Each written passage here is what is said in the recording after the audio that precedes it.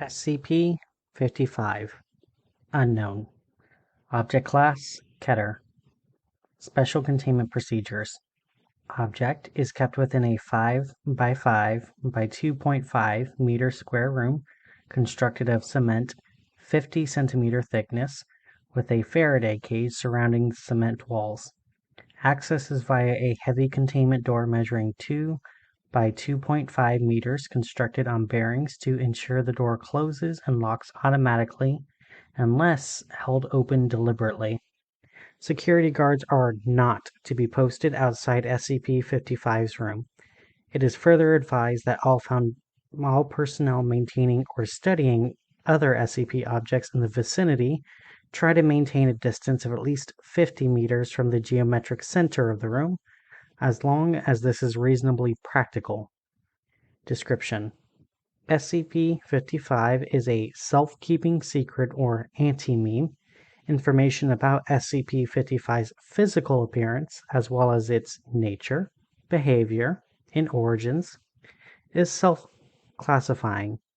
To clarify, how Site-19 originally acquired SCP-55 is unknown.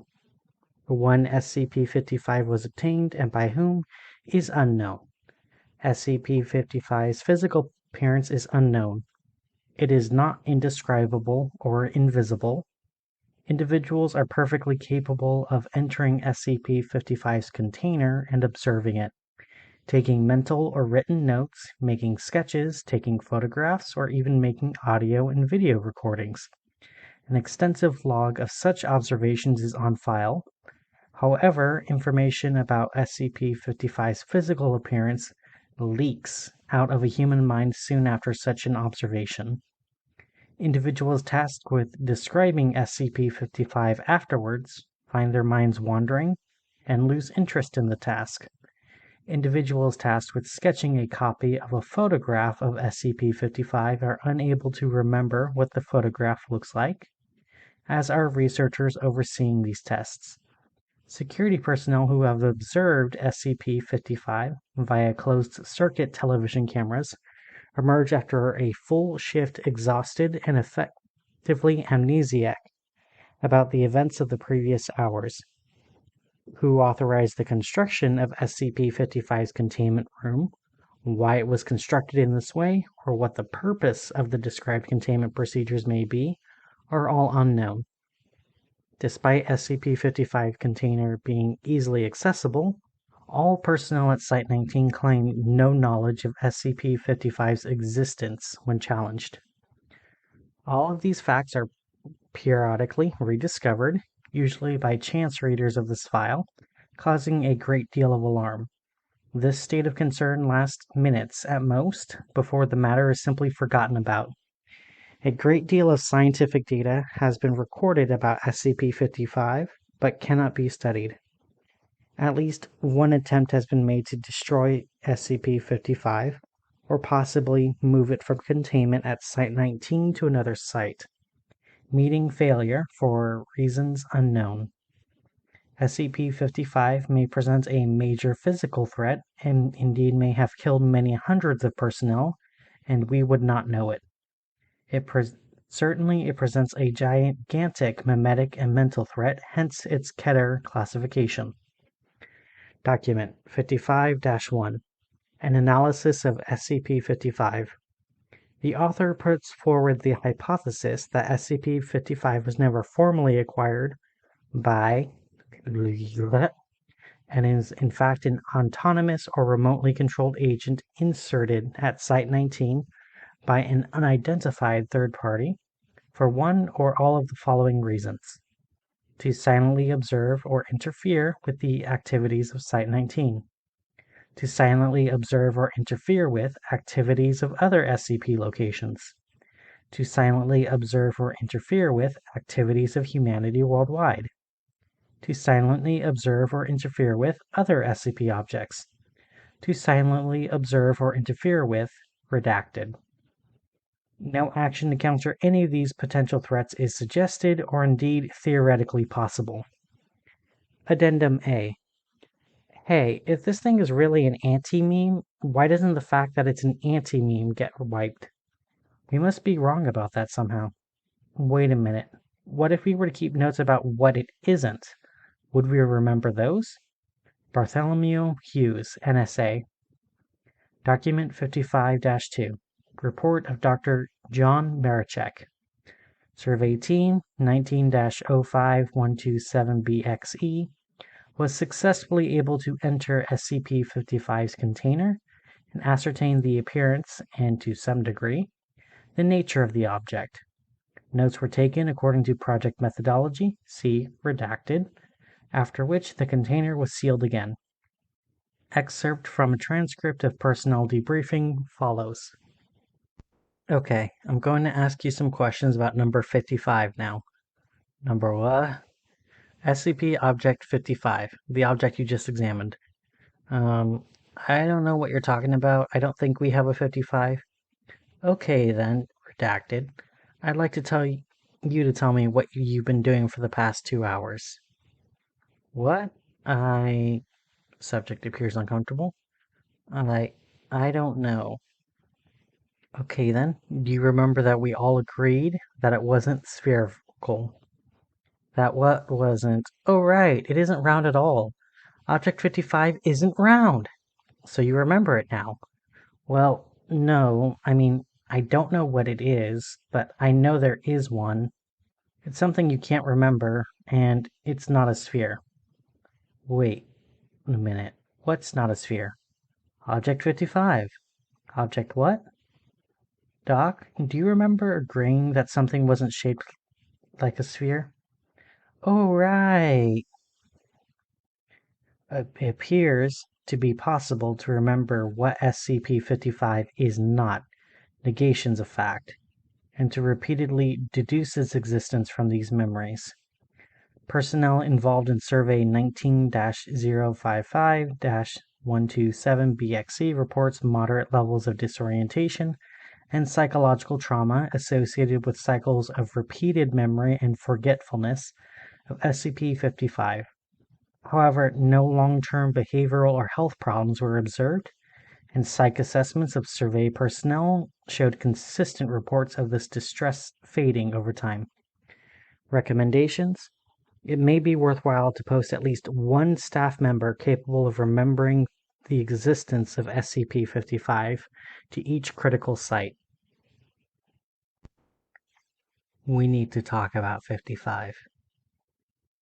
Can I smoke? This time the receptionist narrows her eyes at Marion. No, she says.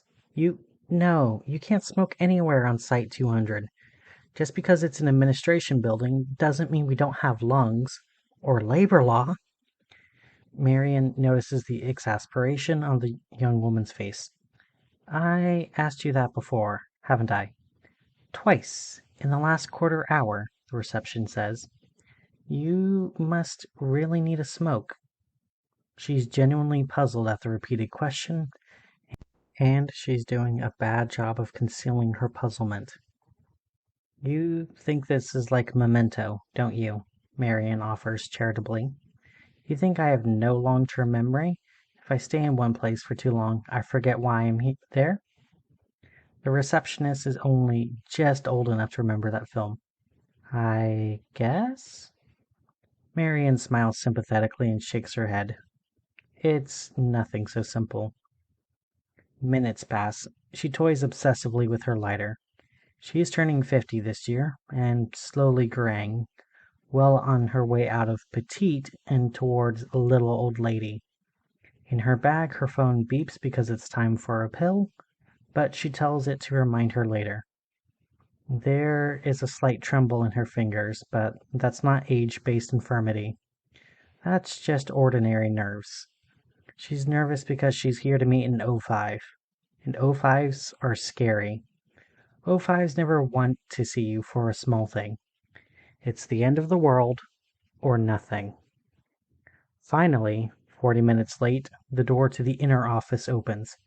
4 or 5 high-ranked Foundationeers spill out, carrying laptops or briefcases.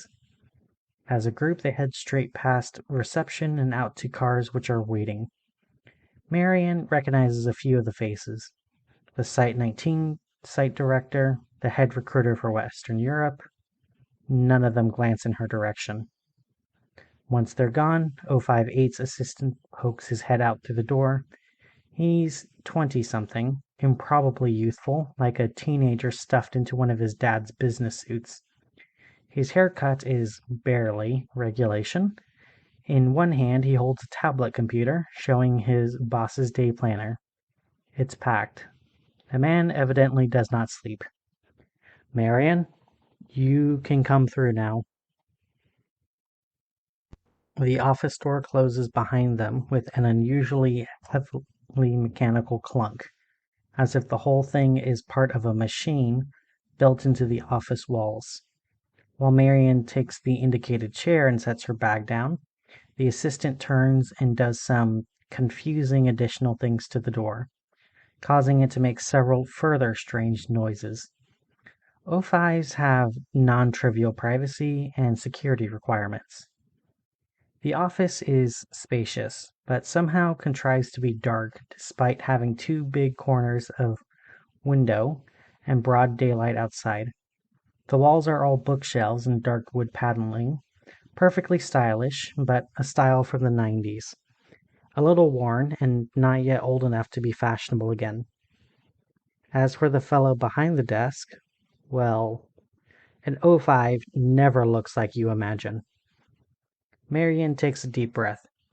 So, what's the topic? All I got was the meeting invitation, no agenda or subject. I mean, an O5 says jump, you jump, but looking to her right, she notices that the assistant, without saying anything or making any undue noise, has sat his tablet down on the table, produced a gun, and aimed it at her head. Marion stops talking. She sits still in her chair for a little while, absorbing the change of pace, letting her heart rate rise to a hummingbird's, and then start to flatten again. Okay, she hazards. She licks her lips and grips the armrests, otherwise staying perfectly still, waiting for another prompt. The assistant's face is totally neutral now. Like, this is just how meetings go. Maybe it is for people up there. Who are you?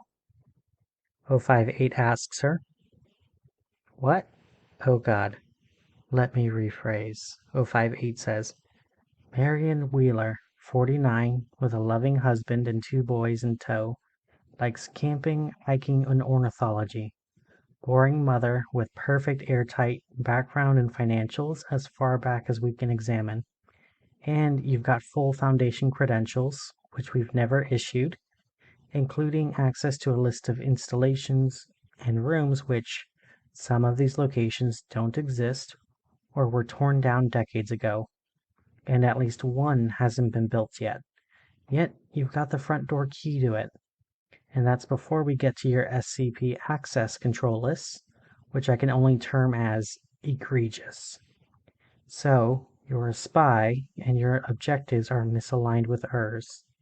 And Clay wanted to cut Psi 13 on you, but I was able to bring him around. I talked him into a face-to-face. I thought there was a slim chance that if we locked you in a bomb-proof room and asked politely, you'd have the good sense to spare yourself the rest. Marion has long since stopped listening. You dullard, she says, now she can finally speak. I'm your chief of Antimemetics.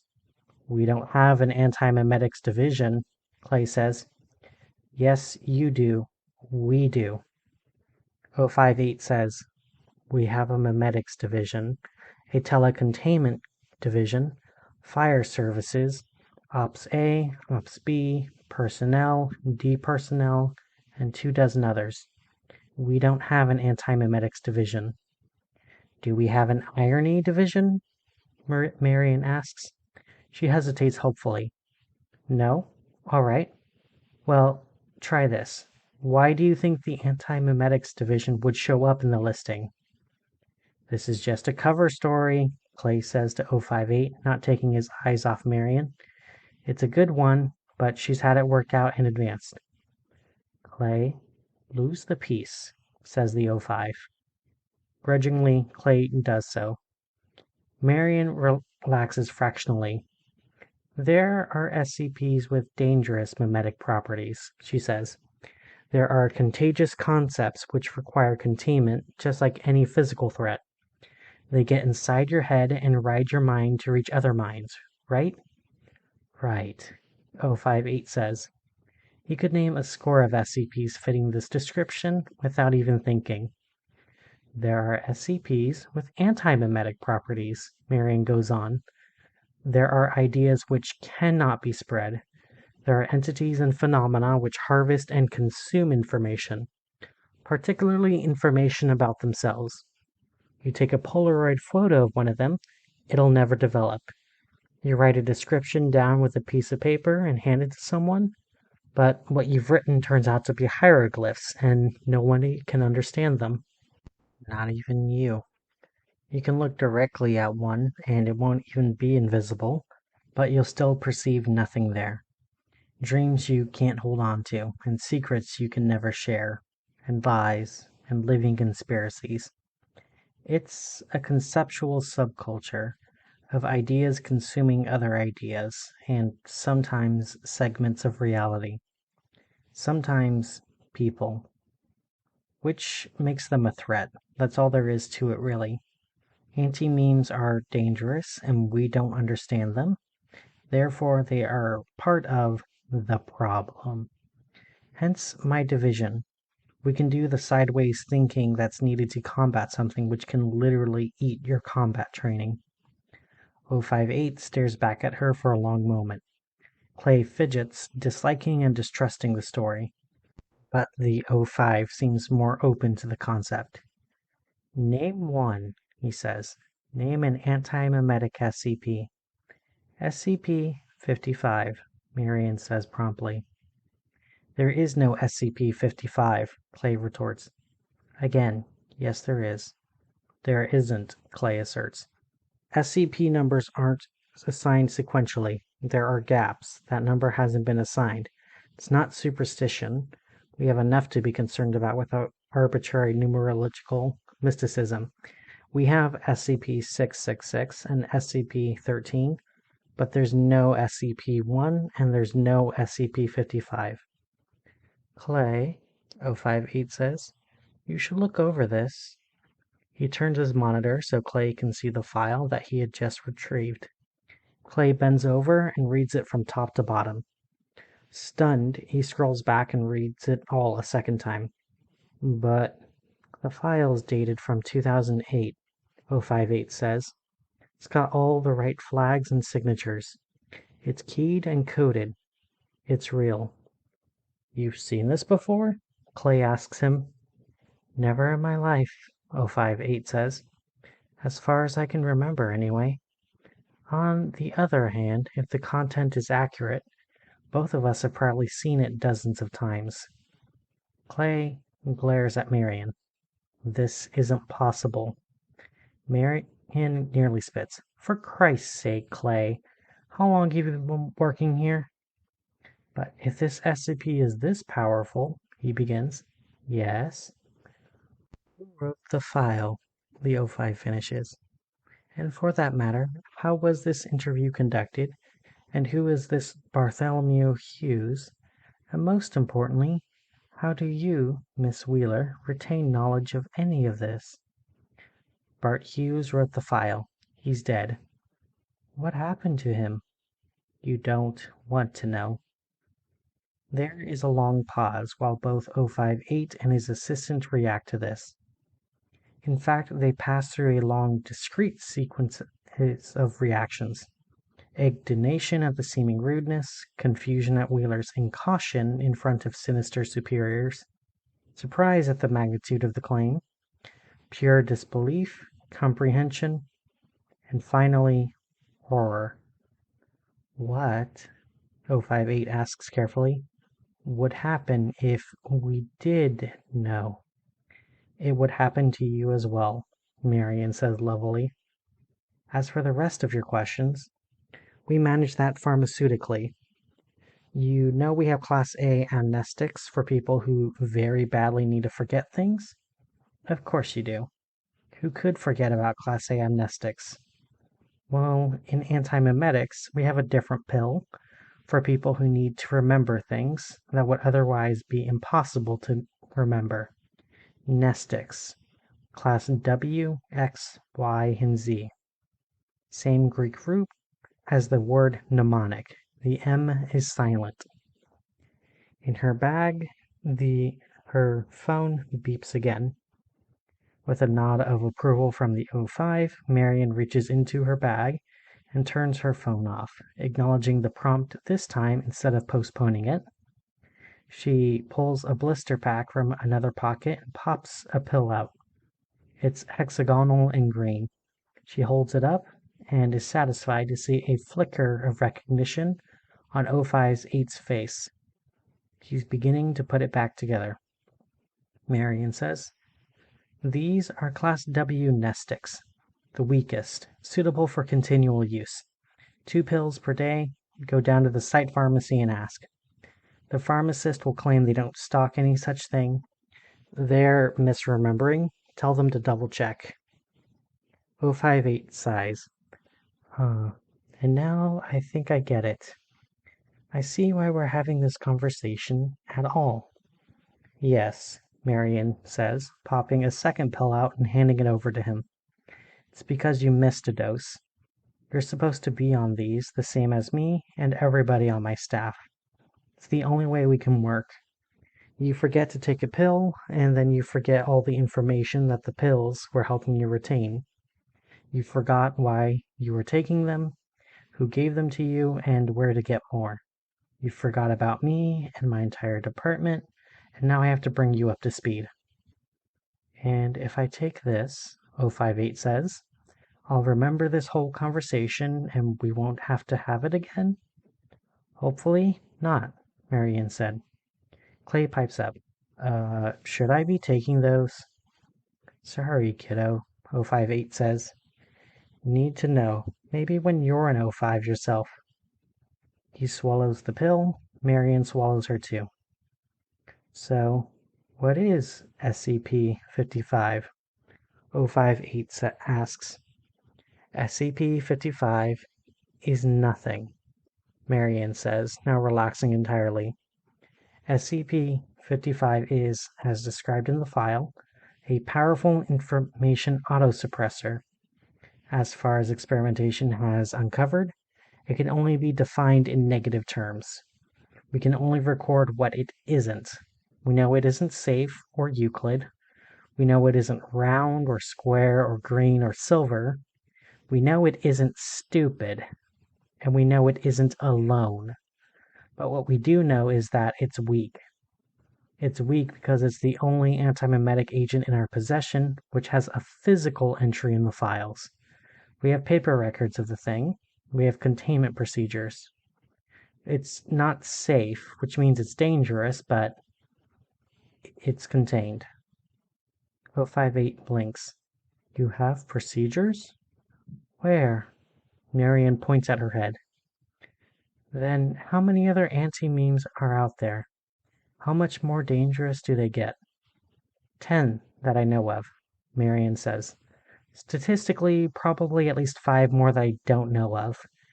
This does not count the amount of antimemetic entities freely roaming the halls, not under containment.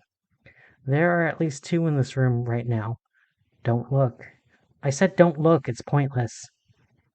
058 does an impressive job of controlling himself, keeping his attention focused on Marion. Clay doesn't fare so well and quickly sweeps the whole room, even checking behind his back, making an ass of himself essentially. He finds nothing. He looks baffled. There is an invisible monster, which follows me around and likes to eat my memories, Marion explains patiently. SCP-4987. Don't look it up, it's not there. I've learned to manage it. It's like a demanding pet. I produced tasty memories on purpose so it doesn't eat something important, like my passwords or how to make coffee. And what's the other one? Clay asks. With another nod from 058, Marion goes to her bag again. This time she pulls out a gun and shoots Clay twice in the heart. More aghast than in pain, Clay collapsed sharply against the bookcase behind him. Pulling his head around to face Marion, he manages. How did you... Marion stands and aims more carefully and shoots him a third time, this time in the head. 058 again does an impressive job of not reacting. That's Clay's gun, he deadpans. You stole it from him. It's tricky to steal a firearm this heavy from someone without them noticing, Marion explains, unloading it and carefully setting it down. But stealing a firearm and then stealing their memory of the theft is a little easier. Like I said, a pet. Some pets are dumb enough that they can be trained. Yes, 058 says evenly. That much I'd guessed. But why? Because you were supposed to be taking Class W Nestics, Marion says. You can't skip a dose of Class W Nestic. I've tried. You can postpone a dose, but you can't forget, unless someone actively prevents you from taking it. There's only one person who can get close enough to do that, and that's your assistant. And remember when I asked him how long he'd been working here?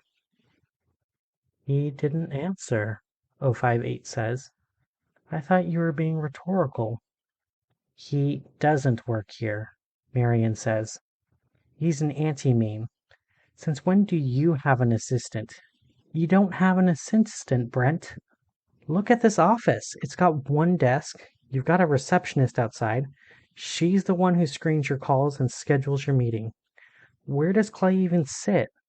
Where does he fit? Don't blame yourself. You're human, and these things are redaction incarnate. You need to think like a space alien to get around them.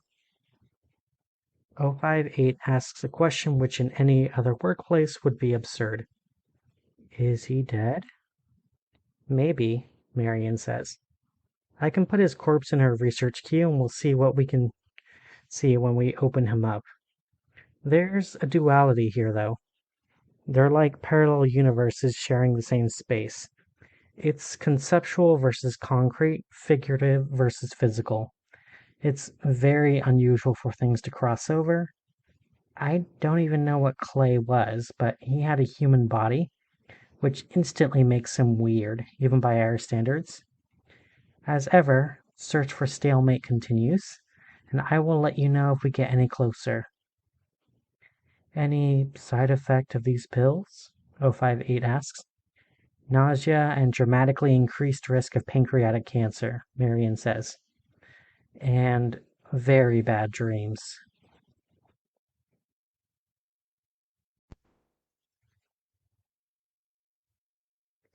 Junior researcher Kim's been working for the Foundation for all of 4 hours and he feels pulverized, as if an anvil were dropped on his head in that first introductory lecture.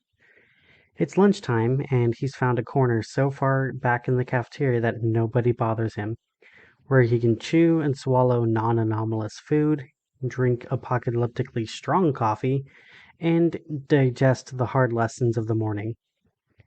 On his Foundation-provided phone, he pages fretfully through the few SCP files for which he has clearance. Most of them have to be jokes. That's how they read, like very bad, dark, frightening jokes. Kim's one of the 11 junior researchers in the new intake, and the other 10 are sitting in a separate group at a separate table, chatting animatedly to one another. There are some instructors here and there munching sandwiches. Other than them, the cafeteria, large enough to seat 200 people or more, is deserted. To Kim, that seems odd. Site 41 is large, 3 skulking buildings with significant basement space, buried casually in the forests of central Colorado. Where is everybody? A man in a gray suit walks into the cafeteria, making eye contact with Kim, and strides purposefully over. The man's suit is sharp enough to cut. He wears a tie pin and a platinum wristwatch as big as a brick. He looks badly misplaced. Site 41 is a working site. There's training, education, research, development, analysis, and even the containment of a very few safe SCPs going on here. Executives shouldn't ever be here. So, what is he? A lost exec trying to find the helipad?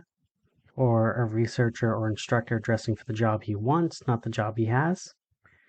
"I love a first day," the man says, holding a hand out. "Alistair Gray, with an E."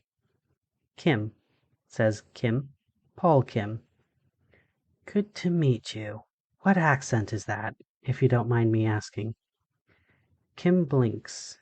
"New York," he says. "I'm from New York. Are you the site director?" "You seem on edge." "Well, that figures, doesn't it?" Kim asks. "You must know how that intro goes. It's like an atom bomb to the ego. I just had almost everything I know overturned. It turns out I spent my entire adult life being protected from dangerous knowledge, as if the whole world outside is a ball pit for under sevens. Stepping out of that has been humiliating to start with." And he blinks again. "Hey, what do you do here exactly? You didn't answer my question." "You didn't answer mine," Grace says. "Of course I did," Kim says. "I'm from..." And then he just stops, his train of thought running off the end of the track into the air. It's on the tip of his tongue, the answer to Gray's question, but he can't get the words out. "That's weird," he says, shaking his head. At this point, he also notices that Gray isn't wearing his badge. This could be an honest mistake, albeit an extremely serious one, but surely execs didn't get to the executive level without being scrupulously correct in everything they do. "Who are you?" Kim asks again. "Your life story was fascinating." "What?" "You spoke 4 languages," Gray tells him. "1 now, and soon 0. Too huge an intellect to specialize. Your education was a fusion of biochemistry and comparative literature. You felt as if you'd die if you couldn't find more foreign thoughts to cram into your head. You've been all over the world, hungry, and every country you've been to was like landing on another planet. You toy with anthropology, but there's too much world for one human race to ever understand. Let alone one human. There's too much human race. We should pare it down." Kim nods. "Would you excuse me for just 1 second?" He gets up and hurries to another table, to the instructor whom he met earlier that day. When Kim gets close to her, he feels a kind of staticky sensation building up. He tries to shake her shoulder and succeeds in moving it a little, but it's like reaching through tar. "Hey, there's a problem. There's an intruder. I think it might be an SCP. Doc, look at me. Hello?" She doesn't react. He tries to gaggle of fellow newcomers as well, but they keep chattering and hypothesizing, oblivious to him shouting and clapping in their ears. "Hey, people, listen to me." No, no, no, no, no.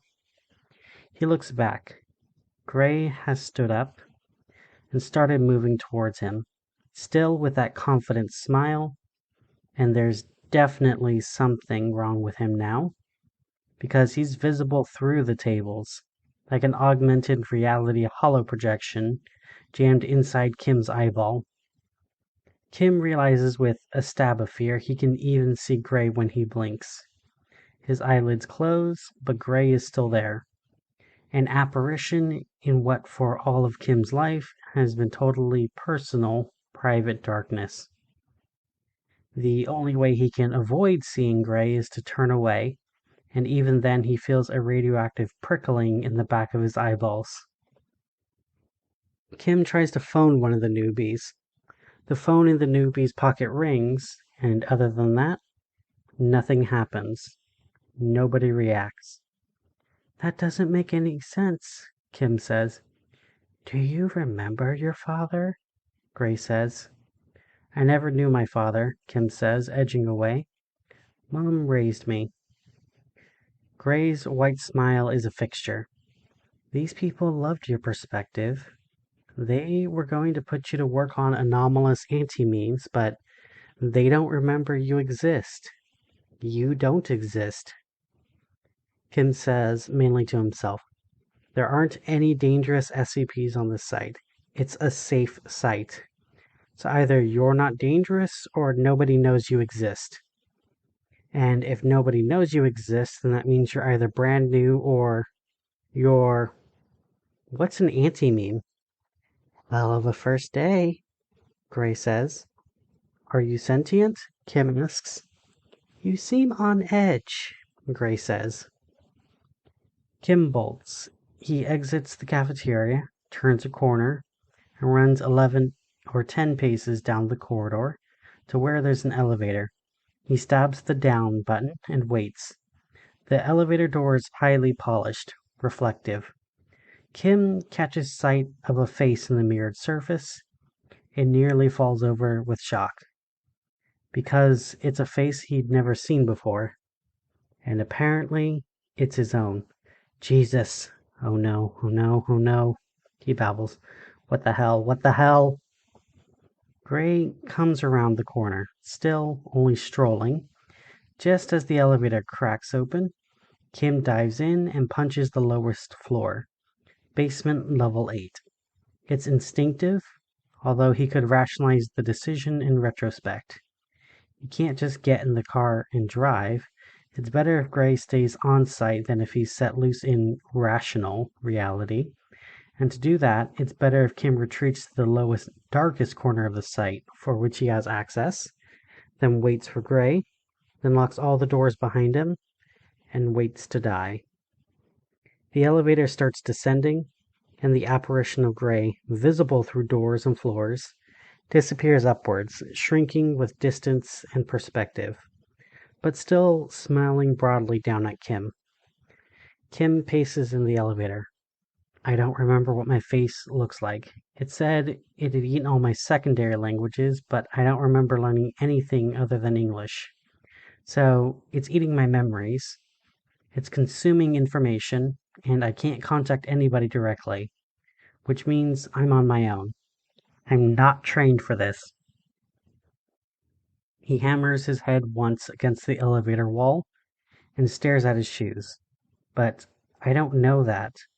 What if I've been trained and I don't remember my training anymore? What if I've been working here for years and I only think this is my first day? What if I've met this thing before? What if everybody on this site has met it multiple times and nobody remembers? Is this what an anti-meme is? Kim remembers the near empty cafeteria, miles of totally unoccupied corridors and vacant office and lab space. Maybe it's not just eating my memories. Maybe it eats people whole, removes them completely from history. Maybe it's been haunting the site for years, and that's why the site's so empty. Because it's nearly finished exterminating us all? I need to get help. I need to warn somebody. How? I can't talk to anybody. I can't phone them. I should write an SCP. But surely somebody's already thought of that. He pulls his phone out and he pulls up the listing. Nearly 10,000 SCP entries. 100 of them are tagged Antimemetics alone. Kim clears his mind. Gray with an E. Grey. 4739. SCP-4739. Object Class: Keter. Special Containment Procedures. I'm disregarding the format because time is a factor. If you're reading this, you've already been isolated from the Foundation at large. Attempts to signal for help are futile. You are now inside 479's gullet after ingestion and prior to digestion. You need to get to lab S041 B08053 as soon as possible and continue the research until you find a way to stop or kill Gray before it kills you. Don't read the rest until you're in the elevator. At that moment, the elevator doors open at basement level 8. Alistair Gray is waiting, still smiling disarmingly. He steps forward. Desperate, Kim hurls his phone overarm at the creature's forehead. It's a solid chunk of metal and it's a dead hit. Gray reels backwards and cracks his skull against the wall. By the time he recovers, Kim is out of sight, hurrying away down the left corridor, just echoing fading footsteps on concrete. 2 45-degree turns and room 53 is in sight. The door at the farthest end, it looks like a submarine bulkhead. Kim spots the keypad from way out.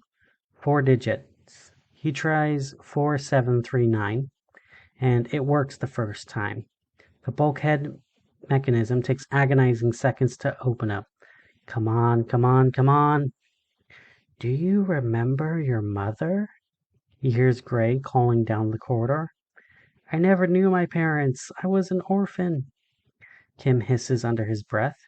For a split second, he wonders what Gray might really mean by that, but he doesn't have time to dwell on it.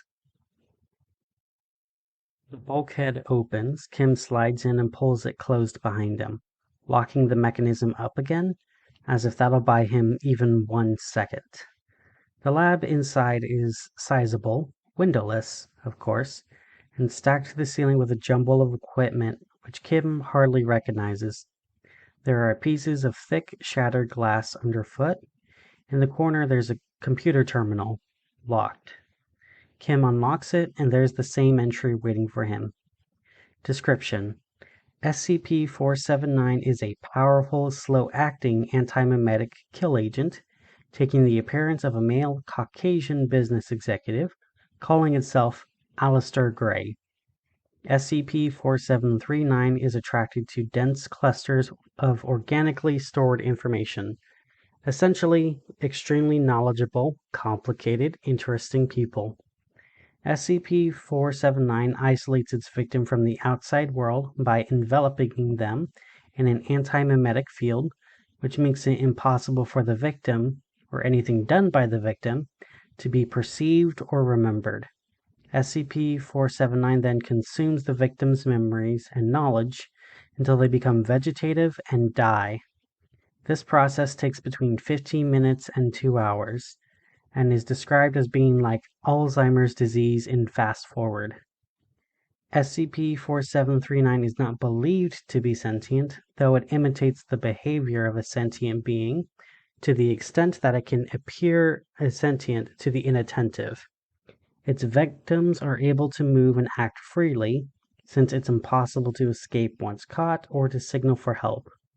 Communications such as written notes, graffiti, and electronic mail do get sent and persist in reality, but SCP-479's effect spreads with each message, making it impossible for an external observer to perceive the message until such time as SCP-4739 catches them too.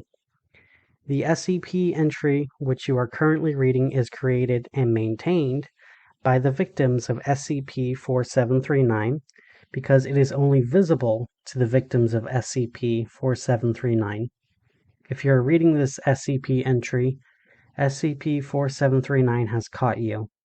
You are now isolated from the Foundation at large and constitute an effective Foundation of 1. You have between 15 minutes and 2 hours to reach Site 41, Basement Level 8, Laboratory 53, and familiarize yourself with the existing research, and continue this research until you find a way to contain or decommission SCP-4739, or, more likely, die. If your field of expertise is not related to antimemetic containment, we sincerely apologize and advise you start learning fast. SCP-4739 has consumed 79 Foundation researchers since we started counting on August 3rd, 2013. If you are reading this entry for the first time, please add a mark. We estimate at least 50% of victims never make it as far as this database entry, so the true victim count is more than twice this figure. But how do I kill it? Kim screams. He scrolls and scrolls through the research, which is chaotic and haphazardly arranged, because nobody had found the spare seconds to sort it out. There are dozens of separate lines of research contributed in patchwork by a succession of victims, all ending with variations of the same line. I'm going to try X. If you're reading this, X didn't work and I'm dead, which means approach X is a dead end and you have to think of something else. He reads, nobody has succeeded in physically engaging with Gray. Nobody can stall it, evade it, slow it down, reason with it, redirect it to some other target. People have tried poisoning their memories with indigestible ideas, drip-feeding their memories to Gray to slow him down, replacing their memories faster than Gray can eat them, and force-feeding Gray too many memories at once to overfeed him and blow him up. They've tried committing suicide by Class A amnestic overdose. None of it worked. More than 100 people, most of them apparently possessing doctorates, have slid into the maw of this thing, fought bravely, and with a greater or lesser degree of dignity, died. There are no remaining untried threads. I'm fucked, Kim concludes. He glances up. Gray's not in the room yet, but Kim can see him strolling down the last stretch of corridor. He's a totally intangible being. Physical obstructions are irrelevant to him. He can't be hurt.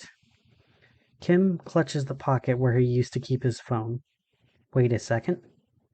He scrolls again. He finds 3 or 4 sad, desperate wretches who died confronting Gray physically. Combat knife and Glock. Baseball bat. Kim looks up and checks the room. Sure enough, the bat's there, rolled under a table. One man, an elderly botanist, far out of his depth, said he was going to try whatever he could find that was the heaviest. That explains the shattered CRT television and the light layer of thick glass on the floor near the bulkhead. There's even CCTV footage of the botanist's attempt. He accomplishes literally nothing. Gray is a holographic ghost, and the CRT drops right through him, imploding when it hits the floor at Gray's feet.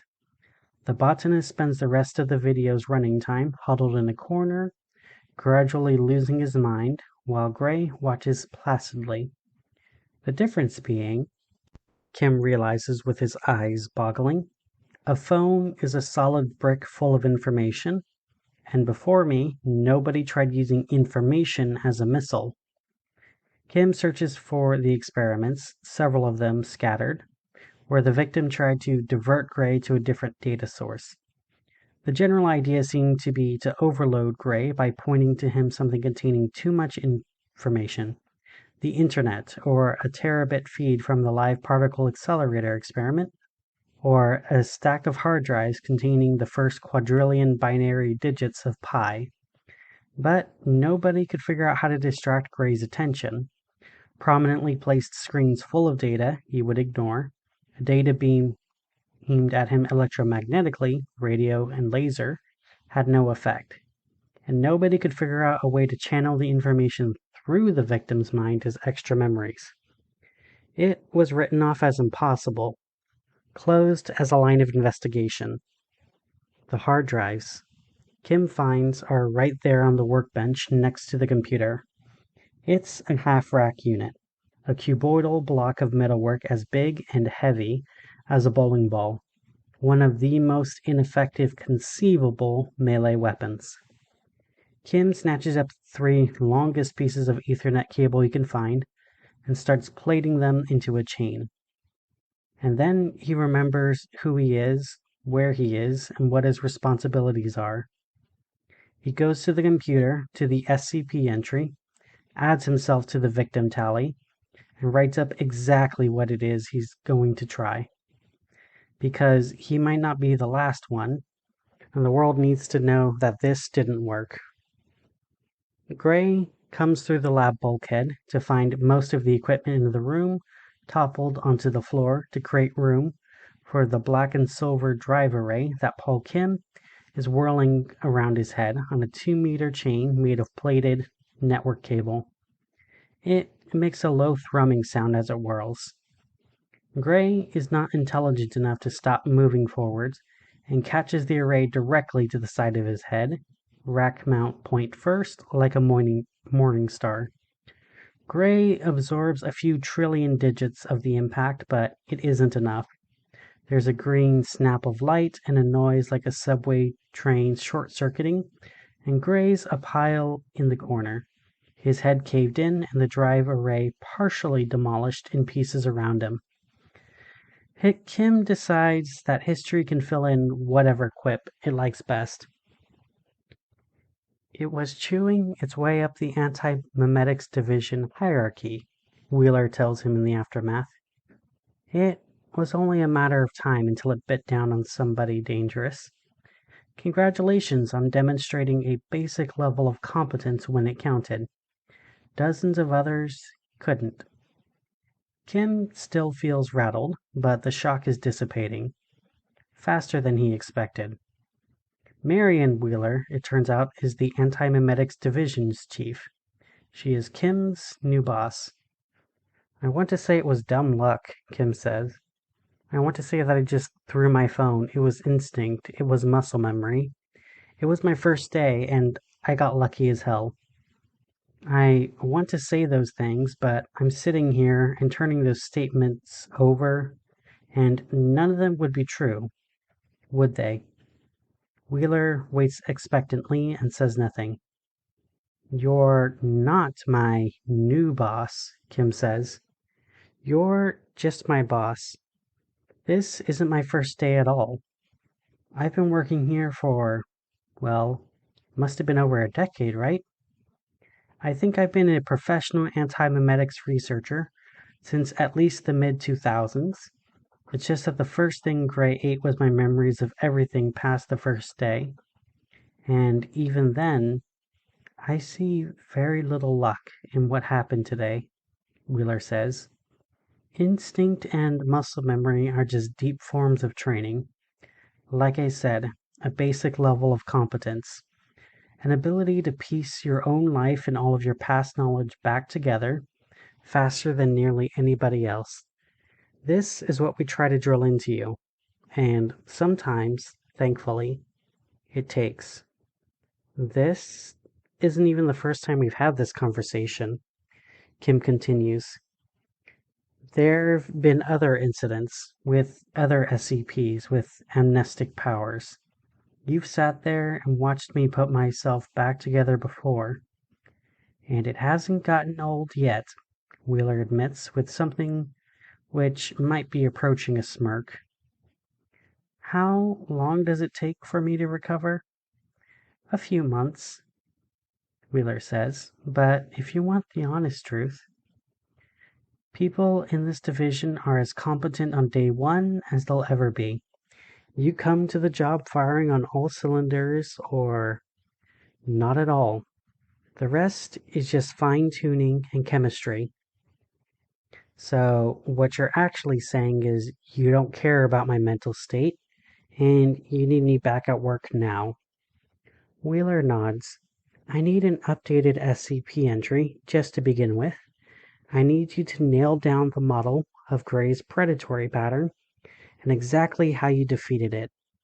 I want you to work out what it did with the bodies, incinerated, disintegrated, or just left them lying around the site in rotting, perceptually cloaked heaps, and I need countermeasures for when it comes back. It's not dead? Wait, Kim says. I think I know this one. It's coming back to me. Ideas don't die.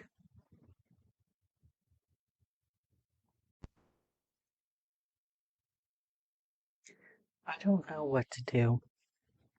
The air was warm, sticky, stale. Eleanor licked her lips. They were dry.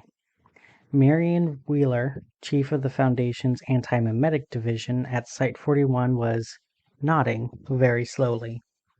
staring. It wasn't a look of concern. Not pity, either.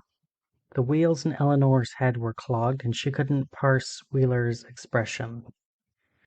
Not that it would have much helped had her brain been firing on all four cylinders.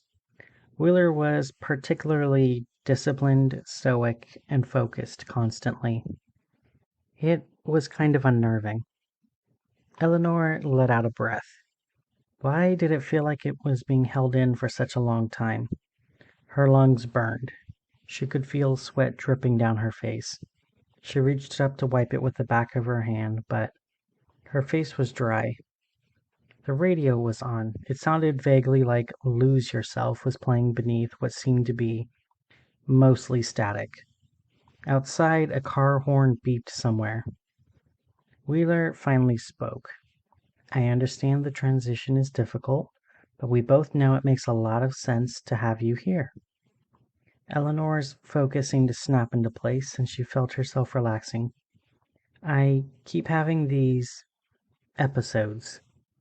She looks down at her lap, trying to avoid the indecipherable gaze of the chief. Things slow down.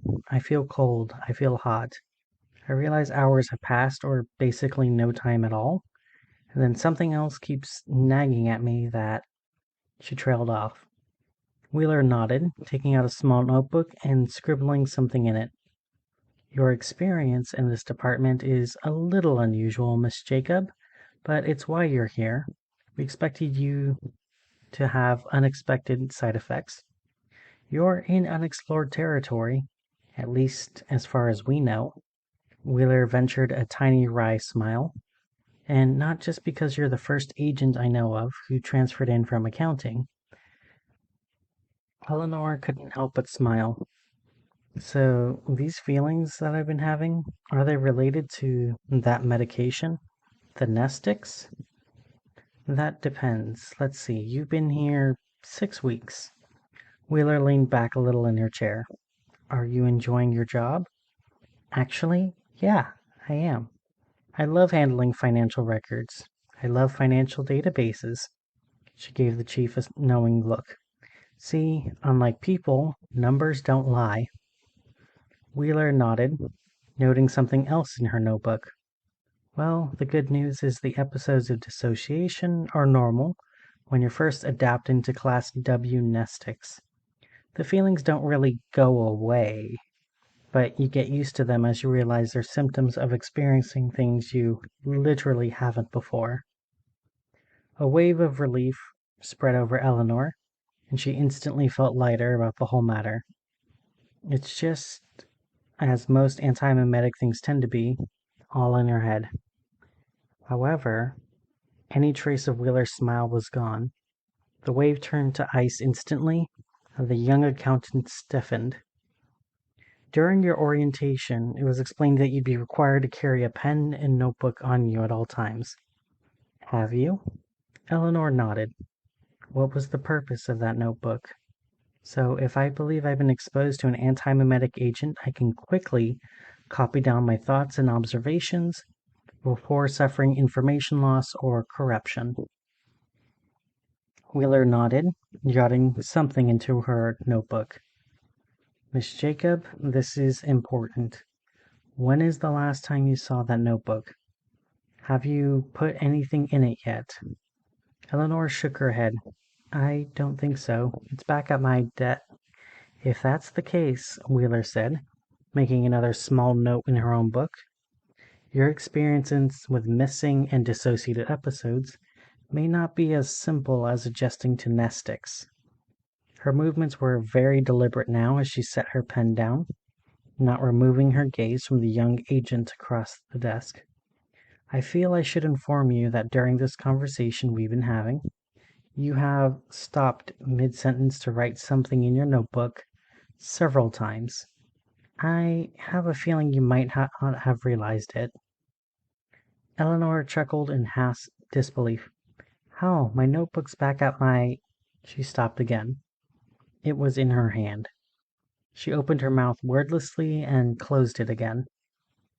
Wheeler rose from her chair, her face stern and composed. Eleanor, listen to me. I need you to set the notebook down and slowly open it, but don't look at it until I've cleared it safe, okay? Oh, okay. Eleanor was trembling as she set the book down. Her mind was racing. Chief, I'm sorry. No need to be sorry, was Wheeler's response. The fact that you're writing in the notebooks means you have strong instincts. You're doing just fine.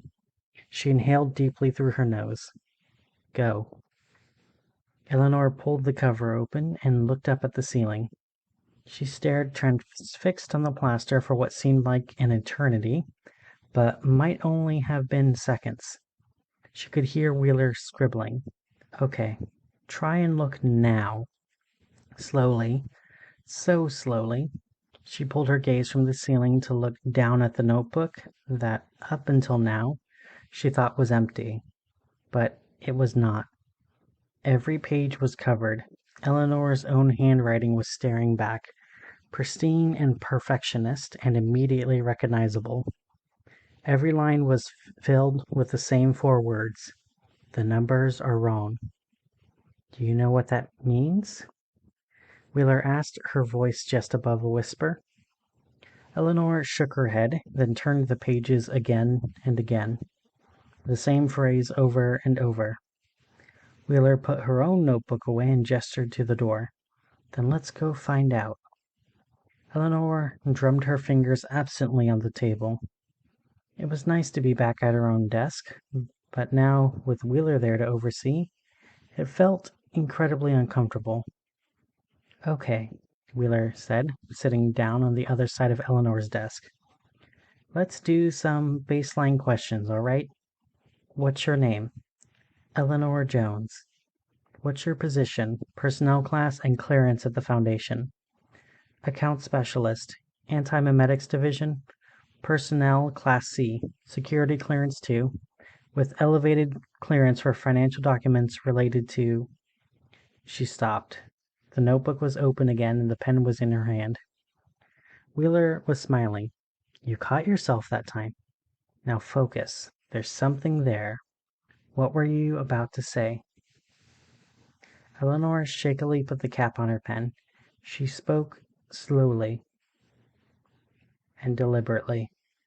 I have elevated clearance for documents, financial documents, related to department expenditures, and the cap was off. Eleanor put it back on. That's it, Wheeler said encouragingly. Find what's triggering it. Department expenditures and what? The cap was off, and Eleanor put it back on. Department expenditures and what, Eleanor? The cap was off. Eleanor put it back on. Department expenditures and the cap was off. The cap was off. Off. Wheeler was leaning forward and resting her hands on the desk. Breathe and focus. And the cap was off. Eleanor's fingers trembled, and then she hurled the pen across the room. Payroll. There was stillness in the room as the plastic utensil clattered to the ground. Eleanor was breathing hard. Her heart was pounding. Okay, Wheeler said, nodding. Tell me. Somehow, Eleanor had caught hold of the metaphorical thing clawing in the back of her mind, deliberately trying again to escape behind the curtain. She had a hold of it now. Why couldn't she stop shaking?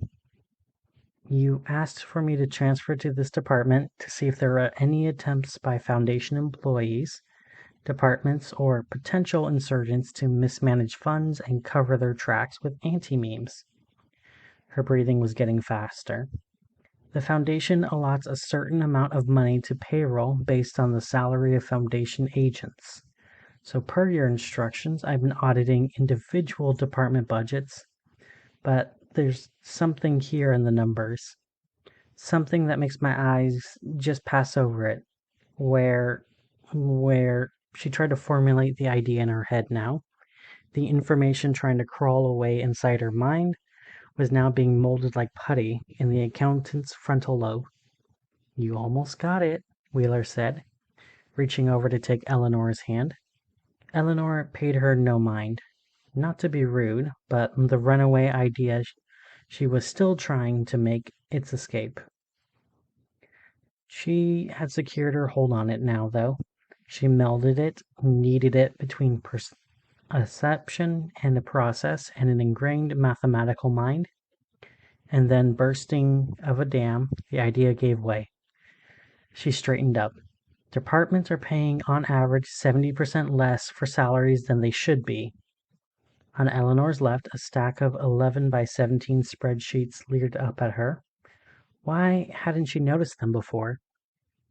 She picked it up. But it's not that people are having pay cuts, it's something else. She tried to find the words. Is that there's something wrong with the people, with the names. They're not names, they're... Wheeler was now looking over his shoulder at the spreadsheets. Oh my God, it's MIPSum. Eleanor shrugged. I don't understand. The chief ran a finger over the text and over one of the rows on the sheet. It's a cognitive defense mechanism that makes you not realize data is missing. In graphic design, placeholder text is called lipsum. When it's antimemetic, we call it MIPSum, memetic placeholder text. Glyphs that are so much like real text that your whole perception just passes over it. Except, she added with an approving side glance, yours didn't. She flipped through a few pages. Wow, over half the names, maybe 3 out of 4. What department is this? This one's waste disposal. Let's see, I also have... She pulled out several more stacks of 11 by 17. Fire services. Ops A, Ops B, and O. The text on the next one read, Antimemetics Division. Wheeler took it and began flipping through it. I don't understand. Antimemetics has a staff of 8,000 people. 2/3 of them can't just be... She stopped, her face going blank as her gaze rested on the opposite wall. Eleanor waited, then gently tapped her. Chief? Wheeler looked mildly startled. She dropped the spreadsheet on the floor and dashed to the office door. Just outside. Department staffers were hard at work in offices and cubicles, shuffling papers, transcribing notes, rewriting lost communications for the 10th or 20th time. Eleanor was at her side. What is it? Look, Wheeler said. I don't see what your... Count, Wheeler said, her voice barely a breath. Count the number of people you can see from this doorway. Eleanor mentally tallied them up. 22. Wheeler shook her head. Again.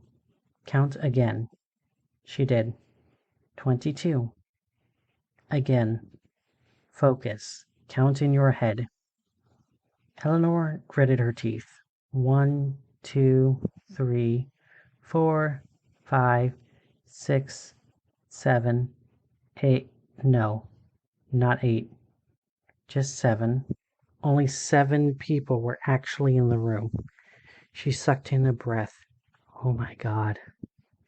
Wheeler was glowering. Eleanor could almost see the wheels spinning behind her glasses, and it was a moment before the chief returned to reality. Okay, I think I know our next step. Eleanor felt suddenly ready for anything. Okay, who are we going to talk to? No one.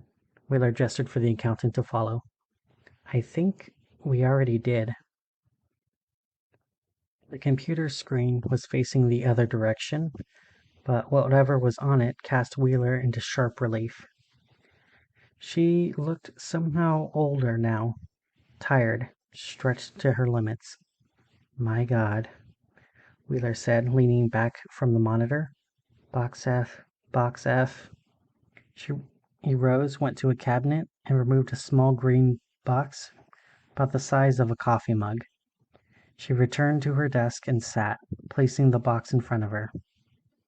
All right, Eleanor, the information you're about to receive is highly confidential and may distress you. But if it's any consolation, the access logs in here lead me to believe that you and I have discussed this before. Eleanor nodded and said nothing.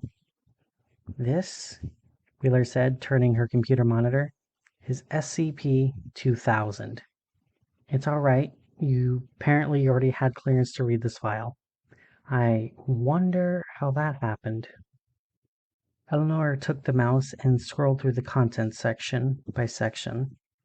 Her face went from curiosity to horror and back again in the short span of a few minutes. When she reached the bottom of the page, she became pale in the fading afternoon light. Sinking back in her chair, the young agent sat quietly for a long time, simply contemplating what she had just read. Wheeler rose and walked to the break room to make 2 cups of tea, one of which was placed in front of her colleague, who had still not moved. Eleanor's eyes went suddenly wide and she grabbed the mouse to scroll up. Wait. To fulfill its primary mission, SCP-2000 includes 500,000 bright Zertian hominid replicators, BZHR. At peak capacity, SCP-2000 is capable of producing 100,000 viable non-anomalous humans per day, with a warm-up period of 5 days. She pointed at the screen and looked over at Wheeler without saying a word. Wheeler nodded, taking a sip of her tea. Eleanor scrolled back down to the bottom of the description. It is estimated that the world population, manufacturing capability, agricultural production, and culture can be reset to 2000 CE levels 25 to 50 years after the procedure is implemented. Eleanor pointed again, still unable to make any words. She grabbed for a pen and a notebook. The chief stopped her. No, I understand. It doesn't add up. The population of the world in 2000 was 6.2 billion people. At 100,000 people a day, for even 50 years, accounting for birth rates and death rates, you come up short, far too short. She took another sip of tea. About 2 and 3 short, a population loss of about 70%. Eleanor had not yet found her voice, but she tried. Where are they? She whispered. Wheeler tapped a phrase on the screen with the back of her pen. The BZHR also has the ability to implant memories by the administration of Class G hallucinogenics and developmental hypnotherapy. Class G hallucinogenics. I'm familiar with these, she explained. They're not in your standard amnestics and nestics guide. This isn't just a memory eraser, it's a memory replacer. It's made of anomalous material that makes it as permanent as possible. The memories bind to your brain and don't let go. She let out a hiss between her teeth. They should have told me about this. So, what does that mean? Eleanor whispered. She was trembling again. The chief didn't meet Eleanor's gaze. It means the last time the Lazarus Protocol was used, they only made 2 billion people out of 6. Everyone else was just implanted in our conscious. She took in a deep breath. On the streets, in the restaurants, on the train, in your office, 2 out of 3 just aren't real. They're in our heads to make our planet feel a little less empty. But why? Wheeler had no answer. A long silence descended between them.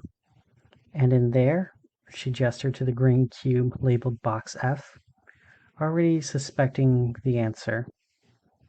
Wheeler removed the lid. Inside were 2 medical inhalers, each with a bright green label. One read Wheeler M, and the other Jones E. Class G, Wheeler mumbled. Drugs strong enough to make you forget. Drugs strong enough to overpower Nestix. Drugs strong enough to override a living being permanently. Well, not permanently, Wheeler reminded herself. Eleanor had beaten it. Eleanor and the numbers. Eleanor picked the one with her own name. I've done this before, haven't I? Wheeler pulled the other one from the box. I think we both have. The accountant paused again. And I have to? The chief met Eleanor's gaze. There was an expression of regret, hopelessness, and a profound sense of duty, roiled together with a suppressed instinct, that innate fear of not knowing. I won't make you, Wheeler said, and there was a depth of calm in her voice. I can't stop someone higher than me from giving it to you later against your will. Maybe that's what happened last time. No way to know, but she finally broke her gaze, looking out of the office window at the setting sun and the massive stone monument in the forest behind Site 41. I also wouldn't judge you for choosing to live a different, less unsettling truth.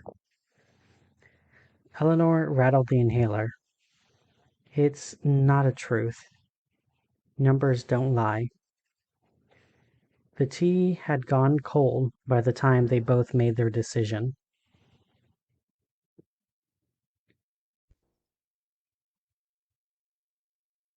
Security warning. The SCP-2111 registry and all associated files are components of the Foundation memetic security systems.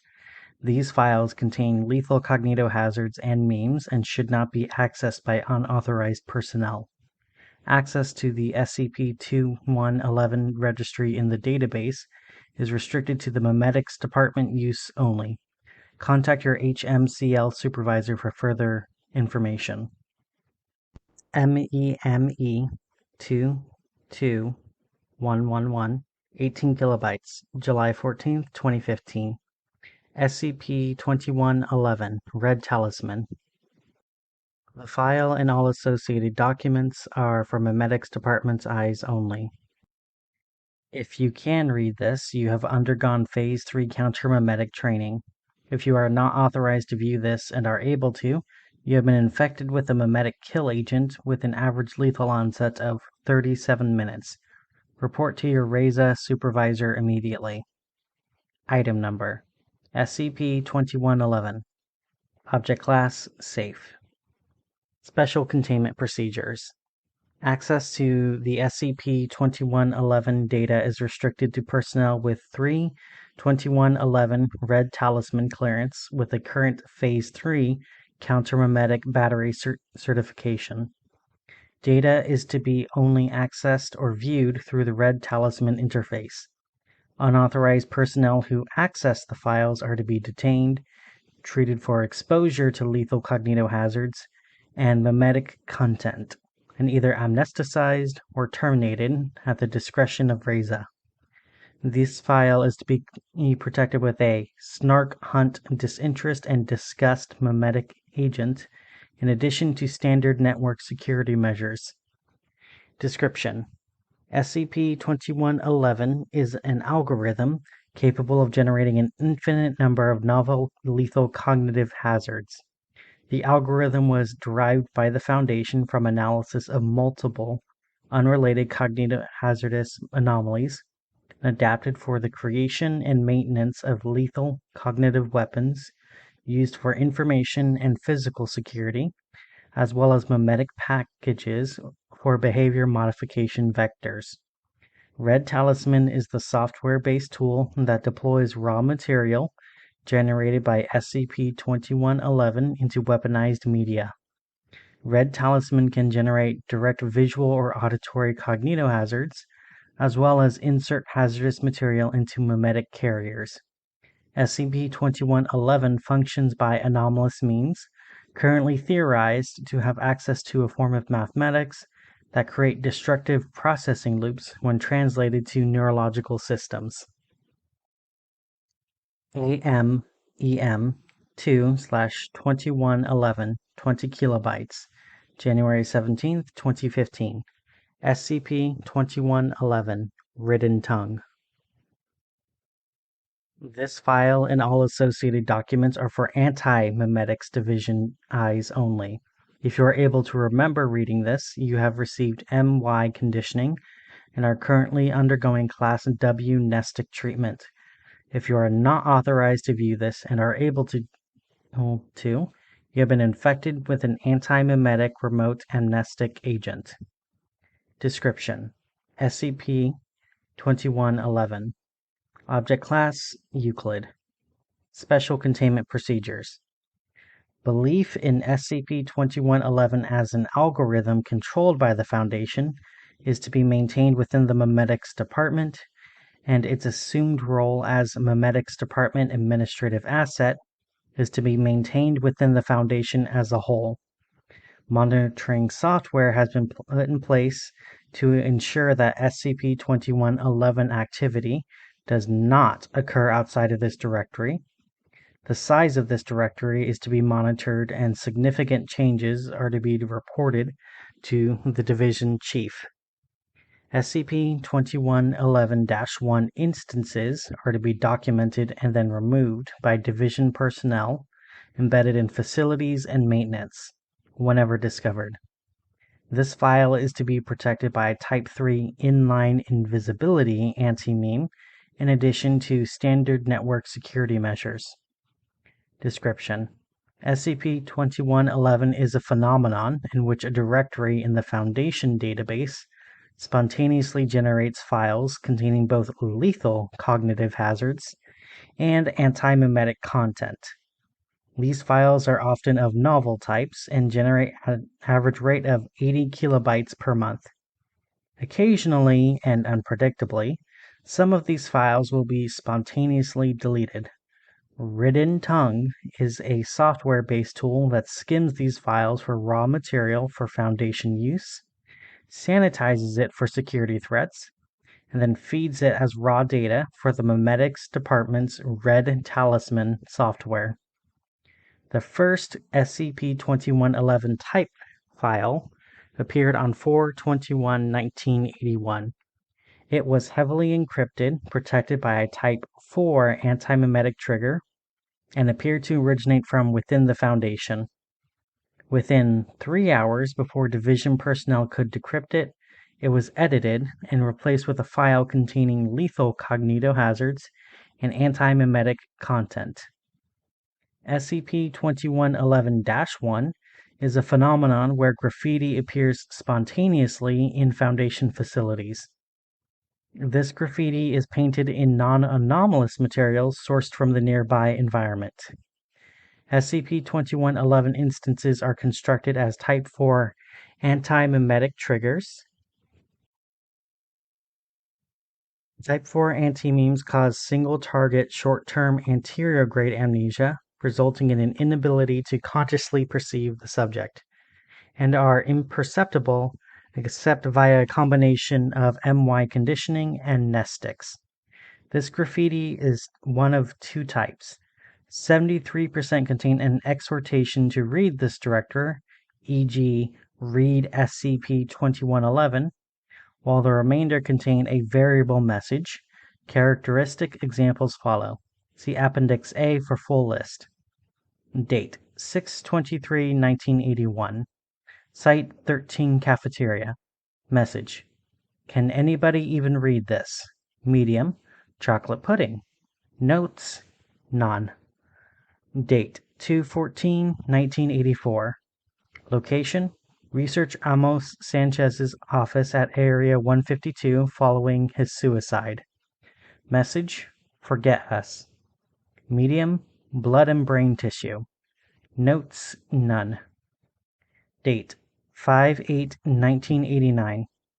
Location: the office of O5-8 at Site 200. Message: let me go.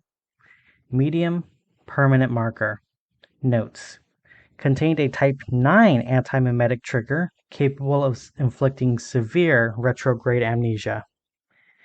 Date: 8/17/1993. Location: Site-167, Antimemetics Division Headquarters, Command Center. Message: Why can't you forget about me? Medium: printer ink. Notes: contained a Bright's novel visual cognitohazard and resulted in the deaths of 7 Division in personnel. Date: 3/10/1994. Location: Site 1, O5 Council Chambers. Message: Mission accomplished. Omega Zulu. Medium: erasable marker on whiteboard. Notes: none. Date: 2/11/2003. Location: Site 41, Lab S041 B08-053. Message: I'm not strong enough. He forgets me. Medium: lead glass particles presumed to originate from a CRT display. Notes: see SCP-4739 and Incident Report Colourless Idea. Date: 1/29/2015. Location: Chief of Operations, Site-167 Antimemetics Division Headquarters. Message: why has 058 stopped taking his medicine? Medium: pencil. Notes: see Incident Report Ochre Mineral. AMEM 2/2111. 36 kilobytes, January 17th, 2015. SCP-2121 APPA. Inaccessible. CCON 2/2111. 21 kilobytes, August 13th, 2015. SCP-2111 Revenant Theory. This file and all associated documents are for Counter-Conceptual Division eyes only. If you can remember reading this, you have received Y-M conditioning and are currently undergoing Class W nestic treatment. If you can read this and are not authorized, countercognitive and memetic kill agents are in place to ensure that you do not live to remember it. Item number: SCP-2111. Object Class: Keter. Special Containment Procedures. SCP-2111 is currently uncontained. All personnel undergoing nestic treatment are vulnerable. Personnel are to be monitored for sudden memory loss, and in the event of a suspected attack by SCP-2111, Class B amnestics are to be administered immediately. Mobile Task Force Epsilon-7, Forget-Me-Nots, is to continuously monitor and disrupt civilian development of nestics. The Memetics Department Red Talisman Program is to be monitored for external influence, and Revenant Theory is to be enacted in the event of a threat is detected.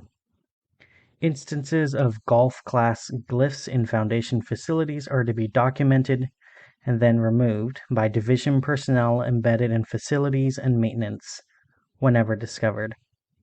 This file is to be obscured with Bravo-class counter-conceptual camouflage in addition to standard network security measures.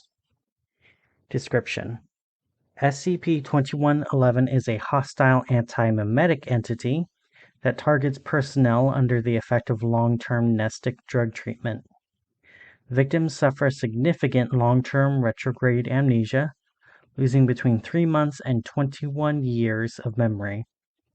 Due to memory loss, no survivors are able to describe the entity or the attack. Immediate treatment with Class B amnestics has been shown to halt in-progress attacks.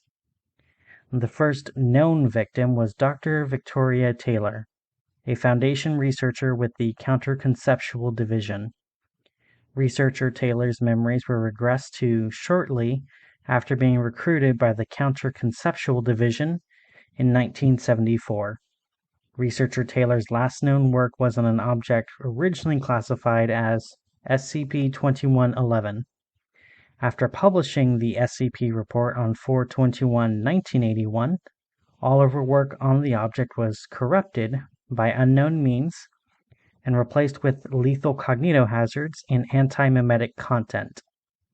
Personnel who had read the report in the 3 hours it was available recollect that it described preliminary research into an antimemetic infovore of a previously unknown type. SCP-2111 attacks personnel directly and consistent with known infovorous mechanisms, as well as leaving cognitohazardous and antimemetic glyphs on wall surfaces near intended victims. These traps are protected by Golf-class counter-conceptual camouflage.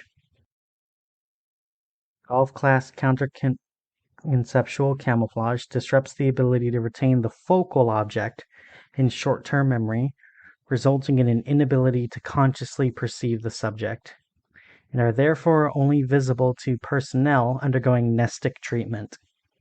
At least 36 Division personnel have suffered attacks by SCP-2111. The last direct attack attributed to SCP-2111 was on 3/1/1994.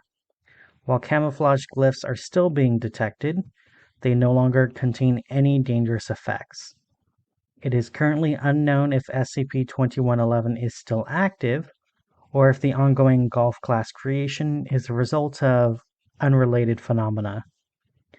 3 months following the incident with researcher Taylor, the Foundation's Memetics Department claimed the SCP-2111 directory in the database and began mining it for the Red Talisman Weaponized Cognitohazardous Program. Covert research by the Counter-Conceptual Division into the relationship between SCP-2111 and the Memetics Department is ongoing. A contingency plan, codenamed Revenant Theory, has been developed in the event that it is determined that the Memetics Department has been compromised by SCP-2111.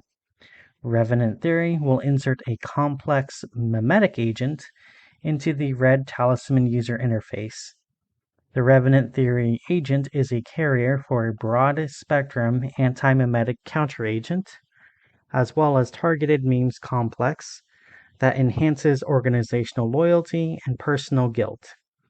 This will trigger an institutional witch hunt within the Memetics Department, starting with those most likely to have been exposed to any contamination. OZER 2/2111, 21 kilobytes, November 1st, 2015. SCP-2111. Read this. If you can read this, you are already dead. Message from MTF Omicron 0 Command. From Senior Researcher Amos Sanchez, Ops Director, Mobile Task Force Omicron-0. You probably got here by reading the writing on the walls. But regardless of how you got here, welcome to the most clandestine unit in the Foundation. Mobile Task Force Omega-0, Ara Orun. You probably have already noticed that you have access to everything in the database. Nothing is redacted.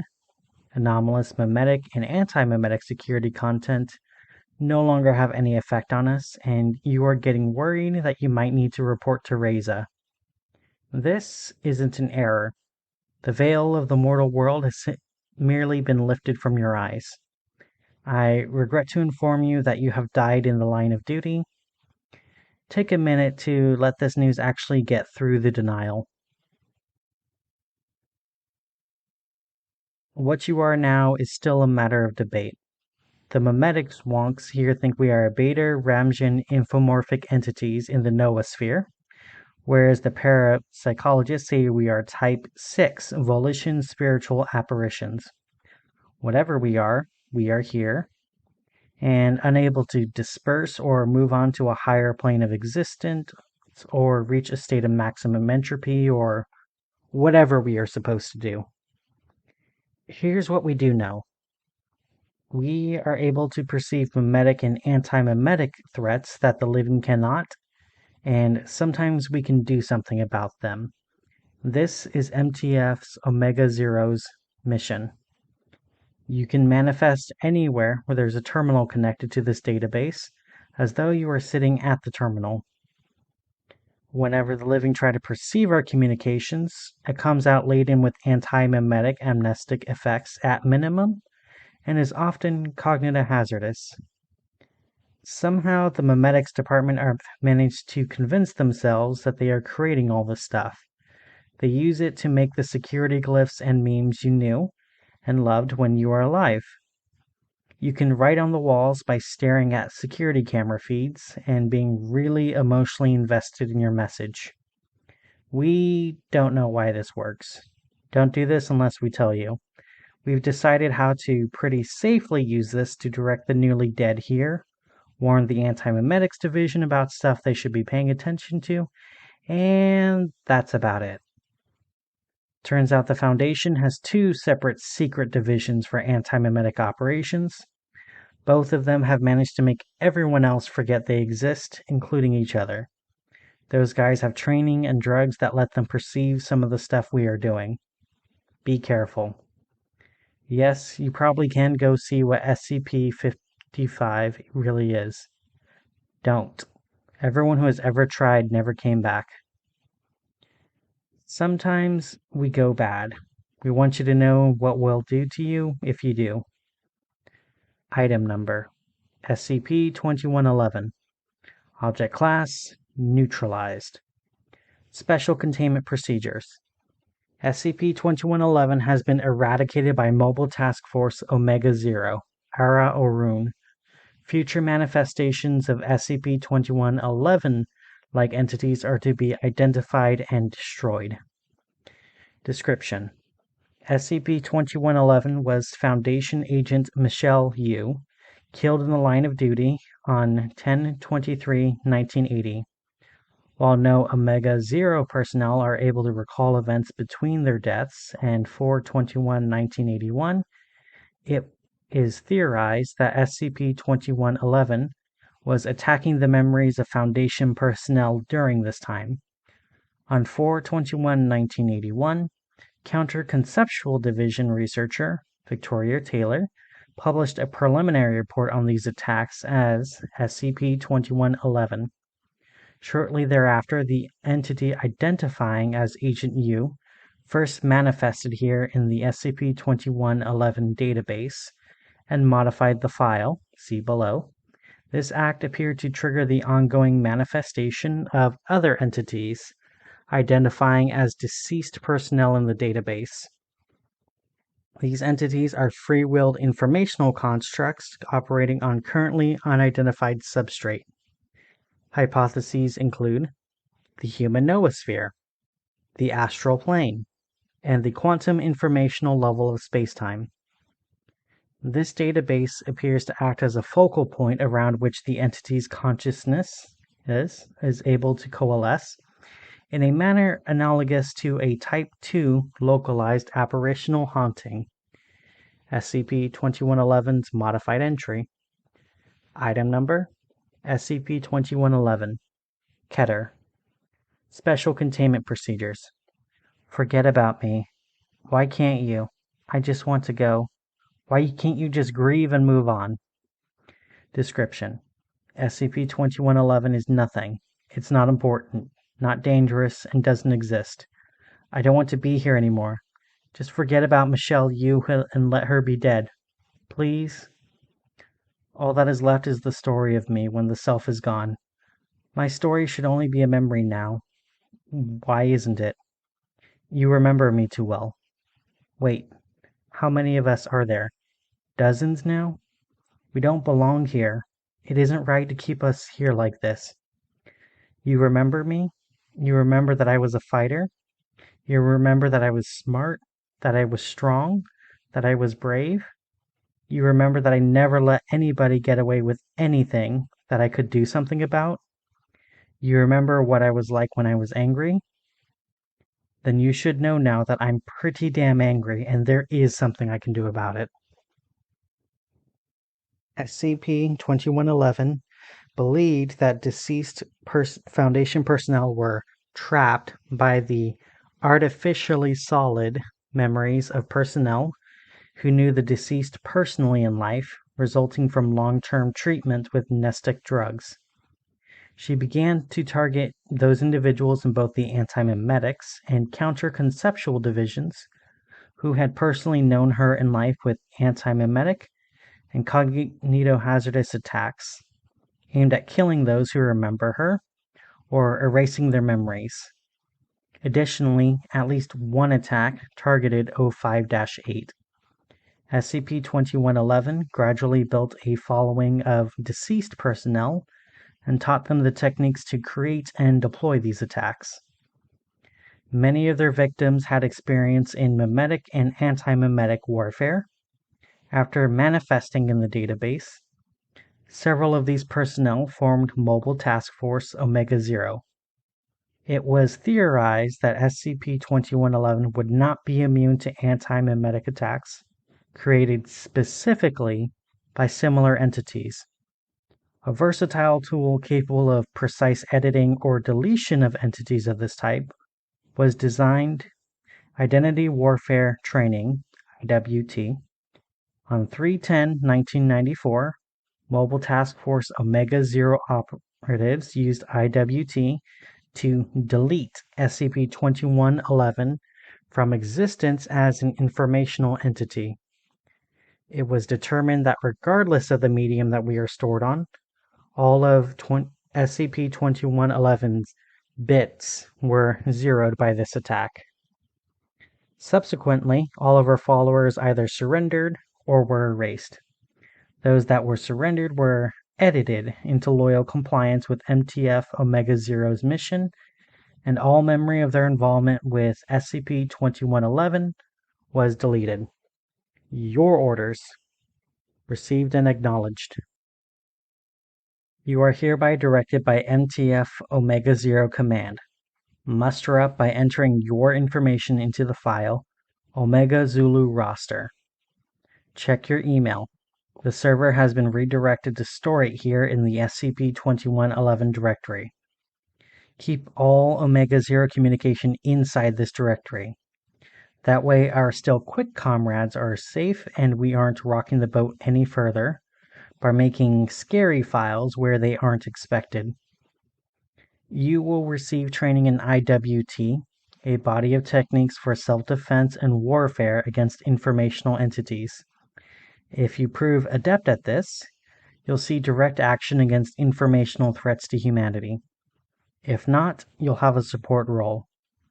Either way, you will continue to serve the Foundation. Remember, we are the Saints who guard. Amos Sanchez, Operations Director, MTF, Omega-0. SCP-2828, Antimemetic Body Part. Containment Class, Esoteric. Secondary Class, Ticonderoga. Disruption Class, Connect, Level 3.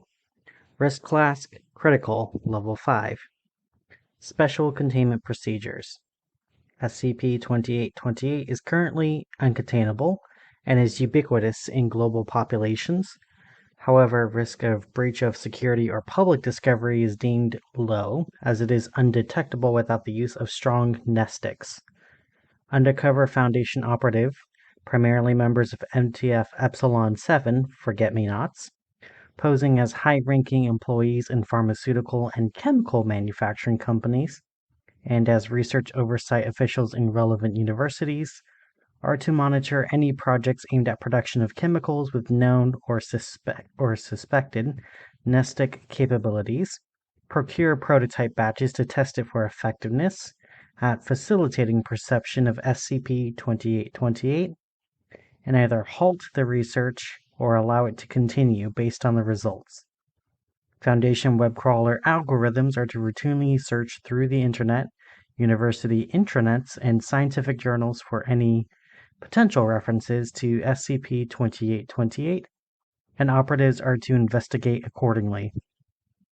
MTF ETA-10, See No Evil, and MTF ETA-11, Savage Beast, on standby, descriptions of SCP-2828's visual appearance, texture, sound, odor, or taste are to be tested for safety with D-Class personnel by RESA and Antimemetics Division personnel and redacted or expunged accordingly.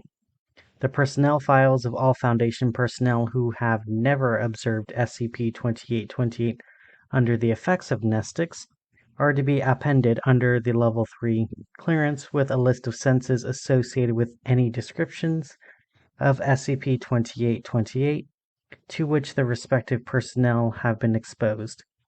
The personnel files of all Antimemetics Division personnel and any other personnel who work with Nestix or SCP-2828 documentation are to be checked before each administration of Nestix and before each approval of access to SCP-2828 exposure, and are to be updated within 1 workday of any new exposure. Description: SCP-2828 is an antimemetic and nearly undetectable part of the human body located behind the ear. The role of SCP-2828 in bodily systems is virtually non-existent and is hypothesized to be fully vestigial. SCP-2828 can only be perceived through the use of Class W or stronger Nestix, but only to a limited degree, if at all. When it is perceived, it can only be perceived with one sense, as in sight, touch, hearing, smell, or taste. Thermoception, proprioception, nociception, equilibriception, and mechanoreception do not apply. Whichever sense is used to perceive SCP-2828 first by a given subject is the only sense the subject will ever be able to perceive it with. For example, if the subject saw SCP-2828 before he or she felt, heard, smelled, or tasted it, then that subject would not be able to ever feel, hear, smell, or taste it. The effect extends to all forms of communication.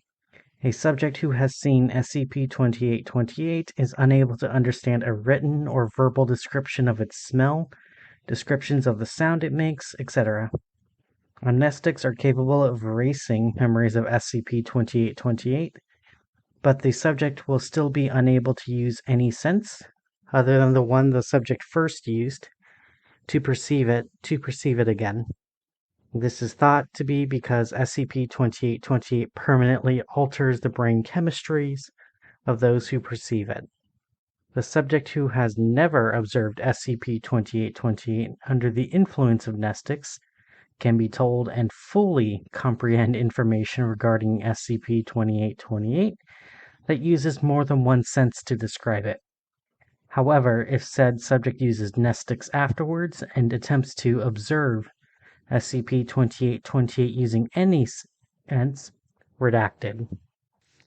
It is therefore imperative that no Foundation personnel be exposed to any remotely detailed description of SCP-2828's appearance, texture, sound, odor, or taste. See Special Containment Procedures. Other than this, SCP-2828 poses no immediate danger and possesses no further anomalous properties. Partial Test Log.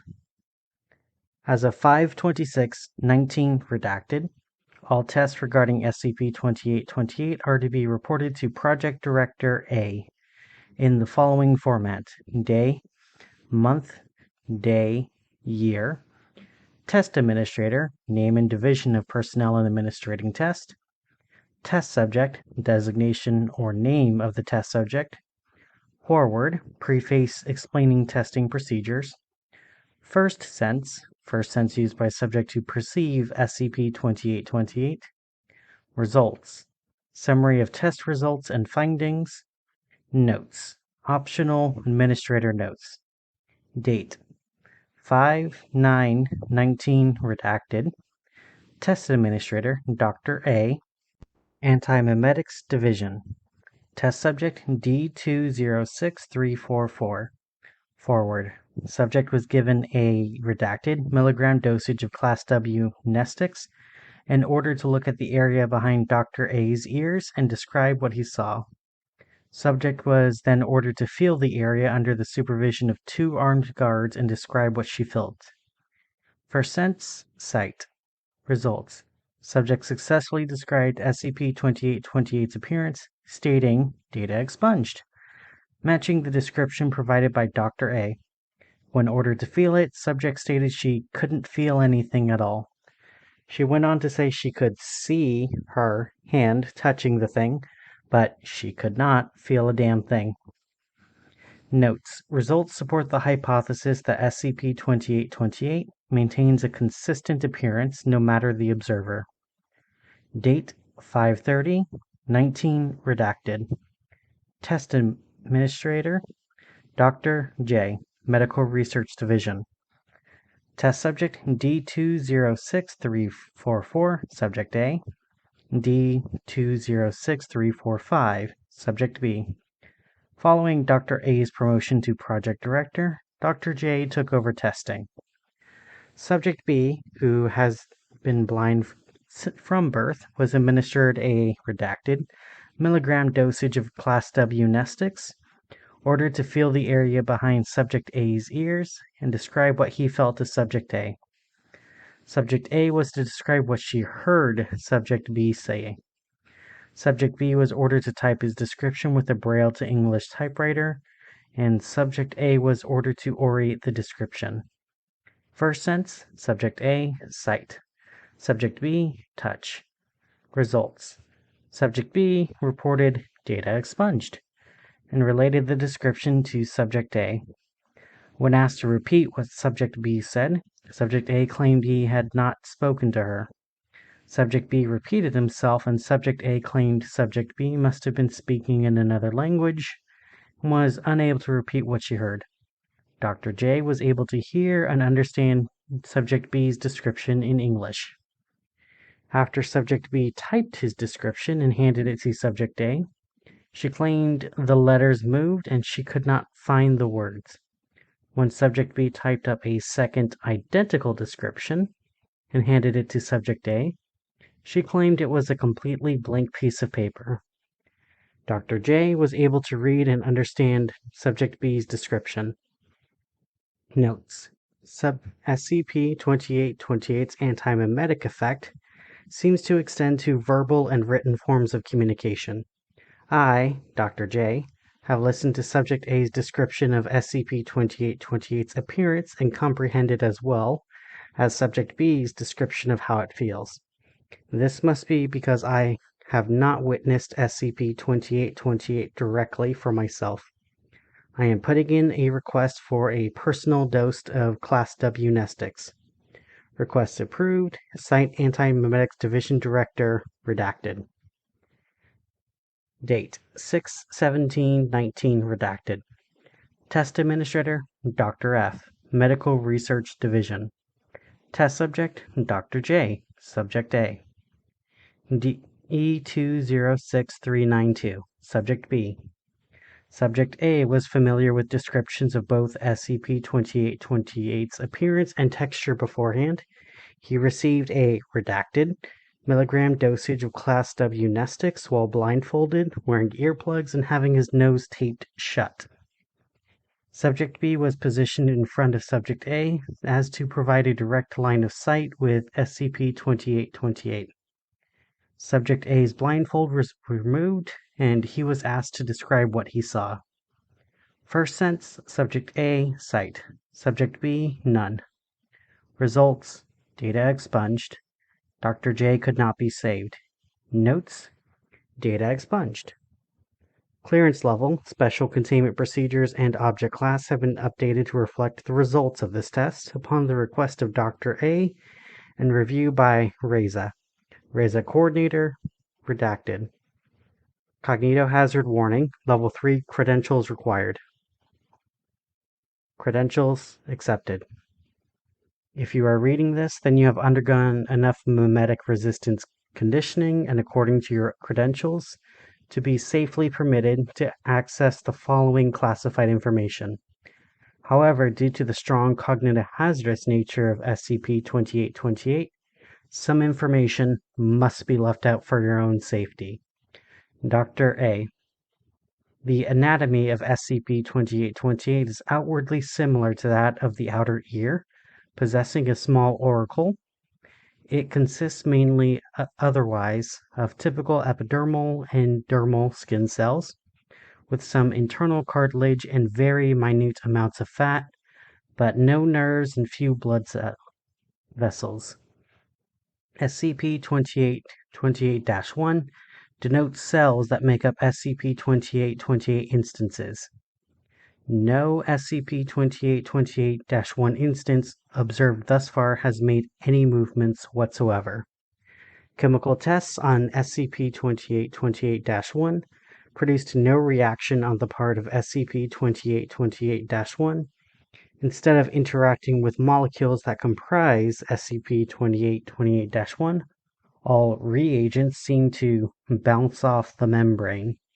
Protein pumps and channels are non-functional in a similar manner. Furthermore, no metabolic processes have been recorded to occur within SCP-2828-1 instances. All SCP-2828-1 instances observed thus far are frozen in an identical manner. An anomalous and apparently indestructible substance, referred to as SCP-2828-2, found between SCP-2828-1 instances, lock SCP-2828-1 in their set configuration. The natures of SCP-2828-1 and 2 make SCP-2828 effectively indestructible, which has somewhat hindered research. SCP-2828's small size makes it only effective as a defensive benefit against puncture wounds to a specific area of the throat from a specific angle. This makes it particularly effective at providing protection from Redacted, a nocturnal and highly intelligent anomalous species that preyed on early hominids.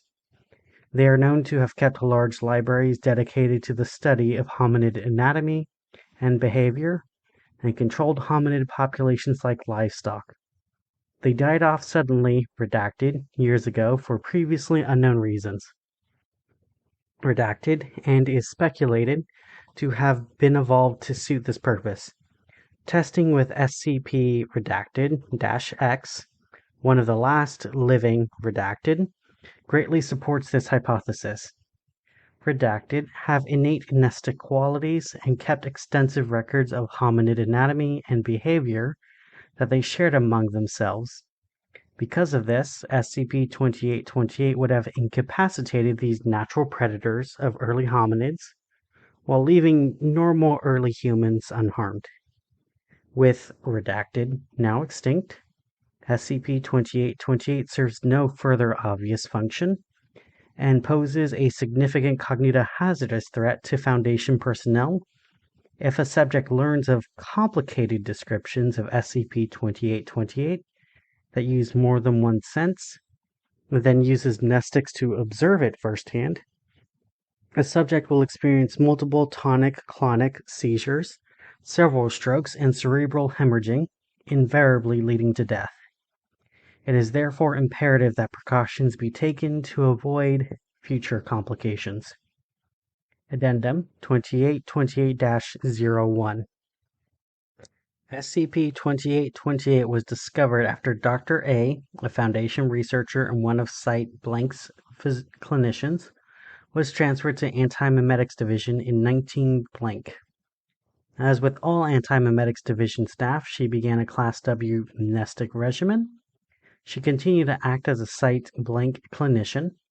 2 days later, on redacted date, Dr. A performed a semi-annual checkup on Agent F and noticed a peculiarity behind his ear. When she touched the area, she was unable to receive any tactile stimulation whatsoever. She touched the same area on herself with the same result.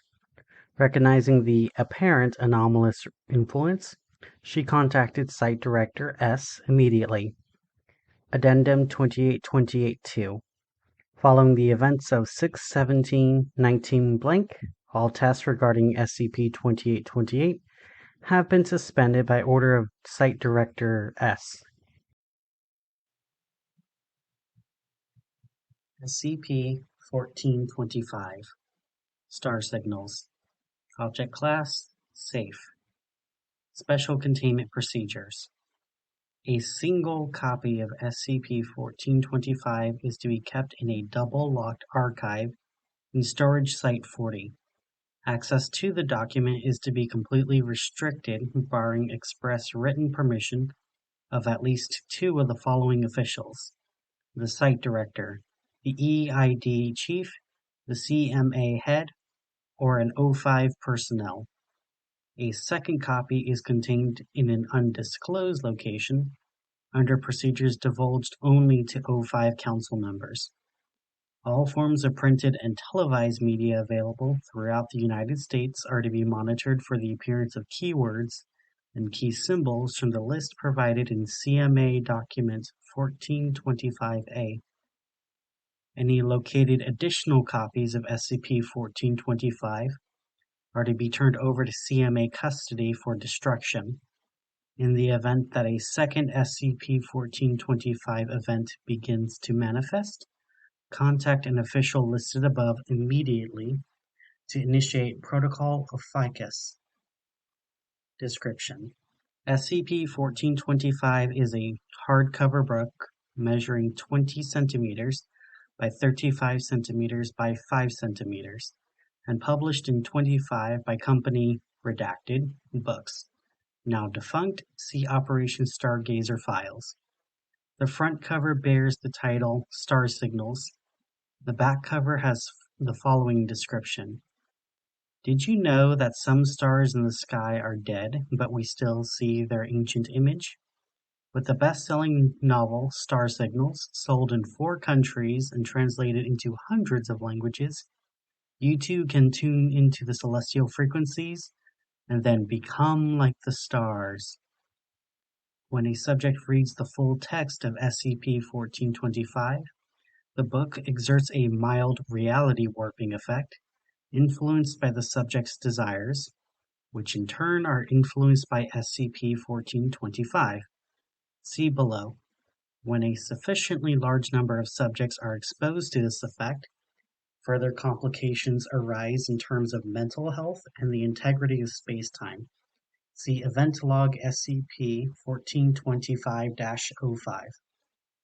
The document is a non-fiction book of the self-help genre, advertised as a manual which teaches the use of the 5-step star signal method to achieve the reader's dreams and ambitions. The method itself is a program of visualization reinforced through mantras and positive affirmations. Unlike nearly all books of the self-help genre, SCP-1425 is directly efficacious in assisting the subject in achieving personal goals. The book has no content regarding practical methods to achieve goals. Instead, it speaks entirely on the star focuses and other wishful thinking rituals. These exercises, when conducted properly, demonstrably influence reality, beginning with a direct influence on the appearance of the star used in the exercise. A reader who expresses a wish to win the lottery will receive a winning ticket within the next week. Any reader whose goal is a new car will find themselves driving it the next week. The amount of work invested into achieving the goal, outside of performing the prescribed rituals, has only a supplementary effect. A subject who makes no special effort to pursue the focused desire still succeeds at a rate documented at roughly 80%. However, if instructions for reading order and frequency are not followed correctly, the anomalous effect is either greatly diminished or fails entirely. In early chapters, these exercises are focused on 2 things: the exact goals that the reader has in mind, and the concentration on certain stars in the sky. This activity is connected to the titular star signals. SCP-1425 claims the light emitted by stars carries a phenomenological frequency, which is unique to each star and is connected to the phenomenological frequency of each human's mind. Each of the book's 10 chapters ends with a star focus ritual. This is a meditation performed each night with the central focus being a celestial body The celestial body used is determined by a calendar given in the prologue.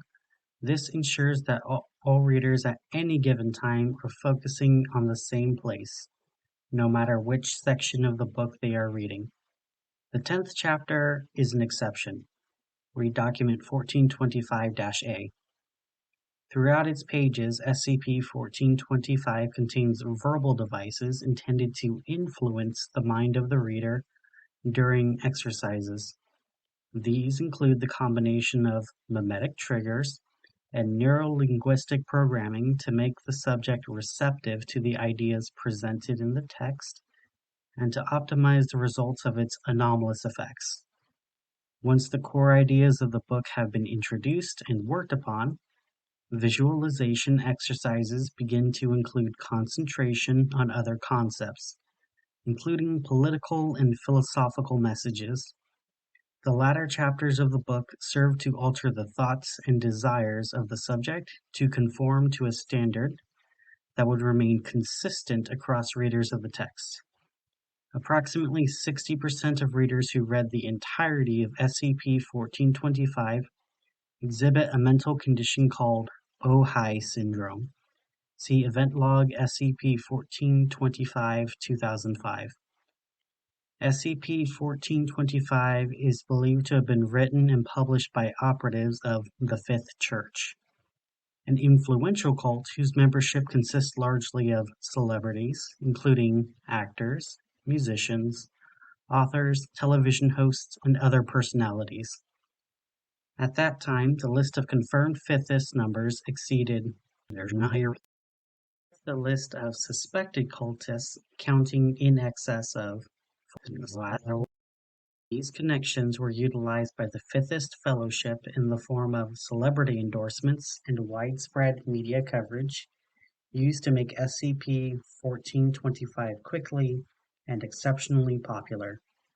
Due to these measures, as well as substantial word-of-mouth advertising, Star Signals became a national bestseller within 2 weeks of publication and held this position until the book was virtually purged from public knowledge by the SCP Foundation using Protocol Ophiuchus. Document 1425-A, SCP-1425 excerpts. The following passages are taken directly from the text of SCP-1425. These excerpts have been selected to minimize exposure to cognito-hazardous memetic triggers and other textual anomalies. Chapter 2, Section 3. The whole you exist around. Do you feel a void in your life? Everyone does, whether they know it or not. Think about it. You can feel it inside you right now. A heavy emptiness in the middle of your chest. It's a reflection of the one in your existence, like particles in quantum entanglement. Do you remember how we talked about quantum entanglement? Nod yes. Yes, you do. Yes, you feel the emptiness. This is good. It's a blank slot waiting for you to fill it up with your deepest desire until your deepest desire is pushing up into your throat. You will gag on your need, and until you do, it is a resonation space for you to build your will like organ music in a cathedral. Hear the music now. This is not a metaphor. If your will is strong enough, there will be music now. Remember now that nothing in this book is a metaphor. Chapter 3, Taking Effects. Section 5, You Are in Time. Star Focus. Find your night spot and begin to focus on your star. Prologue, Section 3, Star Focus Calendar. April, redacted, Epsilon Sagittari. If you can't find it in your star chart, it's the base of the hunter's bow and the brightest star in the constellation. As you stare up into it, use your mind-clearing word. Your meditation is cognitohazard expunged. Now is our time. Here is our space. We take your star. We hold your bonds. Repay your debt. Expunged, expunged, expunged. Don't worry about memorization. Anytime you use your mind-clearing word, you'll remember them, even if you only read them once. If you do it right, your star will disappear. You'll feel it resonating with the others in your void. Chapter 5, End of Act 1. Section 4, 2 days. If you have read this book correctly, and you have, tomorrow is the start of the weekend. Savor it. The 5-day work week is an artifact of your world. You'll find out all about that on Monday. During the next 2 days, put this book down. Don't pick it up. Yes, this means 2 days without your star exercises. Yes, this means that for 2 days your will is not going to be with you. Don't even think about it after the end of the sentence. Your will is being used for your good. Chapter 6, The Fifth World. Section 2, The Fifth Reason. In your current society, you are encouraged to be yourself, as if this is the key to making your desires real. But what does that mean? It doesn't mean anything. You can't be anyone other than yourself. If you were to be someone else, you would still be you, and you would be someone who is someone else. There is no getting out from under existence, because you can't be anyone else. It stands to reason that if you want to change in your reality, it is the world that must change to suit you. You must mold your phenomenological landscape into one where all your goals are achieved. Now imagine that the place where your desires are made real has a name. It's called the Fifth World. The Fifth World is the cosmos twisted around you into the shape you wish it for. It has never been, but you can make it so. If the current world is like a tight-collared shirt, then the Fifth World is like a flowing robe that allows complete freedom of movement. You will never truly move before you move in the Fifth World. You'll feel like a square on a piece of paper who has only just told about up and down. Chapter 9. Do not look away from the book. Section 3. Here and Now. Some helpful advice that will save you in the coming weeks. Mirrors are for other people. Sit in a dark room by yourself for at least 1 hour per day. Move around as much as you're made to. If you feel yourself developing a soul, go outside immediately and follow the direction of the smoke until you meet them. Always listen for the sounds la naturelle plaire merengue. Love the archons. When you hate them, they see you. Chapter 10. You Cannot Wake Up. Section 1. Redacted. Sloan claire nastle, plaire fifth. Sloan claire children. Tlen tlo sac tle. Remaining sample expunged. Event log 1425-05. Level 2 clearance or higher only. The following events occurred between publication date of SCP-1425, April 22, 2005, and the official end date of Event 1425, May 11th, 2005. Day 1, Monday, April 22nd. The second print run of SCP-1425 is completed simultaneously at 3 locations: the Redacted Publishing House main printing facility, then located in Redacted, Texas, a smaller facility located in Redacted, Maine, and a third branch in Redacted, England.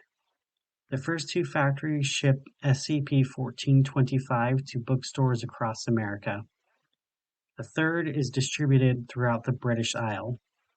The first print run was, according to the recovered documentation, a private distribution amongst members of the Fifth Church to be passed to friends and family. Day 8th, Monday, April 29th. Television host Redacted's, name withheld following Operation Stargazer Protocol, daytime talk show of Redacted, airs its monthly Reading Circle special. The entirety of the episode is divided to the promotion of SCP-1425. The host claims that star signals rocked her world. and that you'll see and feel the changes almost instantly. At the 41-minute mark, her guest, Hugh Laurie, jokes that the book's advice may be responsible for the host's success. He adds, "I hope nobody hates you." The host looks at the copy of SCP-1425 in her hands for 4 seconds before remarking, "Fuck, it's finding the holes." This line is muted in its entirety in the West Coast feed, but appears uncensored in live airing, stirring much controversy on the subject of obscenity in television. Sales of SCP-1425 grow to over 50 times their current rate over the coming week.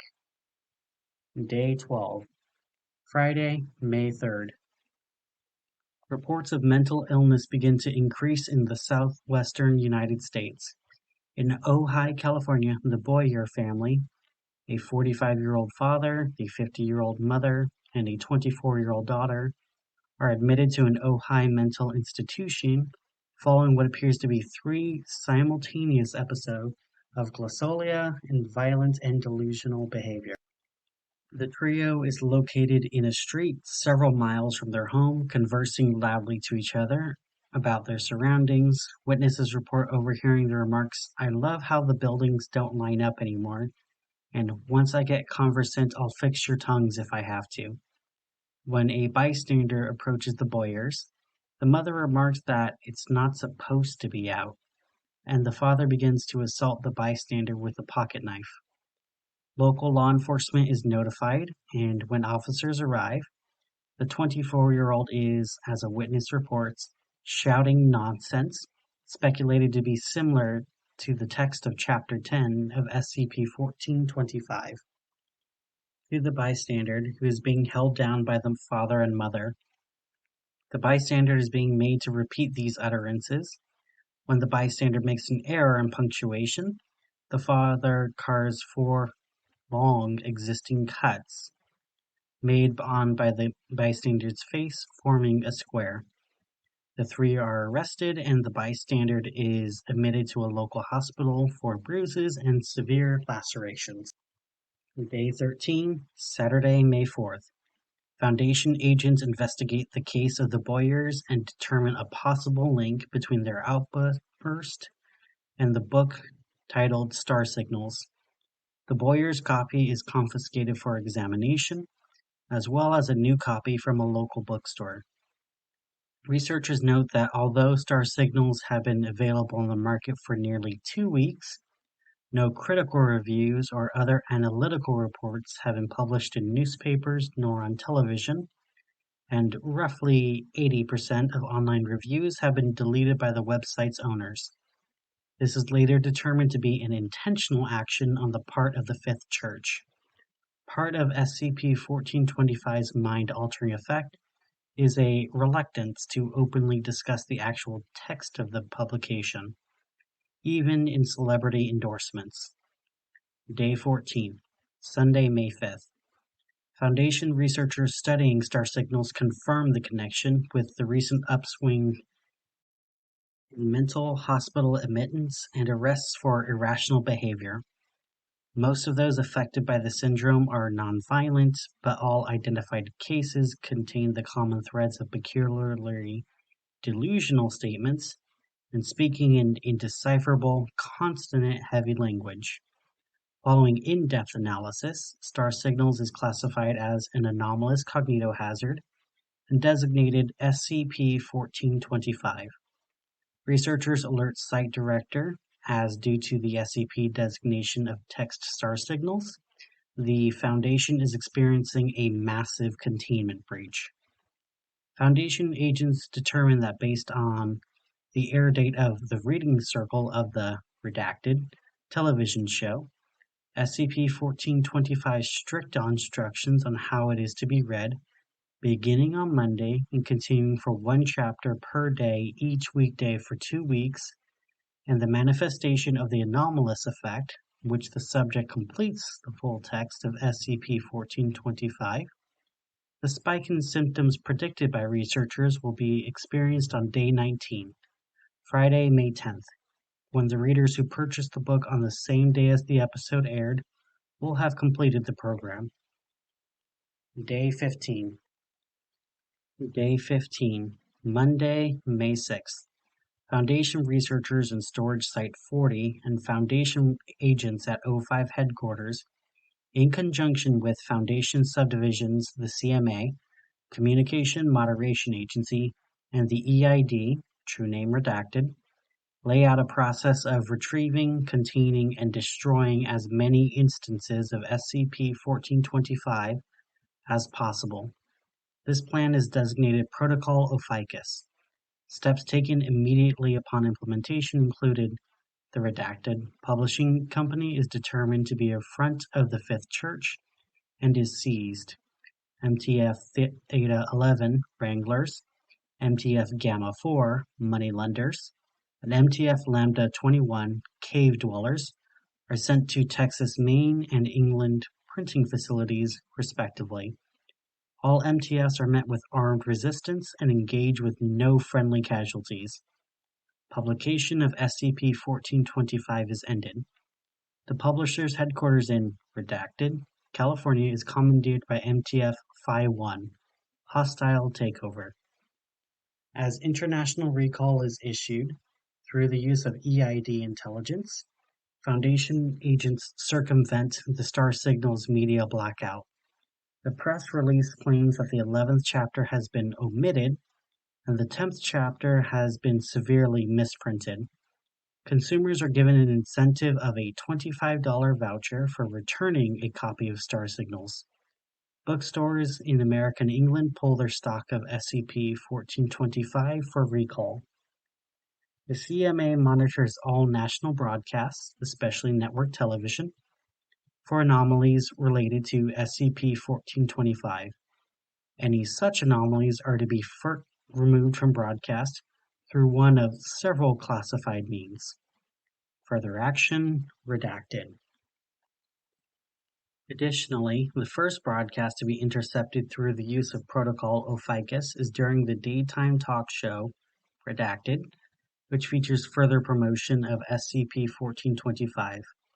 Television host, redacted, conducts an interview with musician Beck. At the 18-minute mark, the following incident occurs.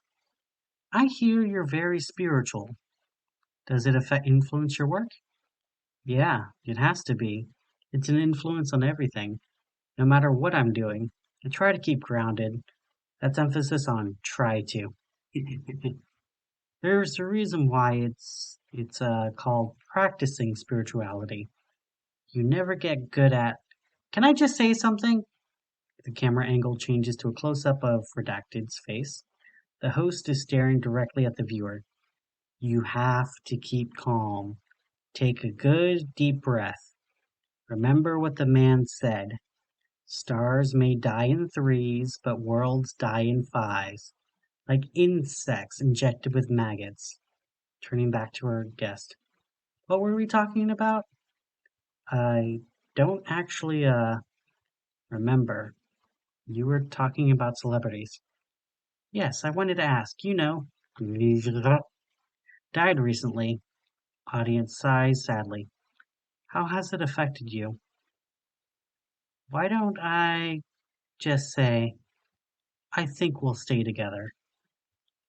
The network is contacted by the Foundation and releases a public station that is suffering from exhaustion and will not be taping episodes the following week. Redacted host is unable to be located for detainment. Day 16, Tuesday, May 7th. Since day 12, several dozen instances of behavior similar to that of the Boyer family have been publicly reported. The mental illness is dubbed Ojai syndrome in television, online, and newspaper reports, and is, to the general public, entirely unexplained. Foundation testing on subjects with the disorder has demonstrated that a moderate dosage of Class B amnestics is effective in treating Ojai syndrome. Broadcast intercepted by Protocol Ophiuchus. 24 Hours News Network, an interview between pundit Parliament member, redacted, began to cover events which have never actually occurred. The MP, for example, considers the consequences of a revolution in India in 1921, which he describes as shorter than the Boston Massacre and 10 times as bloody. A transcript of the end of the interview is provided here. You know, there are some people out there who believe that if we wish something didn't happen hard enough, it really didn't happen. And they're right, you know. It's about quantity, isn't it? They don't have to wish very hard, but there have to be a lot of suckers. It works both ways, you know. I find my own assistants unable to tell me whether Gandhi ever committed public suicide. They honestly can't remember. This isn't even a matter of poor education. In university, we were completely unaware of what happened at the time. Ask them about the machine elves sometime. See how many they can name. At this point, goodness no. They couldn't name a Darrow that killed their own parents.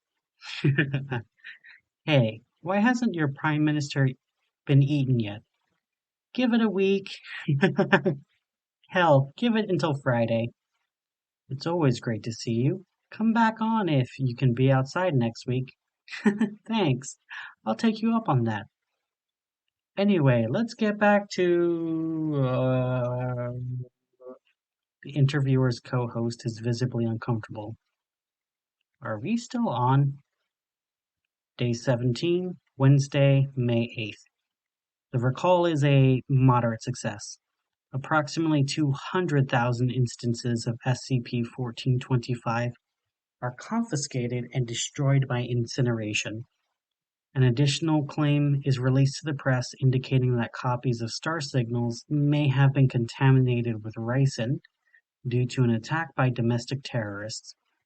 Various subjects who are afflicted with Ojai syndrome are gathered by the Foundation and administered a series of doses of Class B amnestics. They are returned to their mental facilities with a sharp decline in symptoms. The Foundation is granted emergency permission by the CDC and NHS to treat Ojai syndrome sufferers, following a partially fabricated presentation in which the illness is presented as a condition caused by a parasitic organism. Several international cases are reported, but these are highly sparse and too difficult to track.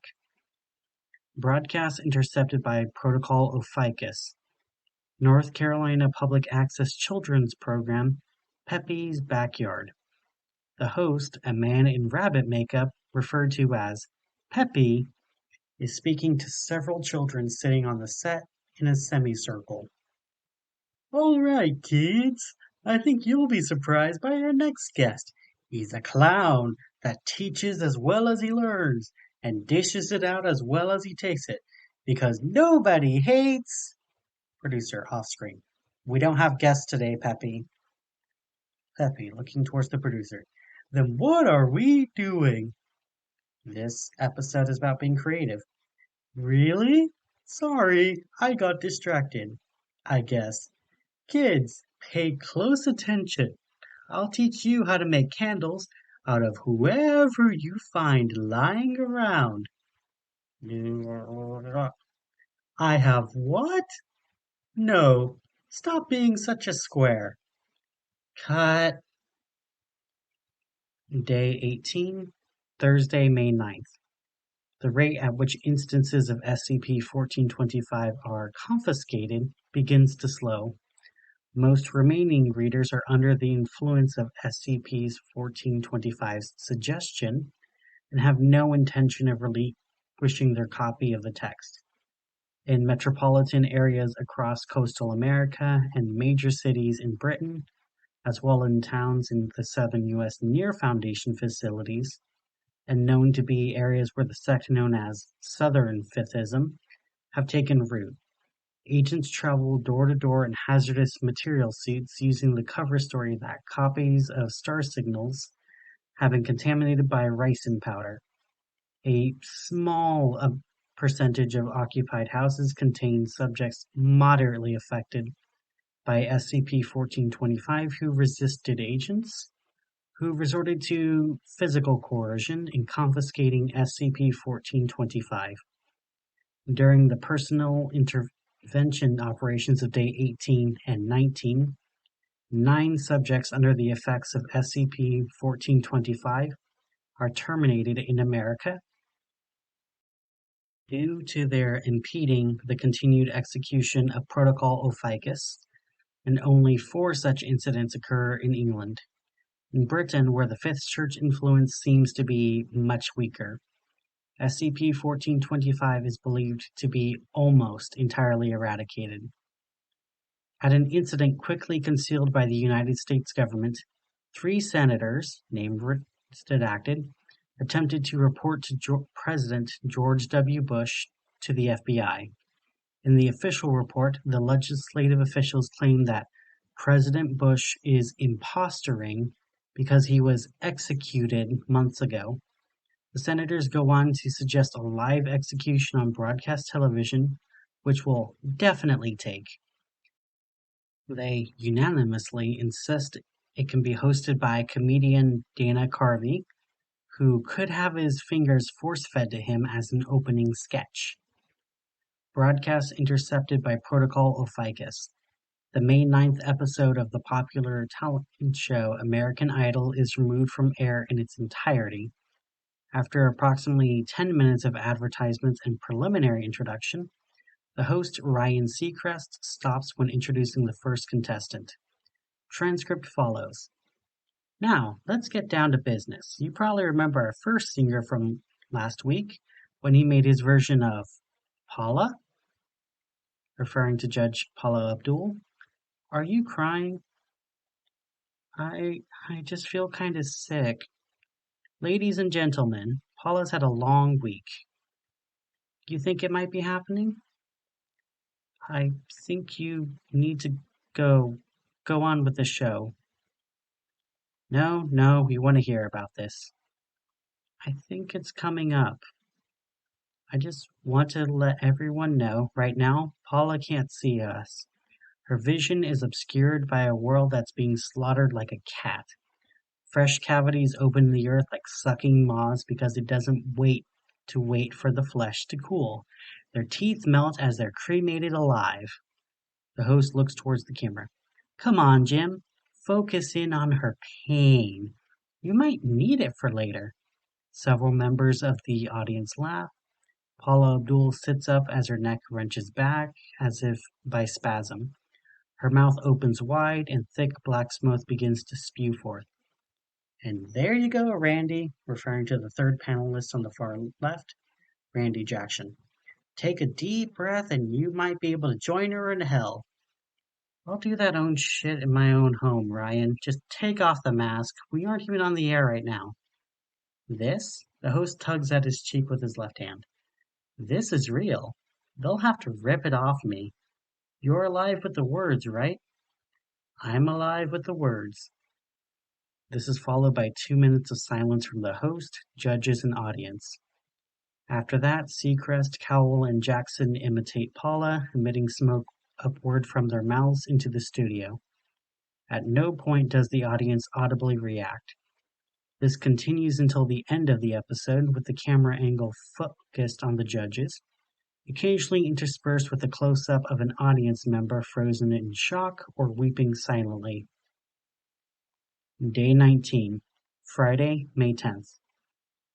As efforts made to enforce the Protocol Ophiuchus reach their peak, behavior consistent with description of Ojai syndrome reaches its zenith. Foundation patrols find Ojai syndrome sufferers in the streets claiming to be following the smoke, as outlined in the text. See document 1425-A.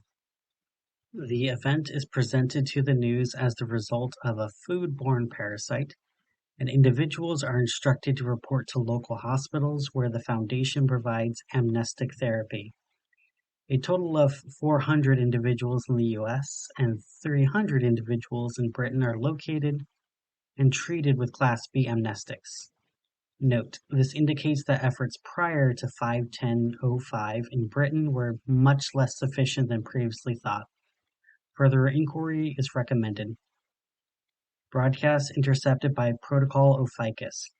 On daytime talk show, unknown. Host, unknown person. Hosts an episode alone. The studio is dark and apparently contains no audience. The host carries a lit candle for illumination. 2 cameras are used, though it is unknown how they are being operated. One is set up to capture unknown host and the seat across from her. One is directly in front of her. Unknown host greets the audience. Her face is lit from below. Her face is flushed and bears smeared makeup, indicating recent crying. She explains in a flat voice that the lights in the studio have been shut off, an act she finds preferable as she does not want to see what's in here. She conducts an interview which she claims is with comedian Dave Chappelle. However, he is never seen, nor is the chair he is claimed to be seated in, and has no response to her questions, is audible. She reacts as if hearing responses, however sometimes breaking into laughter or wiping tears from her eyes. Subjects range from The Mundane, the latest season of the sketch comedy series Chappelle's Show, to more anomalous topics, such as astronomical events related to the text of SCP-1425, including redacted. At 20-minute mark, unknown host is speaking directly into the camera when she's interrupted by a black gloved hand grabbing her mouth from behind. A muffled scream is heard from the host as she is pulled backward from her seat, and the candle's light is snuffed below the frame. Foundation agents who were deployed to the studio arrive, presuming that unknown host's statement that the show was airing live were accurate, 6 minutes after the event. The studio is completely empty with no signs of recent activity. Day 20, Saturday, May 11th and onward. Fewer than 50 copies of SCP-1425 are believed to be extant in society, not counting any which remain directly in the hands of the Fifth Church. Over the next week, a further 200 sufferers of Ojai syndrome are cured and released, and 24 celebrities offer apologies for erratic behavior displayed during the SCP-1425 event. Note that all personalities involved in televised incidents claim to have no memory of the events, including any crew and audience members present. Continued monitoring of subjects treated for Ojai syndrome indicate no apparent long-term effects. Protocol Ophiuchus enters its final stage. The first part involves continuous international surveillance for SCP-1425 related incidents and redacted. Since then, only one broadcast has been interrupted due to the protocol. A British celebrity news program which aired footage of Prince Harry data expunged, consistent with the 510 broadcast. The second part consists of the systematic elimination of all records of star signals, Ojai syndrome, and any related incidents from public record and public history. All film and print records of SCP-1425 related events have been eradicated. Unclassed amnestic program 1425-Lethe data expunged.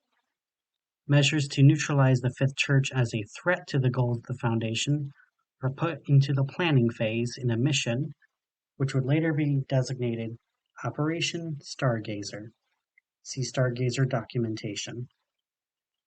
Addendum 1425-A, Level 3 clearance or higher only. If you're learning of Event 1425 for the first time, the details here may come as a surprise. It's a hard notion to follow, even for a Foundation researcher, that we could cut 3 weeks of Western culture from memory and history. That doubt is justified. The party line is that the SCP Foundation is all capable and all prepared. But if you're reading this, you've earned a little candor. The incontrovertible fact of Event 1425 is that we got lucky. Circumstances won the day, for a number of reasons. Those reasons are not listed in the event log. not all omissions leave helpful little notes behind. 1. The situation was much worse than we realized.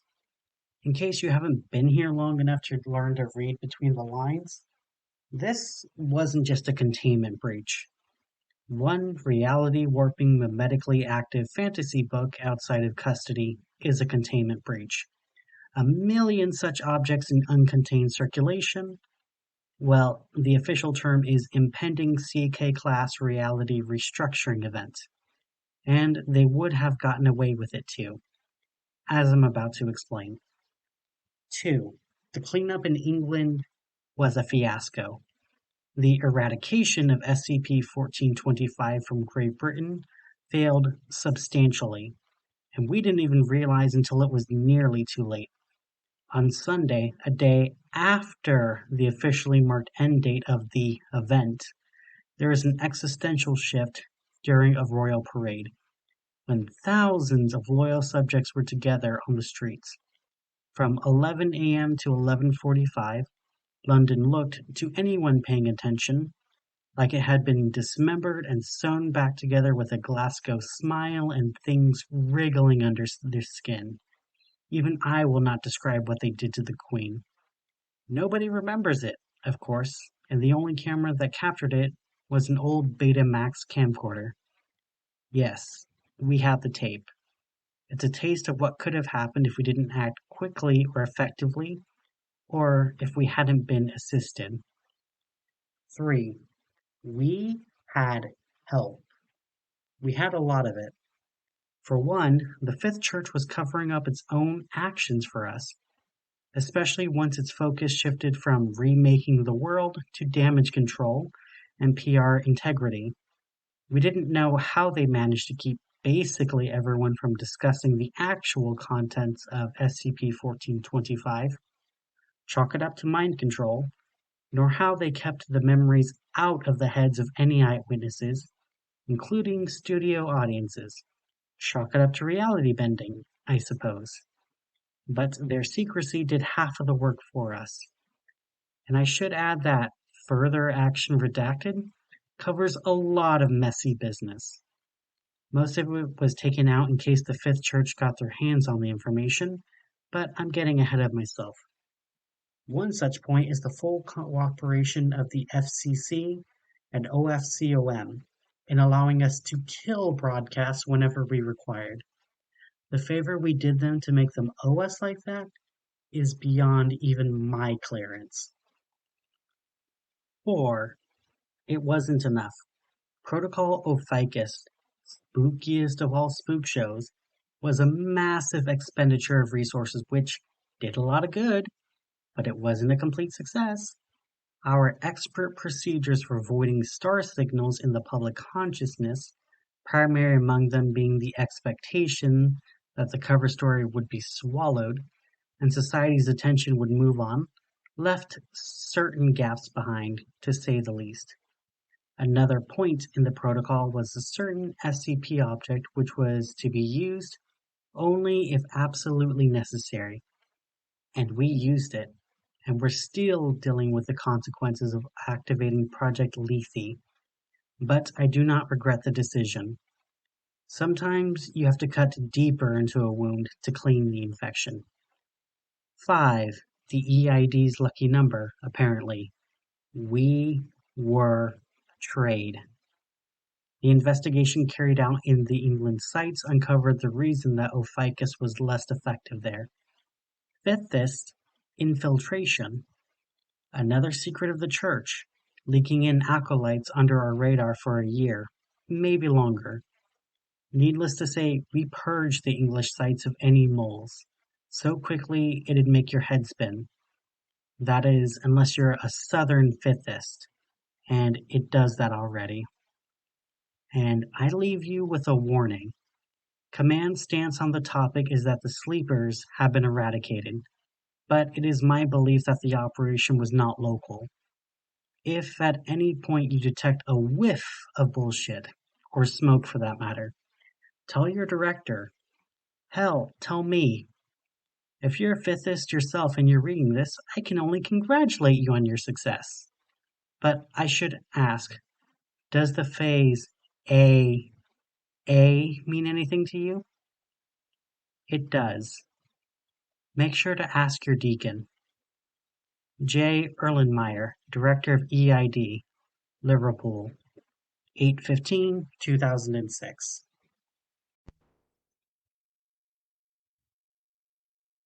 L. It's finished. Lynn Marnus is more than 90 years old and hasn't stood at his full height in 10. He was a tower of a man in his prime, 2 meters tall and built like a boxer. Nearly nobody he ever met had been able to look him straight in the eye, at least not, and tell him no. Illness has gradually eaten away at that over the years. He feels as if he lives at the bottom of a deep bath. Everybody he ever meets looking down at him from his slippery, unscalable walls. None of them able to reach down to help him. He spent his final months crumpled up in bed like a dying spider, changing to a corpse's color ahead of time. It might have been bearable if he'd lost his mind, but he remembers what he used to be. A leader, a powerhouse. He used to be able to alter the course of terrible events for the better, to get justice. He used to protect people. Hell, you can wake up now.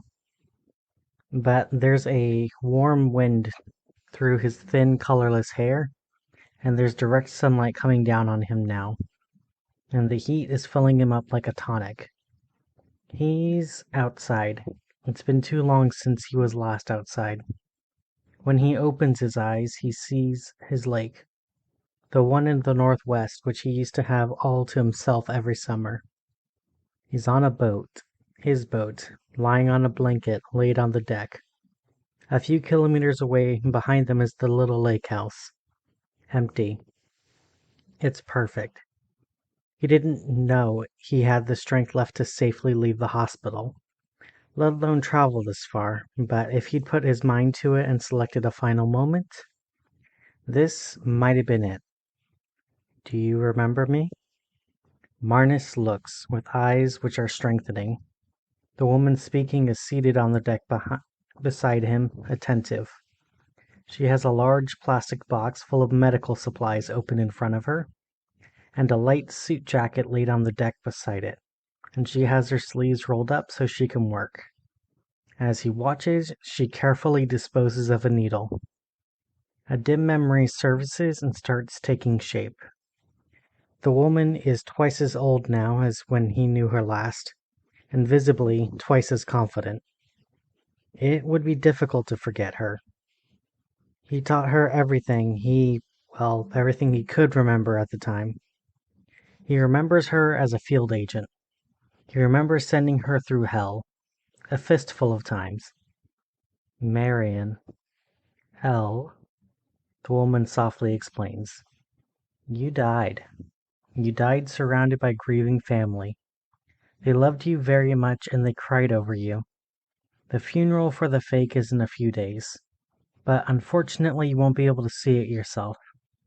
You're dead now, and this is what comes next. Marion Hutchinson. Marnus feels gold spreading through his bones. Miracle juice.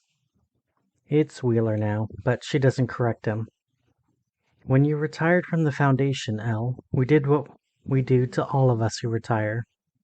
What all of us agree to when we sign up.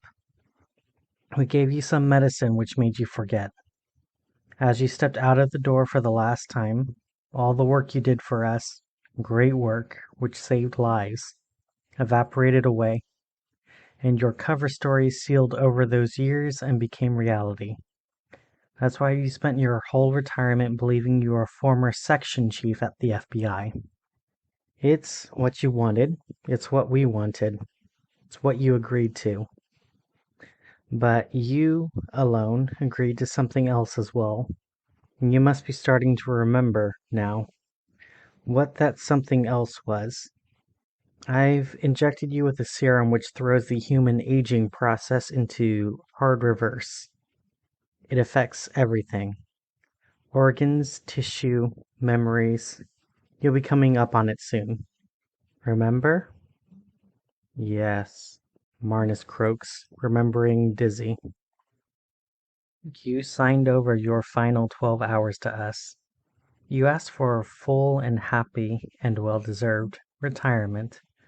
But now, for the last day, you work for us again, because of one particular job.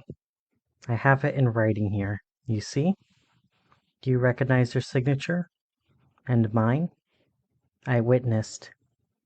Yes. Do you remember who you are? Dr. Lynn Patrick Marnus of the Foundation, he says. Antimemetics Division founder. Wheeler smiles with relief. It's good to see him again. We need some memories from you, she explains. Memories where nobody else in the world has access to, and which are buried so deep we cannot extract them without killing you. So this afternoon, that's what we're going to do. We're going to extract those memories, and once we're done, you'll be dead. Marnus has already begun to regress to the time when he himself set this wheel in motion. He remembers, very clearly, discovering the mystery in his own head, the blank spots which he couldn't explain and couldn't safely access with any kind of chemical or physical technique. He remembers deferring the mystery until now. What happened in 1976? Wheeler asks. Marnus sits up. His skin is beginning to clear and his breathing is improving. He feels as if his brain is cleaved in two by a wormhole, such that his eyes are focusing on different time periods. In his right eye, he sees the lake and the boat he's dying on. In his left, he sees a collage of electrifying, familiar past faces and places. Bart Hughes with his grin and thick glasses and baby face, looking like some kid dressed up as a Foundation researcher. The original Site-48 crew. Great techs, but a hopeless excuse for a softball team. Young Marion with steel-strong nerves and a mind like a laser. Suits and lab coats and MTF operatives. And everywhere paperwork and floods of serial numbers. He starts to speak. 1976 was the year he founded the division. He brainstormed the whole thing in one legendary week, hammering out the science and then distilling the first chemical nestic with the help of a hand-picked trio of assistants. The first antimemetic researchers. No antimemetic SCPs had been observed up to that point. The entire operation was a shot in the dark, and yet the team immediately struck gold. Passive black holes of information, active predatory infovores, unrememberable worms which covered the human skin like dust mites, contagious bad news, self-sealing secrets, living murders, Chinatowns. Wheeler wonders if there might be something more serious awry with Marnus's head. His version of events is hopelessly romantic. In Wheeler's experience, nobody looks back on Foundation work fondly. But it was all too fast, Marnus says. Special containment procedures take time to develop, much more time than I took. The Foundation as a whole acquires about a dozen new SCPs annually. I found that many in 1 year, essentially single-handedly. It was too easy. It was as if I knew it already and was just catching up. And then one day, I realized I couldn't remember my life before Antimemetics. I knew I'd been a Foundation operative for decades prior. That was where I got the authority to start my own division. But there was nothing else there. It was a wall in my mind, which even Nestics couldn't get me past. I went to the paper archives and looked at my own personnel file. And Marnus trails off. Not because he's forgotten what to say next. It's deliberative. The trailing off is exactly what happened. You woke up back at your desk half a working day later, remembering nothing. Wheeler says. You went through the loop half a dozen times before someone realized what was happening and broke you out of it. Wheeler knows all of this.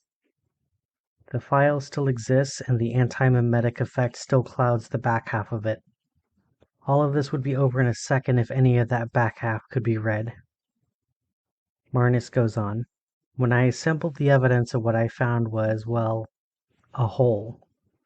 Like a jigsaw with only the edges and corners. So I did the only thing I could do. I looked at the shape of the hole, and together with Bart Hughes and others, I formed a theory. This is not the first Antimemetics Division. Before 1976, there was another one. I was part of that division. Possibly, I led it. Certainly, I am the only known survivor of it. Something happened to that team. Some antimemetic force chewed up and swallowed the idea of the Antimemetics Division itself. I was let off lightly. I lived. The rest of those people, whoever they were, many of them there were, are missing without a trace. Wheeler nods. This much we know already. I was there when you wrote the note, remember? The question is known. It's the answer that we can't get to without killing you. It's the answer that we've waited all these years to get at. I'm here to ask you. What happened? Marnus covers his right eye and grimaces, trying. He fails. It's not there. You haven't sent me back far enough. There's still that wall there in my head. I remember why the question exists, but I don't remember the answer. I need more. Wheeler swabs his arm and gives him another 10 years. Excerpt from document 1800-47109-L4799-098. User's Guide to Chemical Nestics. The Class X nestic drug is a failed eternal youth serum. X rejuvenates both body and mind up to 3-digit years, but its effects are temporary, wearing off in a matter of hours. Furthermore, as the drug wears off, the suppressed time reasserts itself all at once, causing a harmful whiplash effect on the subject's physiology. X can rejuvenate an individual safely by up to 30 days. But with stronger doses, the whiplash effect becomes dangerous, and past a threshold of 16 to 18 months, it is fatal in all known subjects. X's restorative effect on the human memory is essentially a side effect of all of this. However, this side effect is so useful that it has become the drug's main practical purpose. The Antimemetics Division uses small doses of X to temporarily sharpen or restore memories from the recent past. This aids Foundation operatives in the accurate recall of incidents involving memory-corrupting entities. Marnus seems like another man once the second X dose takes effect. Wrinkles are sliding back up into his face. Muscle mass is returning to his limbs. But it takes Wheeler a second to realize the real reason why. She's just booted him back across the field desk agent transition. Marnus has regressed a little way past senior management, the realm where most problems were solved by saying the correct words, and into the time where he survived through physical fitness, situational alertness, and hands-on experience. Marnus gets to his feet for the first time in years. He scans his surroundings, examining the placid golden lake and the sky and the boat itself. He doesn't sit down again. He smooths down his hospital gown, wishing he had a sweater, and separately, some fishing gear. He brushes a hand through new old hair. His sideburns are back. We weren't the Foundation at first, he says.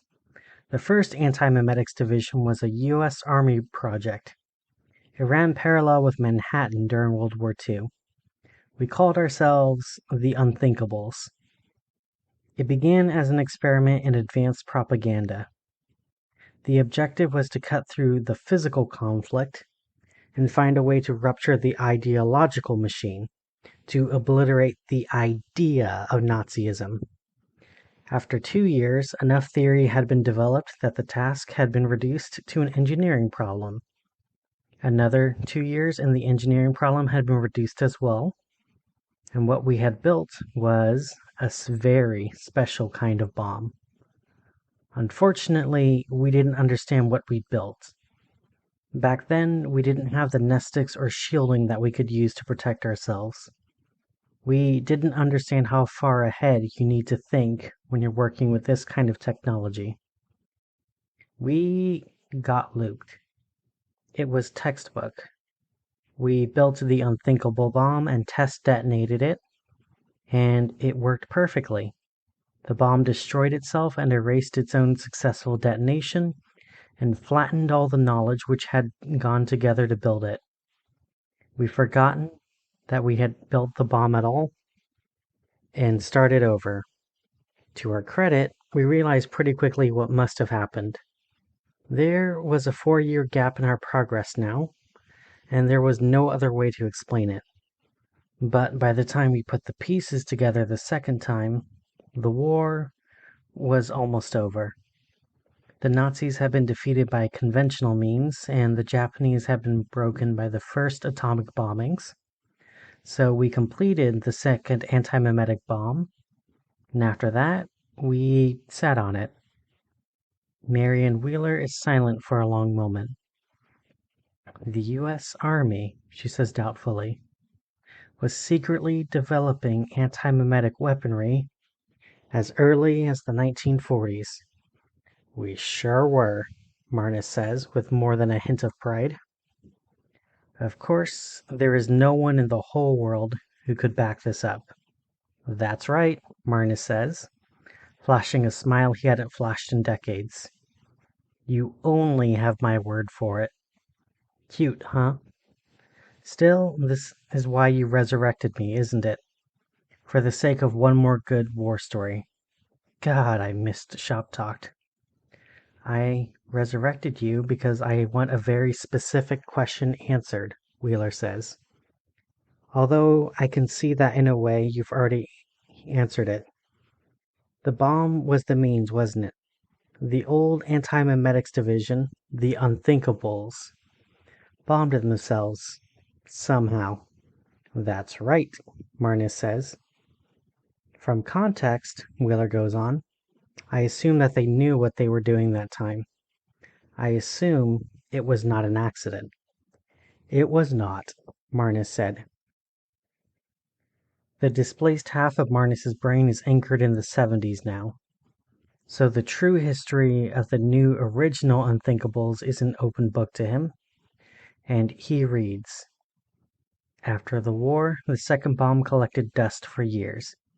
We began sketching improved designs for a third bomb.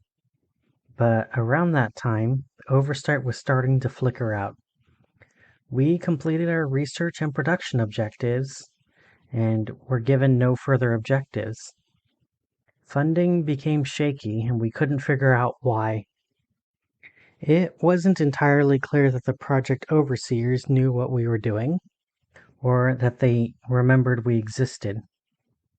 It was a side effect from the research, and of course, we had no way of managing it at the time. In 1951, a cult movement began in Ojai, California. It was wrong. Everything about it was wrong. In a matter of days, it was a national phenomenon, and still growing. It was all over the news. To spread that far in months would have been credible, but days was simply impossible. We in the team could see the philosophy behind the cult was unnaturally contagious. It was the opposite of unthinkable. It was unforgettable. We knew that this was what our bomb was designed for. We prompted the overseers for direction, but there were no orders. At the time that the outbreak began, we were a U.S. Army laboratory through and through. 8 days into the crisis, the Foundation acquired us. All the classified research, all the material resources, and all the compliant top staff, including me. Anybody who couldn't comply was mind-wiped and sent back to the army. 20 hours after the acquisition, we deployed the second bomb, and the cult was gone. Nobody remembered it. Nobody remembered being part of it. 0 loss of life, a completely clean detonation. After that is when everything really kicked off.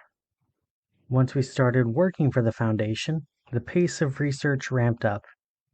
Every new technological advancement uncovering new hidden SCPs. I passed the Foundation field exams and went out catching ghosts. My life turned into the Twilight Zone. Marnus blinks hard. He covers one of his eyes, then the other. I remember all these different people now, he says. It feels like my memory in stereo. Almost every antimemetic SCP we caught before the wipe in 76, we caught again soon after the wipe. That means I remember 2 acquisition logs for each one. I remember 2 antimemetics teams, and I don't remember who belongs on which side of the wall. Do you remember Goldie Yarrow, the neurologist? Studied the mechanism of anomalously accelerated memory loss? Wrote a library on the subject.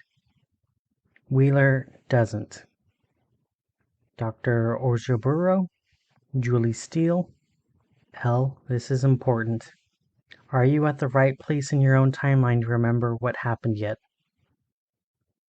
Marnus focuses, and he discovers that he is. Something changes in his eyes, and he stops reminiscing. He speaks more slowly now, his voice dropping almost to a whisper. There is an SCP, which your division has never seen. The SCP which my division couldn't contain. The escapee. This is what you wanted, isn't it, Marion? Yes, she says. This is the data I'm killing you for. She leaves a gap where she felt there was anything to apologize for. She would apologize. Marnus locks eyes with her. It was eating my division alive. It came at us so hard and so fast that the only way we could stop it was to self-destruct. But we had no site nuke, and in retrospect, it was obvious to me now that this was because the SCP had consumed our site nuke first of all. If you know it exists, it knows you exist. The more you know about it, the more it knows about you. If you can see it, it can see you. And you can see it. You've been looking right at it all afternoon. Wheeler is suddenly acutely aware of her surroundings. There are only 2 of them on the boat. The boat is anchored more than a kilometer from any of the lake shores. She hadn't brought any backup with her. There's a radioactive prickling in her brain. She doesn't. Red flag. Why didn't I bring any backup with me? That doesn't make any sense. There should be a team at the lake house. There should be an MTF operative and a medic here on the boat with me. And a second boat. At minimum. Am I all alone out here? Why did I do that? She pulls her gun, but doesn't aim it at Marnus. Yet. Where is it? Is it in you? Marnus's voice is becoming urgent. He covers both of his eyes again. Destroying all knowledge of it is the only way to destroy it, and restoring my memories was a foolproof way to bring it back. It's in his eyes, most likely his left eye. Wheeler backs up to the other side of the boat and draws a bead on the center of Marnus's head, and says, L, are you still in there? There is a way to fix this, Marnus hisses, dropping to his knees. He keeps his eyes screwed up and gropes his way forward blindly, on his hands and knees. El, you need to tell me what this thing is. That's the opposite of what we need to do. You need to set another bomb off. We don't have that bomb. We lost that technology, Wheeler begins. You've always had it. There's an engineering lab in Site 41. You know it. An underground complex the size of a football field. And in pristine condition and totally disused. Why? Think about it. That's where your bomb's installed. But that just sets us back to square one. If I set the bomb off, Wheeler says, knowing full well that she is thousands of kilometers from it, and can't hope to reach it in time anyway. How do we contain this thing? We won't, Marnus shouts. We can't, ever. Don't you get it?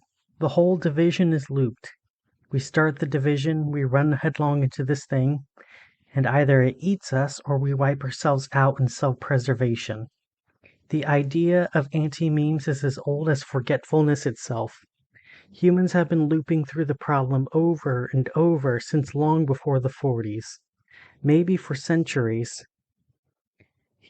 His blindly probing fingers find the medical box. It's too late. As Wheeler watches, a waving black pedopalp, coated in dark hairs, forces its way out of Marnus's left eye.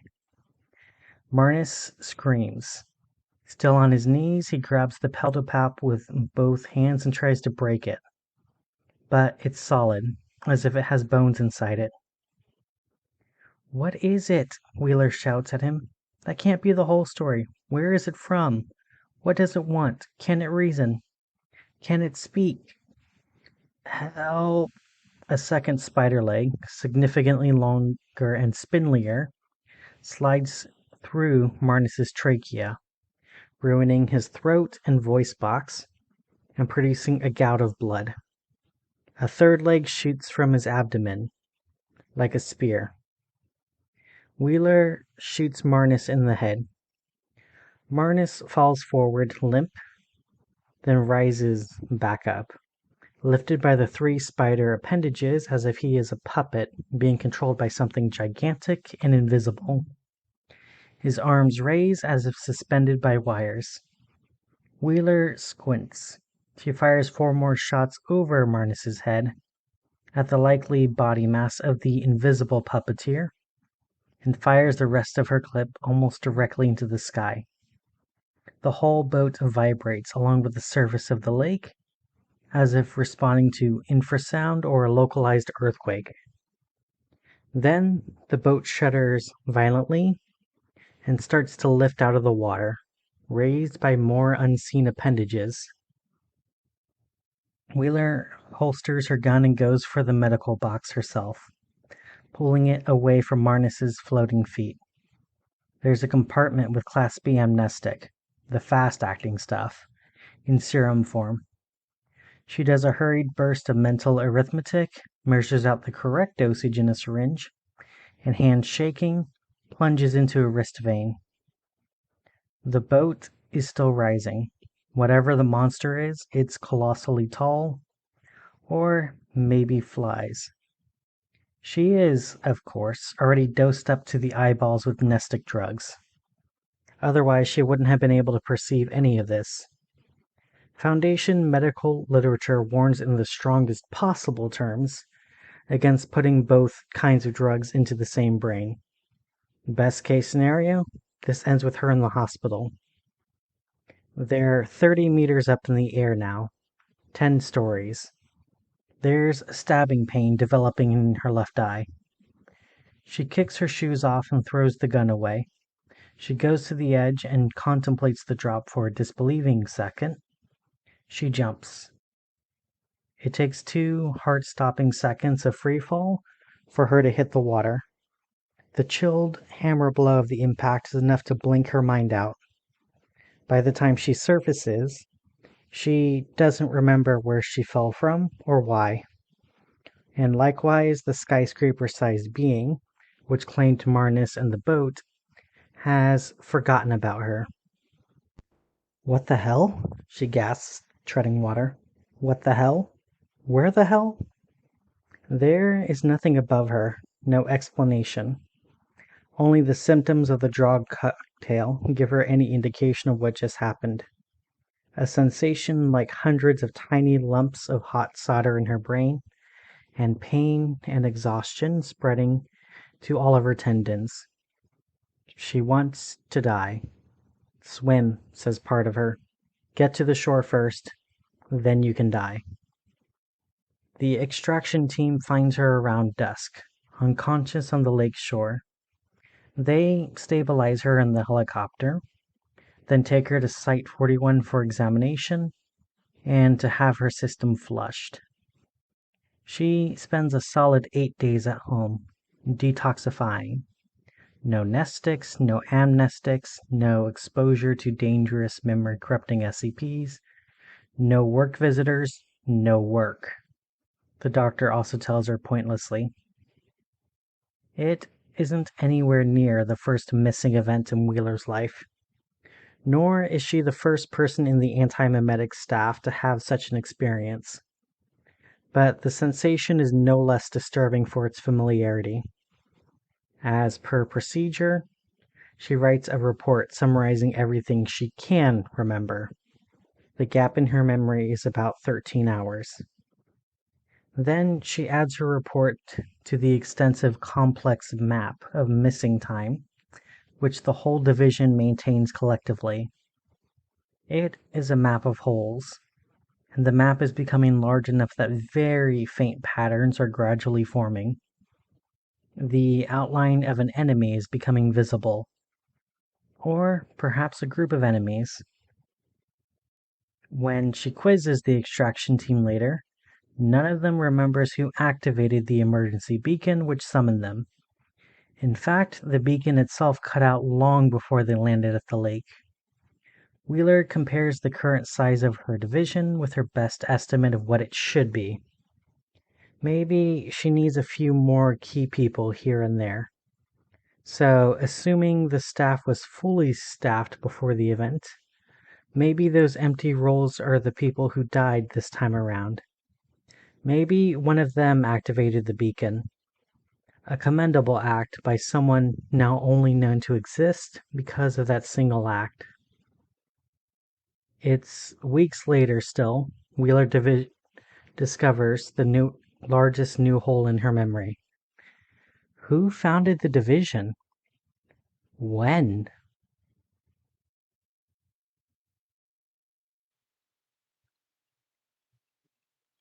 SCP-3111 Object Class Keter Special Containment Procedures SCP-3125 is kept inside Cognitohazard Containment Unit 3125 on the first floor of Site 41. This containment unit is 10 meters by 15 meters by 3 meter cuboidal room clad in layers of lead, soundproofing, and telepathic shielding. Access is through an airlock system at one end of the containment unit.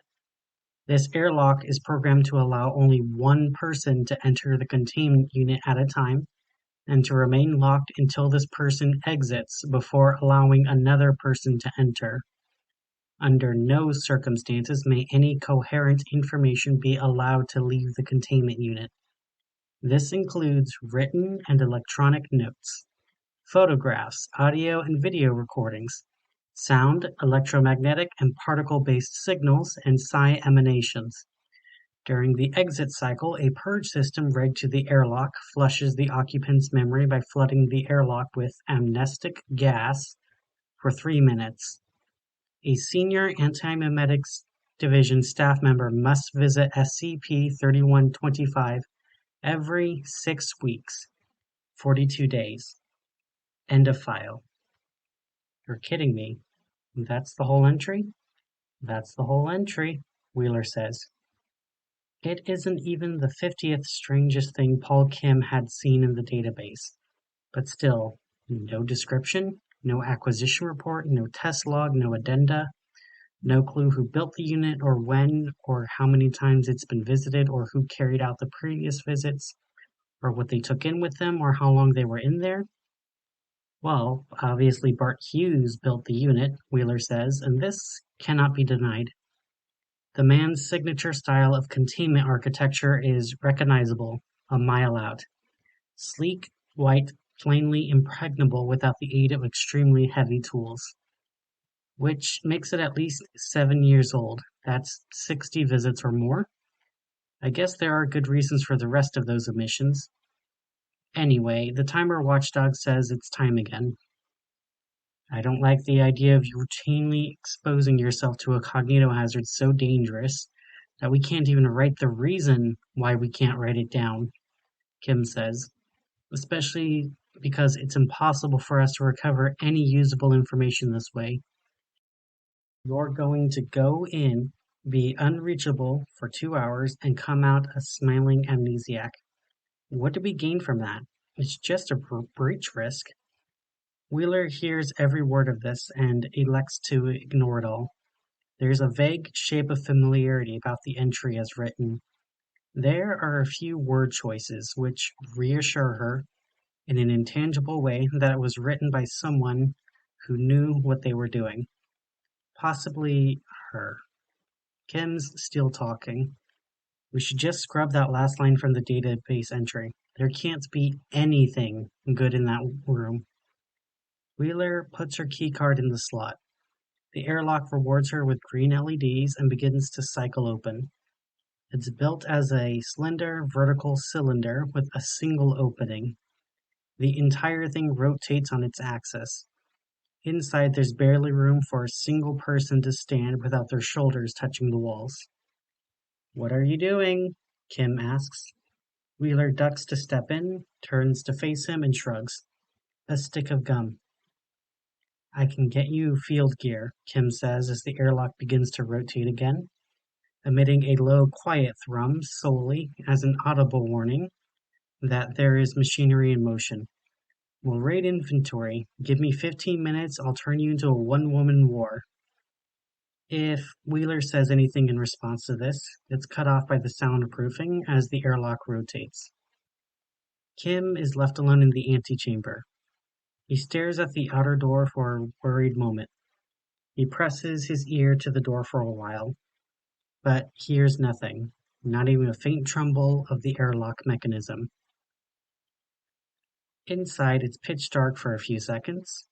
Then some unseen sensor detects Wheeler's presence and brings the fluorescents up. Half of them, anyway. The others remain inert or flicker aggravatingly. The room's interior walls are made from milky white glass, bulletproof, knowing cues, and plastered with paperwork, taped and blue tacked up in vaguely coherent masses. Where there is no paperwork, people have drawn directly on the walls in marker pen. There is a conference table, long and elliptical, covered with more paperwork and a tangle of laptop computers and serpentine power supply cables. Power has returned to the machines and they are slowly booting. A data projector warms up and shines a map of the world over the far wall, almost lining up with a network of scribbled annotations on the same wall. Post-it notes of all colors litter the carpet like autumn leaves. Other than that, the room is empty. Skimming the paperwork, Wheeler discovers that nearly all of it is handwritten, and most of it charts the progress of conversations. Most of the entries are dated and signed, most of the dates are weeks apart. The conversations are panicked and fearful, back and forths about dozens of SCPs. Some of them antimemetic in nature, but none of them obviously related to one another. None of the notes mention SCP-2111. The only name Wheeler recognizes is her own, which appears on 1 in 10 or 20 of the notes. The notes seem authentic and the writing is hers, but her notes also seem as desperate and uncertain in tone as everybody else's. This unnerves her. There are diagrams on the walls too, which are too complex to decode at a glance, but complex enough to make her eyes hurt to look at them. Still, lost for a logical entry to the data, Wheeler curses all of her predecessors. Asynchronous research, whereby the research topic is forgotten entirely between iterations and rediscovered over and over, is a perfectly standard practice in the Antimemetics Division, and her people ought to be better trained than this. There should be an obvious single document to read first, which makes sense of the rest. A primer. Marion, it's me. Wheeler recognizes the voice as her own. She moves around the table until she finds the laptop making the noise. There's a video playing, apparently recorded on the laptop's own camera in this room. The Marion Wheeler in the video is seated and looks unfamiliar in a way which takes the one watching a moment to put her finger on. Not exhausted, not sick, not physically injured. She's seen herself that way before in the mirror. This woman's willpower is gone. She's beaten it. You've guessed already that SCP-3125 is not in this room, she says. In fact, this is the only room in the world where SCP-3125 is not present. It's called inverted containment. SCP-3125 pervades all of reality except for volumes which have been specifically shielded from its influence. This is it. This is our only safe harbor. This room represents the length and breadth of the war. Every competent antimemetics research project finds SCP-3125's fingerprints sooner or later. It manifests all over the world in thousands of different forms. Most of them aren't even anomalous. Some of them we already have cataloged separately in the main database. A very small number of them are even in containment. Impossibly virulent cults, broken arithmetic, invisible spiders as tall as skyscrapers, people born with extra organs which nobody can see. That's the raw data. Those manifestations are troublesome enough to deal with in their own right. The Wheeler in the video casts around and picks up a bright green felt tip pen and a blank piece of paper. She begins drawing a shape which isn't visible from the camera's perspective while still talking. But once you get a little further down the road, you start to see a pattern emerging in the data. You need to have the training in memetic science, but once you have that training and you have the data in front of you, it only takes a little extra effort to arrange those data points in conceptual space and draw a contour through them. Those data points are points on SCP-3125's hull. Those manifestations are the shadow it casts on our reality. You link 4 or 5 different SCPs together into a single shape and you see it, and it sees you. She's still drawing. It's detailed. She doesn't look up, and her tone of voice is distant, almost as if she's narrating the tail end of a frightening children's story. When that happens, when you make eye contact, it kills you. It kills you, and it kills anybody who thinks like you. Physical distance doesn't matter. It's about mental proximity. Anybody with the same ideas, anybody in the same headspace. It kills your collaborators, your whole research team. It kills your parents, it kills your children. You become absent humans. Human-shaped shells surrounding holes in reality. When it's done, your project is a hole in the ground, and nobody knows what SCP-3125 is anymore. It is a black hole in antimemetic science, consuming unwary researchers and yielding no information, only detectable through indirect observation. A true description of what SCP-3125 is, or even an allusion to what it is, constitutes a containment breach and a lethal indirect cognitohazard. Do you see? It's a defense mechanism. This information-swallowing behavior is just the outer layer, the poison coating. It protects the entity from discovery while it infests our reality. And as years pass, the manifestations will continue, growing denser and knitting together until the whole world is drowning in them, and everybody will be screaming, "Why did nobody realize this was happening?" And nobody will answer, because everyone who realized was killed by this system. Do you see it, Marion? See it now. Wheeler is at the core of Foundation antimemetic science. She had all the raw data readily accessible. There are extensive written calculations on the walls, but she doesn't need to read them. She can do them in her head. All it took was that slightest push, that slightest suggestion. Staring through the laptop screen, eyes wide and defocused. She understands how it all links together. She sees SCP-3111. She feels dwarfed by it. She's encountered terrible, powerful ideas before, at every level of memecity, and subdued them or even recruited them. But what she's picturing now is on another order of magnitude from what she knew to be possible. Now that she knows it's there, she can feel it like cosmic radiation, boring holes in the world with its thousands of manifestations, and freely laying waste to anybody who recognizes the larger pattern. It's not of reality, not of humanity. It is from a higher, worse place, and it is descending. The other Wheeler presents her finished diagram. She has drawn a mutated, fractally complex, grasping hand with five-fold symmetry. It has no wrist or arm, just five long human fingers pointing in five directions. At its core, there's a pentagonal opening, which could be a mouth.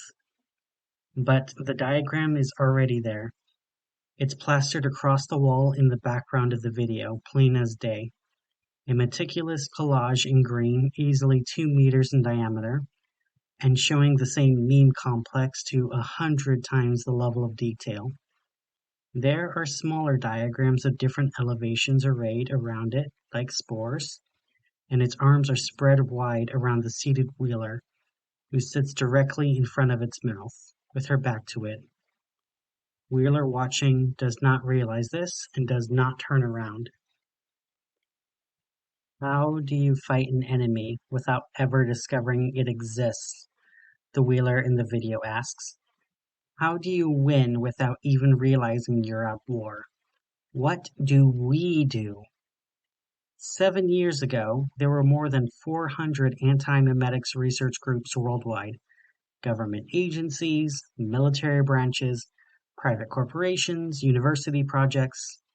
Many of them were GOIs or subdivisions of GOIs. We were allied with most of them. We were at the spearhead of an antimemetics coalition, which spanned the whole globe and thousands upon thousands of people. None of those groups still exist.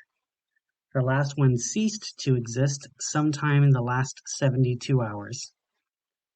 3 years ago, Foundation's Antimemetics was an organization of more than 4,000 people. Now, it's 90. There's no war. We've lost the war. It's over. This is the mopping up operation. The only reason we still exist at all is because we have better amnestic biochemistry than anybody else in the world. Because that's all you can do when you see SCP-3111. Run away and try to forget what you saw. Seek oblivion in chemicals or alcohol or head trauma. And even that can't work every time. It's circling in. We meet it over and over again and we don't realize it. There's no way we can stop ourselves from rediscovering it. We're too damned smart. She points on something on the wall, out of view of the laptop's computer. Wheeler, watching, turns to look. In an upper corner of the room, there is a constellation of dizzyingly complicated schematics. Bart Hughes' initials are on every page. There's a machine we can build. All it would take is 8 years, a lab as big as West Virginia, and all the money in the world. Nothing that the O5 Council would blink at if we went to them. But how do we build that machine without any of us realizing what it's for? It would be like building and launching Apollo 11 without a single engineer deducing that the moon existed. The logistics would be insane, but the secrecy would be well past impossible.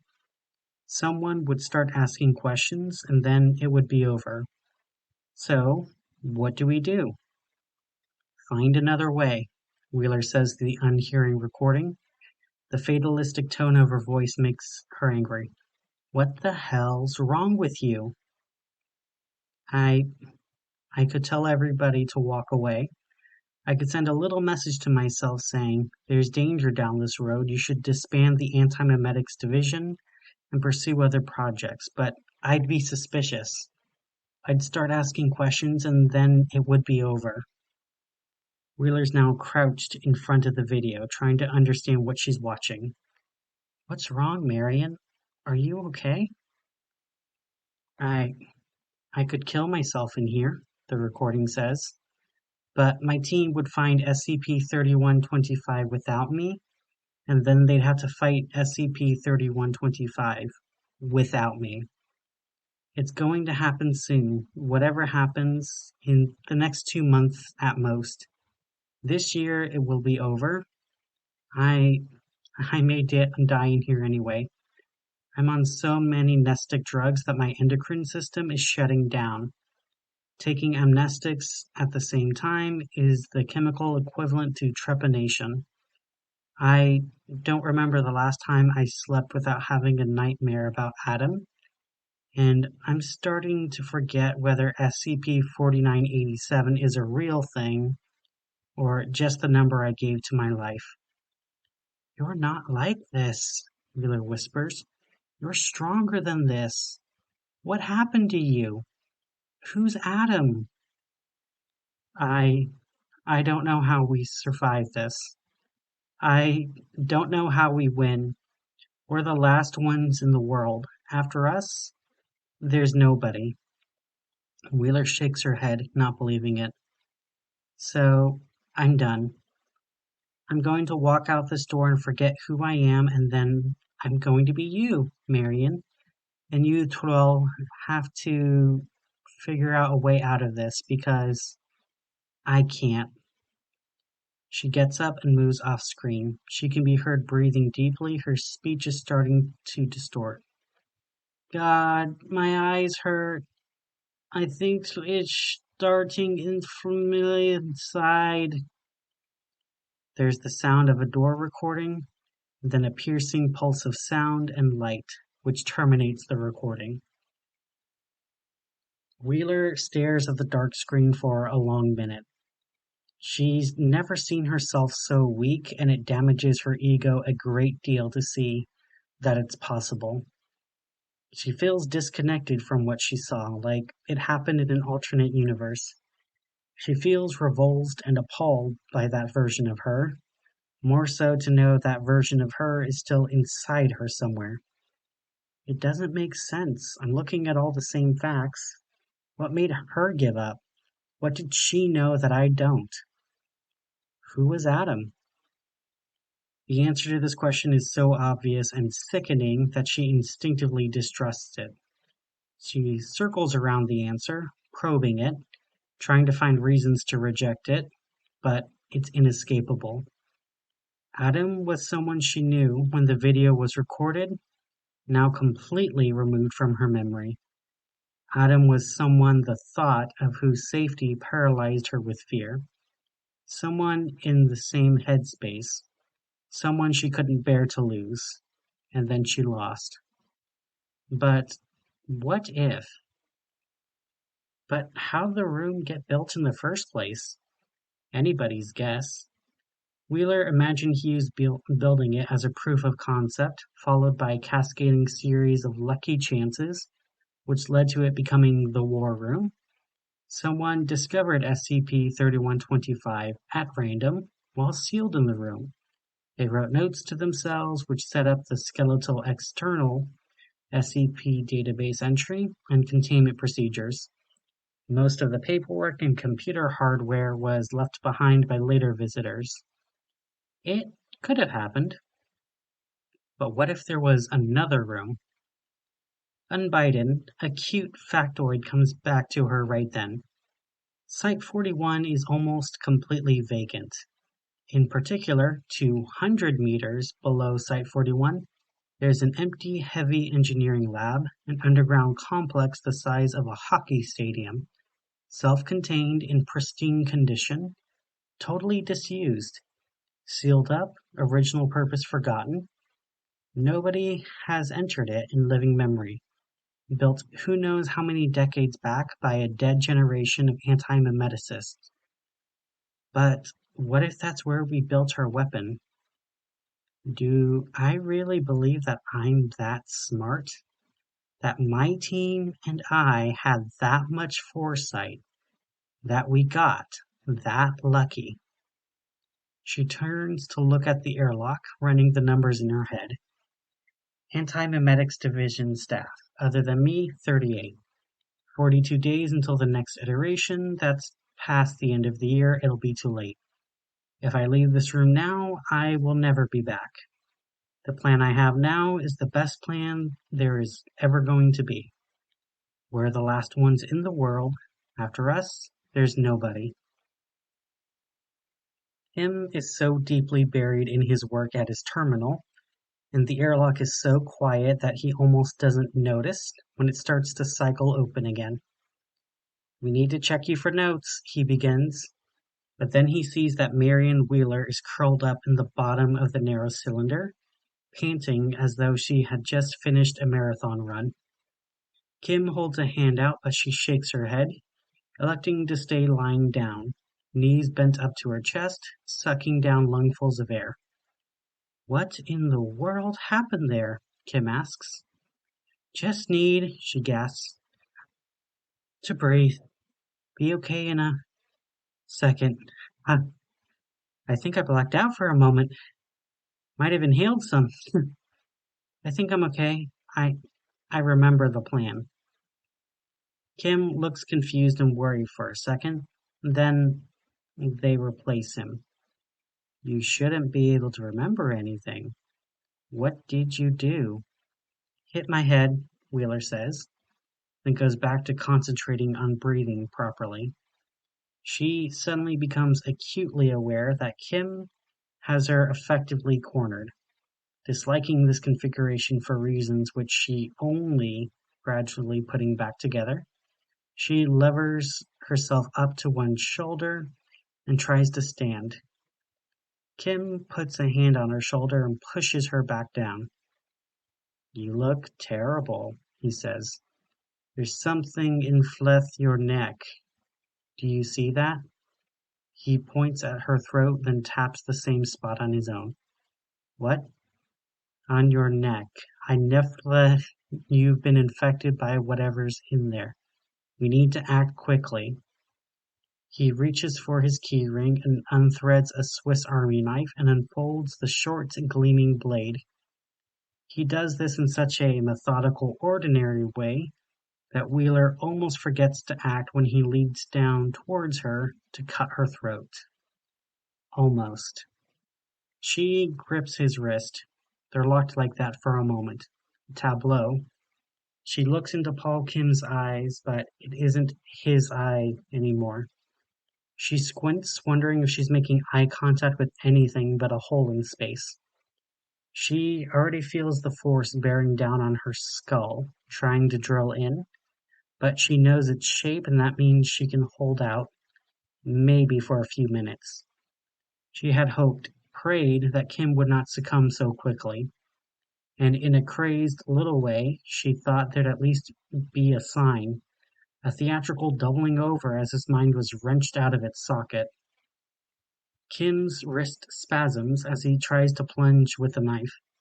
Wheeler parries, and its tip glances off the airlock interior wall with a screech. They scuffle for an awkward second, then she boots Kim in the stomach with both feet, sending him sprawling in the antechamber. She launches out of the airlock and dives over him and sprints away from the containment unit. She feels SCP-3125 following her as she runs like a spotlight. She hears a crash in another part of the site as the first piece of ceiling caves in.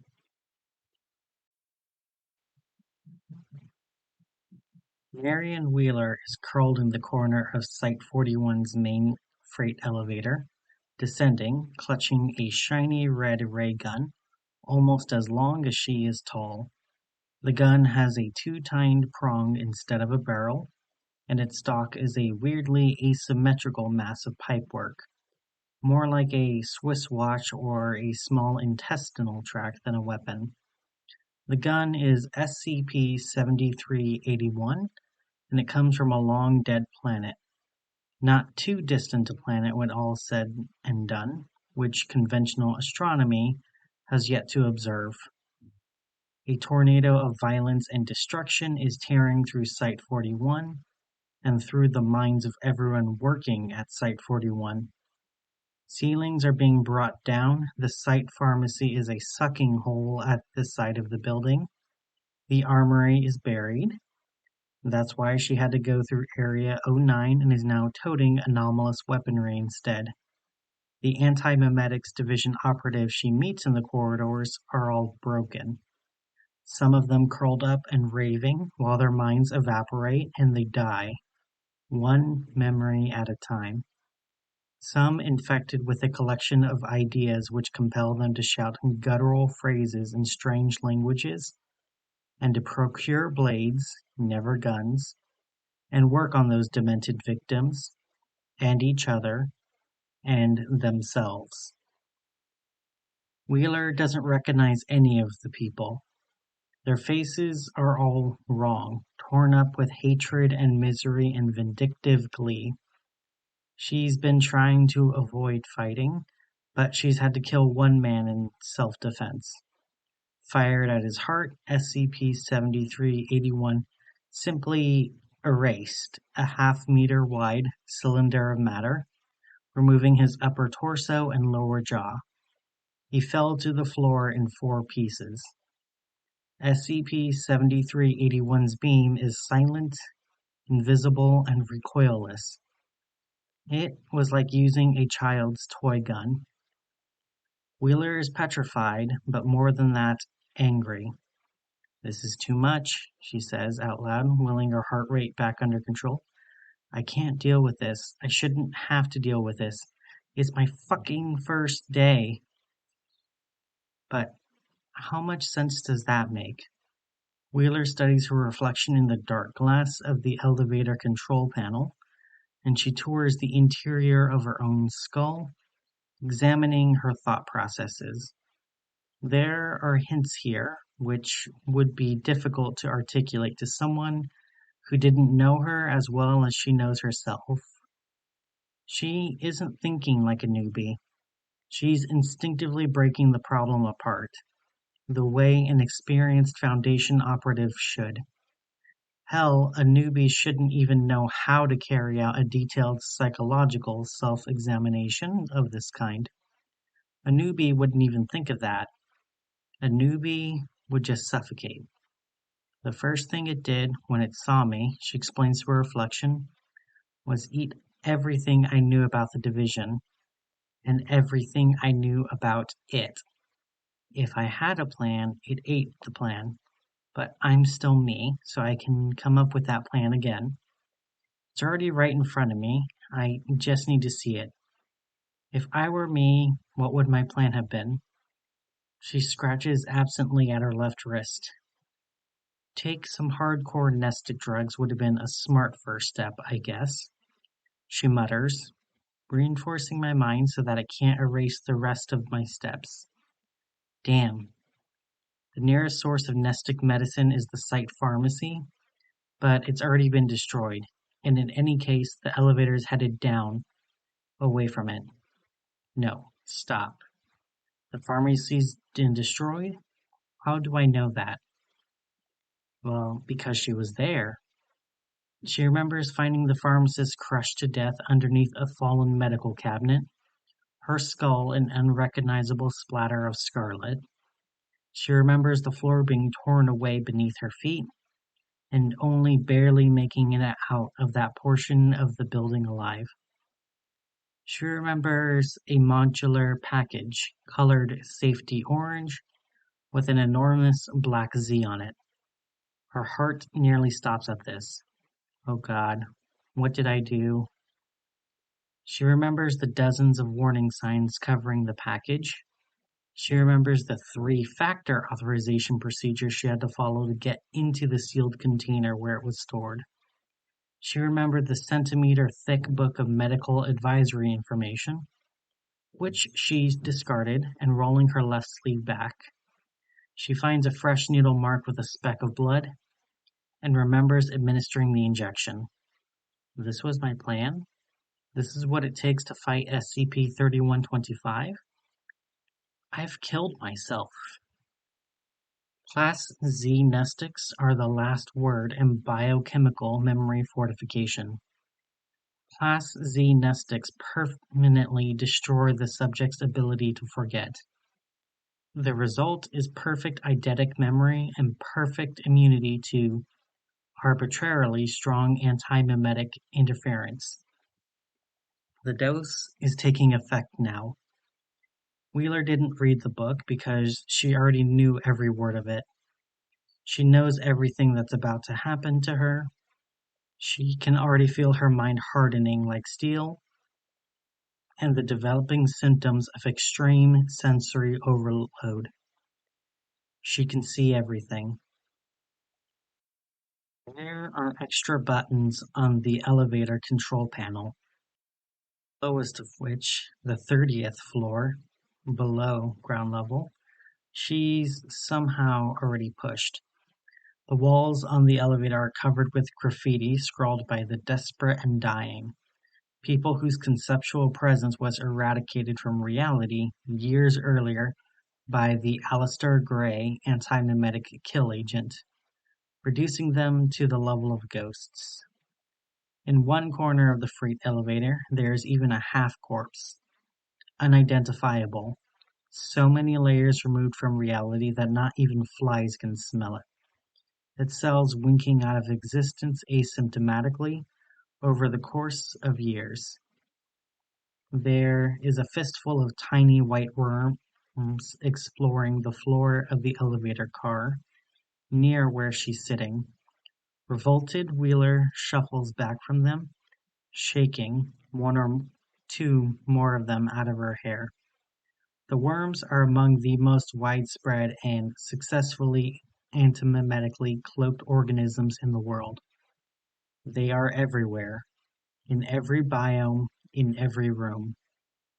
She can hear a long, alarming drone noise, a continual roaring which has the texture of ambient noise and is continually getting louder. It's as if it's been there for her entire life, and it's only now that she's begun to hear it.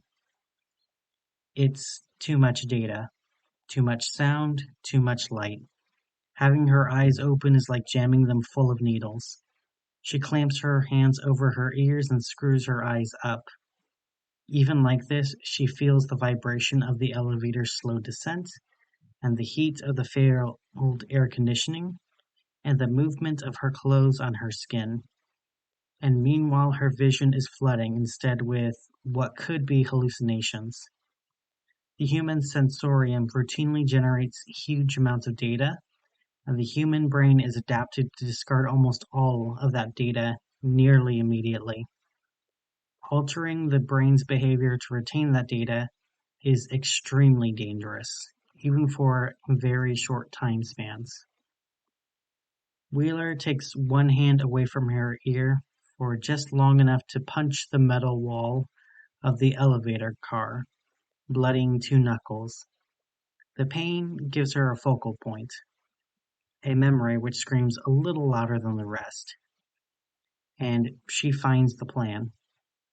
She doesn't remember it. She bootstraps it from the first principles. In a handful of minutes, just like she's done 100 times before. I know how to beat you, she says. No, SCP-3125 says to her. You don't. The elevator stops at the 30th floor, or below ground, and its doors grind open. They wait open for a long time. Further up the elevator shaft, there are the distant rumbles of more parts of Site-41 being reduced to crumbs. Still crouched in the corner, Wheeler mutters, SCP-3125 doesn't have a voice. Of course I do, it replies. SCP-3125 is a five-dimensional anomalous metastasized mass of bad memes and bad anti-memes and everything in between, seeping through to our physical reality. It isn't coherent and it isn't intelligent. It can't communicate. This is an auditory hallucination. SCP-3125 scoffs. You know what I hate most about you, Marion? You're consistently, eternally wrong. And yet, you're still alive.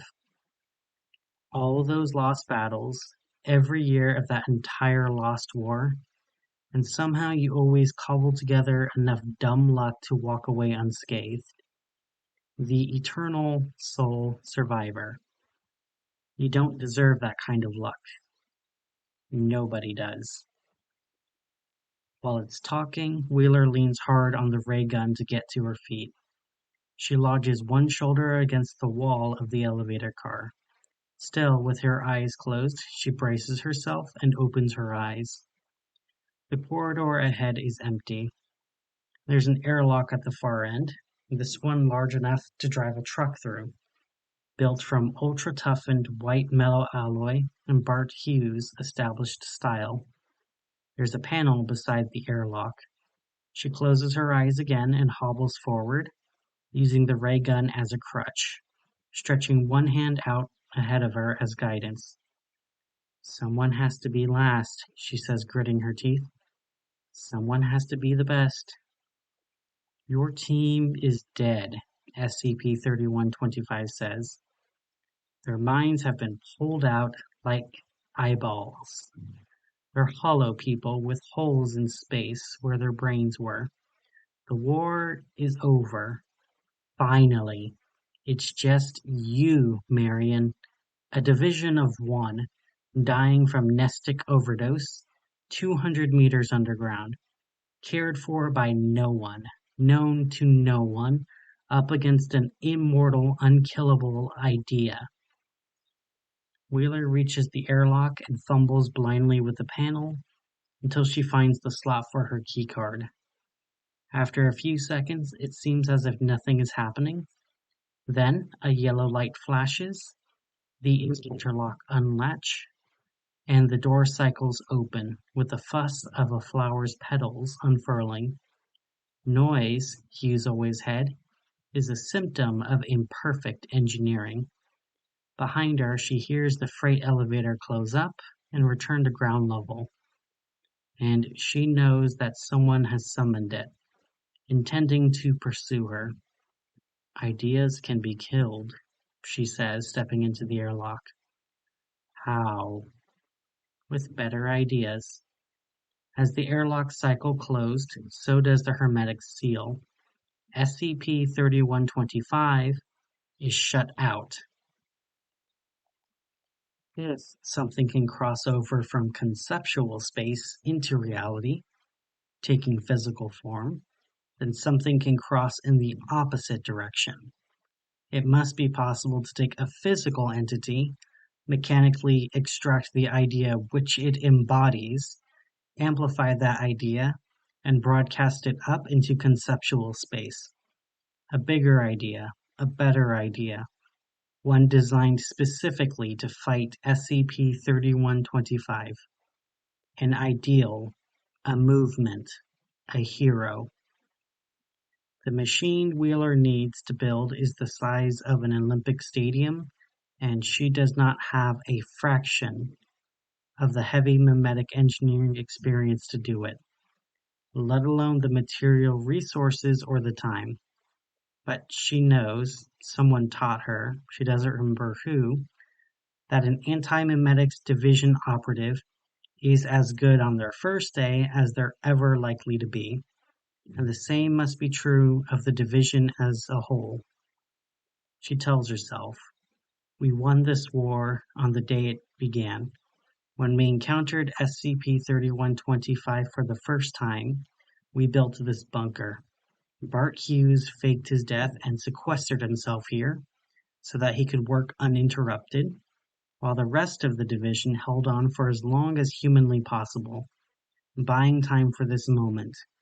I know this is what I did, because it's what I would have done. I'm the final component. He's waiting for me." The space beyond the airlock is gigantic, structured and lit like an aircraft hangar, and filled with hot, stale, dry air. Wheeler, still mostly blind, stumbles across an expanse of more than a hectare of flat, dusty epoxy flooring. "Hughes!" she calls into the void. "It's time!" Nothing comes back but the echo. She glances up for a second. The space is empty. The castle-sized memetic amplification and broadcasting unit which Bart Hughes was meant to be building is absolutely absent. Hughes himself is absent. Maybe the entire machine is antimemetically cloaked, she wonders momentarily. It would be a smart way to conceal the operation, even from the rest of the Foundation. But her brain is curdling in the strongest nestic drugs ever manufactured. There's genuinely nothing here. Almost nothing. At the center of the space, there's a small outpost. A group of trestle tables with tools and toolboxes scattered about the place. Parked behind it is an unmarked military truck with flat tires. On the back of the truck is a squat, squarish machine the size of a shipping container, with unshielded wiring and exposed pipework, and a long cable leading to a heavy-duty control panel on the floor. To the untrained eye, it is not at all clear what the machine is designed to do. It's the antimemetic equivalent to a hydrogen bomb. The division's answer to a Site nuclear warhead. Activated, it would contaminate Site-41 and everything and everyone on it with antimemetic radiation. There would be no Site-41 and no division afterwards. Nothing any of the escaping infectious staff did could have any effect on the real world. It's the wrong machine. It can't destroy or contain SCP-3125, or even injure it. All it can do is sterilize today's outbreak. The other symptoms will persist. 50 or 10 or 5 years from now, or maybe 1 year, or maybe tomorrow, SCP-3125 will return, bringing with it its MK-class end-of-the-world scenario. Human civilization will be entirely eradicated as an abstract concept and be replaced with something unimaginably worse. There will be no one to fight it. Wheeler leans there on the ray gun for a long moment, the pressure of the information on her mind continually increasing, reaches a point where she can't take it anymore and she starts to break.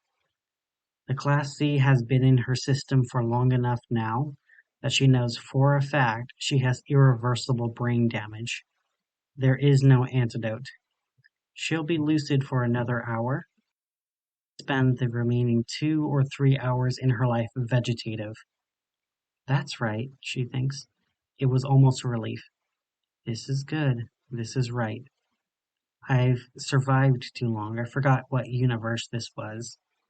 For a while there, I thought maybe this was the universe where we win sometimes. The agony in her head is like an ice axe now.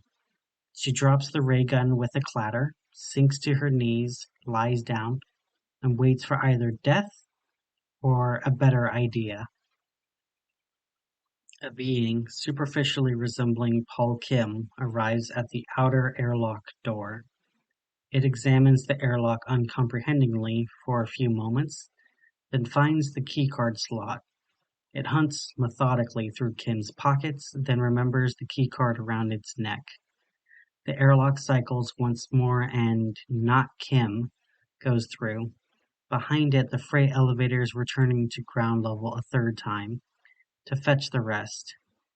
In the next room, the being which is not Paul Kim finds Wheeler unconscious with the ray gun dropped beside her. There is also a military truck, which it disregards. Not Kim lets its keycard fall from its fingers and scoops up the ray gun. For a moment, it contemplates the unconscious Wheeler, then examines at the gun itself, remembering how it works.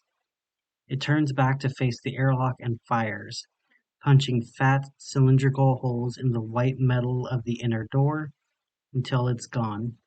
Then the outer door too, breaching the hermetic seal. A faint smile returns to Not Kim's face as SCP-3111 and its familiar comforting signals flood into the bunker. A dozen more non-people are arriving by freight elevator, former Antimemetics Division bodies. I found her, Not Kim calls out to them. It drops the ray gun where it's standing, as if it simply forgot that it had been carrying anything, and pulls out its knife again. It holds the knife between two fingers in a casual, offhand sort of way, as if it were a pencil or screwdriver.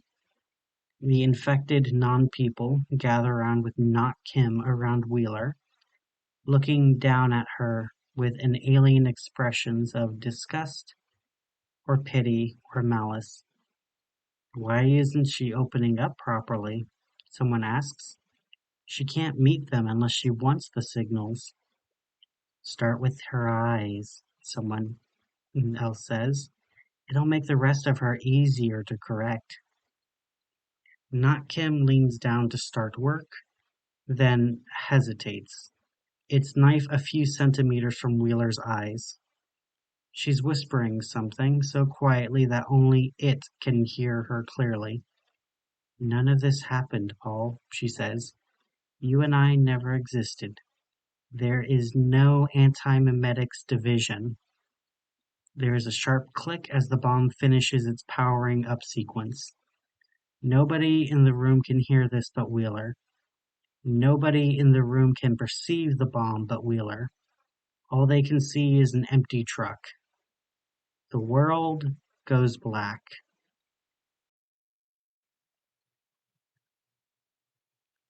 Who the fuck infiltrates a Foundation official's home while they're home? Marion Wheeler lives deep in a coniferous forest, a long drive from the nearest major city and a long drive in the opposite direction from Site 41. It's late, last thing, and she's reading in bed when she hears the muffled, unmistakable click at her front door being unlocked. She looks up and stares blankly at the wall for a second while listening to soft footsteps moving into the hallway. She marks her place and reaches for her Foundation-issued phone. She has no permanent security staff at home. The division is understaffed and trained operatives are in much more serious need on site. But the building and grounds have beefy electronic countermeasures. They, she discovers, have all been disabled, along with sensors and cameras. She was not notified that this had happened. Whoever did it had a valid code. Who, though? The Foundation has enemies. True, the list of credible, motivated enemies is surprisingly short, and the list of groups stupid enough to try to kill or capture someone at her level is shorter, but it's far from empty, and it's not actually so hard a feat. Not too many people below O5 level are privileged to travel in motorcades. The real trick, the impossible trick, is to avoid unholy retaliation. But what if you really think you can? What if you've decided it's worth it? Wheeler triggers the silent alarm. She sets her phone back down on the nightstand and collects her gun. She rolls out of bed, tucks a few pillows in her place, and moves silently to her bedroom door and stands beside it, listening and thinking. This door, her bedroom door, can't be opened silently. It creaks like hell, so if she goes through it, she'll have to be ready to draw attention. There's an attic, but access is out there on the landing, and again, can't be operated silently. There's no alternate routes to ground level other than jumping from the window, and someone has to be covering it. Even if she landed in the bushes alive, she'd still have to break the perimeter with a sprained ankle.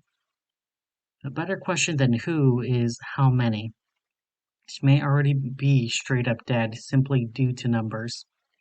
If the attackers tread cautiously and try to flush her out, she figures she can home alone her way through perhaps 8 of them before running out of luck.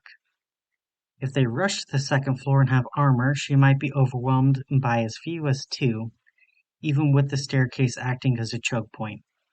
All of this, naturally, assumes that the attackers aren't anomalous. If they are, and they're not in the, say, 30% of anomalies which can be neutralized simply by shooting them in the center mass and head, she may be fundamentally helpless, even after the response team shows up, which will be, at best, 10 minutes from now. A creaking, this damned house. Someone is coming up the stairs, making no effort to be quiet about it. A soft tread, though, as if they removed their shoes. Just one of them? That barely makes sense.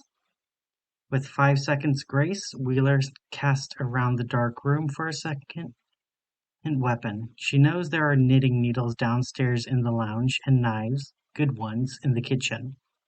But she can't get to them. It's too late. The door is opening. It seems like the man's trying to say something as he comes in. But he only gets as far as, whoop, and it's done.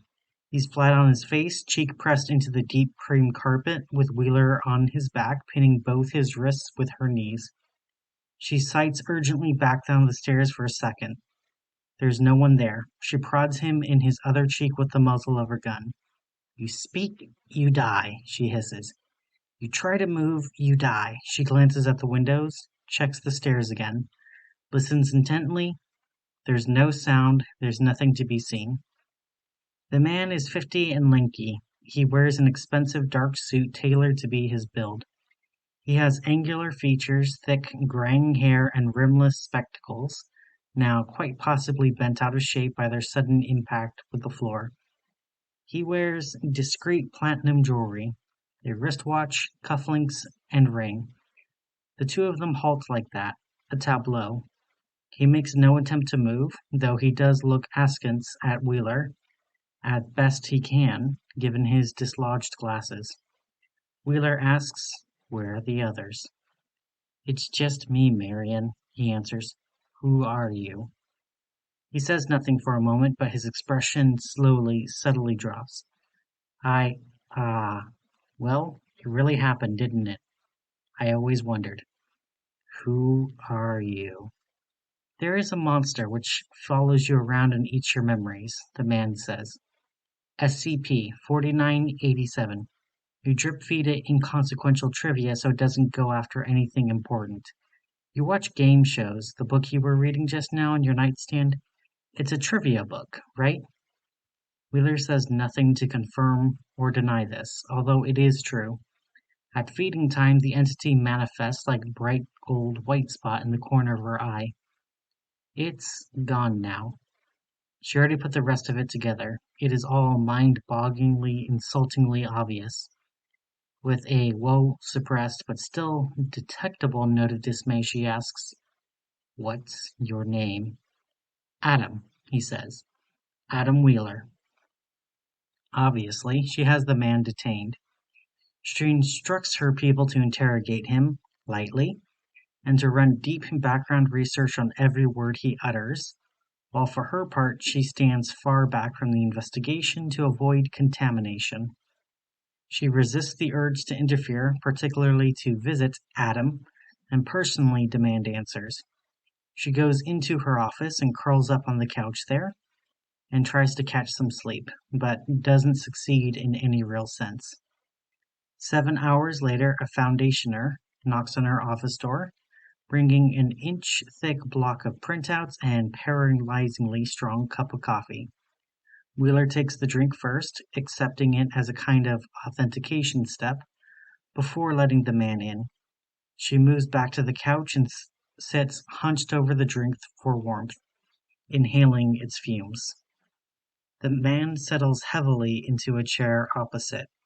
He is misleadingly stocky, perpetually unshaven individual, somewhere just shy of 40, and inarguably the most dangerous person on the site.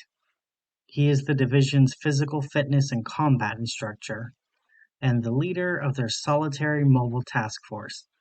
His name is Alex Gauss. He says, figured I should be the one to present their results, even though I didn't research one line of it, 'cause we get along.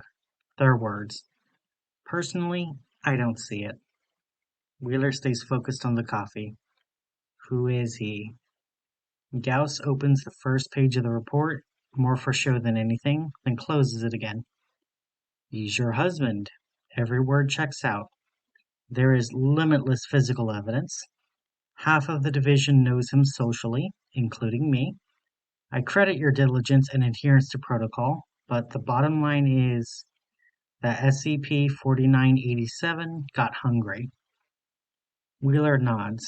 This assessment matches her own pieced together overnight, from gut reactions and analysis of the plain facts.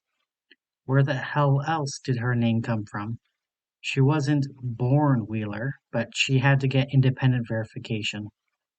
She asks, has this happened before? No. Could it happen again? Gauss shrugs. You would know better than anyone. I do, and I can tell you this. I have SCP-4987 trained to follow me at my heel. I feed it according to a strict regimen. It eats only the memories I say it's okay to eat.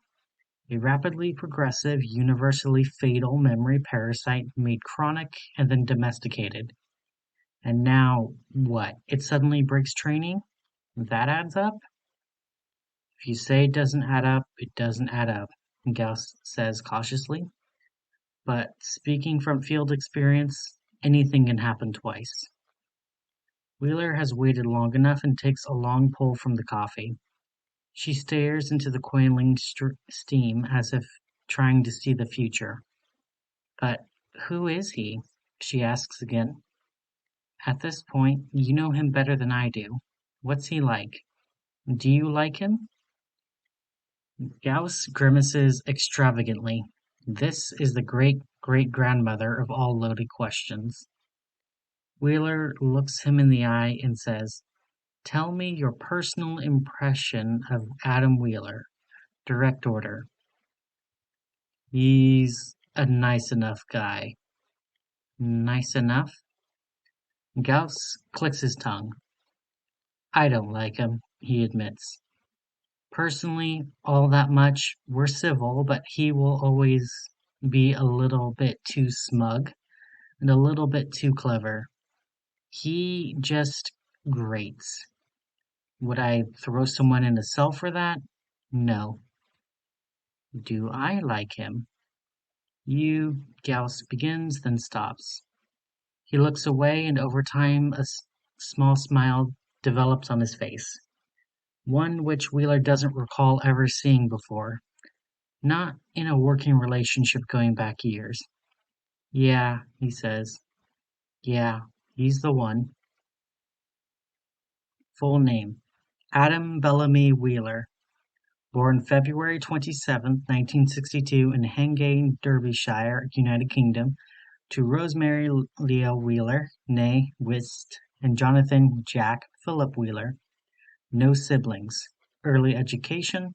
Hang Church of England Primary School, Matlock's All Saints Secondary School, demonstrated great musical acuity from an early age.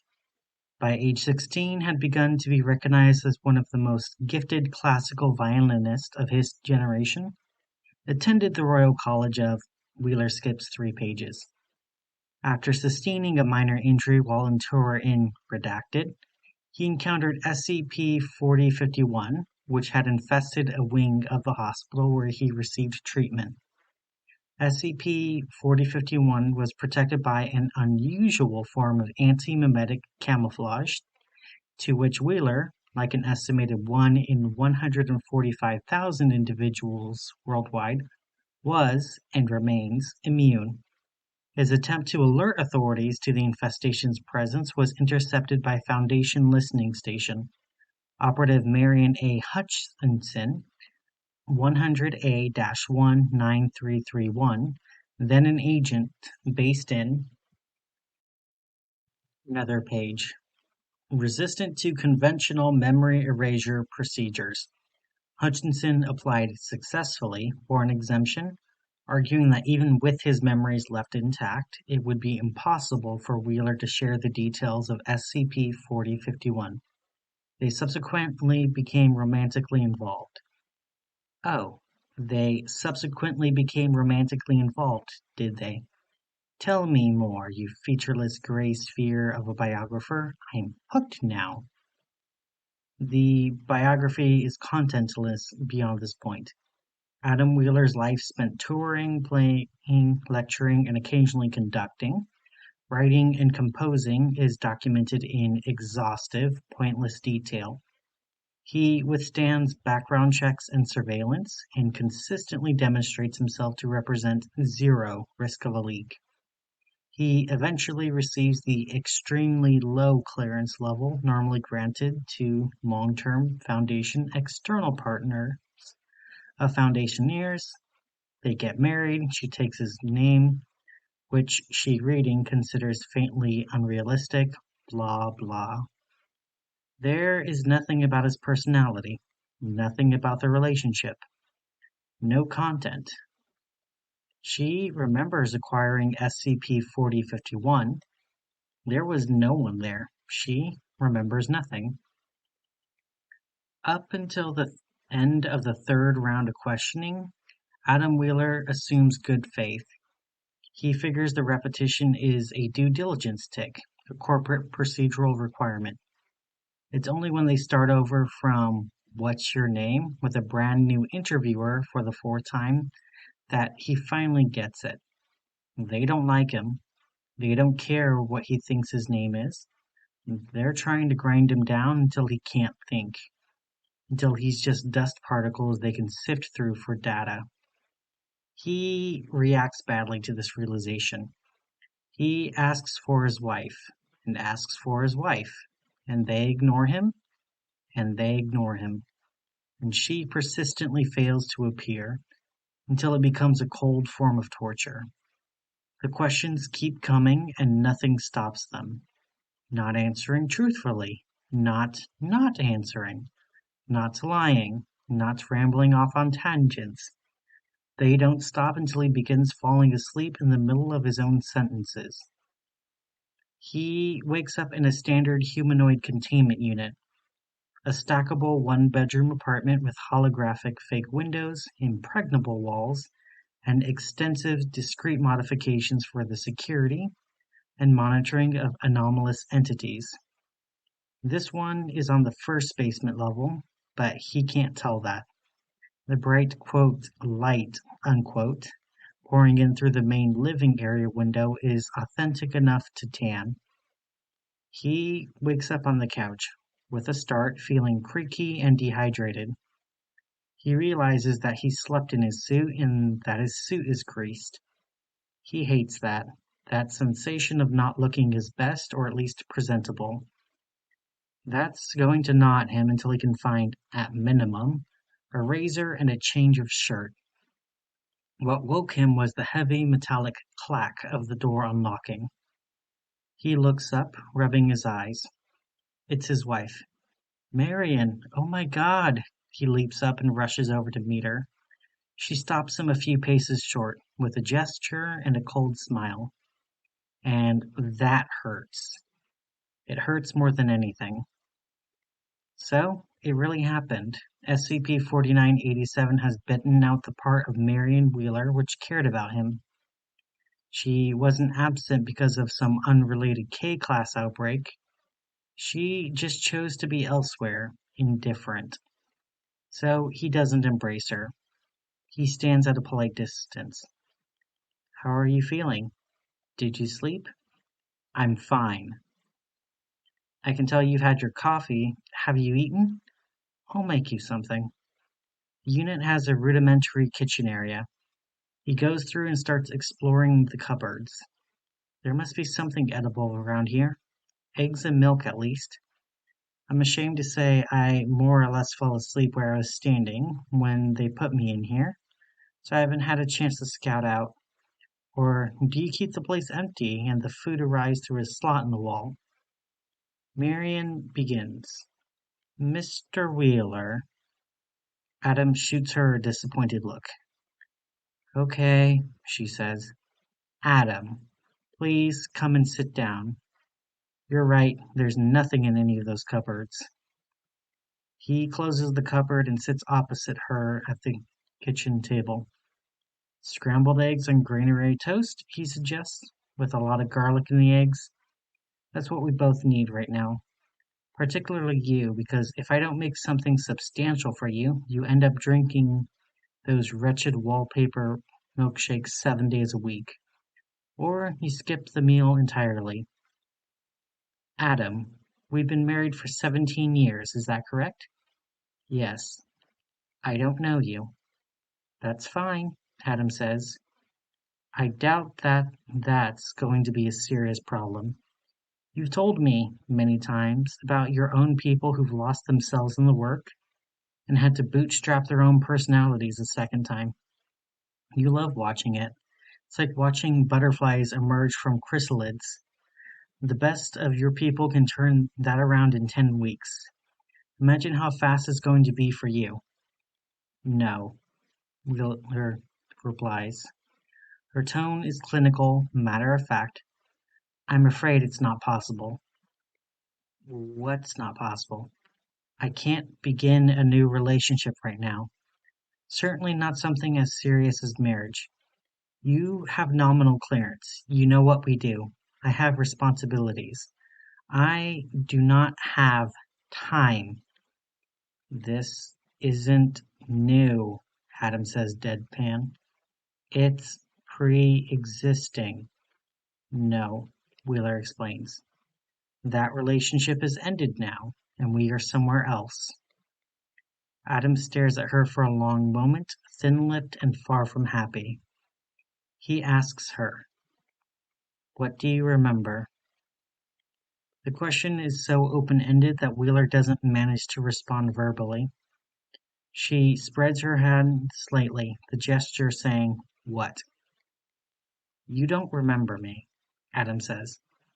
SCP-4987 also clearly ate the part of you which would care if you forgot me, and additionally the part of you which cares about brunch. What else have you forgotten would be a stupid question to ask. So instead I'm asking you what's left. I want you to tell me everything you can remember. Everything I can remember? Yes, from 1995 to right now. It's still a farcical question at face value, and Wheeler's first instinct is to dismiss it as such. But she thinks again. She thinks, intending to genuinely to try to answer the question, and she finds gaps. There's a dearth of specifics. It's like being asked to say something and immediately forgetting all the words. She says, I remember working and driving home and then sleep, then driving back to work. Big hostile buildings, drug regimes, containment procedures, endless piles of opaque numbers, personal fitness drills, running, calculating, never ever stopping calculating. She remembers with unfair clarity a large variety of extremely bad dreams. And other than that, nothing. A huge, deep, ragged, edged black pit. Adam says, "You remember nothing good, do you? Nothing good at all. When you came home on the nights you make it home, you are ready to fold up. It has never been an easy job, but these past few years have been the worst they've ever been, because you're coming to the conclusion of something gigantic. You have explained to me how it is that you can never tell me really what it is that you do, without the act of you telling me, killing me. And I couldn't stand that at first, and I still hate your job and I think it's a monstrous farce. But I trusted you in that, and I stopped asking. But I can tell from the rattle in your hands and the things you don't want to say, and the way that you sleep, that there is some kind of war going on back there, and you're losing people to it, and you're almost at the end, and you're going to win. So I scramble your eggs, and I play violin for you, and between us we hack out about 3/10 of what I would consider to be normalcy.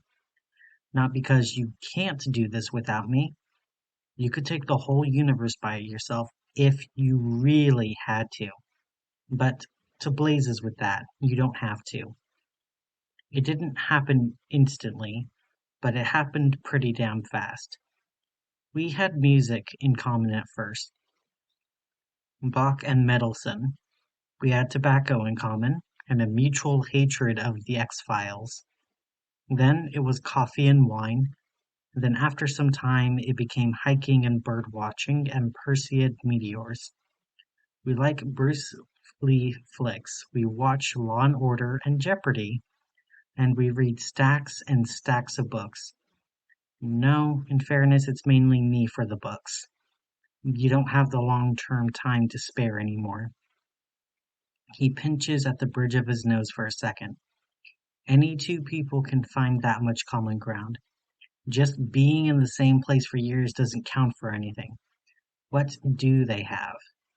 We communicate, he says, better than anybody I've seen. We can be apart for 2 months while I'm on tour or you're overseas, and snap right back and pick up a conversation from the word we left off. We are connected. We are in the same headspace. You'll see it all. It'll happen again, just as fast. You've just got to give it a chance. Wheeler is almost there. She sees the shape of what Adam is describing. It's distant and unclear, but if she concentrates, she might be able to bring it into focus. It worries her, for nebulous reasons she can't completely articulate, but she can almost understand how there could be room for it. How could it lock into her life if it currently exists and still makes sense? But Adam just said something crucial. He said a key word which means the marriage counseling session is over. And this is now a situation. Wheeler can't ignore it. She forces herself to drop the other thread and seize this one. What war? And now Adam really doesn't know what's happening. Good God, the war, Marion. I don't know how else to describe it. What war? How many people? I don't know, Adam says. There are names you stop mentioning and then you ignore me when I bring them up again.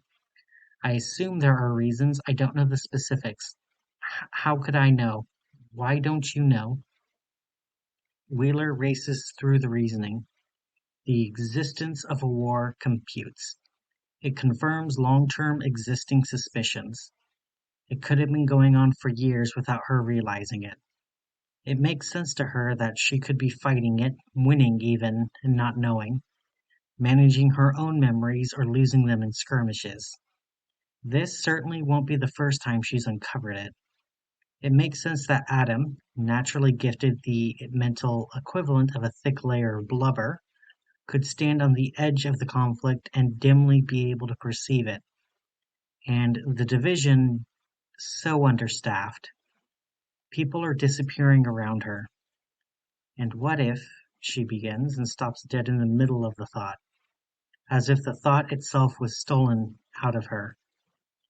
And what if we get back together and she begins again. This time hard instinct seizes her around the midsection and bodily hauls her back from thinking a thought which it knows would kill her. She's Wile E. Coyote. She's already on the edge of a precipice into clear air and thinking that thought would be looking down. She feels SCP-4987 moving around her, abstractly bound to her, a winking speck of glitter in her eye. Something's wrong. Adam scratches at his own eye. Do you see that? How can you see that? I have mild immunity to antimemetic influence, Adam says. He knows it's in his file, and he knows Wheeler has read the file, but apparently it needs to be said again. I can tell when something is fritzing with my memories. I can resist it, up to a point. So Marion, I was hoping to have a relaxed conversation over coffee and to get around to this topic organically. But I'm going to have to skip to the end. I have the impression that SCP-4987 is trying to kill me. No, Wheeler says. That's not its behavior model. It doesn't sustain itself that way by eating people. It eats memories, and it's never done this. Not to you, nor me, nor anybody. Not since the very early days. It's tame. It does exactly what I tell it to do. Even when I'm waiting and I'm bored and I let it eat my short term, it sits and waits to be told to eat. Then, what is it doing to us? Adam is getting nervy and won't let go of his eye. He stands up and backs away. I would like it if we could figure this out quickly. We don't have a way to put SCP-4987 down. There's a sound in Wheeler's mind. Not in her ear, like a distant chorus of baying dogs. She stands too and moves after Adam into the middle of the containment unit. She says, "It's trying to protect you." How does wiping your memory of me protect me? I can't explain it, Wheeler says, and I can't explain why I can't explain. I don't fully know myself. There's an... Yep, there, girl. What? You can't be here, she says. You can't be in my life. You have to leave or you're going to die. I'm not leaving you, Adam says. Christ, that's why we did it in the end. Got married, I mean. It was scintillatingly obvious to both of us very early on that we were forever, but I wanted to get it on public record. I stood up in front of everybody I respect and I swore to them that I would protect you. Forever. SCP-4987 is agitated. Wheeler feels it flitting around the room, incoherent, trying to tell her what it needs. She says with sudden actinic clarity, I must have made an identical promise. Adam doubles over, blinded in both eyes now. Closing his eyes does nothing. Covering his eyes does nothing. The gold-white light is strobing for him, moving into violet. He panics. Help, help me, I can't see. He reaches out unsteadily for Wheeler's hand. She lets him take it and pulls her close. The light doesn't fade. He clings to Wheeler for a few moments and she holds on to him, until he realizes that SCP-4987 is completely within her control, and this is all intentional. You're doing this to me? Adam says. This is the Foundation mandate. This is what your definition of protect amounts to. You've got no idea what you're about to do to yourself. You don't even know me. I think I know, she replies. You will feel this for the rest of your life. Every day you will wake up with a sick, cold feeling in your stomach where there used to be a real life, and you'll wonder why. I'm going to win this war, Wheeler says to him. I'll beat the universe, and then I will come and find out why. Adam holds on to her for another long moment. He can hear the baying too now, and he can barely even perceive what it is, far off behind the hill, that SCP-4987 is frantic about. That distant dot, that fleeting second-hand glimpse of the shape of it, far enough is to terrify him. He has faith. He knows how fast that Marion can put the jigsaw pieces back together. Work against a universe that makes no sense to her. Isolate the truth. He knows she can take the universe. But after a sharp misgiving jabs him in the stomach, he can't help himself saying, "And what if you lose?" She kisses him. It's a stranger's kiss. There's nothing there Adam recognizes. He breaks off unsettled. It's a whisper now. What if you lose? Wheeler exits the containment unit. She slams and deadlocks the door with a single movement. The heavy metallic crack makes the whole building shake. There are people outside. Gauss, Julie Still, and a few others, comparing notes. They look appalled. Fill in his backstory, she tells them. He was never married. Relocate him to where I'll never find him. Incinerate all the evidence, then report to me for surgical memory erasure. I'll do myself last. Gauss looks as if he has an objection. She stares him down. My husband's dead, she says. There's another conglomeration of severed fingers in the last room, coating the room's interior like the innards of an exploded elephant. Parts of the sprawl are feeling their way, like mold, into a medical cabinet, and the rest is splayed over a fetal shape on a medical gurney. The mass reacts sharply to the new light as Wheeler opens the door, rearing up and angling parts of itself towards him. Wheeler reels backwards and pulls the door to just in time. There is a heavy, plushy thump as the mass hits the door from the far side. The door holds. Wheeler trips on his own foot and slumps against the far wall. The shape on the gurney was a coiled-up human, not a corpse, but a living human, with one wide-open eye whose whole body was slowly being consumed and processed into more fingers. They were growing out of his throat. Wheeler didn't see this. He thinks he saw it, but he knows he couldn't have. And that's it. Wheeler casts around the corridor. Every other door he tried is blocked or locked. The place is below ground, so no windows, no navigable ventilation. There are two more gunshots up at the far end of the corridor, ear-splitting in the enclosed space and echoing for many seconds. Hutchinson rounds the corner at a dead end, gun in hand, and reaches him quickly. Find a way out? She asks pointlessly. She can read Wheeler's expression. He found nothing good. This place is infested, Wheeler says. Every room, all the stairwells. This is absurd. At the far end of the corridor, the main mass heaves itself around the corner.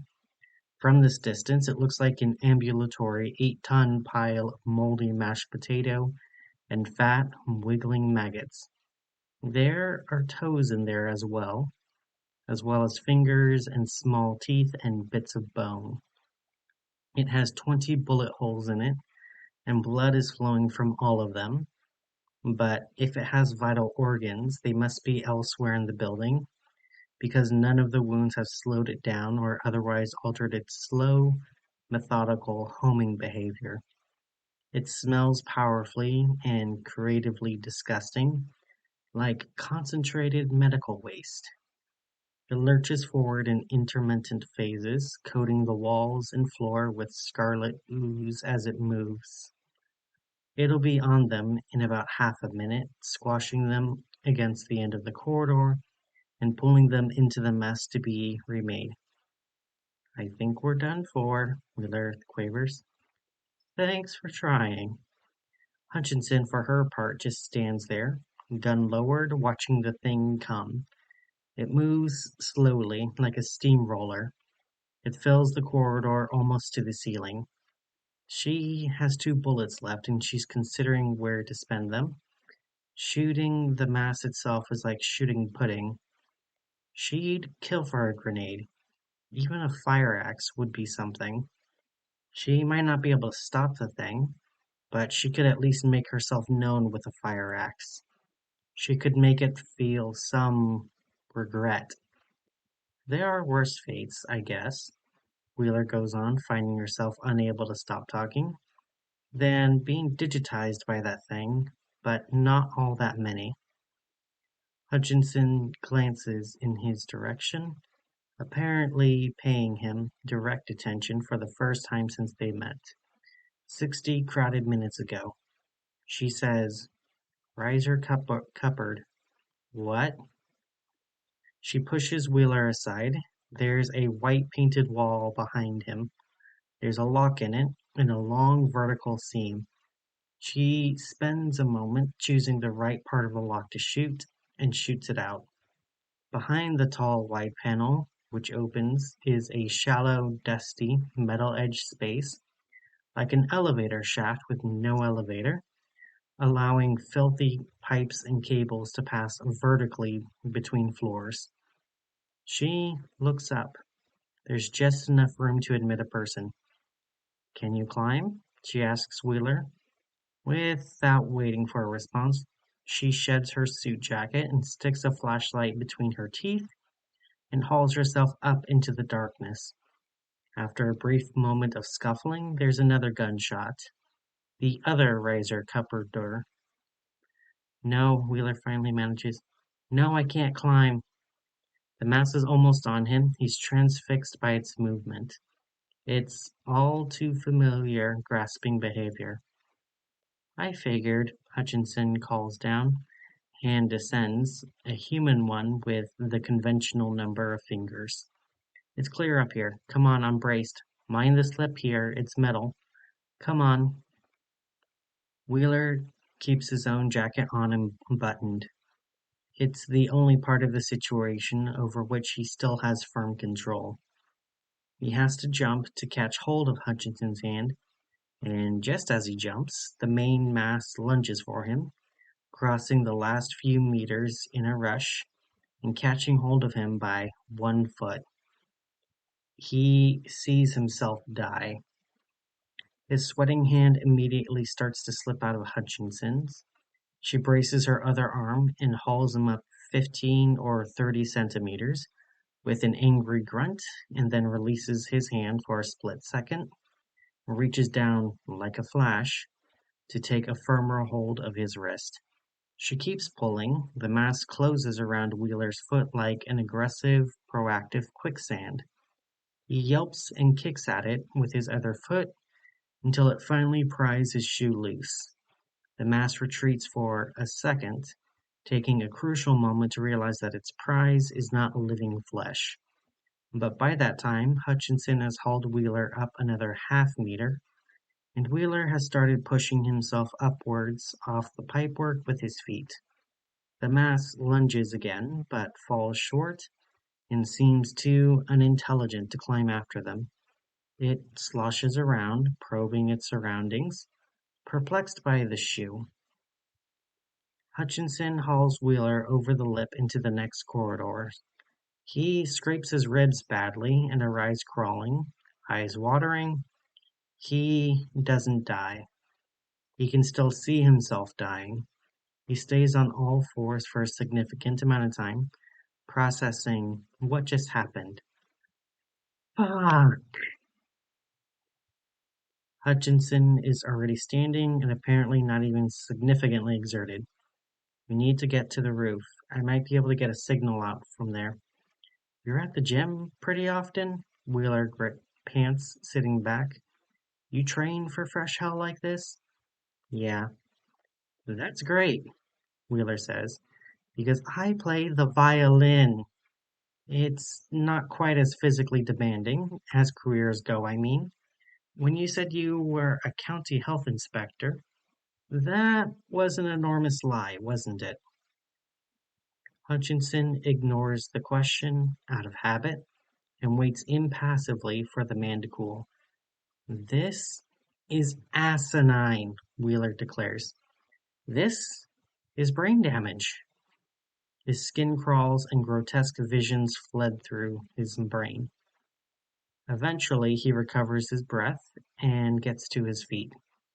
He stands lopsided, so he takes his other shoe off and throws it down the riser for symmetry. We need to get to the roof, Hutchinson says again.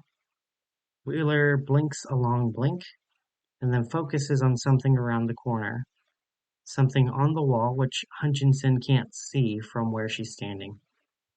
Yeah, 1 second. He goes to it. It's a red panel and pulls something down. Here, you are having no luck with the gun. Try this. It's a fire axe. He stepped on a rusty nail backstage after the show and came to the emergency room for a tetanus injection. While waiting, he slowly realized that more than half the people waiting with him were clutching partially or entirely severed fingers. Bandsaw accidents, hands caught in car doors, hands trapped in door hinges, hands crushed in machinery, every one of them unrelated. There was an epidemic of physical injury, which should have been impossible, and when he tried to bring it up with the medical staff, they didn't seem to understand what he was saying. And then he saw one of the fingers escape. He followed it as it wriggled away down a long corridor to a far corner of the hospital, to an ajar door with nobody in the hospital seemed to be able to perceive except for him, and into a different building where there were no people at all, just hundreds and hundreds of wriggling, exploring, slowly reproducing and lengthening fingers. He slammed the door and tried and failed to get someone, anyone, staff or patient, to see what he was seeing. He found a payphone and dialed for emergency services and ordered off the menu, asking for emergency industrial scale pest control or hazardous containment or psychic support or something.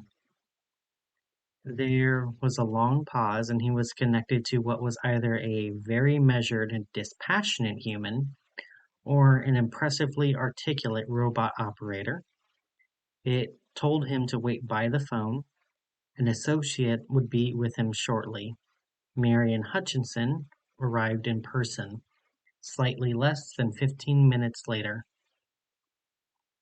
He showed her the door, and they went a few paces inside. Hutchinson crouching and aiming some kind of flashlight/scanner at the finger worms. Behind them, something reached out and gently pushed the door closed with a click. They turned and saw what it was and ran. Hutchinson hacks her way through the last part of the flesh-clogged stairway. They're almost at the door. This part of the distributed infestation doesn't seem to be mobile, though it is freakishly grabby. Wheeler stands 3 paces back from her, partly to avoid the backswing, but mostly so he doesn't have to watch. It's butchery and it's grisly, and Hutchinson barely seems perturbed by it. She slices methodically until there are waterfalls of gore coming down the stairs and soaking her shoes and his socks. and she does it so with the manner of someone trimming a hedgerow. Lunch, lunch. Wheeler is shivering and starting to crash. If he doesn't stay still right in the middle of the stairway, the remaining fingers tug at his hair and sleeves. In another few minutes, it may finally dawn on him that this is really happening.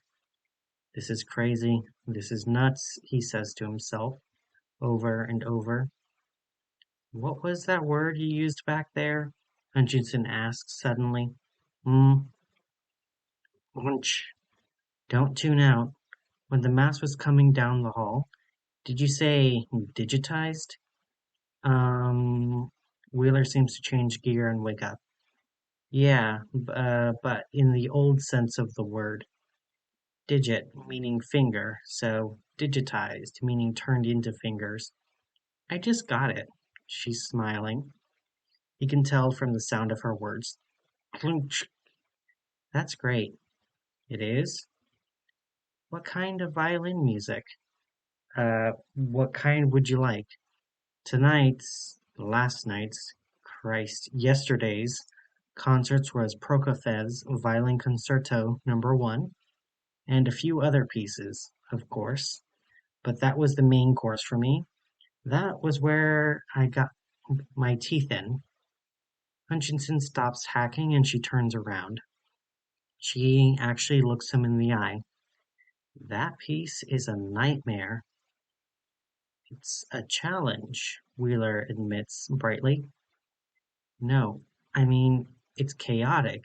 It's unlistenable.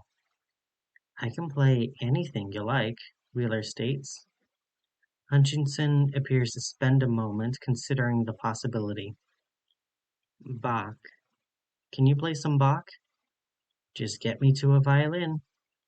Hutchinson thinks for a moment longer. She smiles and nods and goes back to hacking. And they hit the roof, and Hutchinson radio finally works. She calls everything in. She speaks in rapid key words which Wheeler couldn't quite follow, although he could pick out his own name and hazmat and a repeated word that which to him sounds like a brand of cassette tape. Memetics. It's very nearly dawn. This wing of the hospital is a few stories shorter than its main body, so rows of bright lit wards look down over the roof, while the roof looks out over two sprawling car parks, and then greenery and roads in a faint dull red where the sun is due to come up. Hutchinson quickly ascertains that there's no fire escape from here. The intended fire exit from the roof is the stairwell up from which they came, so they would have to wait for a helicopter, or more likely, and less romantically, a long ladder. Backup is coming, Hutchinson concludes. They'll have to come in from the next city over, so it could be a few hours. They'll have decontamination gear, antibiotics, blankets, tedious debriefing forms, you name it, but most importantly, coffee. Wheeler makes an inarticulate sound, the sound of one who could use the coffee, and after that, a drink. God, I have another concert today, he says. He sits on the thick perimeter wall, rubs his eyes, rubs his sore feet, and begins to shut down. You'll be there, Hutchinson says. The nasty part is over. You did well for a civilian. I've seen far worse. Worse than this? Hutchinson says nothing. I'm sorry. Wheeler opens his eyes again. He gestures at the mayhem from which they just escaped, the fire door and everything it leads to. It's all still down there. You've seen worse than this? Hutchinson again says nothing. What is this? What happened here? At first, Hutchinson doesn't answer this either. She walks away across the roof and spends an entire minute staring at the forthcoming sun and then surprising Wheeler, and slightly surprising even herself, she walks back to him and says, SCP-4051, which is the number we just assigned to this infestation, has an intrinsic property which makes it nearly impossible for sapient organisms to perceive it. It's a form of camouflage. It's not invisible, it's a mental blocking effect. Information about it goes nowhere. It gets suppressed. People walk past this building every day of the week. They don't see what's blocking the windows. They walk past that door and don't realize it's standing open. It could have been here for decades. The researchers will get the whole story. Eventually. Wheeler finds in this explanation something he halfway understands. So, living fjords? And this actually slows Hutchinson down for a second. She gets that reference. She read those books when she was younger, years ago, before joining the Foundation. But she's never made the connection between fjords and the work she does. For as long as she's been working here, she hasn't even thought about it. The irony is intense enough to burn. Yeah, she says. Except that you can see them, Wheeler says. I have specialist training, Hutchinson says, declining to mention her drug regime. And I also can see them. You seem to have a mild natural immunity to memory clouding phenomena, Hutchinson explains. It's rare, but it happens. At a hospital this busy, someone like you was bound to stumble upon this place sooner or later. And escape alive, she privately adds. But the point is this infestation, SCP-4051, is a snowflake. I don't mean that it's special and unique, I mean it's part of a blizzard. I work for an independent scientific research institution with a specialist focus on the containment of hazardous anomalous phenomena. We have an international mandate and formidable resources and unimaginable responsibilities. We watch the blizzard and we guard the little fire. We are called the Foundation. Wheeler's full attention is on her now. He feels tense and exposed here, vulnerable to extraordinarily natural forces from which by rights he should be fleeing, but he's also fascinated. Hutchinson has a faint ethereal attitude to her. It's as if she's not standing on the same planet as everybody else. So, you're not FBI, he says. Either, I mean. That was my other guess. Hutchinson wrinkles her nose. I hate that show. I don't believe I mentioned a show, Wheeler says mischievously. They do everything wrong, Hutchinson says. A nerve has been touched. She shuffles irately. They don't have enough people, they don't trust each other, they don't spend nearly enough time on paperwork. Paperwork saves lives. But most of all, I hate the will they or won't they. For what, 5 years? It's forced, it's farcical. She glares at Wheeler. It doesn't take that long to know. You will or you won't, and then you do. Wheeler reads her expression carefully. You do? Yeah, Hutchinson says, smiling again. Yeah, I think you do. A distant, rapid thundering noise slowly becomes apparent. Hutchinson sees the source of the noise first and points. Backup's here, and it looks like we raided a helicopter after all.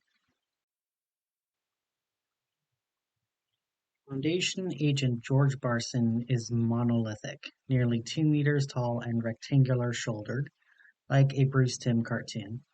He is bald, bearded, and immaculately presented. His suit is tailored. There are few which will fit him off the rack. He arrives at the Green Place, right first thing after dawn, 6 o'clock. The address is isolated, an acre or two of ill-maintained scrubland off a spur of the main highway north out of Ojai. Barson is part of the Foundation's Anomalous Religious Expressions Division. They do cults. Green is not the name of the cult which Barson is here to confront, but a code name. Barson doesn't know the real name. At the briefing last night, it was explained that there are legitimate security reasons to use code names instead of true names here. But those reasons were not explained. Barson, no fool, took this to mean there is some form of cognito hazard surrounding the true names, or a memory clouding phenomenon which made them impossible to record, or, and he's dealt with Foundation research staff for far too many years to not consider this, somebody just straight up forgot to record the real names and is trying to cover for themselves. If there's an SCP number, he hasn't been told it. The house is an ugly white sprawl, one story, wood construction, no two windows alike in design. Decaying. There are piles of junk, lumber, rusted vehicle components, drums of filthy green water. Willow and sycamore trees are encroaching from 2.5 sides, drizzling leaves and seeds and miscellaneous biological gunk all over the roof, clogging the gutters. Through the windows, only closed curtains and blinds are visible. The front door is standing ajar. Barson proceeds inside, cautiously.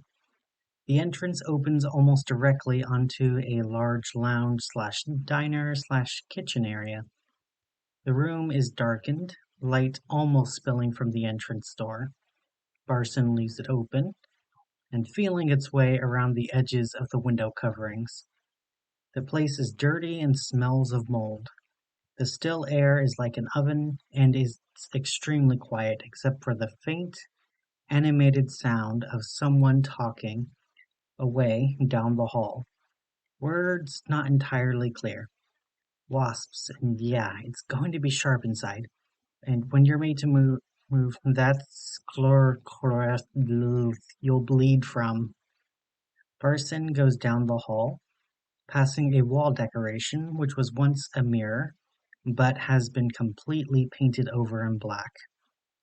After a brief search, during which he ascertains that the rest of the house is empty, he comes to the final room. This door is closed, but the focused rambling is coming from inside.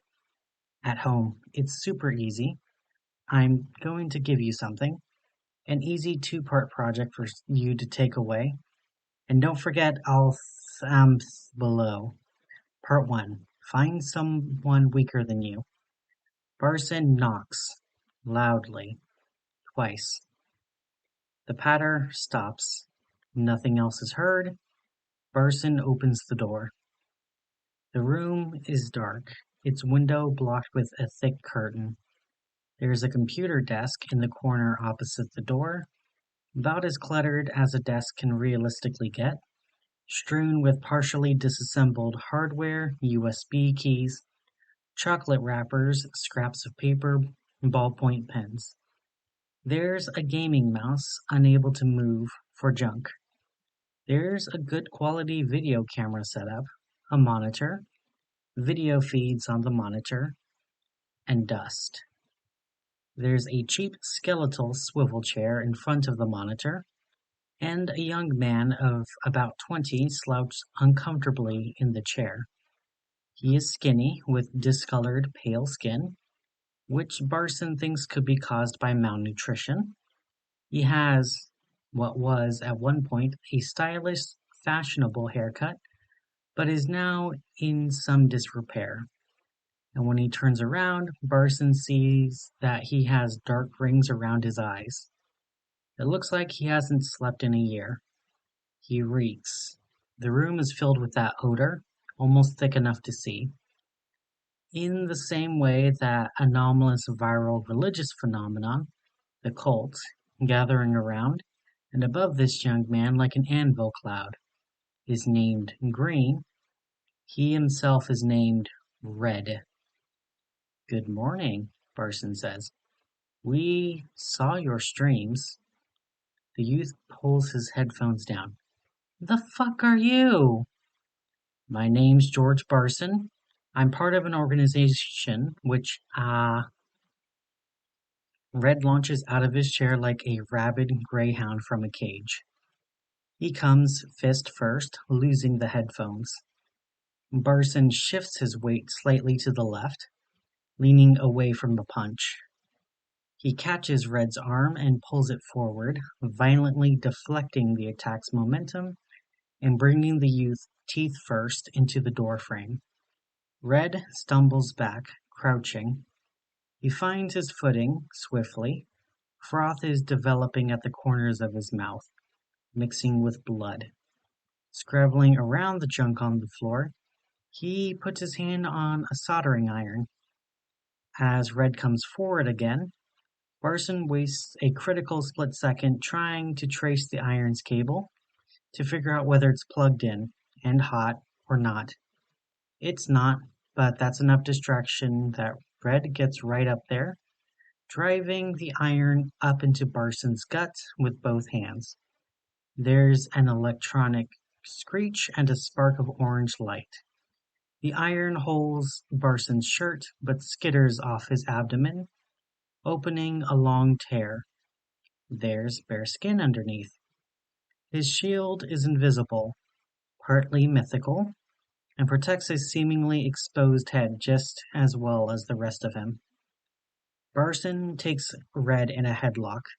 Some haphazard kicking ensues, less well choreographed. Red has a demon's energy behind him, but Barson has, to be blunt, arrived prepared. In a few more moves, Red is disarmed, stunned, flat on his back, and good for nothing. Barson takes stock. The number of genuine fight-for-your-life fights he's been in is still in single digits. This one ranks about in the middle. 15 seconds of activity, both of them made mistakes, a learning experience. Then I'll dispense with the introductions, he says to Red. The live streaming vector was novel. We hadn't seen that before. Very effective compared to the generic self-help book and walled compound model. You get 1 point for originality out of 10. But we predicted it decades back and we had the containment procedures ready to go. We have people at the streaming services. As I speak, we're locking you out of your account. We're using your own channels to distribute inoculation codes. Barson tries to tidy his shirt up. It's not going to work. Never mind. But you're the source, he says. A simple inoculation code would glance off. Physical intervention is required. He reaches inside his jacket, where he has a perfectly serviceable gun, which he elected to leave where it is for this confrontation, and produces a device not unlike an ophthalmologist's scope. He kneels and lifts Red's right eyelid and aims the scope at it, projecting a brilliant white spot of light, which bathes the entire eye and causes it to lock open. Almost all of Red's musculature locks up as well, effectively pinning him to the floor. His teeth clench. Barson says to Red, "This man is innocent. Nobody can deserve what you've done to him. Release him and leave this reality forever." Through gritted teeth, Red says, "Who the fuck are you?" All right.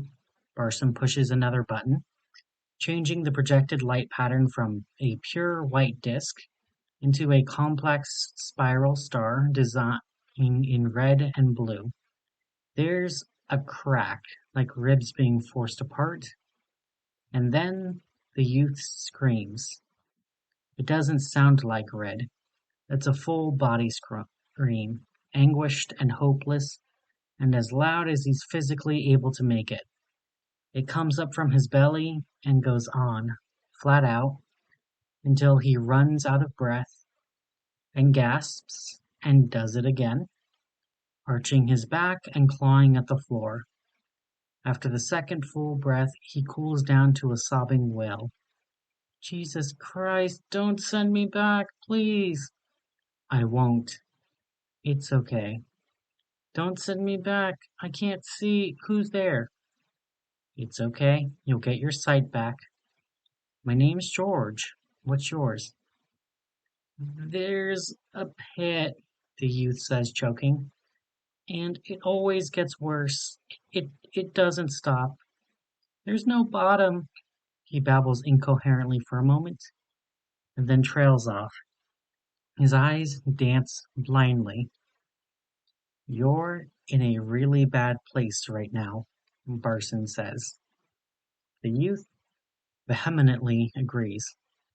Something has gone wrong, Barson explains. And that thing, that horrific thing which went wrong, has found you and abducted you and replaced you. It's out here now, using your skin as a finger puppet, walking you around, making you talk, replicating. That nightmare you're having is being had by 100,000 people right now. That's the bad news. The good news is that we caught you, and I can still see you in there, and there's a good chance that we can get you out. A good chance? The youth breathes twice. If you can't, he begins urgently. Focus on the red and blue spiral, Barson says. He still has the scope pointed into the youth's eye. What? I can't see anything. That's because you're not directly connected to this optic nerve anymore. But your mind is locked inside something which is. You can't see the spiral, but somehow you know what it looks like. You can sense its shape like a pattern of heat on the back of your hand. Barson's voice is becoming slower, taking on a hypnotic rhythm. The spiral idea is going in, spreading and flourishing, occupying more space. The more you think about the spiral, the more you realize you can't think about anything but the spiral. The youth seems to have nothing to say to this. His breathing stabilizes. Your thoughts are slowed, Barson continues. The spirals fill you up, recursively, like ice crystals, until you can't move. Your brain knows it's being poisoned. Even though you're blind, you feel a reflexive need to look away or block out what you're seeing. A long enough exposure is fatal. There is a long, heavy pause, during which Barson does nothing but shine poisonous light into the young man's eye, while studying that brightly illuminated eye himself, tracking the progress of the ocular response, waiting for a particular tell. It's not a clear-cut thing. There's a small amount of guesswork. He waits until he's sure. Finally, he releases the button on the scope, shutting it off. The youth is now completely inert. Barson stands up, knees creaking. He relaxes and sighs. His shoulders untense a little. He puts the scope away. You can think of this as memetic chemotherapy, he says. He says it to himself, mostly, to fill dead air. The young man can only hear pink fuzz now. The spiral symbol is an elementary cognito poison. A long exposure is fatal, but a just barely non-fatal exposure is recoverable. You will recover from this poison, and Red cannot. You will survive, and Red will die. Because you, my man, are an intelligent, creative human being. And Red is... He reflects on his briefing and what he knows of the grain phenomenon, and the 100,000 people suffering and raving inside of it right now. They are in all parts of the globe. He has seen some photographs of what takes place in homes occupied by Reds. Appalling messages. He's heard a strictly limited amount of highly redacted audio. Dispassionate people make better field decisions. That's the rule he was always taught. But remaining dispassionate is harder on some days than others. A piece of shit. Barson potters around the room for a little while, taking a closer look at some of the computer hardware. Nothing notable there, although he finds a stand for the soldering iron. There's also a narrow camp bed in the room, with a bedraggled sleeping bag. He clears the sleeping bag away and loads the youth onto the camp bed, in a recovery position. He pulls the curtain open. It's an obnoxiously sunny day, and the sun is aimed right in through that window.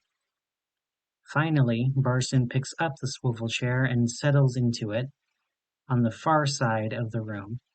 There, he can keep an eye on his patient.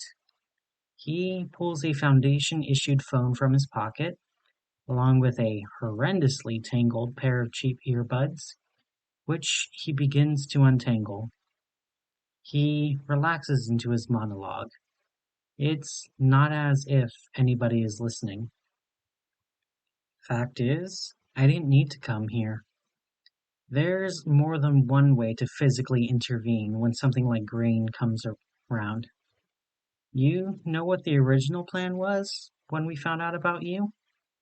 Orbital laser cannon to the top of the head.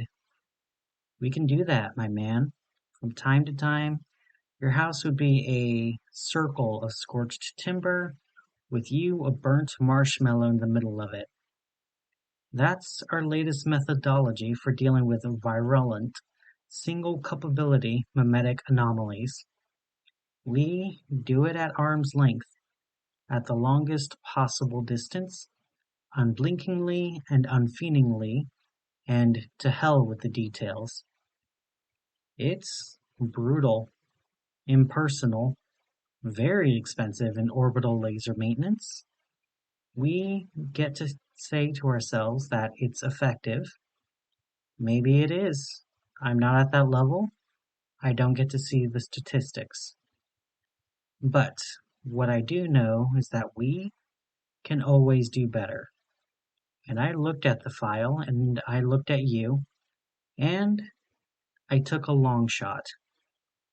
Honestly, I'm a very small guy in the grand scheme, but I stood up in a pretty intense meeting with people who I don't really have the authority to say anything to, and I said to them, this is a paraphrase, there's a completely innocent kid at the center of this. He doesn't deserve this. At minimum, we've got to make the gesture. A shadow passes across the room. Barson looks around briefly, but whatever it is has gone. He thinks nothing of it.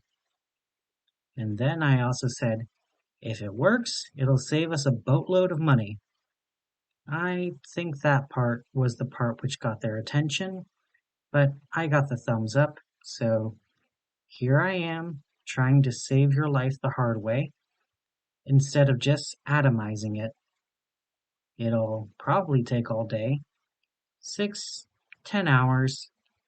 Don't worry, I have podcasts. He finishes untangling the earbuds and screws the first of them into his left ear. Your people must really hate you, Red says. Shit. Barson draws, late.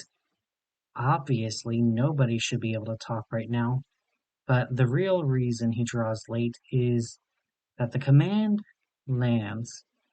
It should just pass him by, but there is a sharp, spiteful element of truth to it.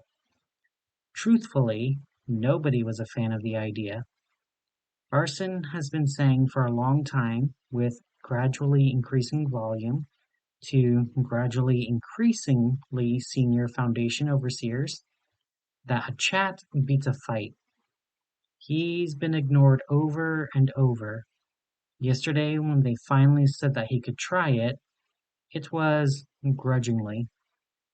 And so a momentary flicker of foul suspicion appears. Did they know? Did they really just kill him? They didn't. He knows. Of course they didn't. But it's too late. As he fumbles the gun out, Red has already sat up, grinning like a ventriloquist's puppet, and turned his head to look right at Barson. They make eye contact, and this time Red's eyes are open all the way, allowing Barson to see straight through what's on the other side. Green comprehension leaps out of the pit at Barson and grounds itself to the back of his skull. He recoils instinctively, breaking the connection and covering his eyes. He stumbles, falling backwards out of the chair and into the corner of the room. His orange crystalline shield fluctuates, panicking in its own way because of what just passed through it. Intermittently, it turns impermeable, cutting off Barson's frantic breathing. Then it snaps off and dies. Barson doesn't have the training to fully comprehend the idea complex he was just exposed to. He has a basic level of practical memetics training.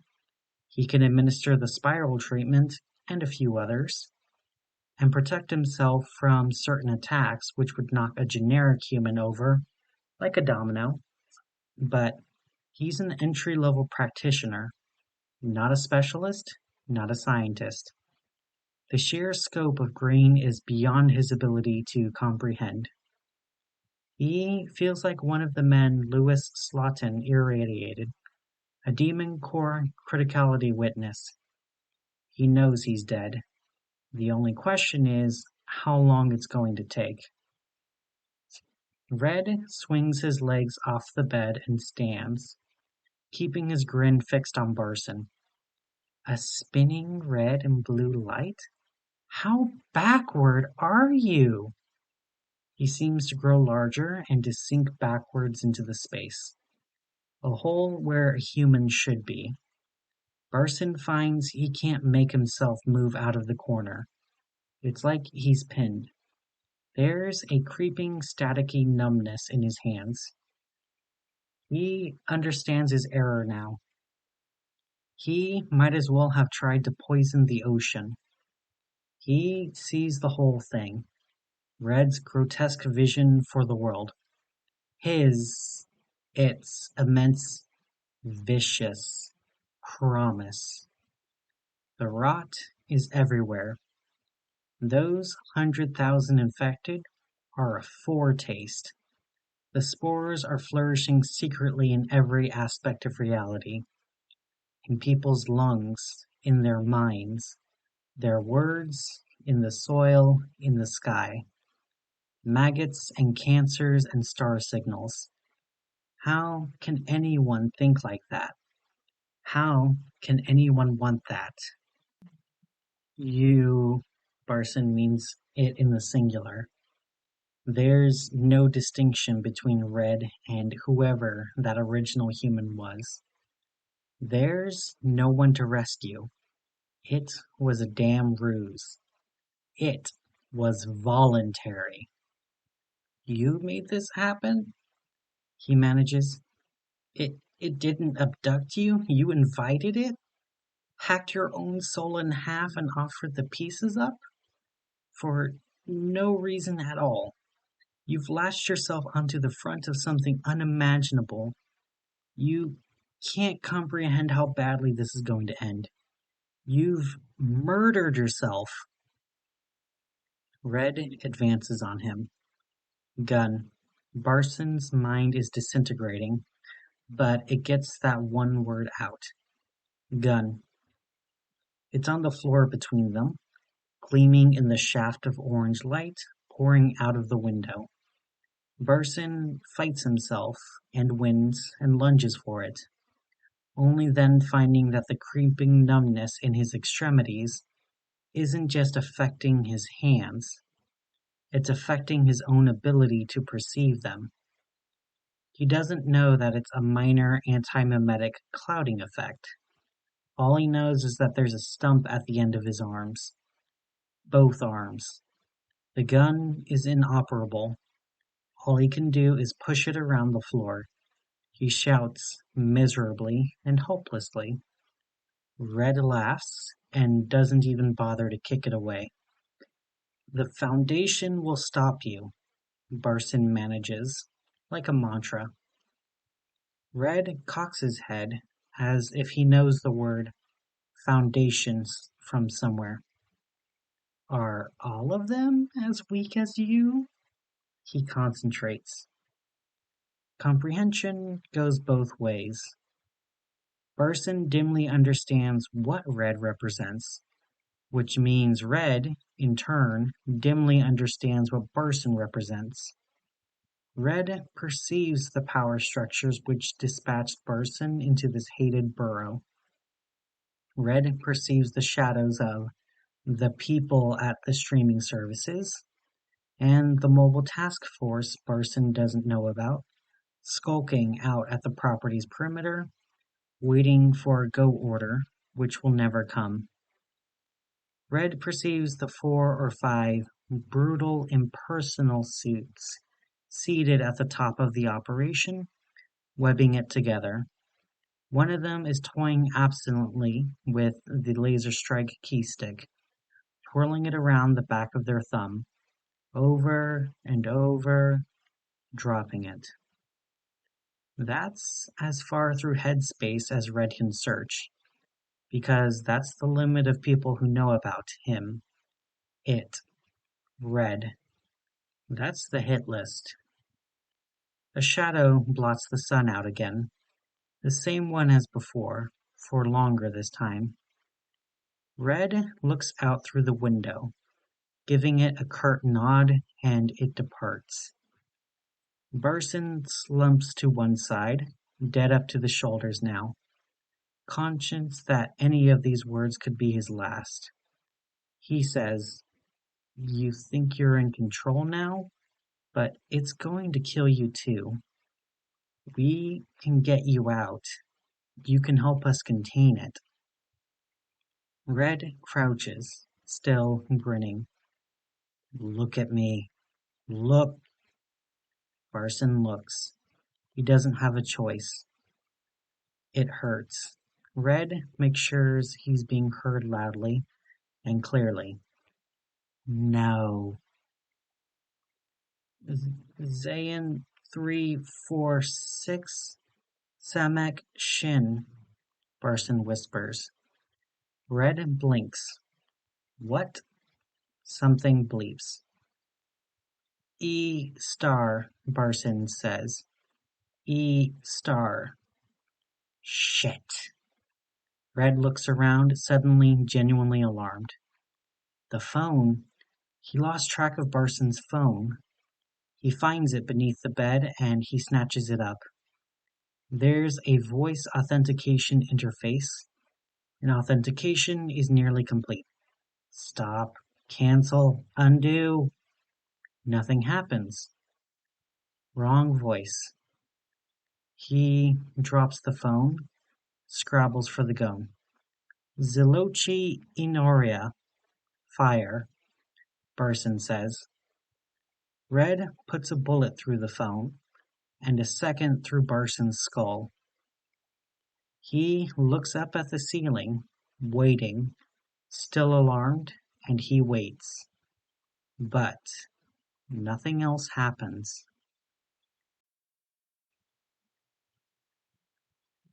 Miss Wheeler, Miss Wheeler, Marion Wheeler had just finished a scheduled inspection of SCP-8473 and is about to go for a cigarette. Someone is running up to meet her outside SCP-8473's containment unit.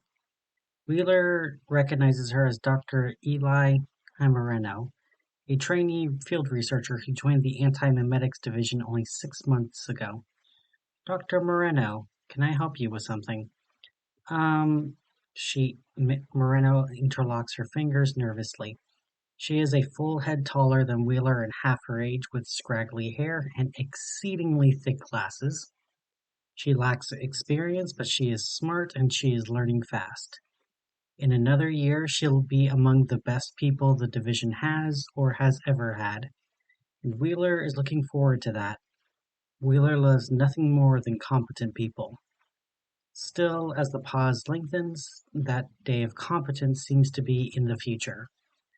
Dr. Moreno, I normally expect my people to get to the point a little quicker than this. There's a stone in the forest behind the site, Moreno blurts. It's monumental. It's like a skyscraper. It blots out the sun. Do you know what I'm talking about? Yes, but I've never seen it before. I don't understand how it's possible that I've never saw it. It casts a shadow across the whole site. I mean, was it always there? Yes. Is this because you took your first routine dose of ops grade Nestix this morning? Yes. Moreno seems alarmed. That's how it works? Something that big can just be right there and we don't see it. Yeah. Wheeler checks her watch and mentally moves some scheduled commitments around.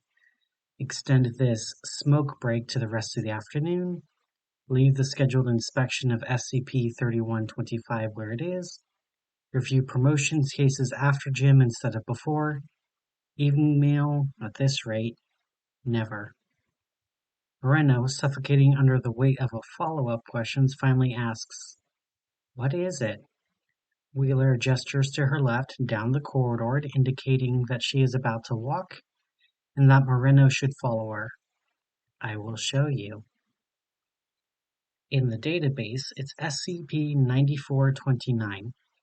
Moreno hasn't read the entry. She doesn't have access. The stone is a single, unbroken, 91 by 91 by 147 meter vertical cuboid of ancient weathered dark basalt. It sits at a very slight angle, leaning fractionally to the north. Its regular angles clearly mark it as a carved object, a human-made artifact. It rises out of the forest to the east of Site-41 and dominates, not to say obliterates, the views in that direction from the windows of the site's main block. It is, by volume, massively bigger than the site itself, even including its underground extents. It looms. It is absolutely unmissable.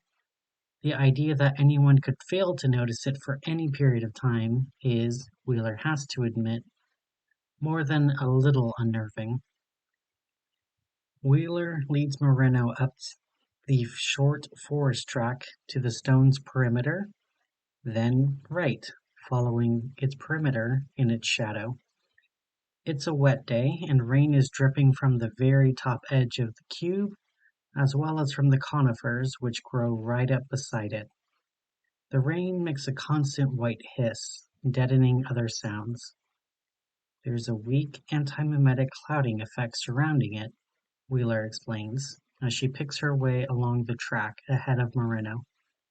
To most people, it's effectively invisible. You've been up to the top of some of these other hills, I'm sure. You should have seen it clearly from up there as well, but you looked straight past it. That's normal. There's a related effect which removes people's memories after they visited the stone.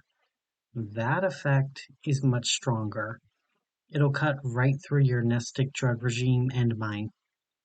So, we'll forget about this, Moreno said. Wheeler holds up a battered little notebook and a cheap blue ballpoint. Moreno understands. She is carrying a notebook and pen as well. Information suppression is a complicated spectrum. Sometimes a written note is the only thing which will make it out of a zone, which suppresses memories, electronic data, radio signals, and even audible sound.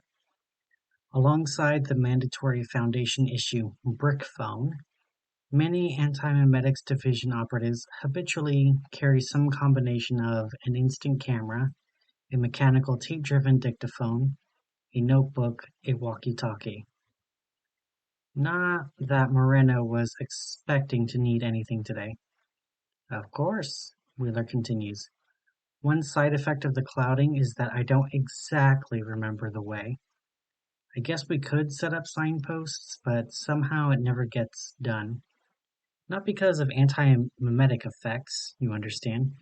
Just plain laziness. Ah, this looks like the way up. They come to a passage in the side of the stone. It is, in fact, not a passage, but a tremendously deep groove, cut all the way from the top of the cube to its base. A slot with a thin line of overcast sky visible overhead, and steps leading up. Wheeler begins to climb, and Moreno follows. They climb in silence for some minutes. Moreno stops a few times to write down a note or two, hunching over to shield her notebook from the drizzle. Then she hurries to catch up with Wheeler, who maintains a steady, indifferent pace. Some time after Moreno had lost count of the steps, the steep groove makes a 90-degree turn to the left and continues to ascend. Wheeler stops here above Moreno and turns to quiz her. What do you have so far? What is this place? Moreno asks. You tell me. Moreno hesitates for a moment, uncertain where this is going. She checks her notes. Geologically speaking, this stone is an alien. At first, I thought there had been a mountain on the spot which was excavated into the shape by human hands, but the rock itself is wrong. It's different from the mountains and hills near here. You'd have to travel at least 500 kilometers to find basalt like this, which means it must have been excavated somewhere, elsewhere, maybe carved there, and moved here.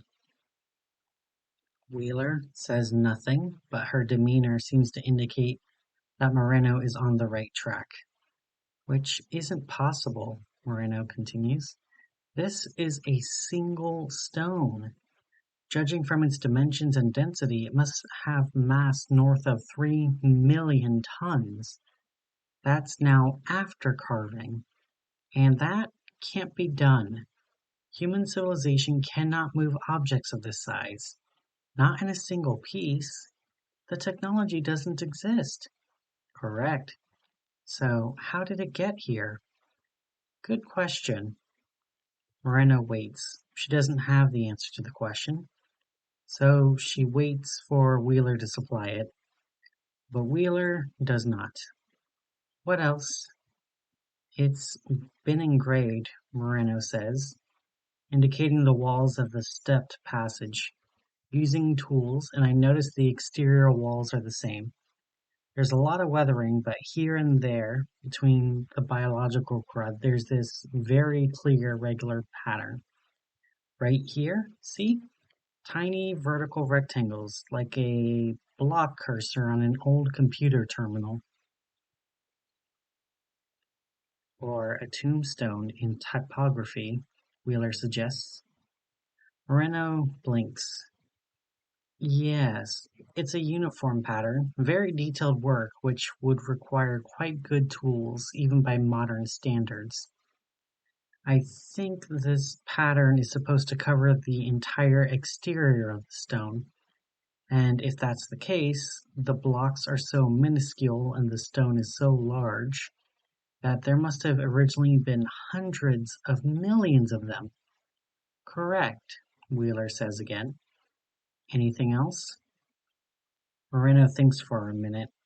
She stares up into the rain, reflecting on the atmosphere that the stone, or sculpture, as she supposes it would be better described, projects. Loneliness, quiet, desolation, awe, and intimidation, and some fear. Although with that intimidating, fearful atmosphere, there's no sensation of danger, no threat. We considered ourselves to be a powerful culture, she says aloud. Wheeler hears this, but asks no follow-up questions. Apparently satisfied, she turns and continues climbing the steps, and Moreno follows. The passage makes several more turns, carving out an erratic squared squiggle. Moreno takes no further notes. Her knees are about ready to explode by the time they reach the top.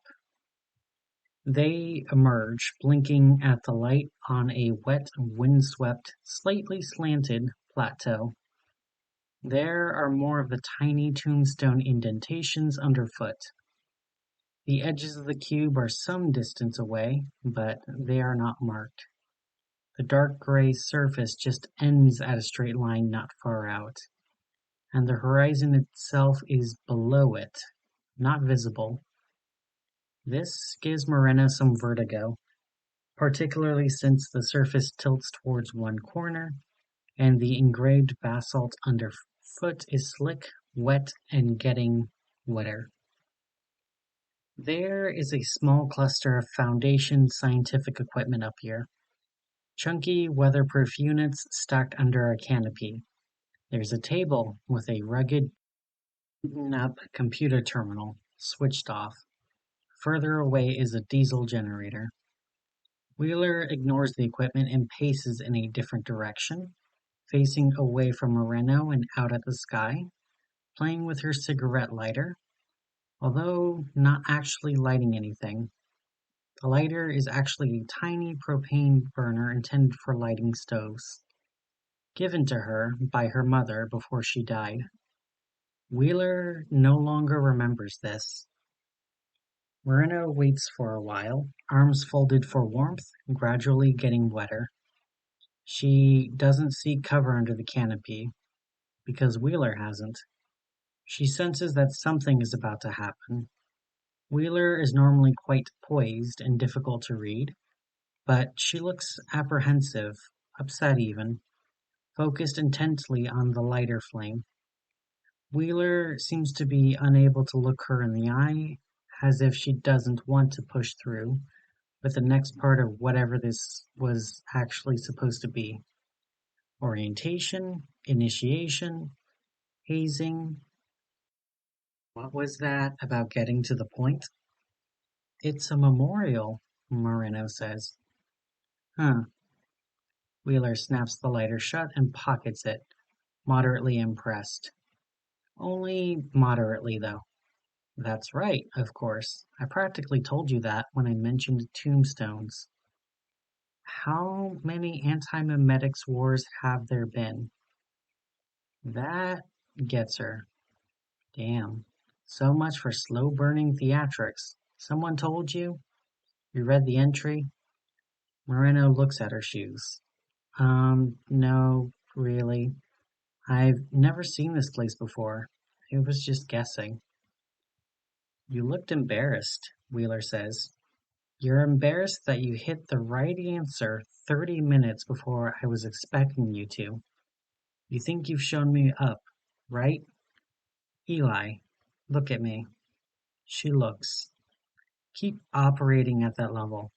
Don't slow up for my benefit or anyone's. It's important.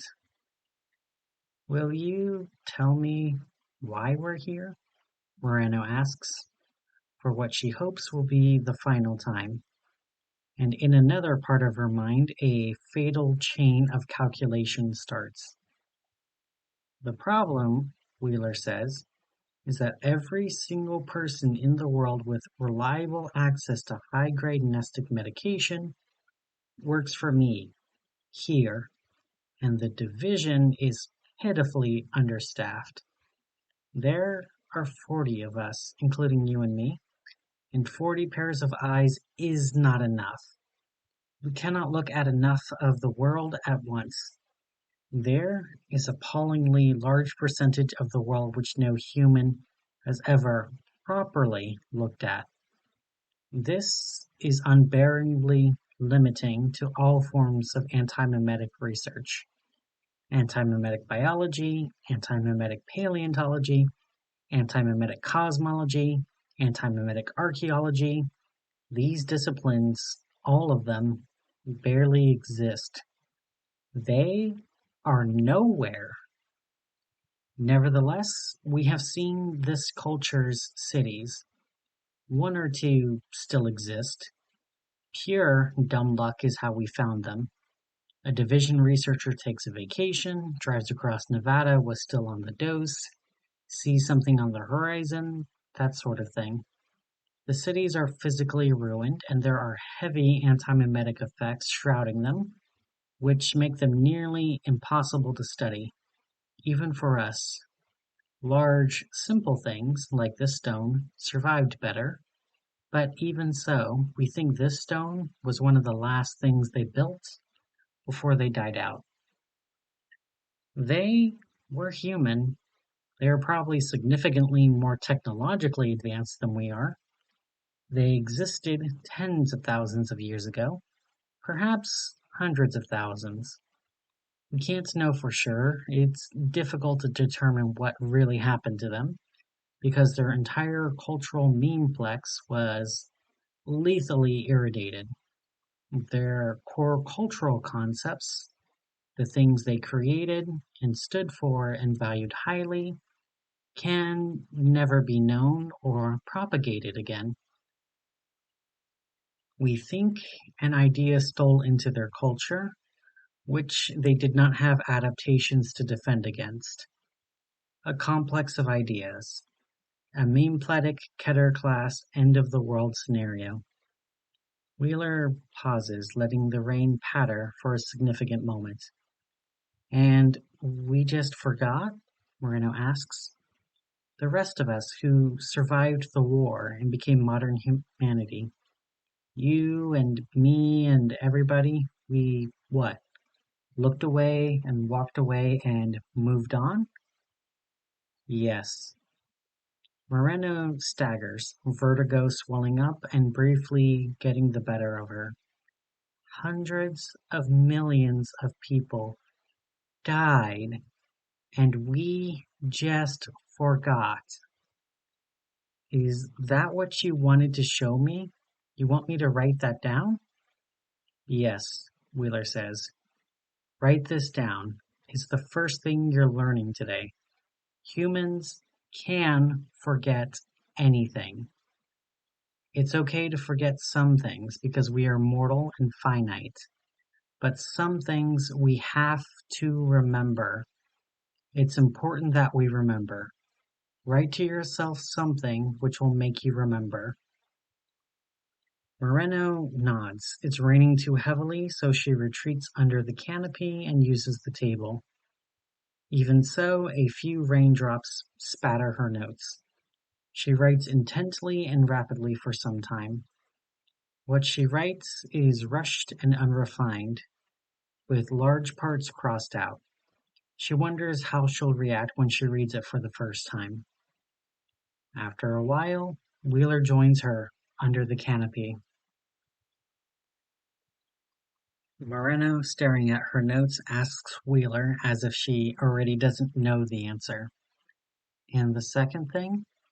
Wheeler says, it is possible that their culture had an equivalent to the Foundation. It may even have had an Antimemetics Division. If they did, their Foundation and their Antimemetics Division failed them. It's a big reality. It's a big foundation. There's a lot of Keters and a lot of Keter class scenarios. So maybe the end of the world will be some other division's problem. And yes, a big part of the job we hired you for is basic research. Lab work, as safe as it gets. And yes, it's been thousands of years, and it may be thousands of years more. But maybe it won't. And maybe it will be our problem. To answer your original Question. There has been one antimemetics war that we know about, potentially others that we don't know of, and there is, undoubtedly, one to come. Moreno says nothing. She looks dismayed, broken. She's right to be, and Wheeler is familiar with the reaction. This is indeed part of every new Antimemetics Division operative's orientation. The magnitude of responsibility can be hard to handle. It should be. Welcome to the Antimemetics Division, Wheeler says. This is your first day. Moreno writes for some time longer. Wheeler waits silently. The rain doesn't let up. But what was it? Moreno asks. What was the idea? SCP-2429-A, Wheeler says. We isolated the memeplex itself in the 70s. We have it on a slab in a Vegas room, basement level 2. It's mostly harmless. Now, it's so culturally alien to modern humans as to be nearly incoherent. Think Egyptian hieroglyphs. I'll show you another day. I can read Egyptian hieroglyphs, Moreno says. Are you saying it couldn't come back? In that form, it's highly unlikely. Moreno looks at something, far away in the sky. Wheeler looks. There's nothing out there. Just overcast sky and rain. What do you even see? Under heavy nestic doses, some people say they see ghosts here.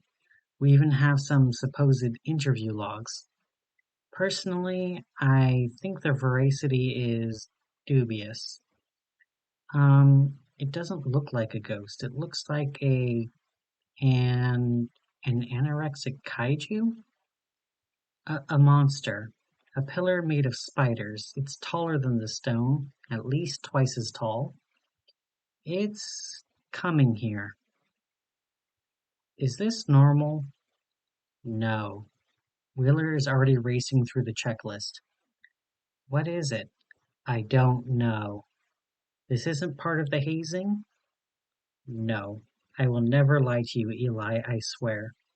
An antimemetically cloaked entity, which looks as monstrous as Moreno is describing, has an approximately 0% chance of being benign. They need support. Wheeler finds that her phone has no signal. Checking Moreno's is pointless. She already knows. The only way to get a message out of here is a written note. A paper airplane thrown off the top of the woods? It's bending down. I think it's looking at me, Moreno says, watching a space in the air descend. There isn't even a hole in the rain which Wheeler can perceive. Its head is gigantic. It has to be 10 meters wide. It has graspers and arthropod legs all over. Dozens of eyes. Some of them are blinded.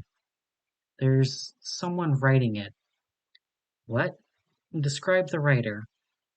Caucasian male, 20s, skinny, jeans, trainers, dirty brown hair, needs a haircut. He's been shot. He's bleeding out all over, but he doesn't seem to notice. In the liver and again in the throat, just above the clavicle. He's smiling. He says no, that never happened. Wheeler spends a split second wondering whether the gunshot wounds are intentionally creepy detailing or whether the man is genuinely using some kind of advanced antimemetic power to ignore a mortal wound. And if the latter, how he originally sustained it. But more urgent questions are afoot. He sees you? Yes. Does he see me, hear me? Moreno is transfixed and starting to look genuinely frightened.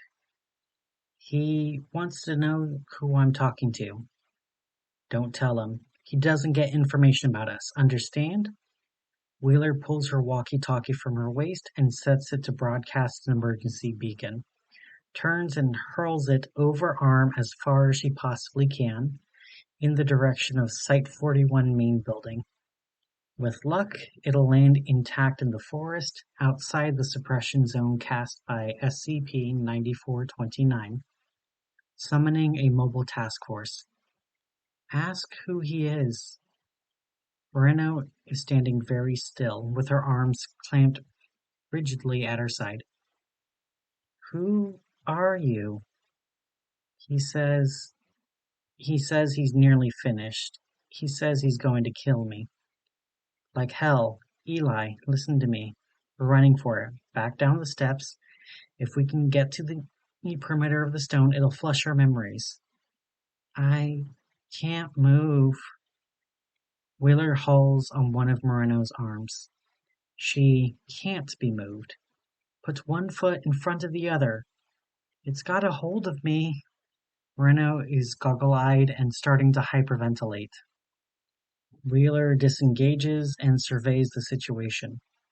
She can't see or touch any of the grasping spider legs, or the monumental face, which Moreno can't look away from, or the writer, but she believes Moreno that they're there, real, for some value of real. She clasps one hand to her side, but of course she isn't carrying her sidearm. Because this is a safe SCP on a safe site, and why would she? Not that it even makes a difference when this mythical writer is able to laugh off gunshot wounds. There aren't enough options in front of her. She very badly wants to swear and bites down hard on her tongue. Moreno screams. Eli, Wheeler shouts, don't look at it, look at me. I can't. You're stronger than this. I'm not. You're the best we have, Wheeler says. I'm not making that up. You're seeing this thing when nobody else could. That makes you smarter and stronger. You can fight it. Invasion drill. It hates us so much, Moreno says. I can't think through it. I can't see. Please, please don't. Wheeler knocks her out. She circles behind Moreno and places one hand on her shoulder for stability and punches her behind the ear. Moreno sags in place, then falls forward to her knees. Wheeler is just about to catch her before her skull connects with the ground, but she didn't hit her hard enough. Moreno is unconscious only for a second. She struggles as she comes back. It's like she's waking from a nightmare into another nightmare. She clutches at Wheeler's hand. She can't scream. Her heart stops. Wheeler rolls her over and administers CPR. But without equipment, there's very little chance of her restarting Moreno's heart. Nobody's coming. She didn't throw the walkie-talkie far enough. It's almost 15 minutes before she gives up. And then Wheeler is collapsed against the wall of the passage on the next to last step, about to leave SCP-9429's field of influence, trying to figure out what in the fuck she can possibly write to herself. What the hell was that thing? All Moreno did was think of it, and it killed her. She was as good as any of us. She was as capable as ever going to be, and she wasn't good enough. What do you fight? An antimemetic monster, which only eats the best antimemeticists. You could try to build some kind of counter meme, but you'd need to be shielded while you worked on it. You needed to be hermetically sealed, self-sustaining lab as big as an arcology, like the ones Bart Hughes used to build. Like the one under Site-41. God, how long have we been fighting this thing? There's a rustling behind her. She turns to look. Far away, up the steps, there he is. The writer Moreno described. A scrawny young man with a hostile frown and, yes, 2 steadily oozing gunshot wounds. His shoes are soaked in blood. He calls out, "Marion Wheeler, I owe you for the lake." Wheeler stands up. She doesn't know what lake he's talking about, but she says nothing. The writer gestures. Blue and brown and black spiders of all sides cascade around the corner, flooding the passageway up to his knees, pouring over his shoulders and tumbling towards Wheeler. They make a strange, organic rustling as they pour like wet leaves. There must be millions of them. The spiders would probably be much more effective if she was, at all, afraid of them. It's too bad. She just learned a great deal about this entity. That they have history together, that it personally dislikes her, and it apparently has a humanoid mouthpiece and a lousy imagination. But she has only a second before the cascade of arachnids overcomes her, and that's not enough time to even write a single word. Moreno's death, then, was for nothing. She steps backwards, over the threshold. The rain is finally easing off. Wheeler lights a cigarette and heads back to the main building. It's almost time for her scheduled inspection of SCP-3125.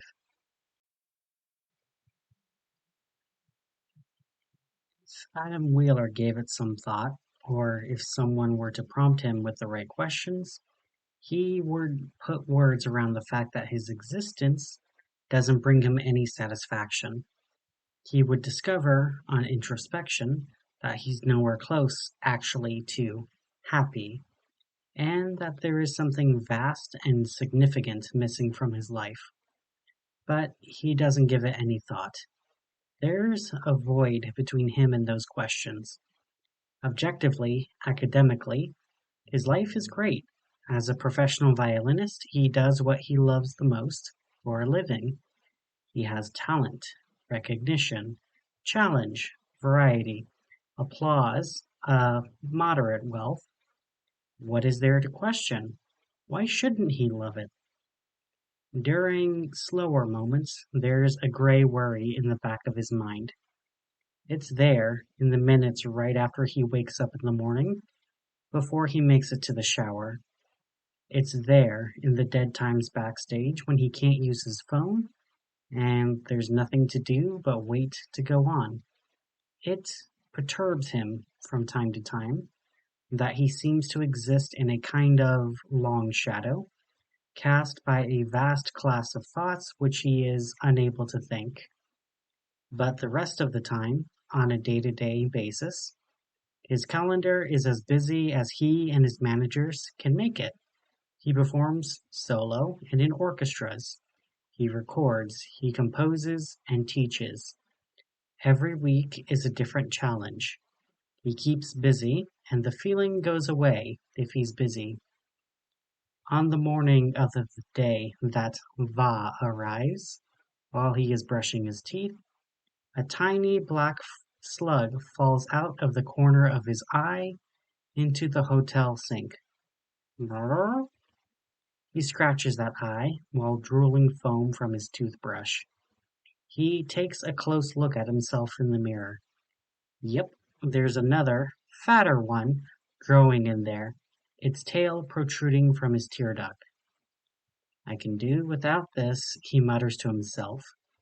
He spits, rinses, then takes a pair of tweezers out of his wash kit. Carefully, he nips the tiny, waving end of the slug and tugs it out. It's no more painful than extracting a nostril hair. He drops it in the sink with its friend and washes them both away, along with the froth of the toothpaste. He stares at the plug hole for a long moment, It's like he's forgetting something. He can't bring it to mind. He shakes his head and goes to get dressed. Wheeler had been on tour with the New England Symphony Orchestra for nearly a month. They're at their final venue, and it's their final night, and Wheeler has mixed feelings. Touring for him is an opportunity to explore a kind of liminal lifestyle, where he can suspend a lot of worldly concerns and just exist as a being who wakes, travels, performs, and sleeps. But as novel as the experience is on paper, 4 weeks of it is grueling. By this stage in the tour, even the most naturally cheerful members of the orchestra have begun to show frayed nerves, and program had become stale and repetitious. It's long past for something else.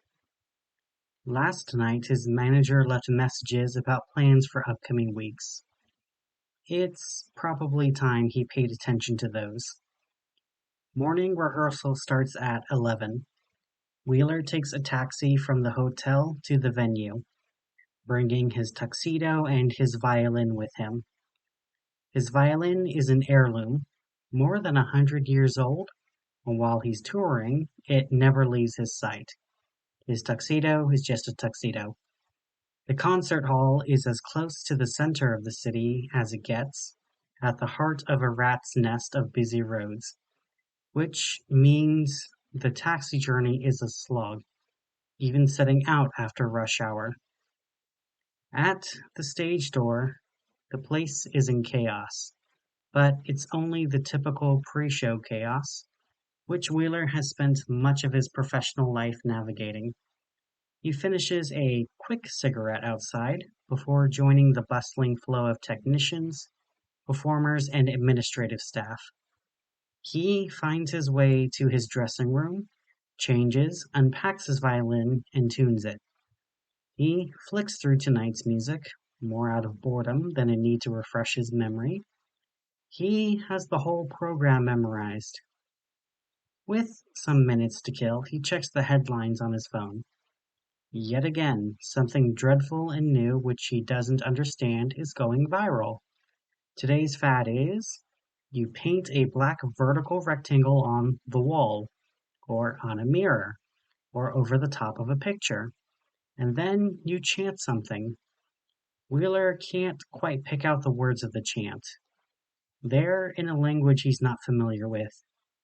He's no singer, but he's performed pieces with lyrics in Latin, German, Greek, French, whereas this language has a bizarre, manufactured sense to it, as if it were simply English with the vowels and consonants all switched around.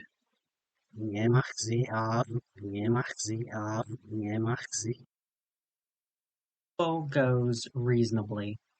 Wheeler long ago swore that he would never coast through performance, and he plays decently well, but it seems to him as if a lot of the orchestra is distracted.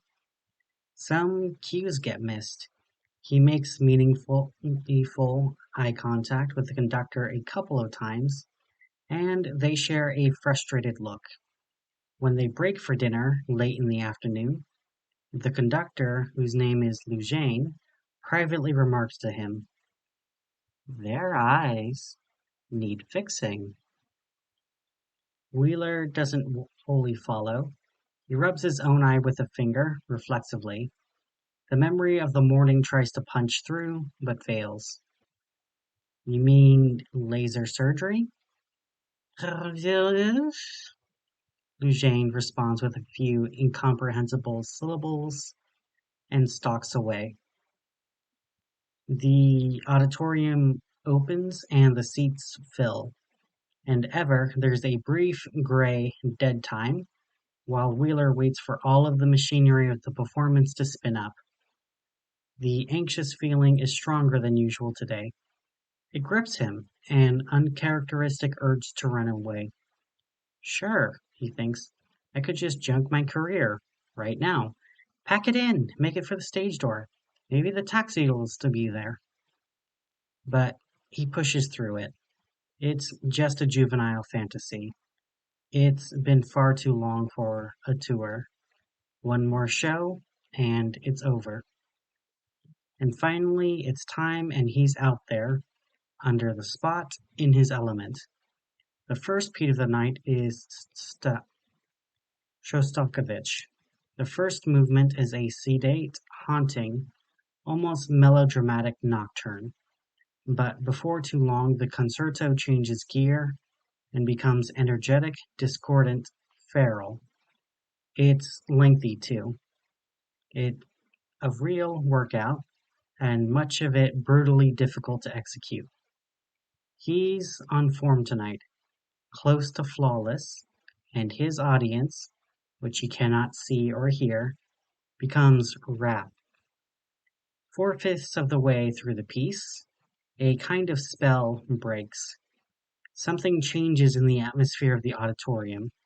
The temperature in the huge room seems to rise by several degrees. More concerningly and noticeably, the music behind Wheeler begins to trail off. The conductor stops too. Perplexed, Wheeler continues to play for a moment or two, keeping to his own internal time. But after a moment, it becomes clear that something is wrong, something which everybody can see but him. He steals a glance up from his instrument and finds that Lujane is staring at him. In fact, every musician in the orchestra is staring at him, all of them wearing the same expression of stony, barely contained, and they've been replaced. The orchestra is gone, all 70 of them. The things which have replaced them are not human, but alien, ill-proportioned pillars of pinkish, brownish flesh. Each had, at its top, a heavy protuberance studded with goopy biological sensors and rubbery openings, and sprouting from the very cap, lengths of various kinds of vile, off-colored moss. They are draped in black and white fabrics, weirdly cut to either conceal or highlight their blobby, inconsistent body structures. Wheeler reels with fright. He almost falls off the front of the stage. His stomach convulses and he wants to vomit. But a frantic fragment of his brain hasn't panicked yet and tells him, wait, nothing's changed. That's what humans have always looked like, right? What's happening? What's wrong? He glances, petrified, out into the darkness of the audience. The silent energy radiating off them has changed. They've been replaced too. He knows, and they know he hasn't. That's what's wrong. Clutching his violin to his chest, Wheeler stumbles across the stage, past the conductor, towards the wing. As he does, the musicians rise slowly from their seats, letting their own musical instruments drop to one side or the other. Wheeler trips over a cellist's music stand, recovers. The conductor is following him, while the other musicians close behind. Wheeler reaches the wing. There's a pair of stagehands there, waiting for him. They have the same placid, angry expressions as everybody else, and the same set jaws. Wheeler stops and turns back. His heart feels like it's going to take off. Lujane, or rather the biped which used to be Lujane, walks right up to him. He's a little shorter than Wheeler, but much heavier set. Rooted to the spot, not thinking clearly, Wheeler holds his violin up as if this will shield him. The conductor takes the instrument from his unresisting hands and breaks its neck underfoot, perfunctorily, as if crushing a box for recycling. Wheeler backs off, his hands raised. He bumps into the disapproving stagehands who gently and wordlessly try to take hold of his arms. He shakes them off and is just about to twist past them, he dives into the warren of corridors backstage, and then runs like hell. 4 floors up in some remote, poorly lit corridor, which hasn't seen regular use in years, he finds a bathroom. He goes in and throws up. This makes him feel a lot better. He washes his mouth out and then lights a cigarette, quickly filling the tiny space with a haze of smoke. That helps too. The adrenaline has run out and his knees are still wobbling from climbing too many stairs. But it doesn't sound like anybody is closely pursuing him. So in this safe moment, he asks himself a serious question. Did I just have a panic attack? He doesn't know what a panic attack feels like. Having put so much distance between him and the stage, what happened there feels like a crazed dream, a paranoid hallucination. But no, Eugene broke his violin. That part definitely happened. He remembers it with distressing clarity. His relationship with Eugene has never been much more than tepidly professional, but the man was a professional. To vandalize a precious instrument like that would be unthinkable for him or anybody in the orchestra. There is something wrong with everybody except him. He flicks his cigarette butt into the toilet. He grips the sink and looks at his reflection.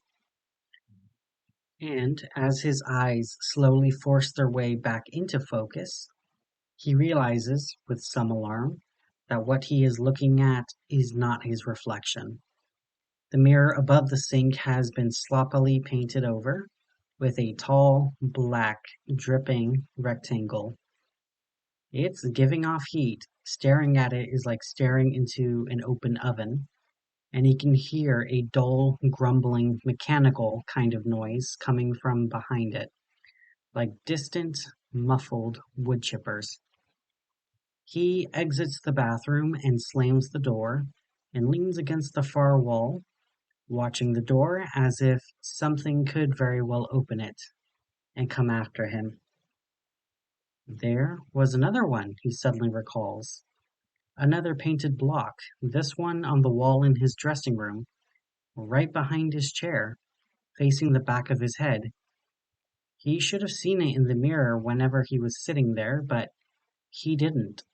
And not only that, there was one in his hotel room. It was painted over the picture hanging over his bed. Did the hotel staff paint it?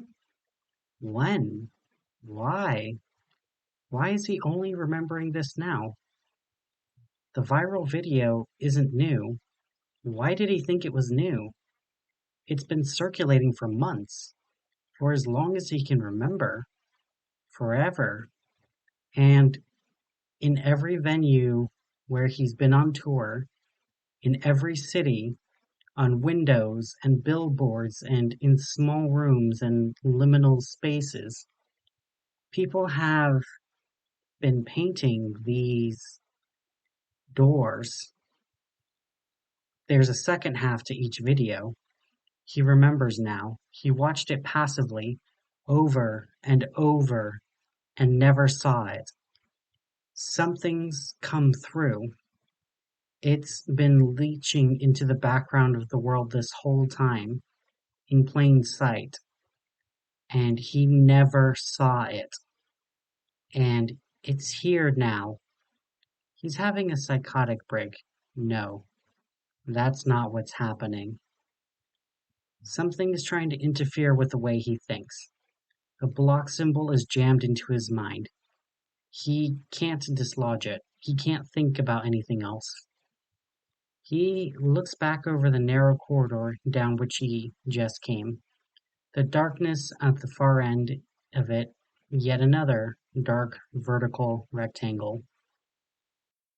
He hears the footsteps of a multitude of people coming from that direction. Not running, just walking briskly enough to harry him. He needs to get out of the building, get help. The stage door. He takes a confused zigzag route back down to the street level. There's nobody in his way, and the stage door itself is unattended. He cracks it open. Night has fallen since the performance began. There's a minor road right outside, behind the concert hall building. A yellow-lit cul-de-sac with a loading bay and some unattended trucks. There's a major road adjoining the minor road, rammed with stationary traffic. Some of the vehicles are, indeed, taxis, but all of them are unoccupied, and most of them have their doors left open.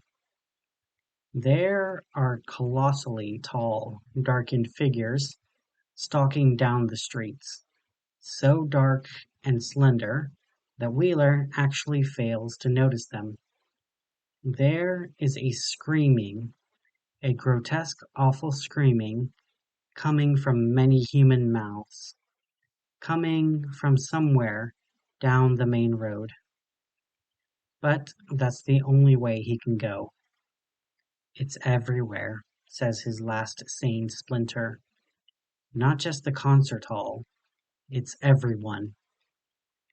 As he creeps towards the main door, someone, another occupied former human, pokes their head around the corner and calls to the others in the strange language, pointing him out.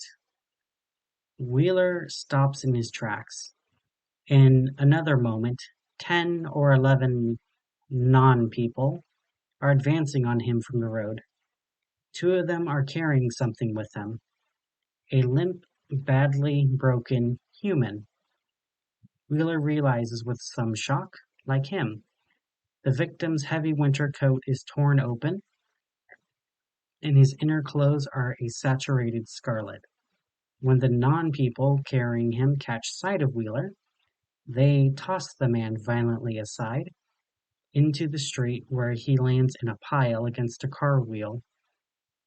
He grunts with pain as he lands, face down, and once he comes to rest, he takes a deep breath and lets out an inhuman, traumatized cry. But he doesn't try to move again.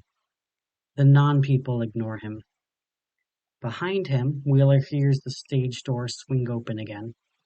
He doesn't dare glance back. This can't happen, says that last splinter. This is possible, yes.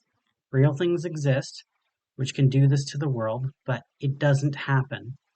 There's someone whose job it is to protect us from this. We're supposed to be protected. Someone stops it from happening. Someone steps in at the last minute.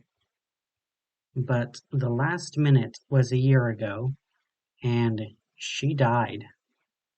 Marion. Oh God. Help, he says, to nobody. A feeling of weightlessness rises up in his stomach. Gravity seems to upend and pitch him forward into the waiting arms of the non-people. They restrain him. They spent some time debating what to correct first.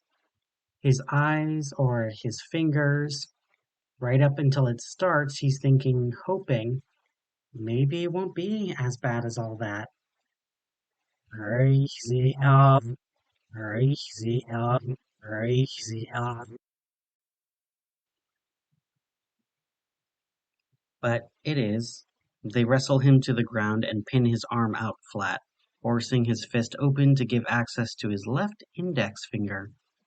The dread idea is beating on the door of his mind, demanding to be let in. It's wrong. The shape of it is awful, and it's too big and slick with poison, and he knows that if he lets it in, it'll swamp everything he is, filling his home up with sludge and broken glass. It wants to drown him in it, and he knows it'll replace everything he is with itself. He knows it's taken the rest of the world already, and all of the people around him, and he holds out. And he continues to hold out right up until one of the people pinning him produces a chisel.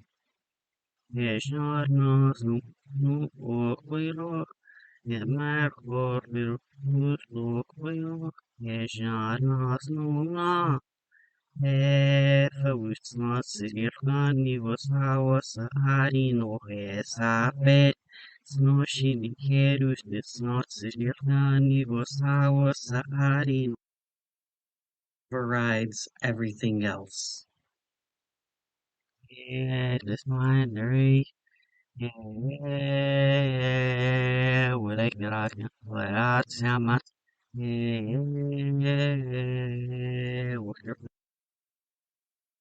he says. Yes, he throws the door open.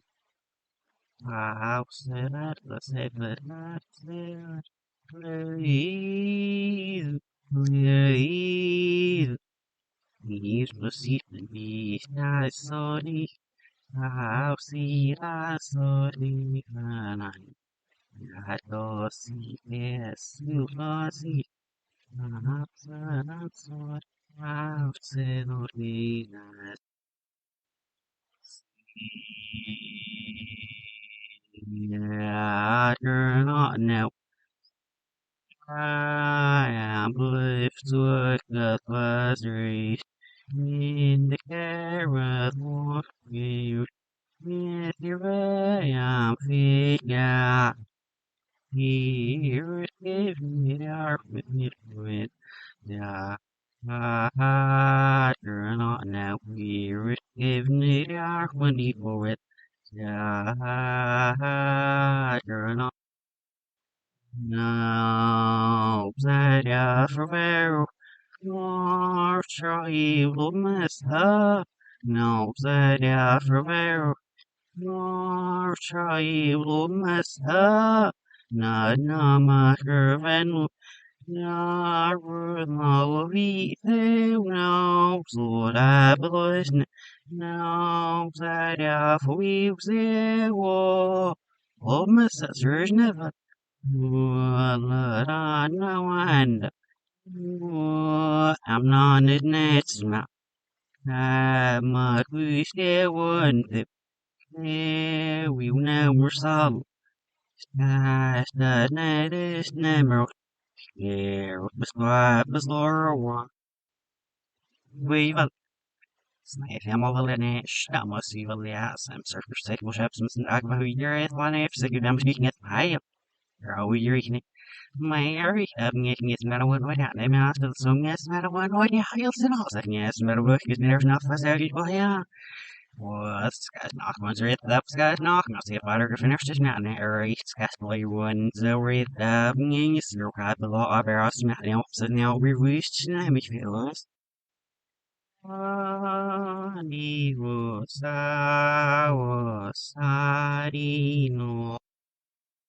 World is ruined.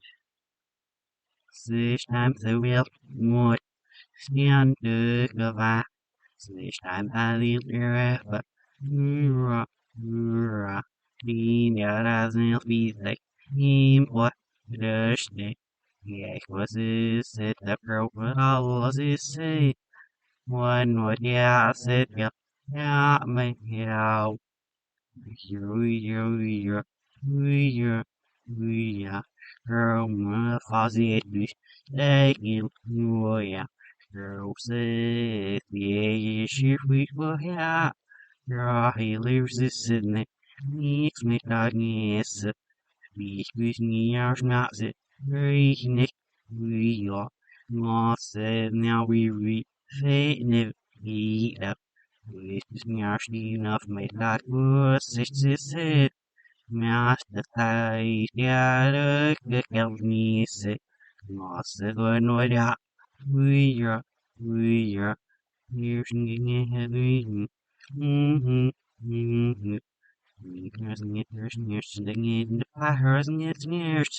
Hier verder me das je, nein papa nartje, hier steeds nemak, we're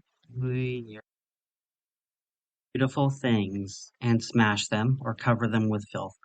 Find delightful people and disfigure You get therapy back. Yeah, who's not weird, we be sorry, get therapy back. We get therapy back. We get therapy back. Oh, Frostly for the gap. Oh, right, we're an area of cash. So, was in the cash. Oh, right, we're an area of cash. Oh, Frostly for the gap. Oh, right, oh, right. Who are drowning in and driven by Va, who radiate فاصلة من بين بشمع ودعوة زويمي سنيجبرن سنو ميو with my other and follows it with a noise of the server remember me yeah Sam Ficus sneak of was it Sam Ficus who number in the billions and are so sweet if our shit or the engine this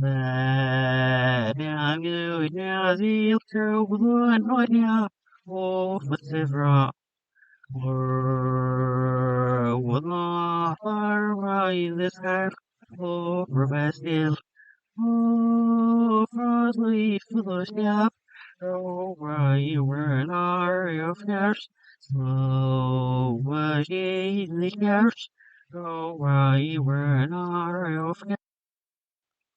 Sen here for this hat on net. So if someone sees it in the top, zero perhaps got nothing there. The always net says water career with a kind of the mop. One you up there, I think so. Got knock at the way you was over too bad. Said this year food, that said long it ever from the snow. I really thought either smith. When this guy's not from the outside, you learn that. Ring nong out the winner, nailer it not. Ring nong out the winner, Anders Nary, fuel spots, if they either stick. Lawyer, so little luck, you up, unless you just didn't open it. Seven your eyes down to cover outside, me it's zero happily. This is some there, it's a next, this has been missing the zero happily, this fellow, if up. One, not for the season of the cat. December busken yes massa hamak zershim tine ek was not zershim but for something that serve your on to look at down g I keep up that some was signalized in the center of the city. More face even together now we're better from that. It's or the here sure we lesson she and my feet can be fed in and the door locked. Rocks here. You are sure should have the paint up girls in with one side of Yes, unless the within a server, then more than a lot, but it's you can't get no way up. I feel it says the elder would have looked in this year, there's not on this zero, so elder went up. Oh, you never knew that. Royal Shiloh, this more than a lot, but beneath the rate. Reversible. Wait, some more back here, sit there ain't enough on it. Yeah, sit there, enough, sit there, sit there, enough, good enough, so I have to think it's I guess seriously. Nhiều ca bỏ nhập sa đàn Nhiều mà sẽ nói ít lít Nhiều sẽ vô sắp nhất mà Thì sẽ nói chi bê mà Tact and watching. Then I'm feel one.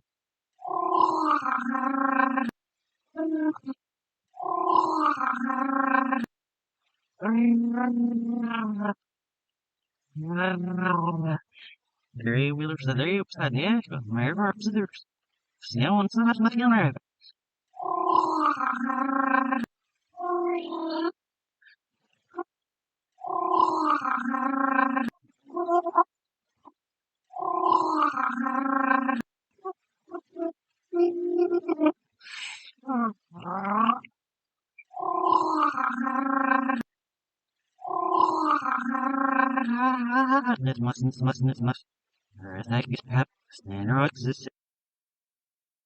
Last splinter of Adam Wheeler. Oh, why when are you fierce? Oh, was more than the we was funny for. Oh, fun of machine, yours to the evening, I let nose. So, the life, either was all a chance, so wasn't this, yeah. Work against that which it knows to be wrong. It was right near, but there was sickness eyes. In the walk of us now. What's your feet, never blessed to you? Kill it out with the sniffs. The week before has happened now. Stop, still follows and losses. What's the beat, kill it out with the sniffs. Is what was lost, with less most, so what was lost, or was not by in this car. A ray up there, a narrow, yellow, nourishing sunbeam. He follows it. Ah, the absolute look right. Sent right in there and light the we all went and said he all was in us and this top of the walls. That's the neck. Nuts the lofty up. That you're with us, show what's the side showers the scene. Need us nowhere with the side. Out of the city. Is what was rocks nearing and live as north. So what was law? Or was law for mine this scarf? Oh, professional. Oh, firstly for this gap. Oh, right, when are you first? So, but in the first. Oh, right, when are you first? Oh, even now, myself. Away from the core. As we're in the gracious, as not as an explore wonderful you see the wrong years of the word heavily. See, remember always me long was. As we're in the gracious, as not as you explore wonderful you see the low curse, the spot in the see, Mama knows, a kind of thread unravels behind him. And infestation. Crazy larfing is one of their own mali bit rats. Great suggestion you don't match. I'm said this is being in my mask. Black slug drops from his tear duct, falls to the asphalt, and shrivels.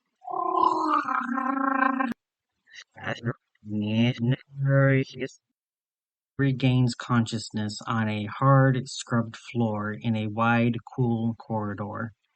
He is lying against one wall of the corridor, as if tossed there like a rag doll, with his back to the wall and his right arm stretched out, clenched in such a tight fist that his finger joints are hurting. He releases the fist, gasping. Disoriented, aching, he rolls and plants his other hand on the floor. It's then that he discovers what happened to that hand.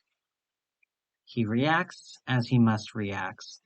He clutches the stub where his first two fingers were, and screams and cries hopelessly at the echoing building. Nobody answers him. The last thing he remembers, he was playing Shostakovich. He was flying through it, unimpeded. In his mind, he can hear what he was playing.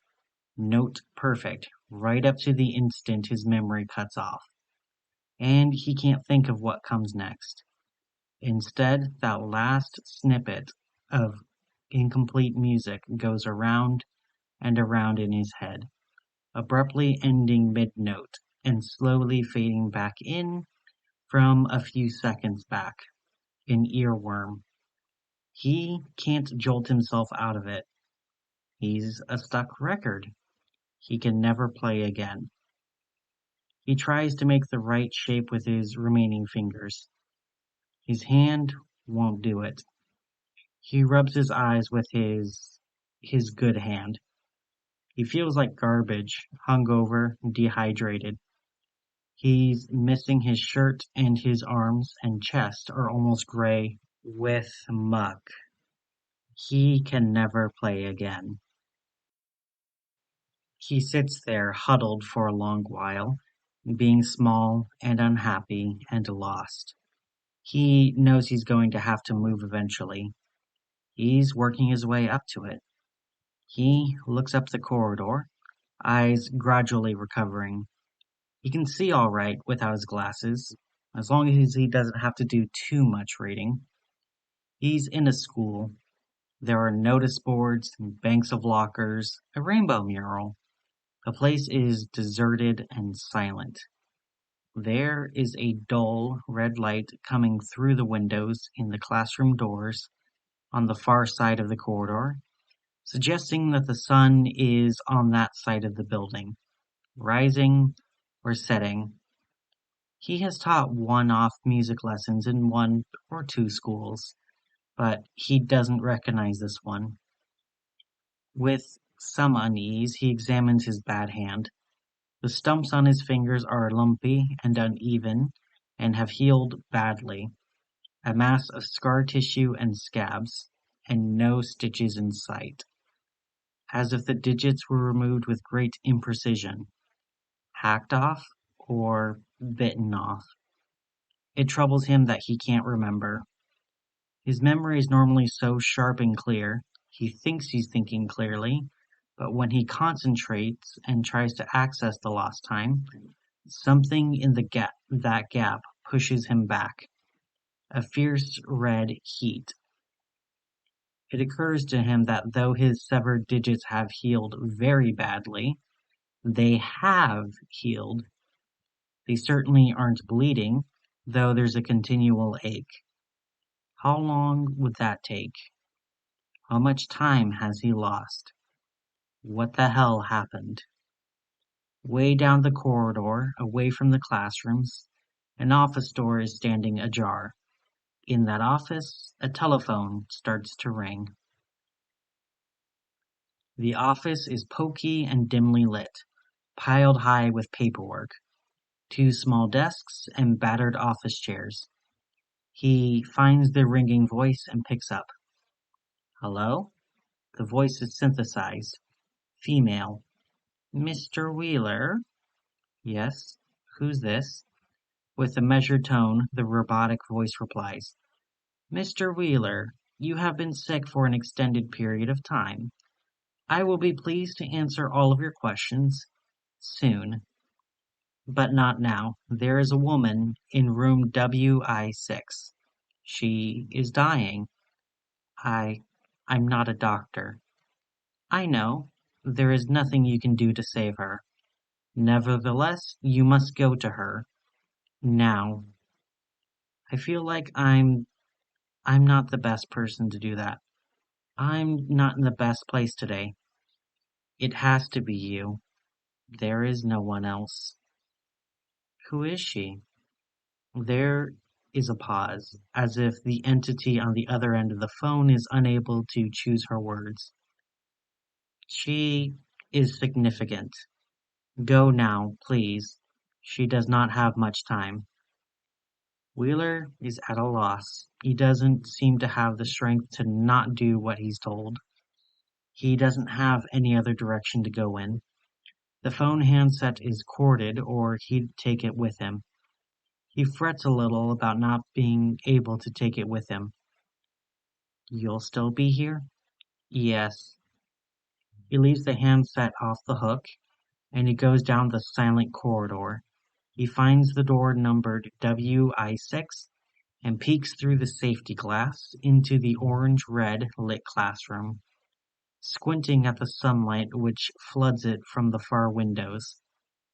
It's still not clear to him whether it's dusk or early morning. There is nobody in the classroom that he can see. He opens the door and goes in. There are elaborate, colorful biology posters and coursework displays, desks in disarray, scattered books and felt-tip pens, brightly colored backpacks. He takes a pace or two up the central aisle, not seeing what he thinks he should be seeing, and turns around and jumps startled. There is a huge chalk sketch on the blackboard, a highly realistic rendering of a woman's head and shoulders. He could swear the board was blank when he walked in. The image is moving. It's as if it's being drawn and erased and redrawn 5 or 10 times per second.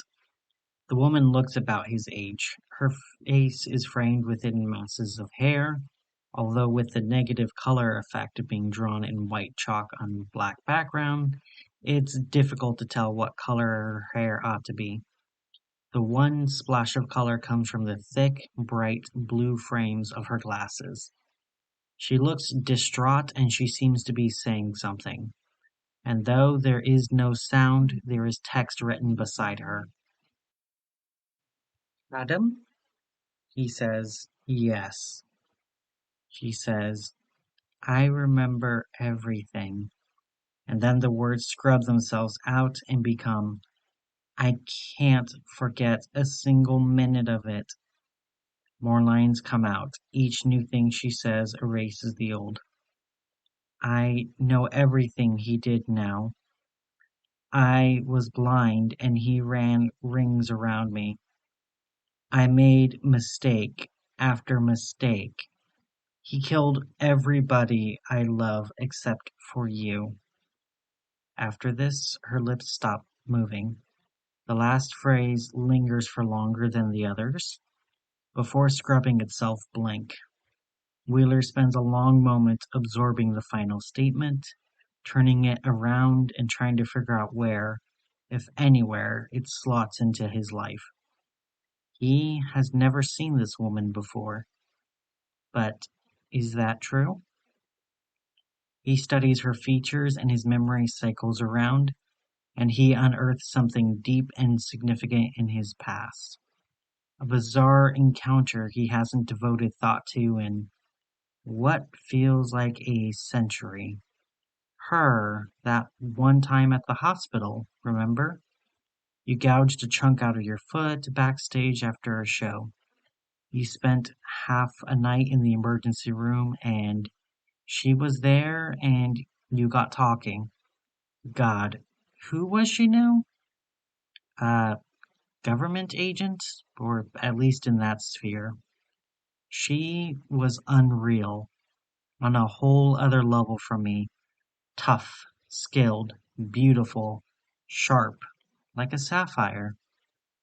We talked about music, film scores, and the trash which passed for TV sci-fi those days. And David Lynch. And it was, well, you don't know that early, but it was promising. But nothing happened. They patched up my foot and we never went anywhere. Did we? Marion, he breathes. He almost got it. He holds a hand up, fearful as if motioning for her to stop. No, this can't be. I sent you away because I was trying to save your life. He remembers. It reconnects all at once. The years upon years of inextricable shared life. There's too much energy there. It crashes through him, violently. It's like grabbing a frayed electrical line. It's like being shot. He stumbles backwards, disbelieving. He never imagined how much he was missing. No, no, no, Marion. And it didn't work. What happened to you? I should have been there. And he ruined the world. And now you have to live in hell. Where are you? Someone said that you were dying. I'm already dead. I'm the memory. But now the memory is dying too. He's found his way into heaven, and he's ruining it, like the earth. What do you need? I'll stop him. I'll help you. I'll do anything I can. I I love you. She says nothing, and after a moment or two, Wheeler realizes that her image was frozen. He goes up to it and peers at the chalkwork. Hesitantly, with his right hand, he reaches out to the heavy chalk shading of her hair and touches it with one finger. He leaves a dark dot. The chalk dust is real on the board and on his finger. She's just a drawing. She's gone. It's all gone. He blacks out. He regains consciousness on a hard, scrubbed floor at the front of a school classroom. He is lying there as if tossed beneath the blackboard like a rag doll, one arm stretched out along the wall. He rolls over, gasping, and plants his other hand on the floor. It's then that he discovers what happened to that hand. Dear God, he says, staring, uncomprehending at the mangled stubs. In a strange, abstract way, the loss of his first two fingers just doesn't connect with him. It's as if he woke up already accepting it. What the hell happened? He compares his left hand with his right, which, mercifully, is pristine. He flexes them, mirroring the action the best he can. There could be a little nerve damage in his left hand. He'll have to talk to a specialist, but he should be able to wield a bow. I suppose I'm playing left-handed from now on, he says to himself. Good God, how long is it going to take him to get to the same level of proficiency? A good while. He thinks back. The last thing he can remember is playing Shostakovich. He was flying through it. And he was having no trouble. He can almost hear what he was playing. Note perfect. Right up to the instant the memory abruptly cuts off. But he can't think of what came next. Instead, the final snippet fades in again from a few seconds back, repeats itself right up to the cutoff point, and stops, almost with an audible click. It's an earworm. He feels like a stuck record. So, he does what he always does. Hums a different song to displace it. He feels strange. He is hungover, dehydrated. He's missing his shirt, and his arms and chest are almost gray with muck. And he is dying, positively dying, for a cigarette. But he feels strangely upbeat, as if he's recovered from a prolonged illness, as if the worst is over. He gets up, eyes gradually recovering. He can see all right without his glasses, as long as he doesn't have to do much reading. The classroom is silent, lit red-orange from a sun which could be rising or setting. There are elaborate, colorful biology posters and coursework displays. Desks in disarray, scattered books and felt-tip pens. Brightly colored backpacks. The blackboard is blank. Wheeler has taught one-off music lessons in one or two schools, but he doesn't immediately recognize this one. Way down the corridor from the classroom, an office door is standing ajar. In that office, a telephone starts to ring. The office is poky and dimly lit, piled high with paperwork. There are two small desks, each with a beaten-up office chair. Each desk has a phone, one of which is off the hook. He puts it back, obeying a hardwired instinct to tidy up. It's the other phone which is ringing. Of course. Hello? The voice is synthesized. Female. Mr. Wheeler? Yes, who's this? With a measured tone, the robotic voice replies, Before we begin, may I ask you a quick question? Does the name Marion Hutchinson mean anything to you? Not as such. Should it? The synthesized voice makes it impossible to tell whether the caller is dismayed at this, indifferent, or relieved. No. My name is Ulrich. I'm part of an organization called the Foundation. The objective of the Foundation was to prevent what has happened from happening. Wheeler turns around, suddenly afraid, but there is nothing behind him. And what? He asks with some trepidation. Has happened. The world's gone to hell, Mr. Wheeler. Well, bad luck there. There is a long pause. Long enough that Wheeler wonders to what insane degree he might have understated this situation. Yes, very bad luck, Mr. Wheeler. We need your help. And by we need your help, I mean I need your help. Because there is no one left of the Foundation but me, and I have no one but you, and I am dying. I'm very sorry to hear that, Miss Ulrich, Wheeler says. He finds that he means it.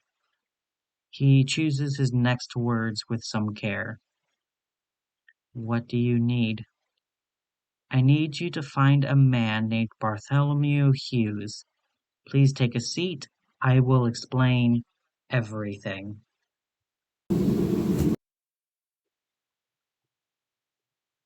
Marion Wheeler used strong Nestic medication nearly every day of her life. Among the identity warriors of Mobile Task Force Omega-0, Ara Orun, it was never in doubt that, on the occasion of her death, she would ascend into the noosphere. She would become a Beta-Ramjan infomorphic entity, or a Type 6 volition spiritual apparition, or a ghostie, or however she wished to describe her new self. Then she would join the citizens of heaven and continue the Antimemetics Division fight from higher ground, likely with fearsome effectiveness. But Wheeler died under terrible circumstances. The Class Z drug which killed her did more than reinforce her memory. It destroyed her ability to do anything but remember.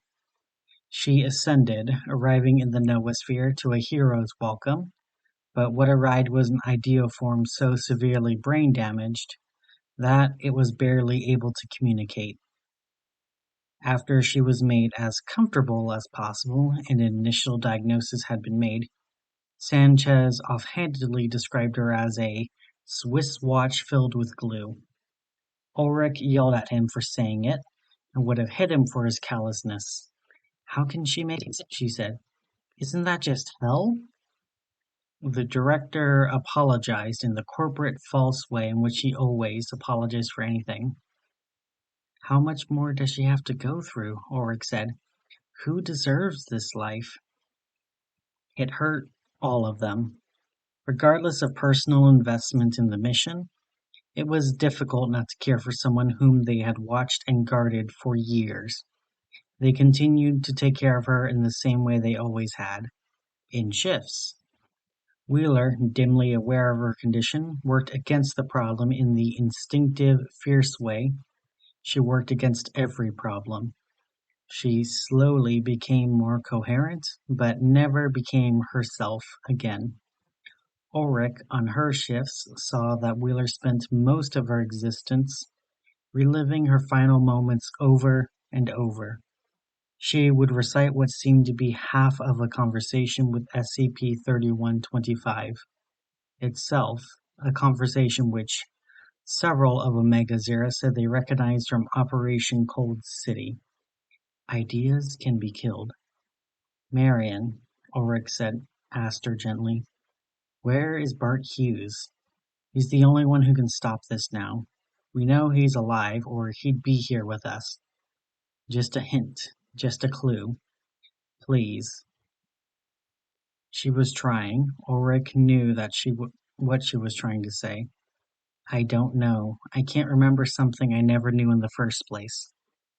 But all she could manage was, with better ideas. Keep pushing her, Sanchez told Ulrich when she reported back to him. At least once per shift. The questioning is causing her considerable distress, Ulrich said. We know she doesn't know anything. It's cruel to keep trying, sir. SCP-3125 is coming, Sanchez replied. With the quick arm of the Antimemetics Division eliminated, there's nothing left which can stop her. Our real-world investigative capabilities are negligible. Hugh's sister doesn't know anything, and this is our sole remaining lead. I know you admire Wheeler more than anyone. She mentored me. She drove me to the best person I could have ever been.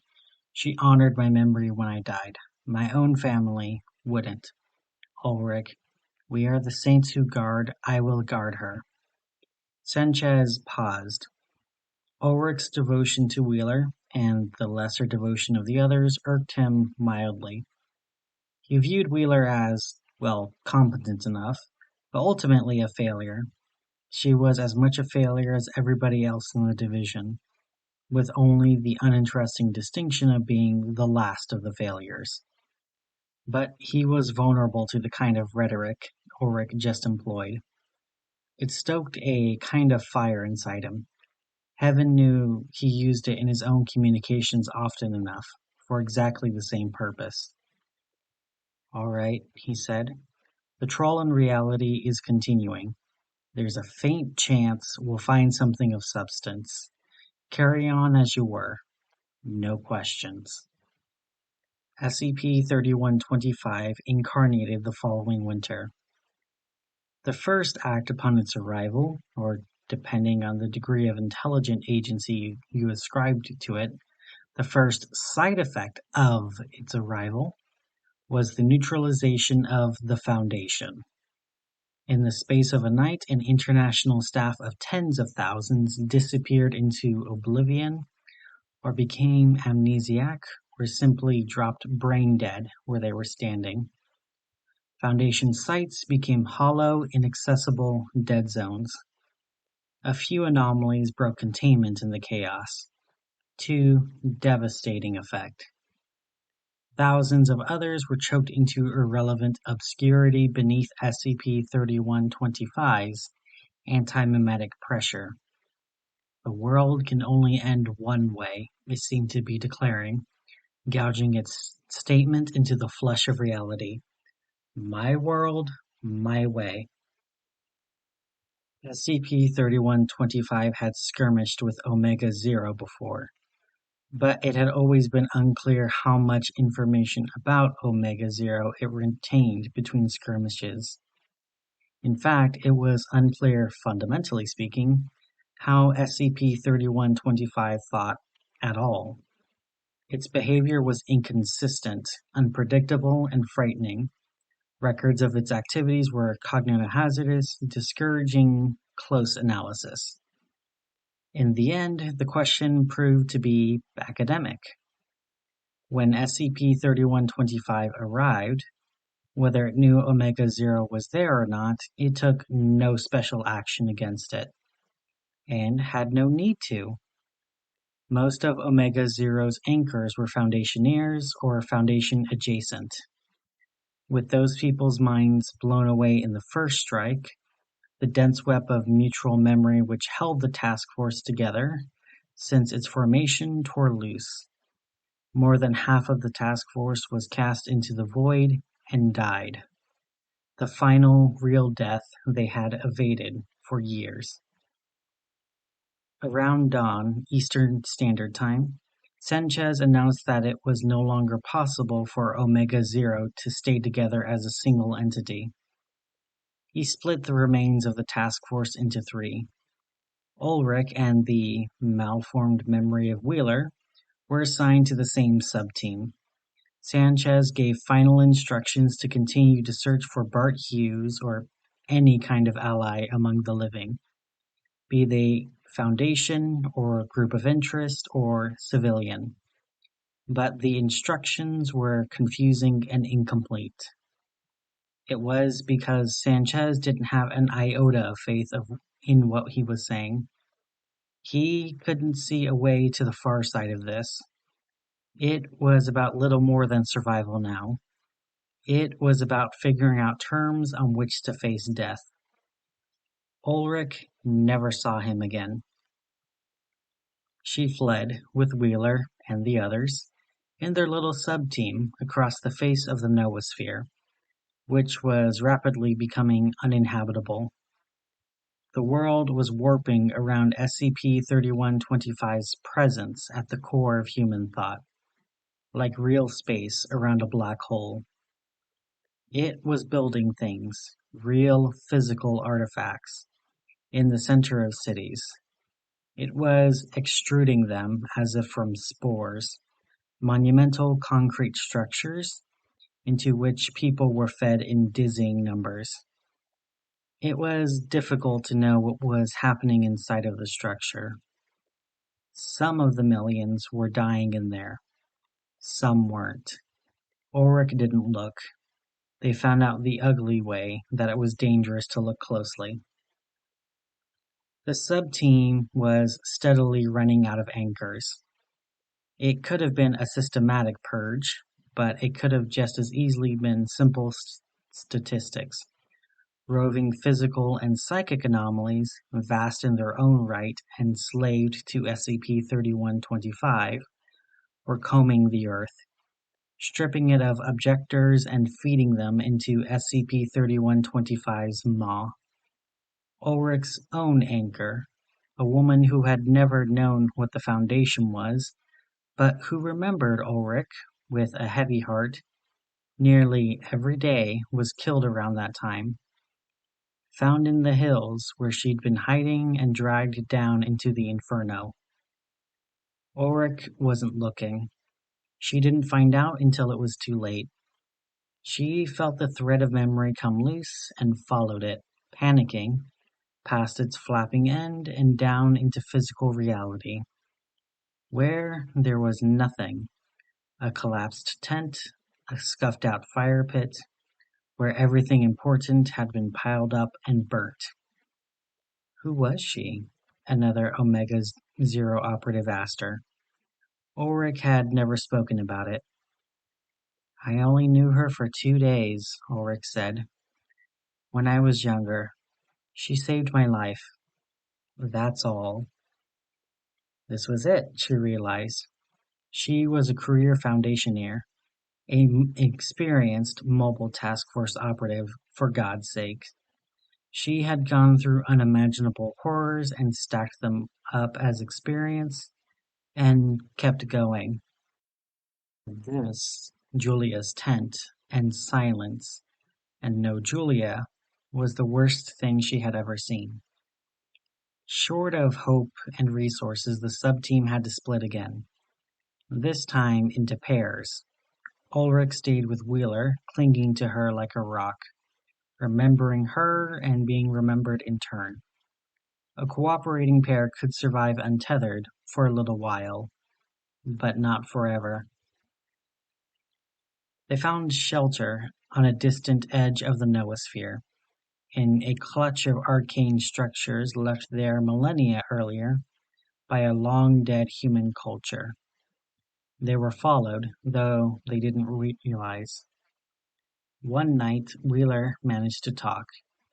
She said, Adam. It was the first thing she managed to say, which wasn't a direct quote from her own expiring moments. Ulrich was shocked by this. You remember him? The sentence came out agonizingly slowly, as if each syllable was like climbing a mountain. I remember everything. Ulrich stared. She knew that Class Z mnestics made it impossible for the subject to forget. She also knew that they could cause long-erased memories to reassert themselves. Some of them, anyway, depending on the mechanism and the intensity of the erasure process. She had hoped that Wheeler's memories of her husband were permanently gone, because she knew they ended in a terrible place. "I don't know where Adam is," she had to tell Wheeler. It was the truth. Nobody did. Omega Zero operatives had, with some solemnity, observed the erasure of Adam Wheeler's mind, but out of respect for Marion's decision and to preserve Adam's safety, they had intentionally diverted their attention during his relocation, destroying their records. He might be alive. I don't know. She didn't know which alternative was worse. "Daisy," Wheeler said. "Look." She was holding something in her hands. A pitiful, glowing ideoform. A thought of someone. It was him. A thread of memory which led right to him. It was some kind of miracle. It had to be. That Wheeler had picked him out from the livid, insentient mass of victims which now formed SCP-3125's core.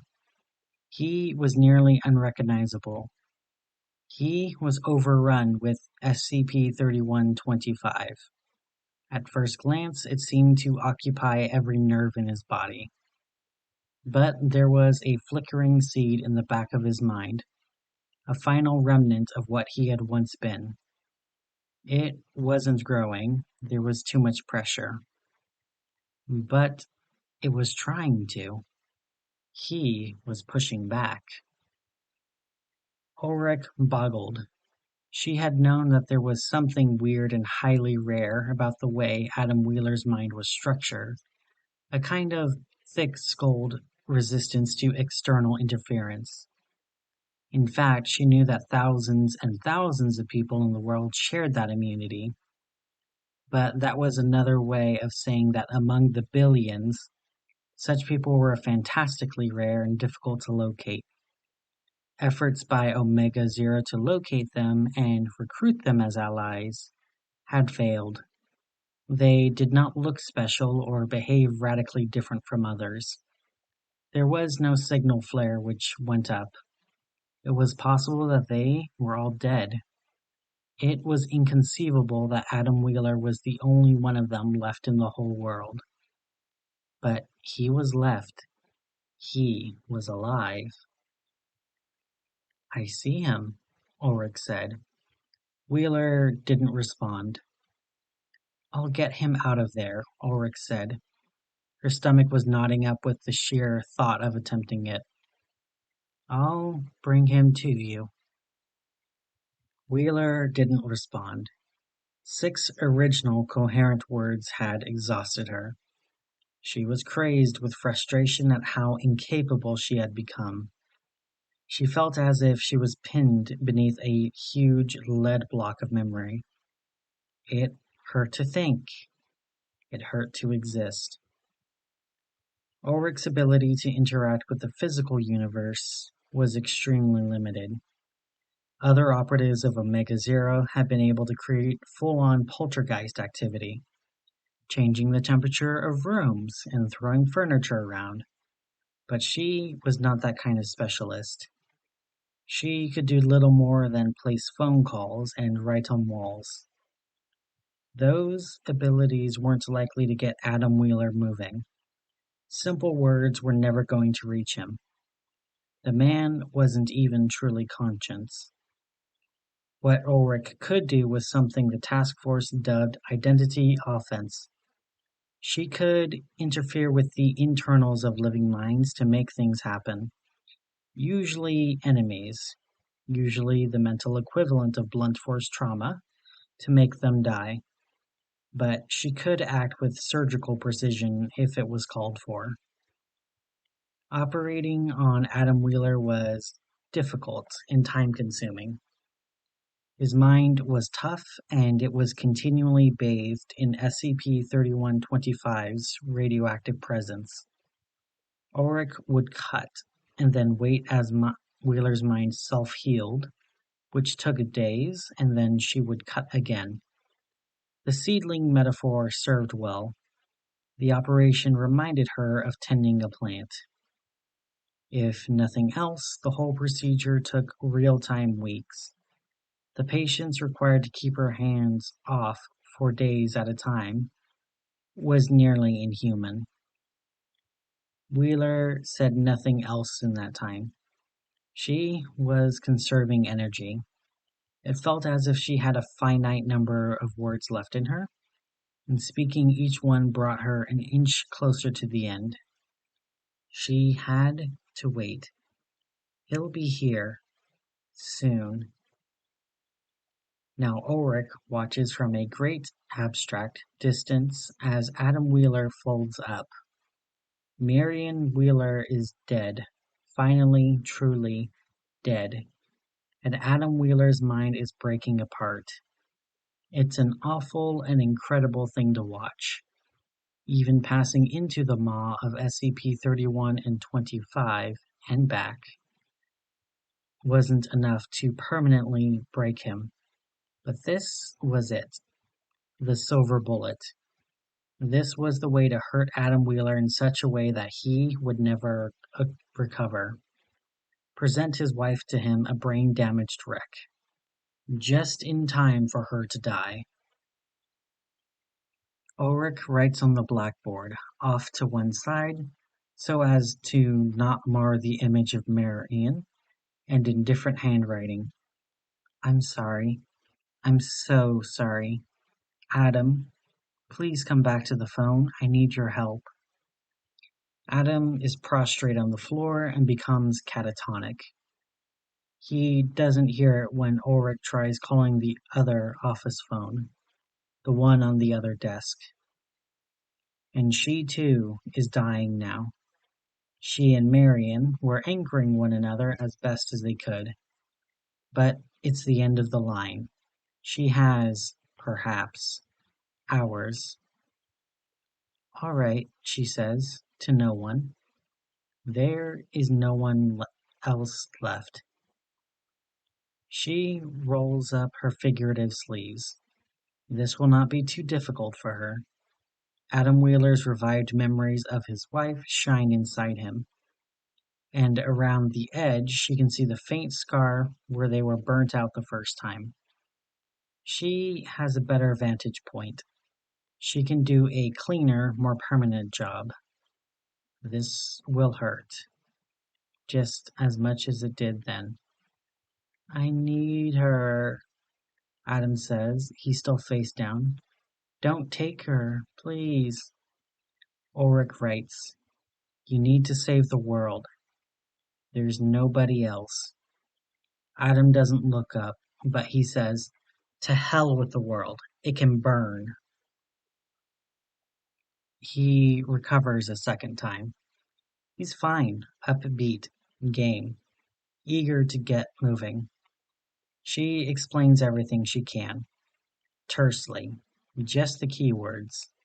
The Foundation, the Antimemetics Division, the situation, the objective. He absorbs it all surprisingly well. He asks cogent follow-up questions, which is always a positive sign. This thread of memory which was sustaining you. Don't I count? I'll remember you. Your memory could be strong enough, she replies, but you just don't know me well enough. Ah, that's regrettable. Ulrich tells him, in detail, how to find Site-41. It's going to be an immense task, made significantly longer by Wheeler's need to avoid urban areas. She describes the antimemetic shroud, which obscures Site-41 and most other Foundation sites. A shroud she and the rest of Omega Zero found to be totally impenetrable. a shroud which Wheeler, if he prepares himself, may be able to walk straight through. She warns him about the psychotic, hurricane-like anomalies and the violent roaming agglomerations of SCP-3111 occupied non-humans. She describes a few techniques for avoiding their attention. She decides not to voice her private hope that as a recent escapee from SCP-3125's interior, Wheeler will still smell right to them and be able to pass. She doesn't want him to become overconfident and incautious. She explains basic survival skills. I hike, I camp, Wheeler says. Still, he has never hiked or camped in an occupied foreign world. He has never gone months without electricity and plumbing. They find that they have plenty to talk about. They are on the phone long enough that Adam notices that the red sun outside the office window isn't moving. It hasn't risen, it hasn't set. Either the world's stopped turning completely, or the thing hanging out there isn't the sun. Unknown, Wheeler has to tell him. There was a foundation which could answer this question. Once. It seems like this foundation had the world's better interests at heart, Wheeler says. In heaven, Ulrich laughs weakly. The Foundation was never so simple, she says. Miss Ulrich, I sense we're coming to the end of our time together. Yes. The odds stacked against you were tremendous, Wheeler says. But you saved my life, and the odds stacked against me are, well, still appalling, but significantly better thanks to you. I'll do my level best, and I will remember you, even if it doesn't make a difference. Kill this thing, Mr. Wheeler, Ulrich says. When you get the chance, don't hesitate. Aye, Wheeler says. And at the same time, someone behind Ulrich laughs.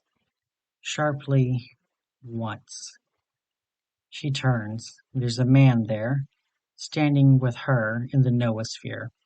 A gaunt, younger man with an awful open-mouthed grin.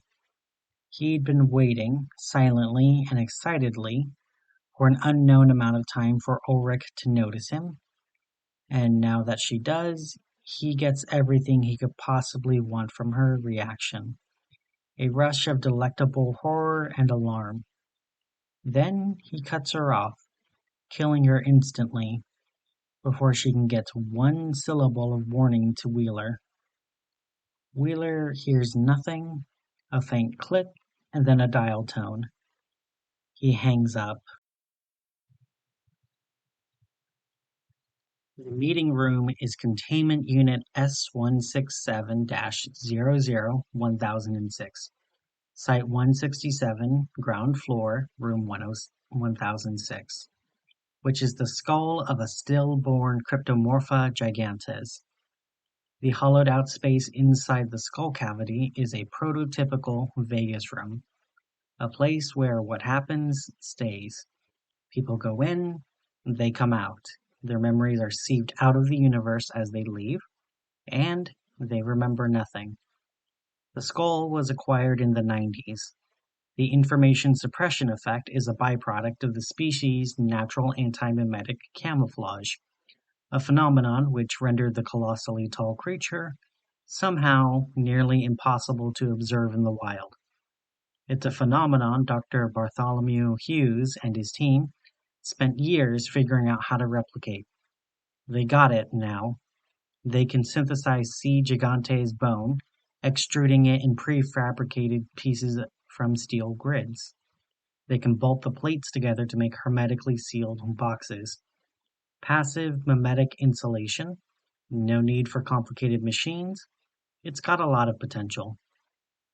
The skull is 45 meters long, 16 wide, and 15 tall. It resides at the center of a vast, purpose-built containment unit of its own, surrounded by the rest of the same C. gigante's individual's bones, laid out in meticulous radial patterns for space efficiency. The ossuary occupies about a third of the containment unit's floor area. The rest comprises immense industrial vessels which hold its harvested organs.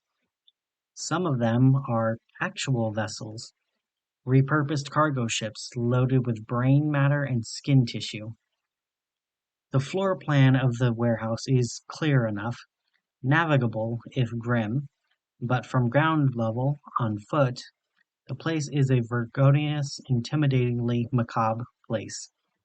Even fluorescent lit around the clock, Hughes walked down an echoing canyon created by, on his left, a 100-meter-long four-leg bone, and on his right, the blue steel container holding the creature's first stomach. Ahead, the skull peers down at the canyon at him, a distant yellow-white tower, fuzzed with scaffolding and disused scanning rig, its eye sockets vacant black. As he walks, Hughes has to remind himself continually that these are all the remains of a single organism, one of the tiniest examples of its species. Behind the skull, where there used to be the creature's first neck vertebrae, there is now a large compound mechanical airlock, a ramp and some steps, and a staging area. The staging area serves as a miniature customs desk, tracking every person and item entering and leaving S167001006. Although memories are wiped on exit, written electronic records emerging from the interior have to be handled manually.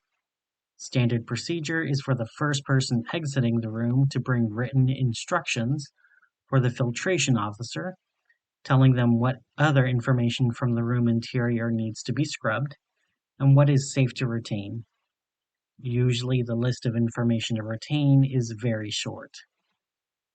There are seats, scanners, a coffee machine, a trolley loaded with cleaning equipment, and a stack of cages for the germs. Parked just outside the staging area, there is also a limousine. Bulletproof. "Where's everybody else?" Hughes asks the Foundationeer, who meets him, whose name is Bachner. "I'm not late." "This way," she says, leading to a seat near a scanner. Hughes has gone through this procedure a dozen times, so he knows to hold his left arm out.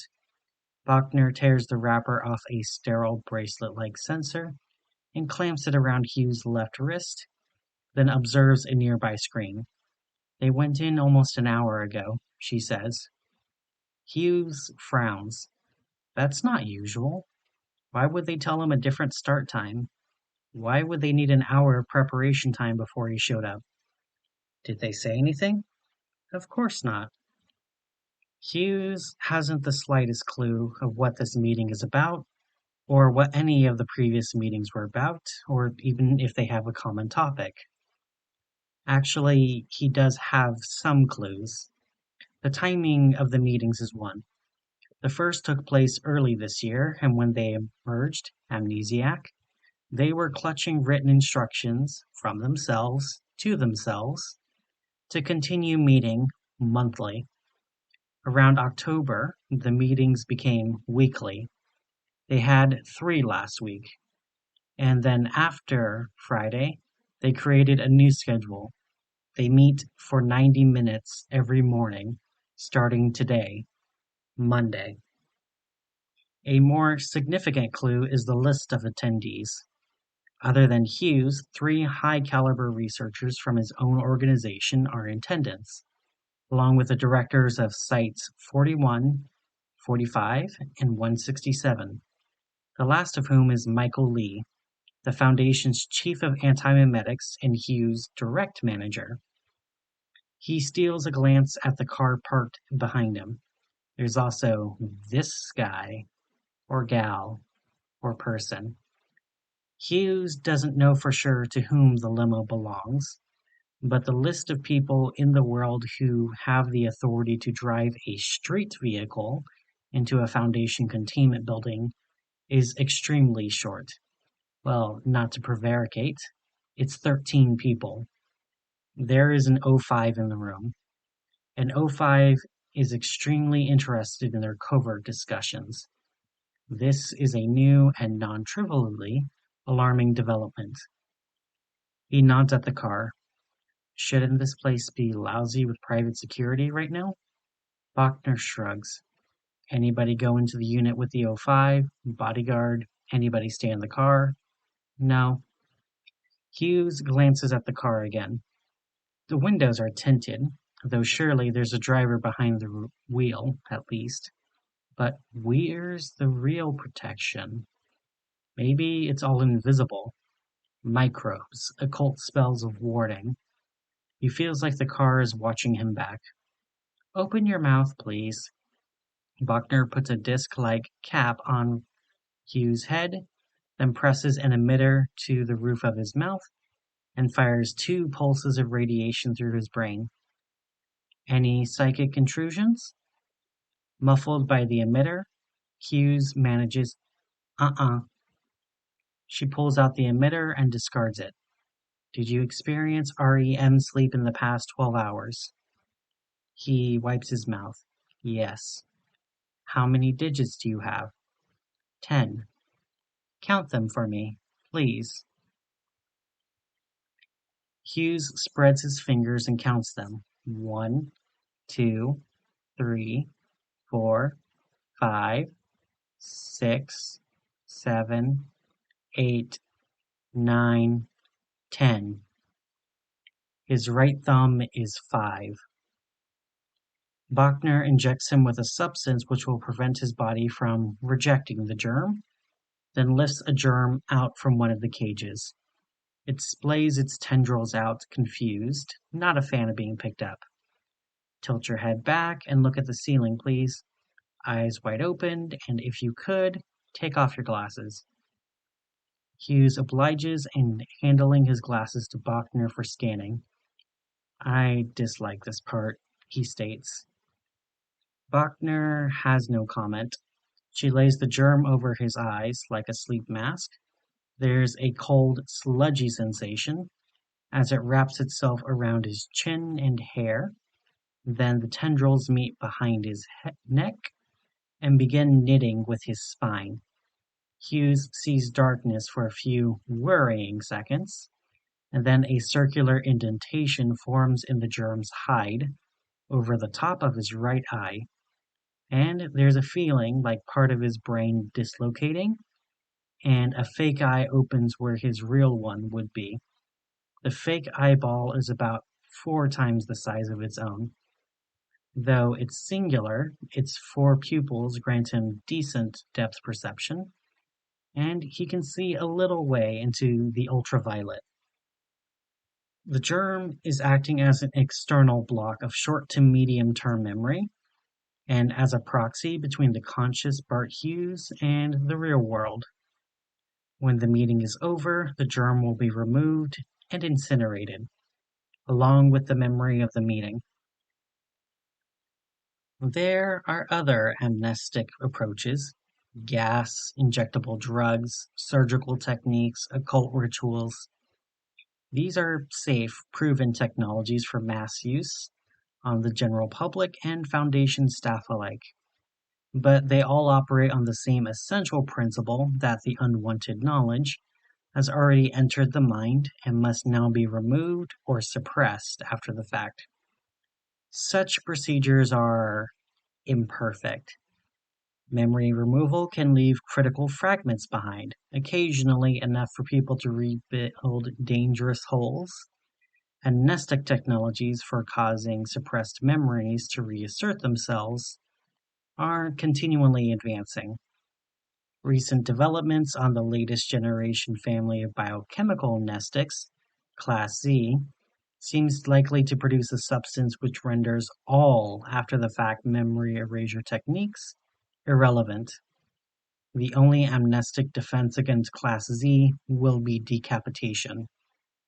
So if there's advance warning time, it's better to be physically compartmentalized, to air gap, to outsource the memories to another organism entirely, and never let them touch your own mind. You can't be forced to recall something which you genuinely never experienced. It's a complex and dynamic field, one of several fields in which Hughes is a world expert. There are machines which could perform the same task as the germ, silicon modules you wear like a headset plugged into a surgically implanted jack behind your ear. But Hughes would rather die than submit to interfacing his brain directly with a computer, especially a Foundation-made computer. Nobody is getting his brainwaves. When he joined the Foundation 30 years ago, he put a DNU in his will. Do not upload. Everybody thought he was crazy. Of course, using both the germs and a Vegas room feels rather like overkill. That's another clue. Your belongings have been scanned, Bachner tells him. He refills his pockets and takes up his laptop. Walking slightly unsteadily because of the new weight he's carrying on his head, he climbs the stairs to the airlock. Hughes would be the first to admit that a typical Foundationeer has appalling taste. A typical Foundationeer picks brutal functionality over aesthetic pleasure, 100 times out of 100. And a depressing percentage of Foundationeers don't even comprehend the distinction. Hughes sees this reflected in the architectural choices and interior design of the Foundation's buildings and offices, in its labs and containment facilities, which commonly cultivate a hopeless, bleak, cliff-edge atmosphere. He sees it in its machinery, its devices, its tools, even its font choices. Hard edges, clashing colors, failing aircon, impersonality, clutter, and claustrophobia. And so, S167001006's interior is a surprise and a delight. Hughes actually sighs. It seems like someone hired a designer. This place is spacious and modern, well lit, with select walls painted in bright secondary colors. There's not a bit of exposed concrete in sight. S167001006 isn't a single space, but a self-contained suite laid out on 2 floors. There's a central meeting area with a double-height ceiling, a long oval table, and Herman Miller chairs. Along the left wall, there are smaller breakout meeting rooms with frosted glass walls and doors. Above those, reached by a flight of stairs, there's a kitchen area, and in the back are some additional rooms, restrooms, and storage. The carpet is gray and orange, a non-repeating hexagonal pattern. The place is well ventilated and smells of coffee. There are 4 people waiting for him in the room. Marion Wheeler, who runs Site 41, is descending the kitchen stairs, holding a steaming disposable cup. Graves, director of Site 45, is at the main table, typing at a laptop.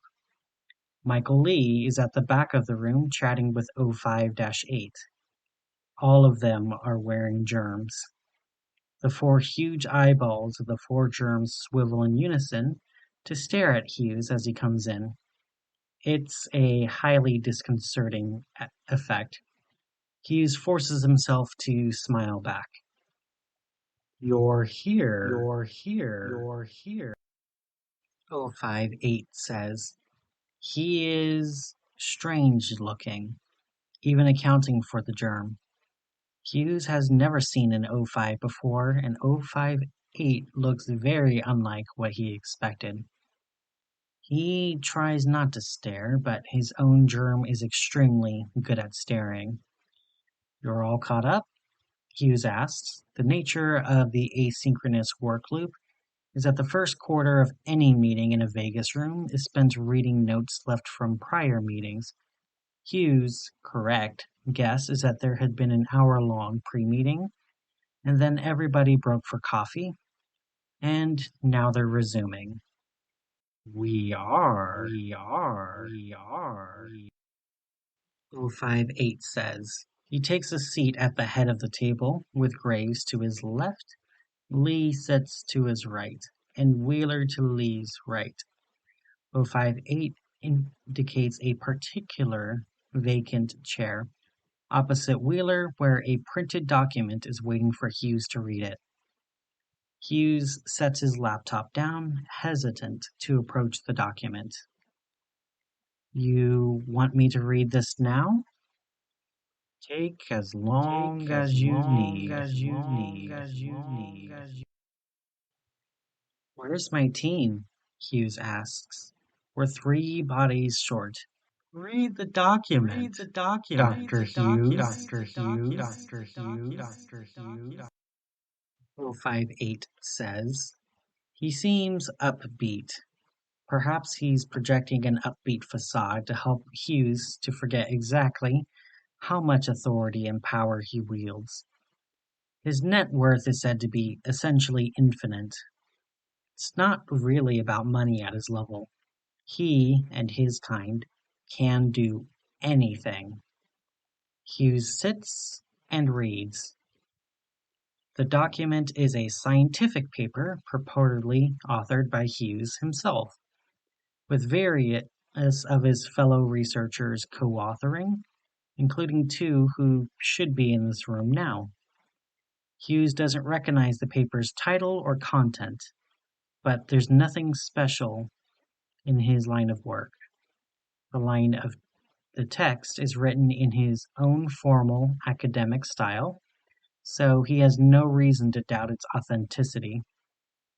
It's a brisk read, very dense and to the point, written for a target audience of other memetic scientists. In the abstract, it announces the observation of a new, titanically powerful and dangerous antimemeplex, provisionally designated SCP-3111, for which the authors plan to seek Apollyon classification. The main body of the first page describes 8 different phenomena, most, but not all of them, anomalous.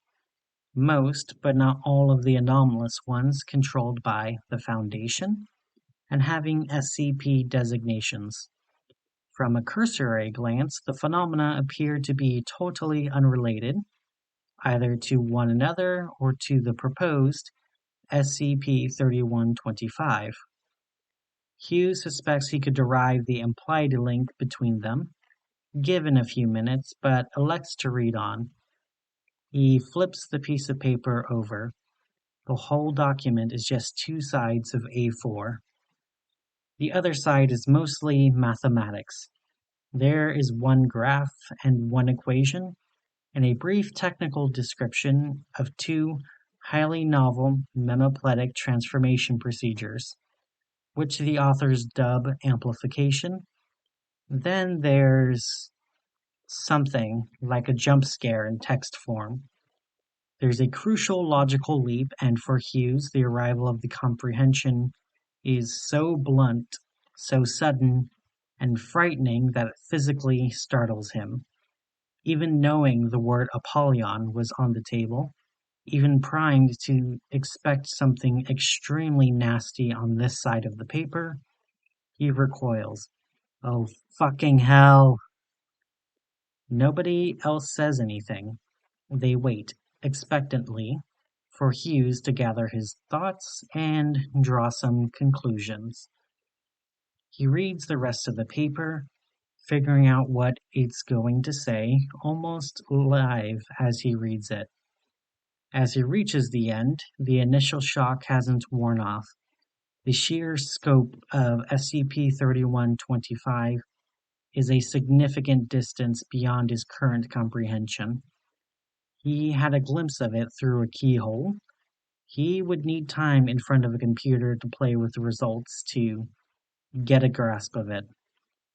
No, he needs to build filters first, the equivalent of lead-lined gloves to help him manipulate this radioactive idea complex with some degree of safety. He feels like it may have glimpsed him.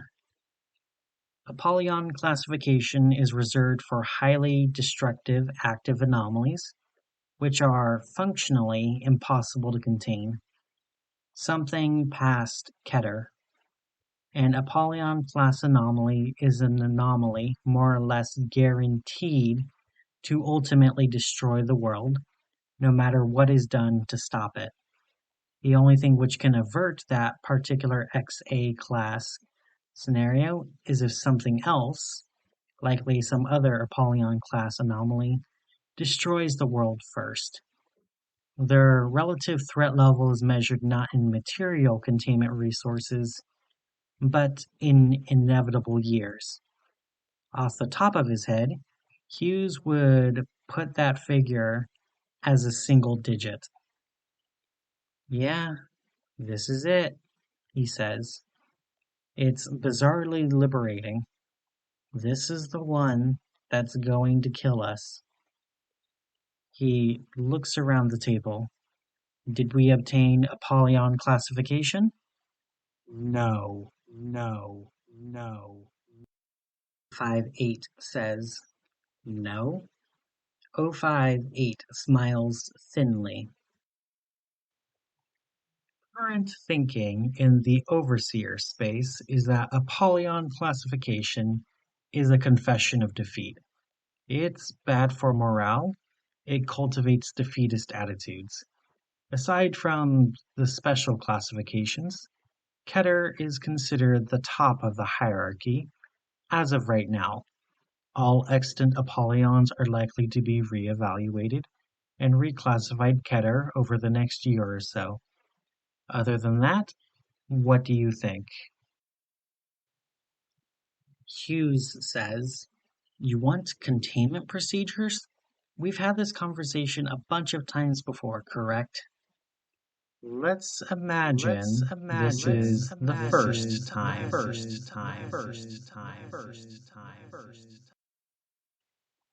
Hughes stares darkly at his paper.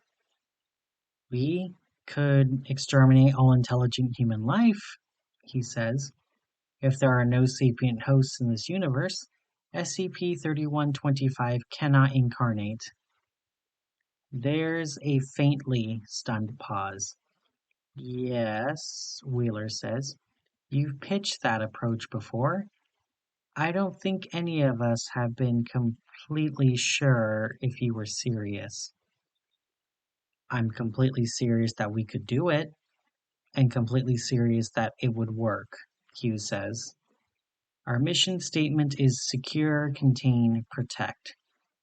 Somewhere down the line, we should really look into adding and keep as many human beings as alive as possible to that. It's implicit that humanity is what we protect, Graves says. Secure the anomalies, contain the anomalies, protect the anomalies. How does it scan otherwise? We're getting off topic, Wheeler says. We're not exterminating all sapient life. We could immediately terminate and suppress all memetic and antimemetics research worldwide, Hughes says. We would have to systematically dismantle the whole scientific field forever, stop all the experiments, scrap all the research, brainwash all the researchers. If nobody actively researches this field, nobody will ever find SCP-3111. It stays buried in the farthest reaches of ideatic space indefinitely, like radioactive waste. He looks up at the ceiling. The problem is interesting. Ironically, the most practical way to do that is to develop an artificial meme, one which encodes the idea that memetics research is intrinsically worthless and harmful. enrich it with religious or pseudoscientific virals, and release it to the general public. A year after it got out, we'd be tearing our own labs down. Unless the Antimemetics Division's institutional immunity to that kind of external threat was strong enough to stand up to the pressure. Interesting scenario. Even if we don't go in that direction, we should definitely think about wargaming it in simulation. See what outcomes are likely, Bart. Wheeler says. No, hiding won't work. It could be introduced externally or occur naturally. We know that, Bart. That's already happened. SCP-3125 is incarnating as we speak. Look at these precursor anomalies. We're in what you would call the foreshadow. It's here. Wheeler's referring to the predictive models which Hughes must have created himself during prior meetings and models with which he doesn't have time to familiarize himself. Still, he gets it. He wishes he didn't get it. His fear comes from a completely different place than most humans. The sheer alien scale of the adversary is enough to intimidate most into petrified submission. From a cursory read, SCP-3125 looks like a nightmare scenario. It's going to turn human civilization into something beyond Hughes' ability to imagine. But that's every Monday in this job. And in any case, Hughes doesn't have much of an imagination. He is intimately familiar with almost the entire SCP database, and he's a world authority in anomalous containment. The few areas of science he doesn't have a genius level ability in, he has trusted colleagues who do. They are all solved problems, locked boxes. This is different. He has more ideas, but there is, mechanically, no way to start working on the problem. It would eviscerate him the moment he tried to comprehend the entire problem. He needed to design and build the box while already inside the box he was building. He would need to box the universe. He looks around the room's walls. They seem to be holding up. We could hide in units like this for the rest of our lives, he says. Our whole species, while SCP-3125 roamed our reality unchecked. Like a plague. I declare this to be the exterior of the containment unit. Done. No reaction. I don't think we can do it, he says. If SCP-3125 is live in consensus normality right now, the game is over. I don't care if Apollyon classification lives or dies. From where I'm sitting, this anomaly is functionally uncontainable. My team, and I may have said something different on prior iterations. I could be in the wrong headspace to see the answer. We are all of us different people from day to day. No. You say the same thing every time. 458 says, so that's it? Is that it? 058 says, the objective of the Foundation is protection. In the majority of cases, this involves the secure containment of anomalous entities, the establishment of special containment procedures, such that such entities can be kept safely and indefinitely. Standard guidance is against active neutralization and to avoid destruction at all costs. Everybody in this room is aware of this. However, senior Foundation officials, such as me, have the right to waive that guideline under certain narrow conditions. I am exercising that right. I deem that in our reality, SCP-3125 cannot coexist with human civilization. We're going to destroy SCP-3125 forever. Does that change your outlook any? Special neutralization procedures. Hugh deadpans. His expression is worsening by the minute. 058 adds, I know that neutralization is generally considered easier than mere containment. Hughes says, when I first joined the Foundation, I asked my mentor, who retired many years ago, what's the biggest anomaly we've ever contained? That he was cleared for, I meant, of course. And he told me about a very old rumor he once heard, back in his earliest days when he was just starting out. The rumor was that Abrahamic religions had not always been monotheistic. Originally, there were 3 capital G gods, but sometime in the past 150 years, the Foundation had killed 2 of them. I believed him. I was very young and inexperienced and naive, and kind of in awe. It wasn't until years later that I thought back to the conversation and the fact that I never heard that rumor or anything like it from anybody else and realized that he had been bullshitting me. And now it's decades later still. And modern memepletic technology is 100 billion times more advanced than it was back then, and I built 30% of it. And I look at what the Antimemetics Coalition handles on a quarterly basis. And I know better than anybody on the face of this earth what is or is not possible. And he trails off. They're all waiting expectantly for him to say something. He can't get there. He's in the wrong frame of mind. Maybe he's in denial. Maybe the solution is an idea he doesn't want to take on board. How ironic. What did I say? Just tell me. Your team suggested that just because SCP-3125 is the most powerful memopletic threat ever observed doesn't mean it's the top of the hierarchy.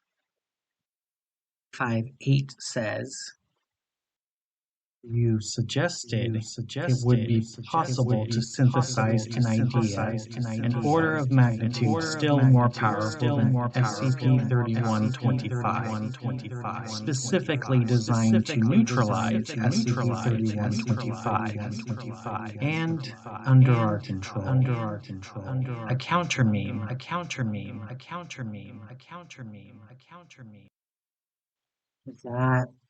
That would take, that could be possible, Hughes hazards.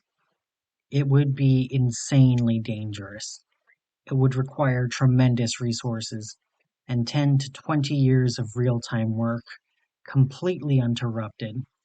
To avoid observation, we'd have to be hermetically sealed away from the exterior of the universe for that entire time. We'd need a lab as big as launch arcology. Wait a second. His brain has just caught up. He realizes the context in which he's saying these things. And he's been working for the Foundation for a long time. It's done, he says. The lab, it's been built. It was built decades ago in secret. We put our best researchers inside it, and now the work is done. And that's what we're meeting for now. We're ready to go. We're figuring out how to deploy the counter meme. That's brilliant. If I'm right, that's brilliant. Am I right? Bart, Wheeler says, when you joined the Foundation, you were taught that a day would come when you would have to, with very little preparation, sacrifice much or all of your existence to protect what most needs protecting. You worked here for 30 years, and all of that time you knew that that sacrifice would be in your future someday. We were all taught the same thing. It feels to Hughes as if a shadow falls over him. He looks at Michael Lee, his director, who hasn't spoken yet. Lee says, "You're right that the lab is built. Construction was completed in the last 48 hours. The construction crews have been amnesticized and dismissed. But the work hasn't begun yet. That's what today is about." Q says, "That's where my people are." "That's where your people are," Lee says. "They're in the bunker, waiting. We have your cover story prepped. We're faking your death. It's time you're going under now." "Now? No, I doubt that. Your team volunteered. I took care of them myself. They're good people," Lee says. "Like hell," Hugh says. "Did I volunteer for this?" Wheeler says, "Bart." Hugh says, "Any prior version of me who agreed to this was a goddamned moron, and I disavow his opinions. This is a prison sentence.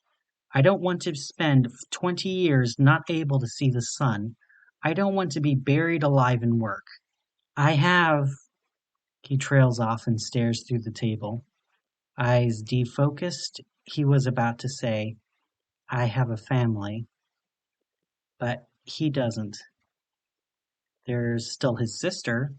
She's Foundation like him, but he can't talk to her, and she can't talk to him. They've tried. He tries another tact. This has a low probability of success. The time frames are bad. It's 2008. SCP-3111 will be here by the end of the 2010s. It has an excellent probability of success, Graves says. "Define excellent," Hugh says. "Better than 50%, if it's you."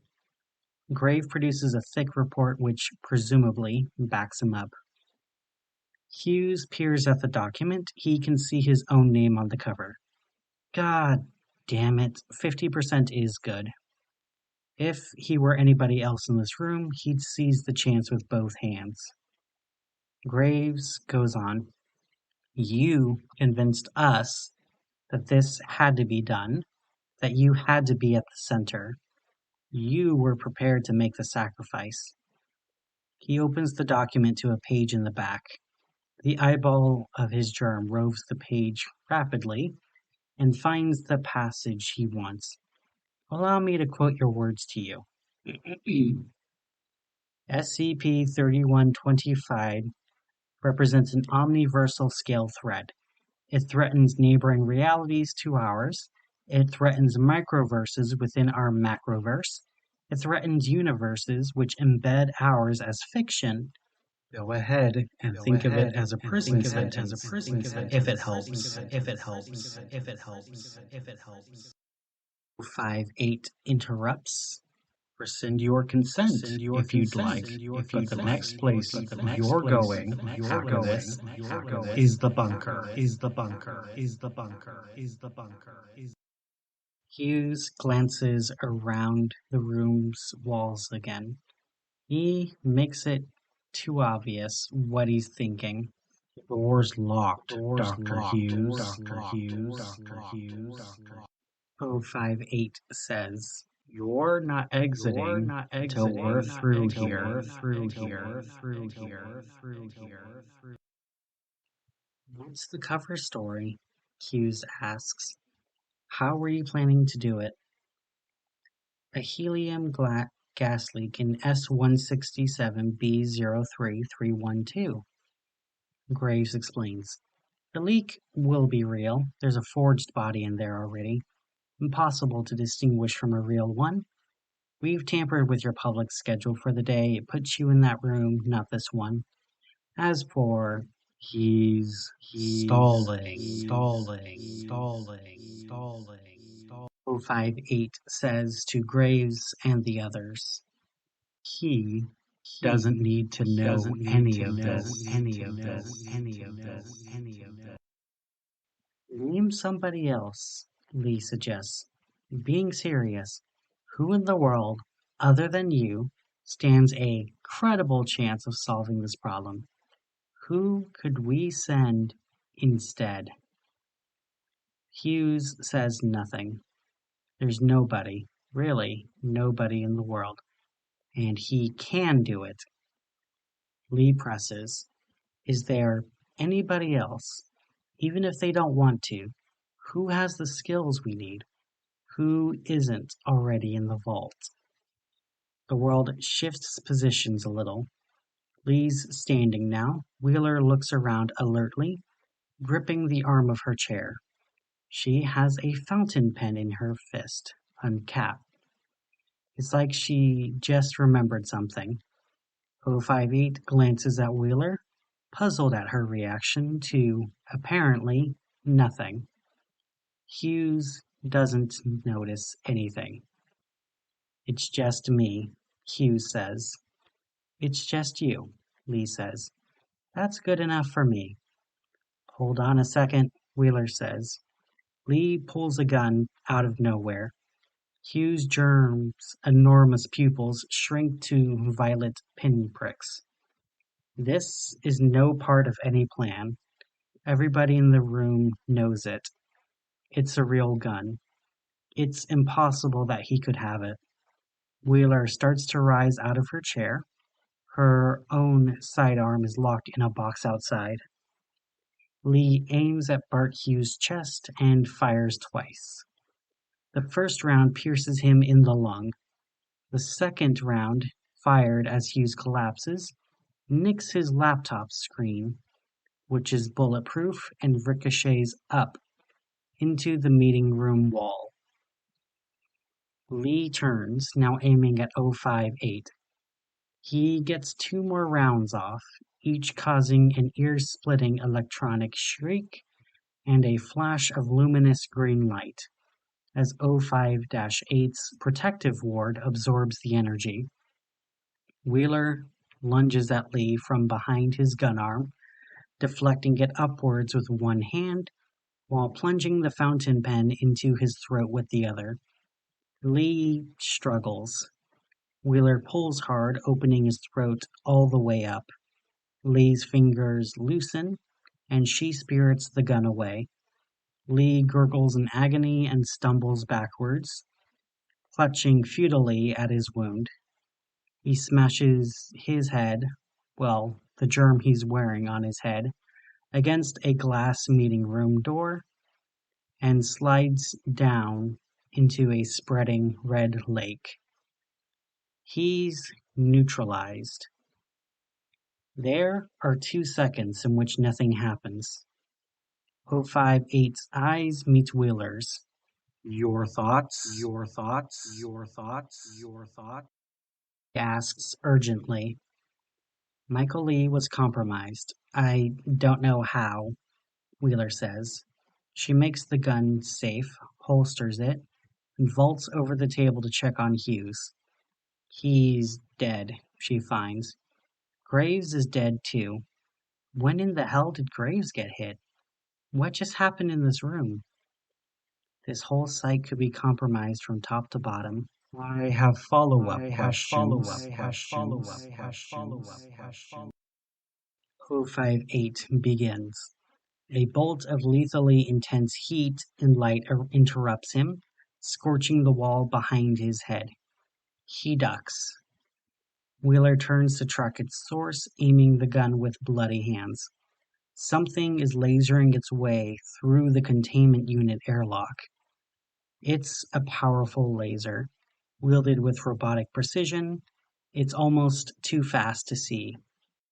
My personal security, 5-8 says, Heard the shots. "Pull it off," Wheeler says. "If this unit is breached, SCP-3125 is coming for all of us." The unit's hermetically sealed.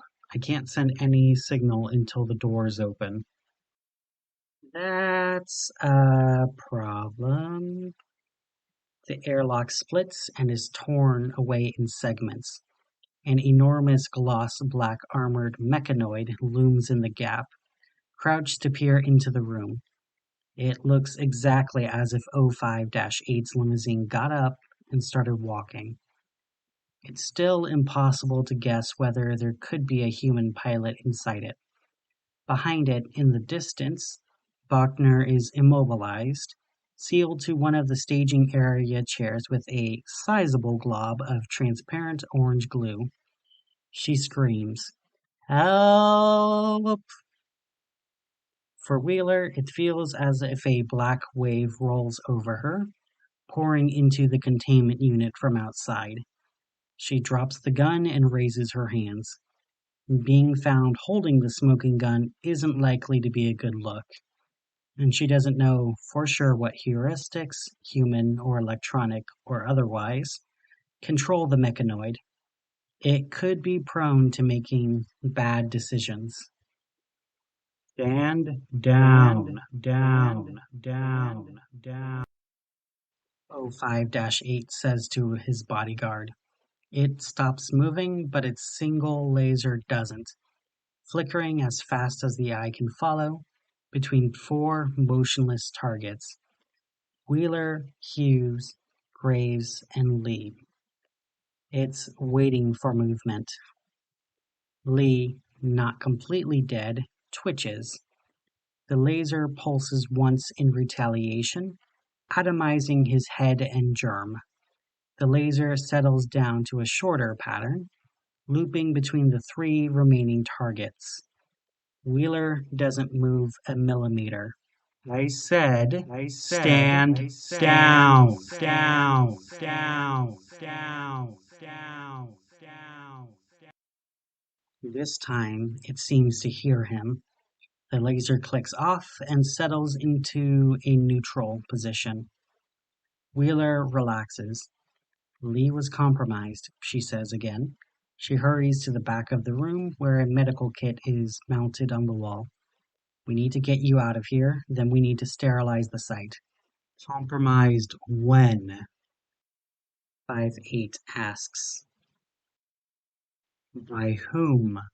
I was given to understand that SCP-3125 rendered its victims wholly bodily subordinate to it, biologically incapable of doing anything else but propagate its core concepts.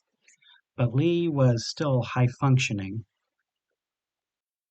"You've miscalculated something," Wheeler says. She throws most of the kit aside, keeping only a strangely shaped capsule with a thin nozzle and pink fluid inside. And the gun? We were all searched on entry.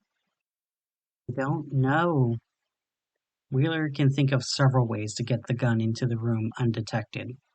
It could have been planted in the restroom by Lee on a prior visit. Bachner could be complicit. Perhaps others. She thinks that there's an extremely strong chance that the 3 members of Hughes' team have been murdered too. It's all academic now. She applies the capsule to her right wrist and infuses the first half of the dose. It's fast-acting chemical amnestic. She hopes that splitting 1 dose between the 2 of them will be enough. Isn't this the part where SCP-3125 makes an appearance? 5-8 suggests. I certainly feel something in my head. My germ, I should say. Me too. Roll up your sleeve. You also need to deactivate your shield for a second. He obliges, and Wheeler gives him the rest of the drug. Wheeler sorely wishes the shields were standard issue, but they are exceptionally hard to come by, and there are serious controversies and side effects associated with them. Outside, Bachner has been gurgling and starting to speak in tongues. Now she screams again. When Wheeler looks, something large and dark, sharp as a javelin and bifurcating into filaments, descends from somewhere in the ceiling of the warehouse. It curls around the chair Bachner is glued to and lifts her up into the air. A second thin feeler makes an appearance. It probes Bachner's glue-covered midsection, curiously, then pushes itself through her, like a pin through paper. She wails, liters of blood gushing out and splashing to the floor below her. The feeler withdraws and then makes a second hole besides the first, and continues in that fashion. More spider legs impale O5-8's mechanoid bodyguard and pull it away from the airlock, rapidly dissecting it into sparkling pieces. The laser flashes wildly as the machine dies. It's no use. In the distance, a site-wide containment alarm starts up. It's a memetic threat, 5-8 says, mostly to himself. Where do the arachnoforms come in? Have alternate transportation? Wheeler asks. S-167B-012-101. There's an escape pod. 5-8 says. As he says it, Wheeler writes it down on her hand with her bloodied fountain pen. Underground, you're sure? Is there a code to the door?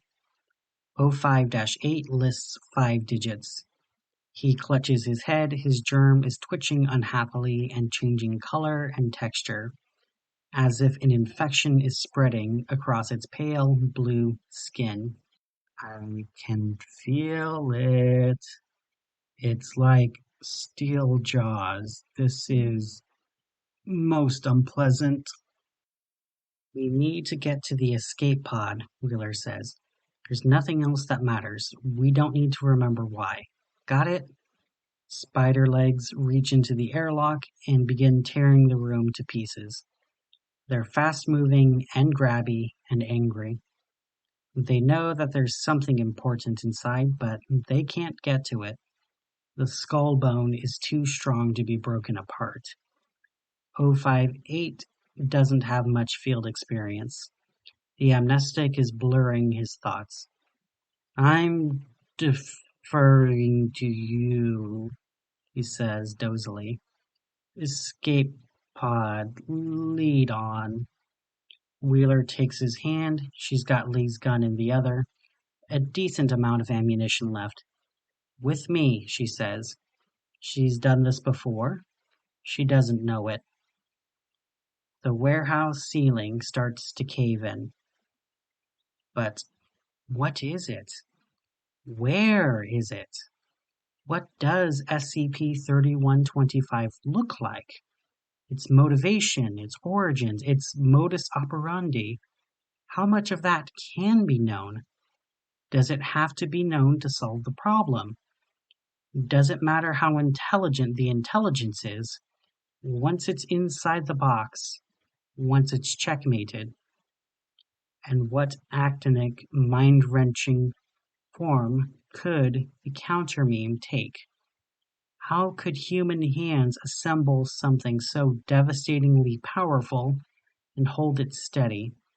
What human mind could wield it without exploding from the inside out? What could deploying that concept in anger do to human eidetic space? How far out from the solution is modern memetic science? A year? A century? What insane impossibility has Hughes just committed himself to? He doesn't know anything. He knows Site-167 is coming apart, and something violent and psychotic is flooding its corridors and its people. A livid, roving swarm, which makes every human into the worst possible thing a human can be. A thing which stands wrong, which looks wrong, colorless, and furious. He races down the corridors, then down ventilation shafts, which will take him deeper. He's small and he has quick, slippery locomotion. He can make it. He can lock himself in. He doesn't know what a germ needs to survive. All he's seen is the cages. He doesn't know Bachner's care routine. Does it live in water? In C. gigante's blood plasma? Is it fed a formula? He needs to reverse engineer his own biology before he starves. He doesn't know the model of his mind. It hurts to think, but he can think. There's no day-night cycle. Something like a week into his trek, Wheeler realizes he can perform an experiment. He selects a building with a high ceiling to sleep in, a library. Before turning in, he sets up a Foucault pendulum. He suspends a heavy rock by wire from the ceiling and sets it swinging. The following morning, the slow pendulum is still swinging, and it has precessed. It's swinging at about a right angle from the mark he made before he went to sleep. That means the world is still spinning. On reflection, he doesn't know if it proves anything. It's not clear whether the sun or the moon still exists, or any other celestial object at all, other than the red-black eye socket on the horizon. The eye never moves. It casts long, threatening shadows while being bright enough to blind Wheeler whenever he has to walk in that approximate direction, which is about half the time. Regardless of the physical appearance, it doesn't feel as if he's walking on a real Earth or fully awake. He feels like an ant crawling across the face of a rough-hewn monolith, crawling into and out of the runes chiseled into the face of that monolith, runes which form an unstoppable apocalyptic mythology. He has migraines, and there are blotchy multicolored zigzags in his vision by the end of most days. He feels as if the whole world is perpetually dropping away from beneath his feet, like he and it are both plummeting to an abyss. He has not been caught yet. The violent phenomena Ulrich warned him about have not appeared, which makes him feel increasingly lucky and nervous. He carries a looted gun, which he's practiced with a little. He's a better shot than he would have guessed using his right hand alone. His left hand, the mangled one, does nothing but shake. He has to keep it clutched to his chest when shooting. The gun gives him less reassurance than he'd like. It feels as if, were he to end up in a situation, it could metamorphose suddenly from a working firearm into a fiddly metallic liability, an explosive distraction in his pocket. On occasion, on the horizon, he sees a skyscraper-sized being stalking past. He holds still or hides, and it doesn't see him. Other than that, the world is seemingly deserted, standing empty like an overturned car in a muddy ditch. Open doors, lights still blinking.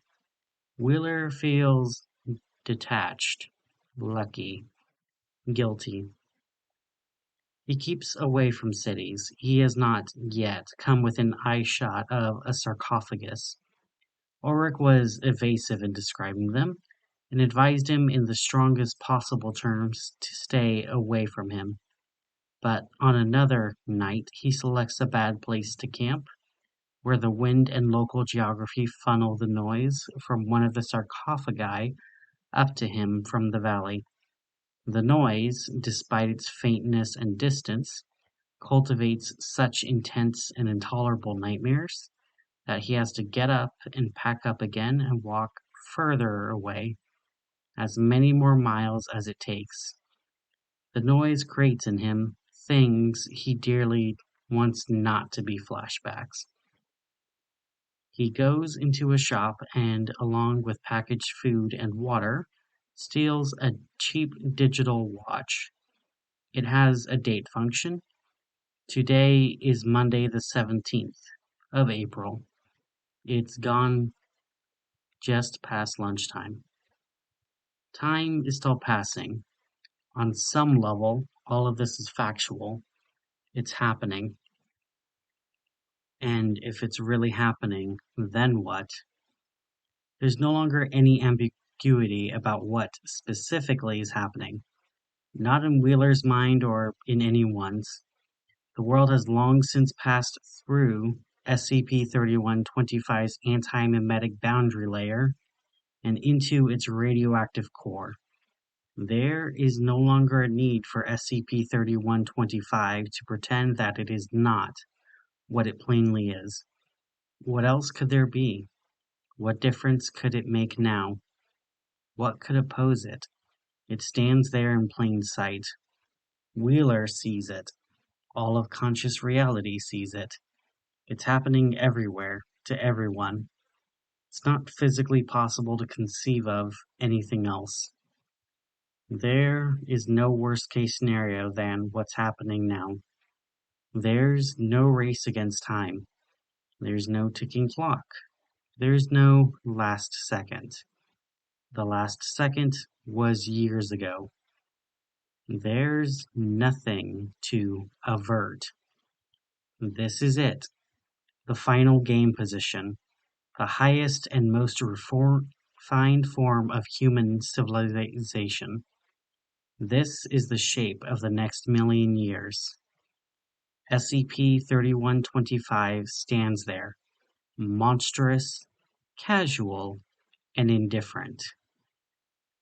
And Wheeler is alone with his thoughts for a long period of time, and has little else to think about. And he wrinkles his brow, and he blinks a long blink, and looks again, and he realizes what it was he wasn't seeing. SCP-3125 is standing there, like a human stands. He reaches Site-41 at the beginning of May. His body clock has wandered far out askew by this point. It's technically around midnight when he first lays eyes on the place. There is a protective field surrounding it, stamped into reality by the detonation of the antimemetic warhead, radiating out a few hundred meters beyond the site's perimeter. It's a psychological repulsion, not a physical one, a thick bulwark of irrelevance. There's nothing here, just keep walking. Despite being warned about it, Wheeler succumbs to the effect. 30 minutes walk down the road, he double-checks his map and realizes what's happened and turns back. This happens a second time. On the third attempt, he makes it through. Dead reckoning and willpower. For some reason, he had been imagining an ancient, dramatically overgrown ruin, but the containment breach, which led to the site's destruction, happened only 18 months ago, and the bomb blast which concluded the outbreak was figurative, not physical. About a third of Site-41's main building has been torn down, but the rest is physically intact and unmarred. Mother Nature has not reclaimed it. Gnarled trees are not sprouting from the damaged side. Wheeler exhales. There is a still, safe atmosphere around the place. It's as if Site-41 has its own cool microclimate. It's easier to think. Even the light here is fractionally yellower, more natural. The site's main entrance is sealed with steel doors, but Wheeler circles around to the damaged side of the building and is able to effect entry over the rubble. He moves at a medium-slow pace. He can't afford to blunder into anything, but if he goes too slowly, he knows he'll overthink the situation and become scared and have to retreat all the way out of the building. The late Daisy Ulrich promised him that the site was safe. She then went to rather disconcerting lengths to explain precisely what "safe" meant. No entities capable of spontaneously, actively harming a person. No entities in need of active, dynamic containment procedures. A safe SCP can be left in a dark, locked room indefinitely with no risk, she explained.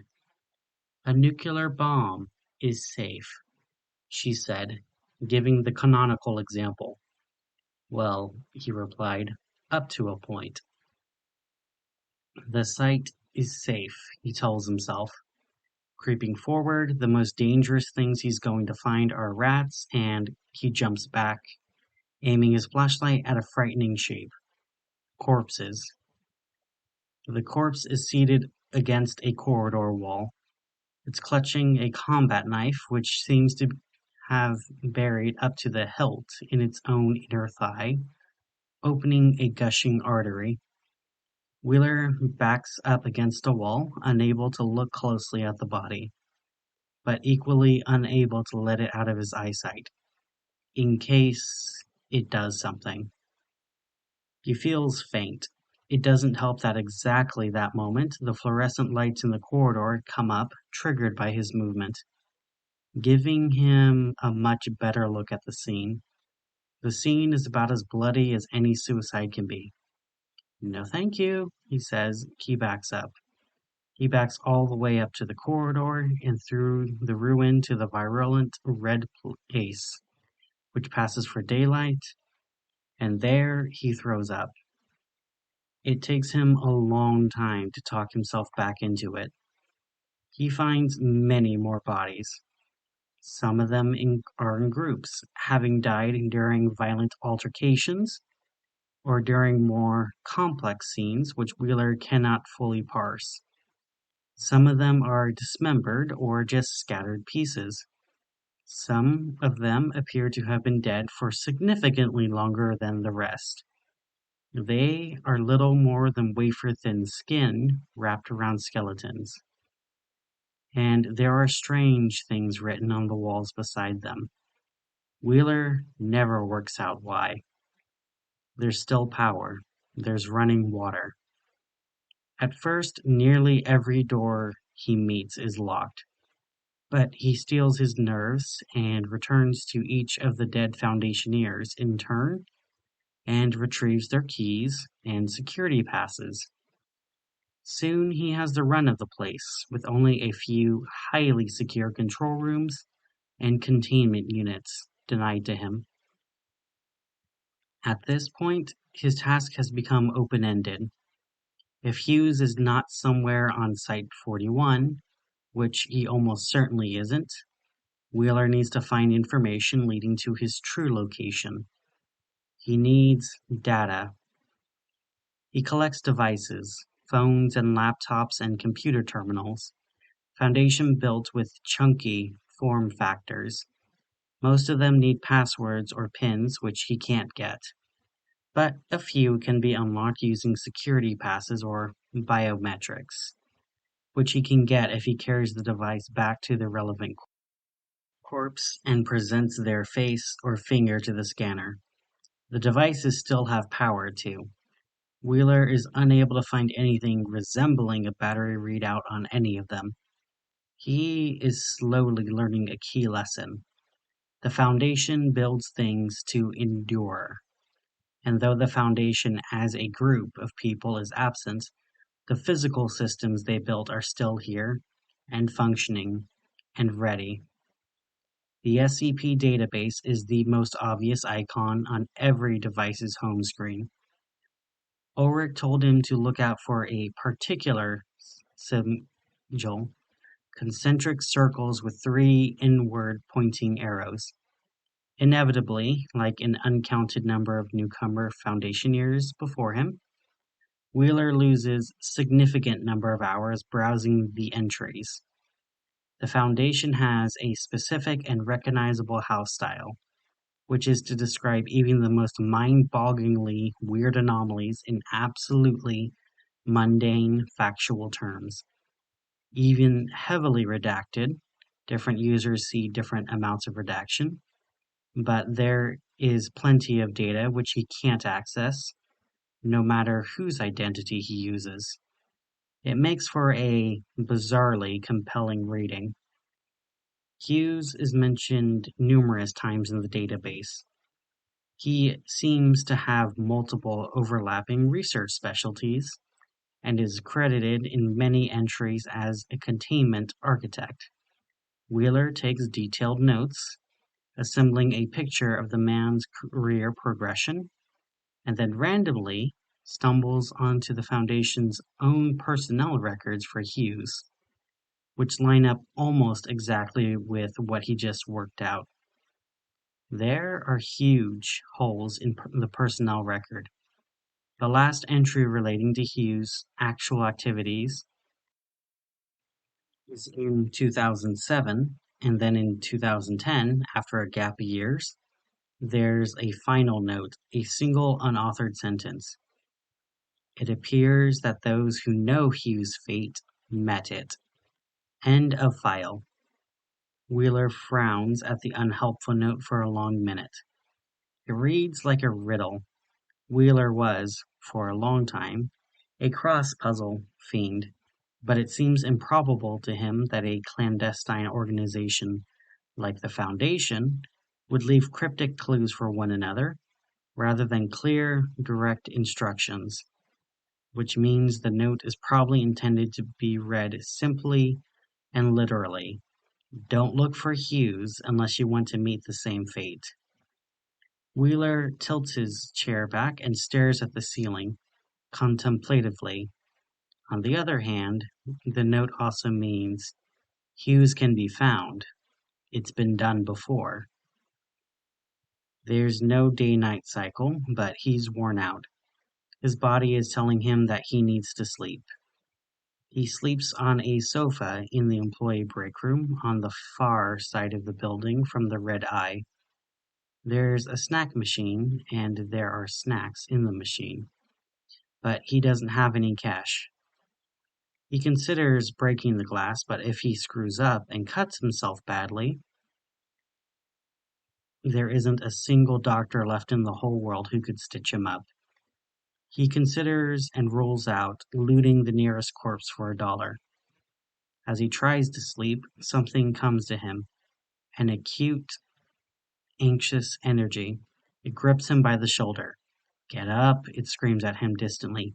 You cannot rest. Do the arithmetic. It's all still happening. Move! He rolls over and ignores it. And it bothers him intellectually that he can't ignore it. He wonders if there's some vital organ missing from his body. He should be quivering with anger and terror right now. Yes? Why in his heart is he so calm? He looks at SCP-3125, whose very existence on paper should paralyze him with fear.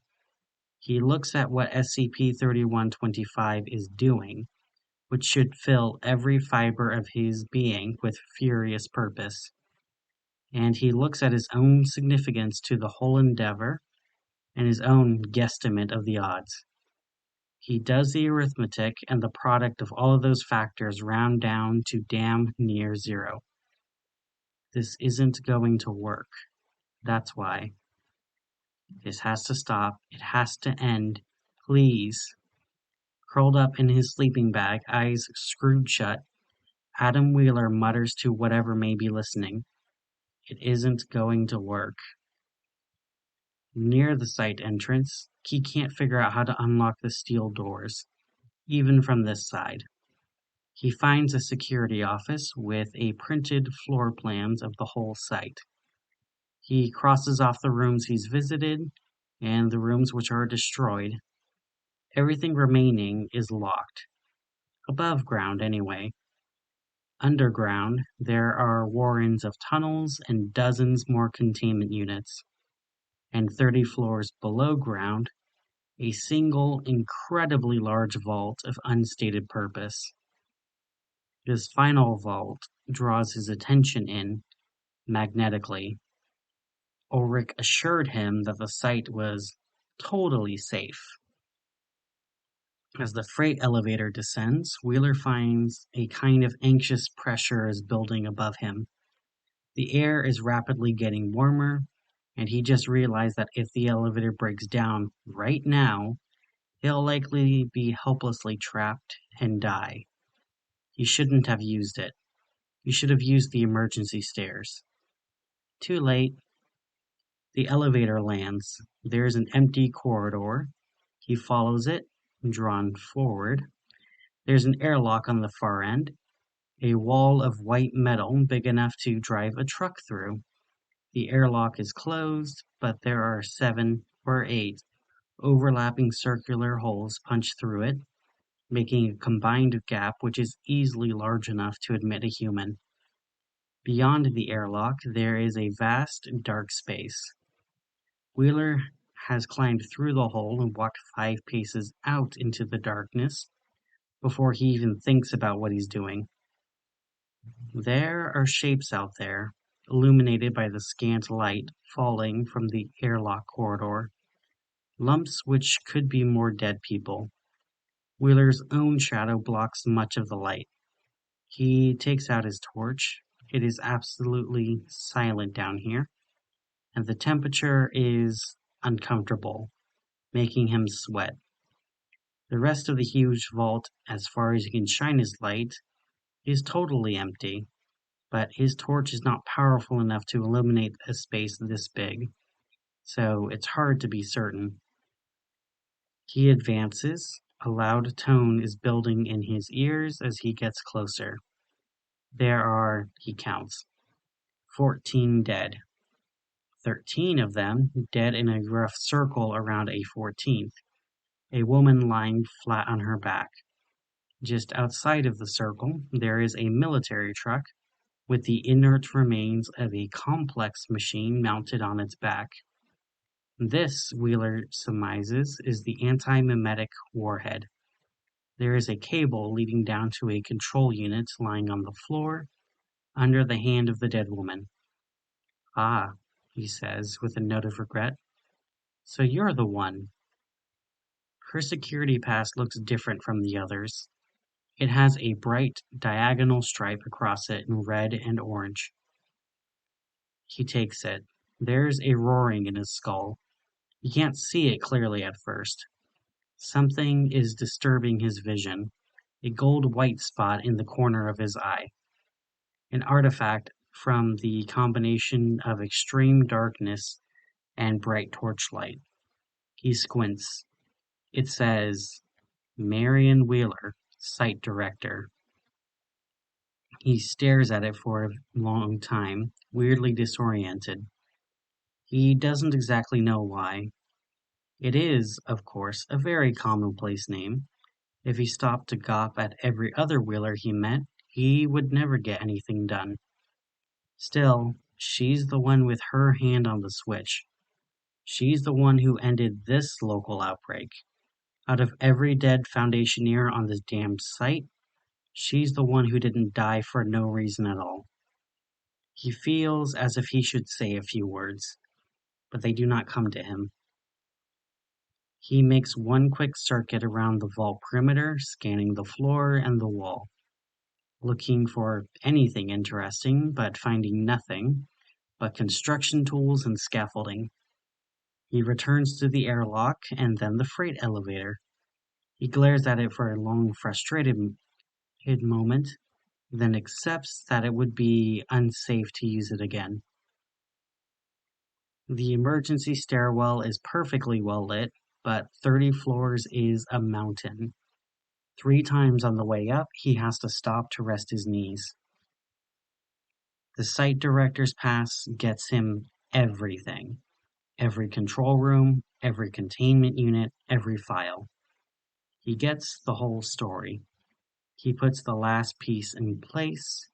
He leaves a note following the same hopeless, diligent ritual as the rest of the Antimemetics Division before him. He emerges from SCP-2111's inverted containment unit with extremely clear written instructions from himself to himself. He knows exactly where he needs to go. As he moves down the road from the site, he reaches and crosses the edge of the antimemetic crater. He squares his shoulders, re-entering the presence of SCP-2111. His inner ear starts free-falling again. "Where were you?" "Just now," someone calls out to him. He stops walking. He squints into the intense light ahead of him, shielding his eyes. He can just make out a figure standing there. The trees on each side of them rustle and move. They're too tall. Spider scrapers. A wave of dread hits Wheeler, followed closely by one of perverse relief. This is it. "Why can't I track you?" the unidentified man says. His voice sounds faint. "You're so weak.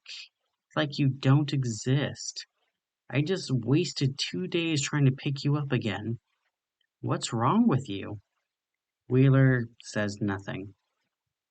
The man is closer.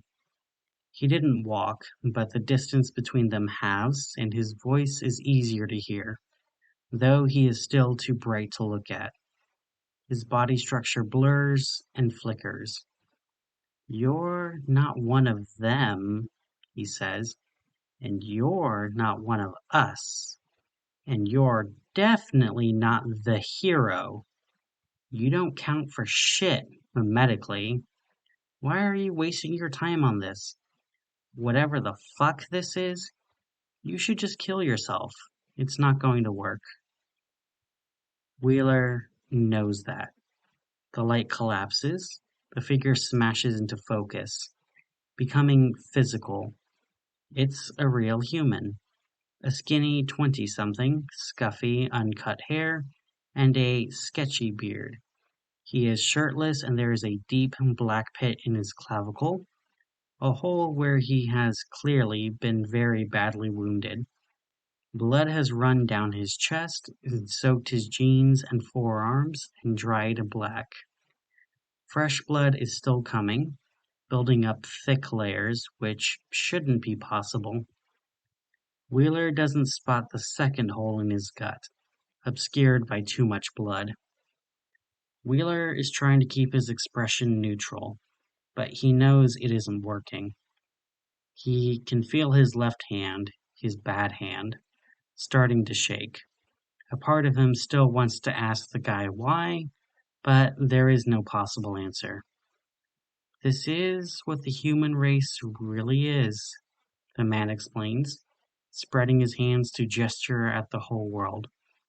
"We lied to ourselves that we could be better for thousands of years, but this is it. This is what we've always been. We've never been anything else." That, Wheeler begins, then stops, suddenly remembering something. He claps his left hand to his chest and draws it with his right and shoots. It's a good shot. It's a lucky shot. It takes the man directly in the eyeball and blows out the back of his skull. He falls, twisting as he falls, landing on his broken face. Wheeler gasps, remembering to breathe. He almost drops the gun. He gets a tighter grip on it, keeping it aimed at the blasted ruin of the man's head. He wants to throw up. He controls himself. In through the mouth, out through the nose. He's okay. "Let him talk for too long," he says apologetically. He pulls out a Foundation brick phone from his pack. He pushes some buttons, entering coordinates, and then retreats far down the road. He retains visual contact with the dead man for as long as possible, then turns away and kneels, placing the phone on the road beside him. Following the detailed instructions he found in the control room, he grinds his palms into his eyes and presses his face against the ground. And he says, "Ilione Zenore, fire." The orbital laser strike comes diagonally. It lasts for a split second and is easily bright enough in the visible spectrum to have instantly blinded him if he were looking. When Wheeler returns to the scene, there's no body left, just a scorched ellipse of asphalt. He says to the scorch mark, "I was going to say something along the lines of, 'That's a lie, that's what you are, you're the lie,' but, and if the bastard can regenerate from that, I'm done for. Well and truly." He looks up. The atmosphere isn't changing. The sky isn't returning to blue. There's still that heinous pressure. SCP-3111 remains the dominant force in the universe. But as he turns, hearing movement in the forest all around him, he realizes that the immense spider forms, he'd sincerely forgotten about them, they were standing there so quietly, are dispersing. All memetic horror aside, Wheeler thought Site-41 seemed like a pleasant enough workplace to work, at least above ground. Decently spacious, if unattractive, offices, large windows, plenty of natural light, scenic forest views, safe. Site-167 is a hostile, sprawling industrial wasteland. 4 square kilometers of secured containment warehousing, research laboratories, and administrative offices. Wheeler is put in mind of a fossil fuel power plant. The buildings are grim, functional, and aggressively unattractive. There is no greenery. The ambient noise in the complex is a harsh roaring. It was built on a flat plain, and the wind races down concrete canyons and past sharp building edges. Just over half the site, Wheeler discovers, has been erased from the face of the Earth by an orbital laser strike. There is an edge where the intact buildings and roads abruptly ends, and beyond that edge there is nothing but blackened, level wreckage. Wheeler guesses that the laser shut down mid-redaction when the site's antimemetic warhead was triggered, but he can't be sure of the exact chain of events. It doesn't matter. It doesn't significantly harm the odds. What he's looking for is below ground. Wheeler is at his limit. He has traveled too far, and he has been traveling for too long. He cannot exist in SCP-3125's universe for much longer sane. It is all still happening, and the fragile responsibility of being the only one alive who can do anything to stop it is like a steadily tightening vice around his skull.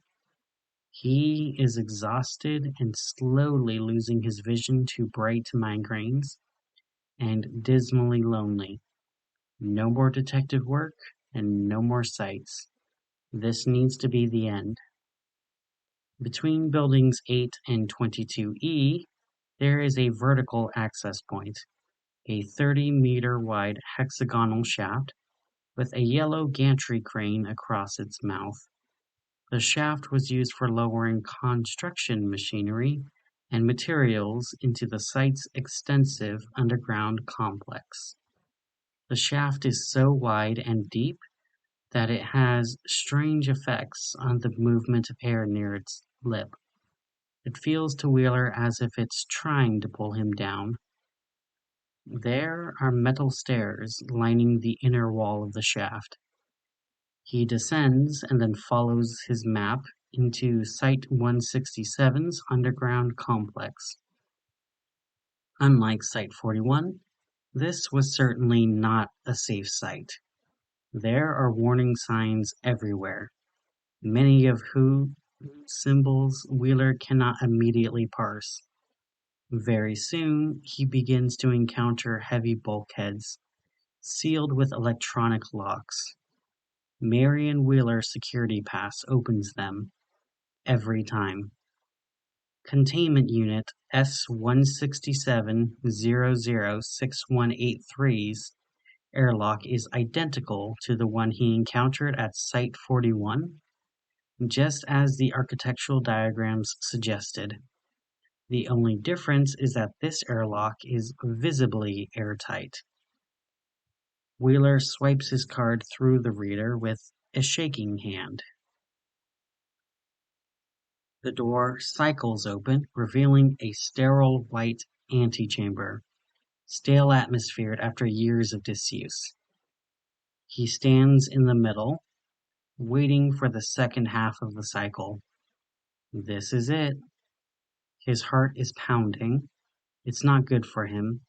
He doesn't have a condition that he knows about, but how would he know? Every living cardiologist is in hell. He asks himself the final worrying question for the final time. But if you're here, Dr. Hughes, and you've built the machine, and the machine works, why didn't you come out? He answers himself as a kind of inoculation against the bad news he knows is coming. Because the machine doesn't work. Because you couldn't build it. Because you're dead. The inner door cycles open.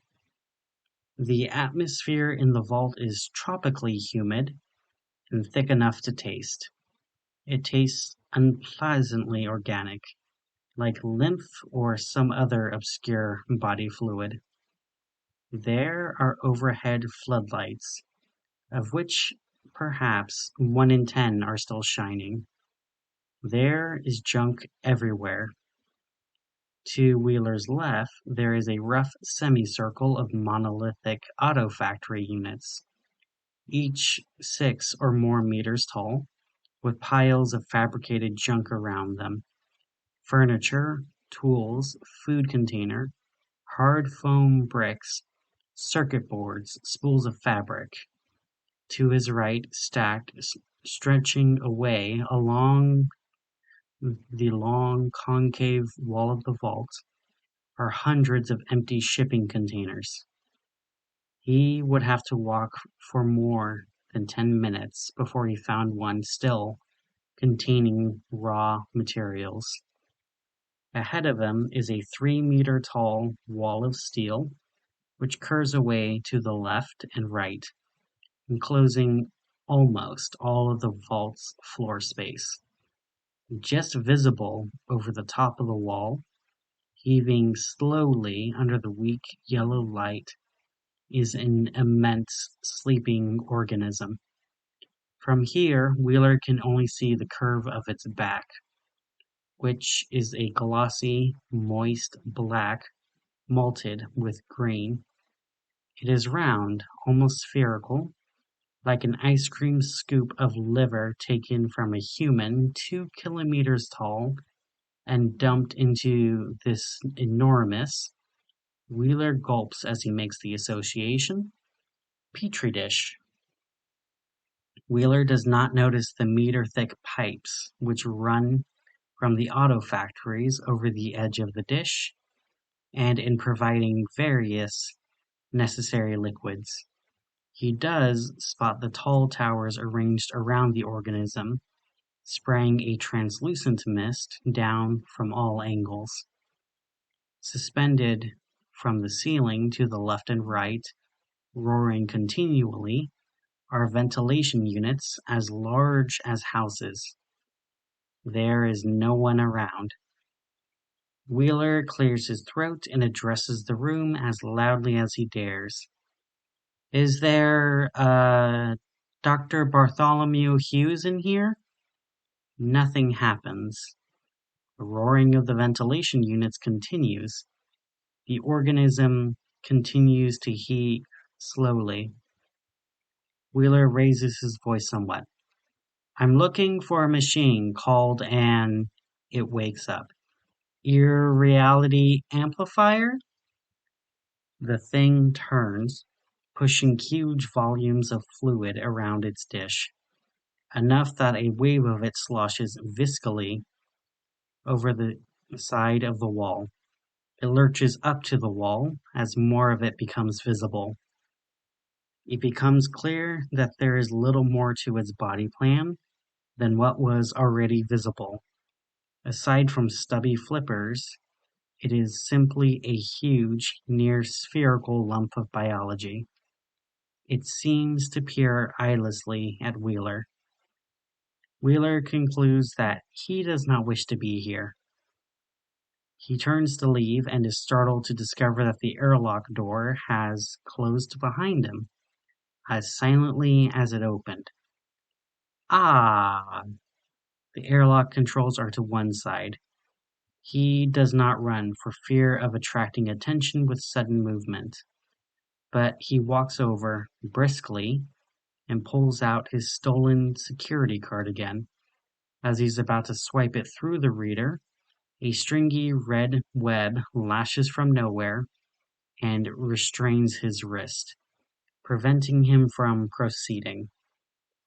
Wheeler struggles for a second to pull his arm free, but the webbing is gluey and has a freakish rigidity to it, as if there are bones inside it. It doesn't let him move. He glances back and doesn't get a good enough look at the organism's body to spot where the web originated. The organism has opened its eye now. A single eyeball, tens of meters wide, which must account for a significant fraction of its body volume. It has a vivid pink iris and 4 enormous black pupils. Its voice isn't truly audible. It arrives in Wheeler's head like maddening static, a mosquito's whine in stereo. Do you have it? Have what? No doctor. No machine. A thinner strand of webbing shoots out, attaching itself to the security pass in Wheeler's hand, plucking it delicately from his fingers. The strand withdraws and holds the pass in front of the organism's eye. Wheeler! Ah, Wheeler says. Yes, it's something of a coincidence, actually. The strand tightens, lifting Wheeler by his arm. He twirls uselessly, barely able to see what's happening. There is a blur of luminous pink, and he is plunged, screaming, directly into the largest of Bart Hughes' 4 pupils. The bunker was empty when he got here. His associates were missing, and he was forced to presume them dead. And in a rare lapse of forethought, he had neglected to bite off one of his human body's fingers before fleeing the scene of the shooting. With no human tissue sample to work with, he had no way to clone himself a replacement body. He was, he realized, trapped. Wheeler had told him that, to protect the cause of the Foundation, he would have to sacrifice much or all of his existence. She had only been reminding him of something which he had always known, intellectually. Still, he had not imagined this. And even if he had, he could never have imagined that this would be like to experience from the inside. Several times he came close to quitting. Dysmorphia alone almost killed him. But he had a duty. The problem had to be solved. He attacked it in his germ form for over a year. He developed tools for himself, computer peripherals and writing implements adapted for his short but dexterous tendrils. He built miniature chair analogs and other furniture. He developed for himself a little life, a fitness plan, some hobbies even. He slept in baths of nutrient sludge. Before the end of the first month, He had proven, to his satisfaction, that the counter meme he was searching for existed beyond the comprehension of human intellect. A human being's mind would, figuratively, burst into flame upon contact with it. It was quite possible their literal body would too, as a violent reaction to the profound, unalterable wrongness of every aspect of the universe around it.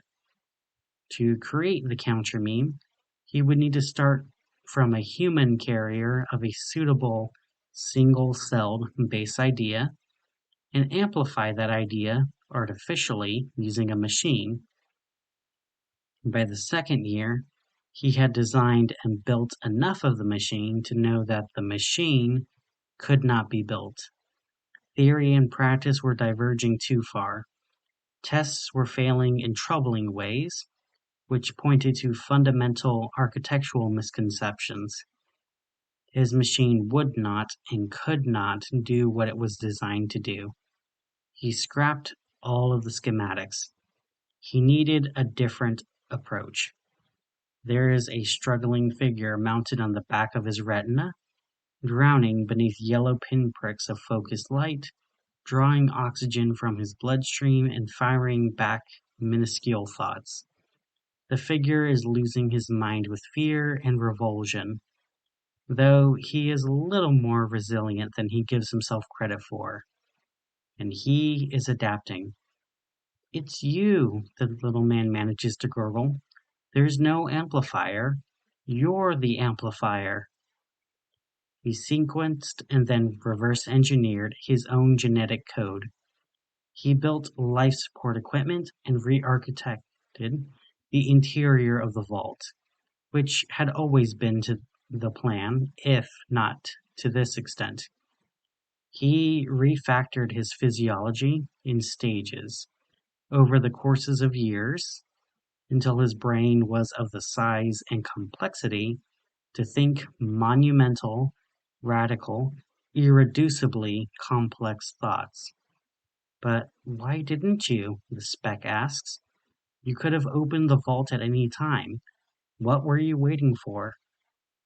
Once, while exploring human eidetic space, he saw himself.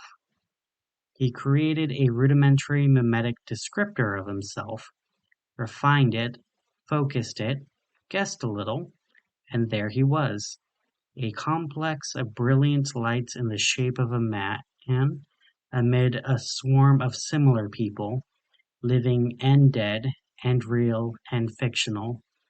It was fascinating and sobering to see himself in that grand context, from that elevated perspective. He was tiny. He waved back. And when he saw himself, he came to understand what he was, what his role was. He was the mad technical genius, the crazed inventor who architects the final weapon. But he was not the one to wield it.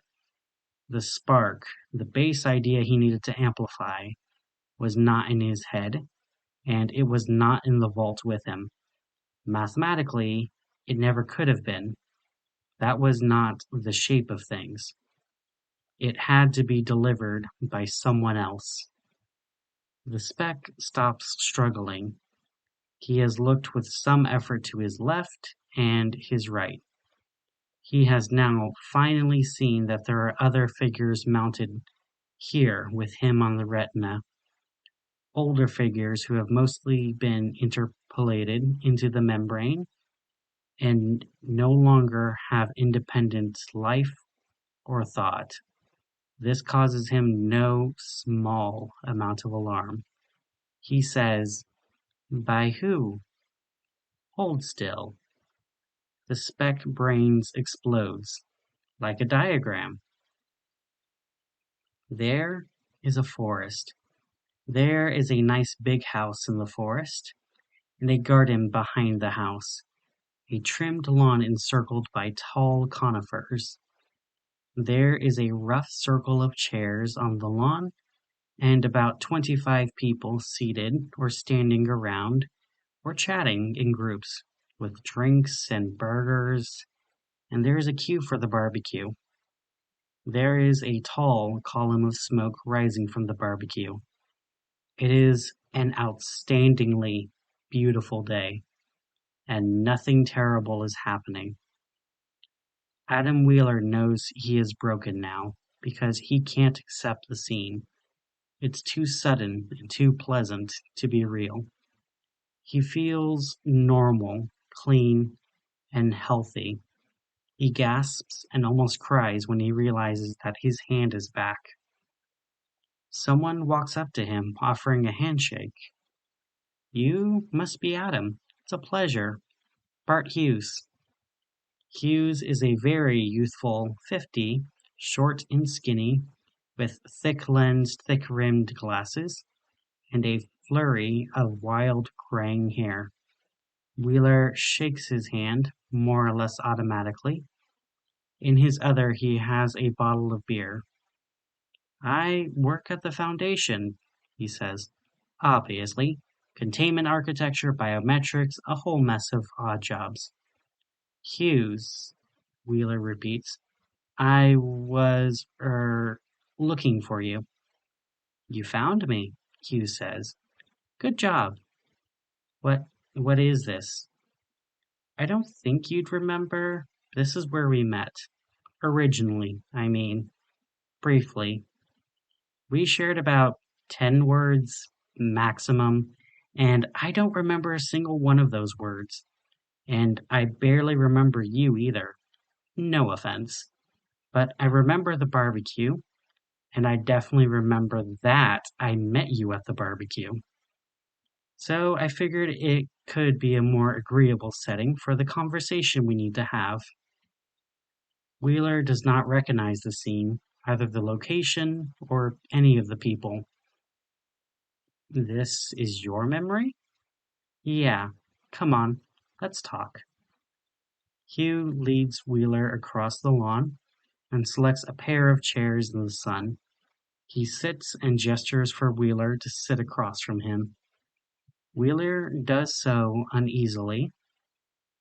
Hughes rests his elbows on his knees and gathers his thoughts before he begins speaking. Adam, you don't have the idea we're looking for. The seed for the counter meme? You're the wrong guy. You would have known if you had it. It would be impossible not to know. You would feel electrified by it, driven forward by the high ideal it represented. Every waking moment. It's what should have brought you here. I don't know how you made it here without it. I didn't know I was supposed to bring an idea with me. There's no way you could have known, Hughes reassures him. Nobody exterior to the vault knew. I didn't know it myself until I was already locked in. This is normal. We form these plans and something unexpected happens, and the plans go out the windows. And under great pressure, we are forced to demonstrate creativity.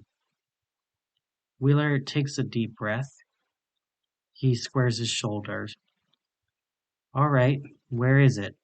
I hope it's in North America. I don't want to have to go all the way back to Site 41, but I will if you can wait that long. Hughes is shaking his head. You can't do it. Even if it was that simple, and there was just a place I could send you to collect it, like takeout, you can't carry an idea like this. You've never had that capability. You don't believe, you've never had to. You're the wrong guy. So, where does that leave us? Hughes turns, looking meaningfully towards the barbecue itself. Wheeler follows his gaze. There is a woman tending to it with her back to them, chatting with the people in line for food.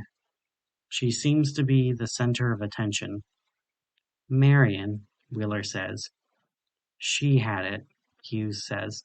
Well, to speak accurately, there's no singular it. It's a massively diverse phase space of possibilities. Millions of people in the world had different ideas which could have worked, but she was one of them. Was? Wheeler says. Yeah, she died. Hughes turns back to face him. He hesitates, drinking some more beer while he chooses his word. He is not a medical doctor. He does not have anything which could be considered a bedside manner. Adam, I've been examining your brain. There are layers and layers of damage there, and a lot of it looks deliberate. Some of it may even be self-inflicted. You have had memories suppressed and restored and falsified and erased again. And on top of that, you've survived what should have been fatal exposure to SCP-2111. And you've been through a great deal of completely non-anomalous trauma. So you would be forgiven for not having it worked out by now. The hole in your life. No, I know, Wheeler says. With some caution, Hughes asks, What do you know? She and I were married at one point, right? Slowly, Hughes nods. Wheeler says, Got there eventually. It felt stupid and obsessive at first to draw that conclusion. Self-absorbed, but there were all these facts, and they all fit. And at the end of the day, I had to accept it. Hughes asks, And how do you feel about that? Wheeler interlocks his fingers distractedly. He doesn't know. He doesn't know if he wants to know. He's afraid to know. So, what if we were married? What does that give me? It's over. It's all gone. Could be, Hughes says. What was she like? Hughes holds something out to him. It's an auto-injector pen, a stubby, luminous orange cylinder with a pointed cap concealing a needle. There is a big black Z printed on its side. Wheeler recognizes it. In fact, he recognizes it as his own, but he finds himself not able to recall where he acquired it, or for how long he has been carrying it. This drug, he knows, will kill him. It will make him remember everything. Everything. And this will kill him, as it does everybody. But he will remember. There is a kind of singing in his ears. The sunlight in the garden is blurring, smearing out. He catches Hugh's eye, and Hughes is smiling ruefully, and his eye has lit up, a scintillating gold-white point of light. This needs to be the end. There are long, long months of fearful migraine wandering. There is the face-to-face back in the school, mediated by the late Daisy Ulrich, so brief and extraordinarily painful that it registers like a gunshot. Then he is enmeshed within SCP-3111 again, complicit and actively engaged in a darkened metallic hell. The drug makes it impossible to not think about what happened, to not stare directly at what he did. Time in there is dilated, stretched to subjective breaking points by the anomaly's mass.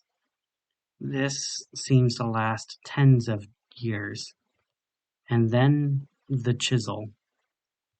And after that, for 2 years, he is vacant. He is a suit wrapped around a torn, ragged-edged hole. And then there is Marion, at last, placidly tearing herself out of his life, and him out of hers. And then it's hours earlier than that. The very worst moment. his awful, sinking realization that she no longer knows who he is. And then it's 2 days before that. It's 6:15 in the morning, October, pre-dawn and freezing cold. Marion is at her corridor, about to leave for work, but distracted by something important on her work phone.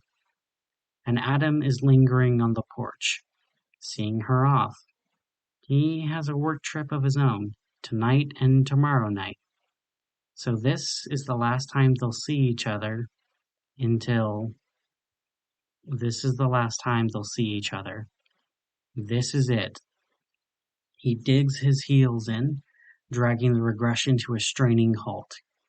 He calls out, "Marion!" She puts her phone away, and she turns around. It's her, the whole of her. She is precisely the way he remembers her. She is the memory, iconic and brilliant. She smiles at him for a long, ridiculous moment. She says, "Do you get it now? Why you kept me away from all this?" "Yes," he goes to her, and they kiss. And it's a classic. It's perfect. It's everything either of them remembers. He holds her tightly, and she hugs him back. Head heights as mismatched as ever. He sniffs. "You've had a hell of a time," she states. It is a simple fact. "I needed you," he said. "I didn't even know how badly. I didn't need you to help me. I just needed to stand aside and let you do the job instead, Marion. Your job is lunacy. I 100% understand why you tried to keep me out of this half of your life, and for so long, and I will never ask about it again." She looks up to him. It looks like she's about to say something, but the pain in Adam's brain makes itself known again. He has to break off. The pain is forcing its way forward, into the back of his eyes. The rate of regression is increasing now. Different memories from all parts of his life are clamoring at him now, and their combined volume is increasing, and it is becoming difficult to think clearly. Marion, though, is a part of the memories, not a constant. She has evolved and grown over the years, but a common thread. He focuses on her. "I don't have a lot of time to bring you up to speed," he manages. "This isn't real. We're both sharing Bart Hughes' mind right now. I don't know how much you know. There's an antimemetic monster called SCP-3111, she says. It killed me, and the Division, and the Foundation, and now it's occupying our whole reality. It ruins humans. It's the worst thing that ever existed. There's no one left but you, and you can't stop it. You can't even look at it. Hughes needs an idea to amplify, so you took a lethal dose of biochemical nestic to reify me properly because I was the best idea you had. Does that cover it?" Adam grins weakly with great relief. His wife has caught up characteristically quickly. Just about. We live in ridiculous times. She steps back from him. She looks at him and at herself, and at their fictional little scene, steadily brightening as the sun rises. She looks up at the unimaginably gigantic memeplex which she has to kill.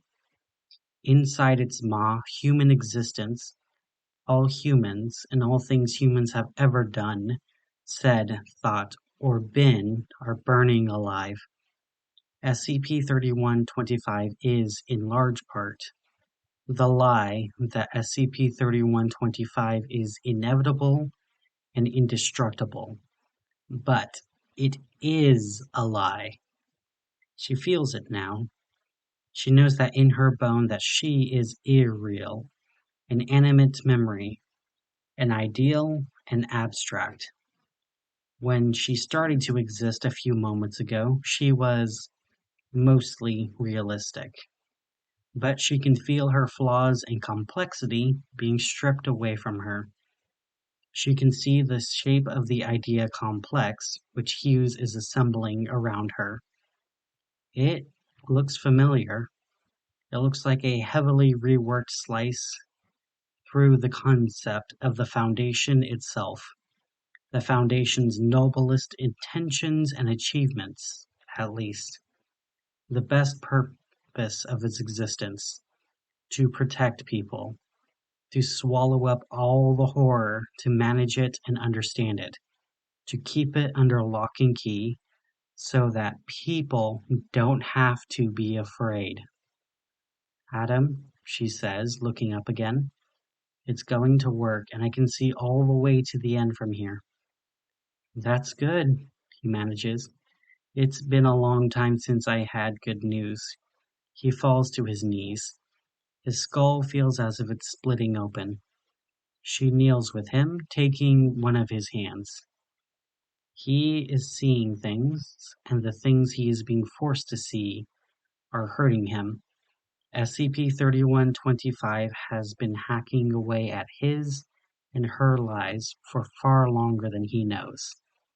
They'd lost so much by the end. He has no idea. And it's not just him, he realizes. It's everybody. He needs to multiply this feeling by billions. You've got to end this thing, he says, the pain rising to a flashpoint. It has to be today. No more. Adam, listen. It's a different kind of existence up there. I've seen glimpses of it before, but I've never been there. I don't know what it's going to be like, but I know I won't be a human anymore. I'm already not real, and I won't be able to come back. I love you. There is a burning, corrosive sensation crawling across the surface of Adam's brain. A crackle like cellular automa. I know, he says. It's okay. There's going to be no one to come back to. It was good to see you. I love you. Stand back. She stands back from him. She flexes what could be wings. You used to sing, Adam says, all the time.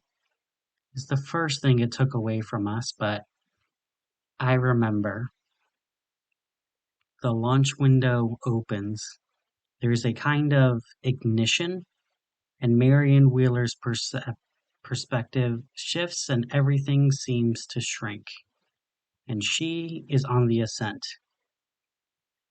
The part of SCP-3111 which was capable of communication has had its brains blown out. There is no longer anything to reason with.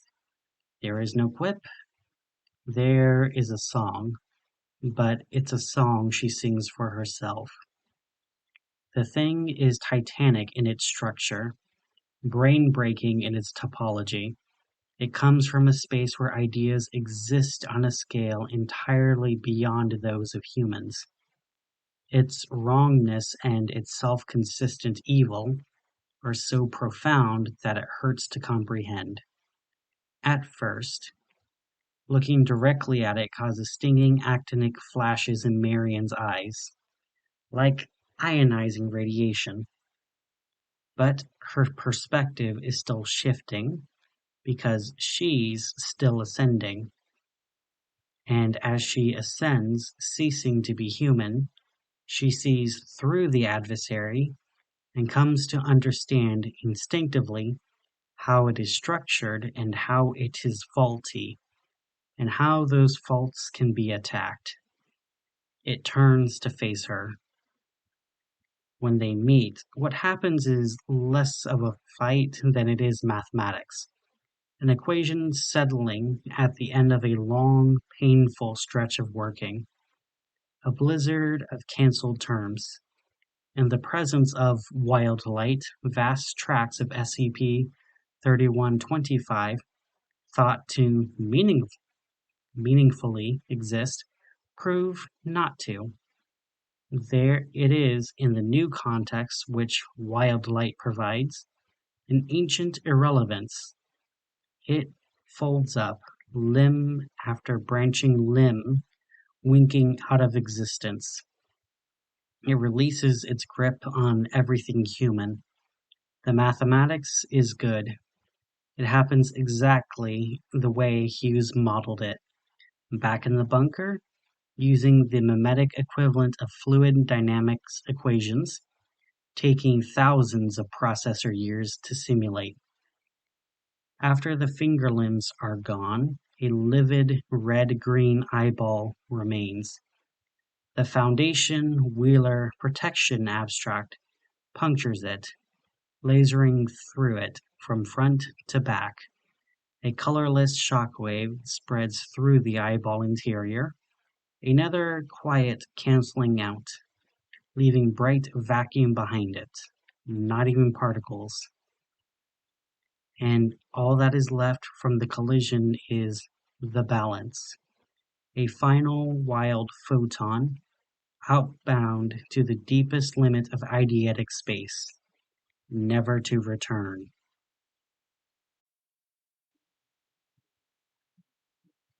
And what have we learned?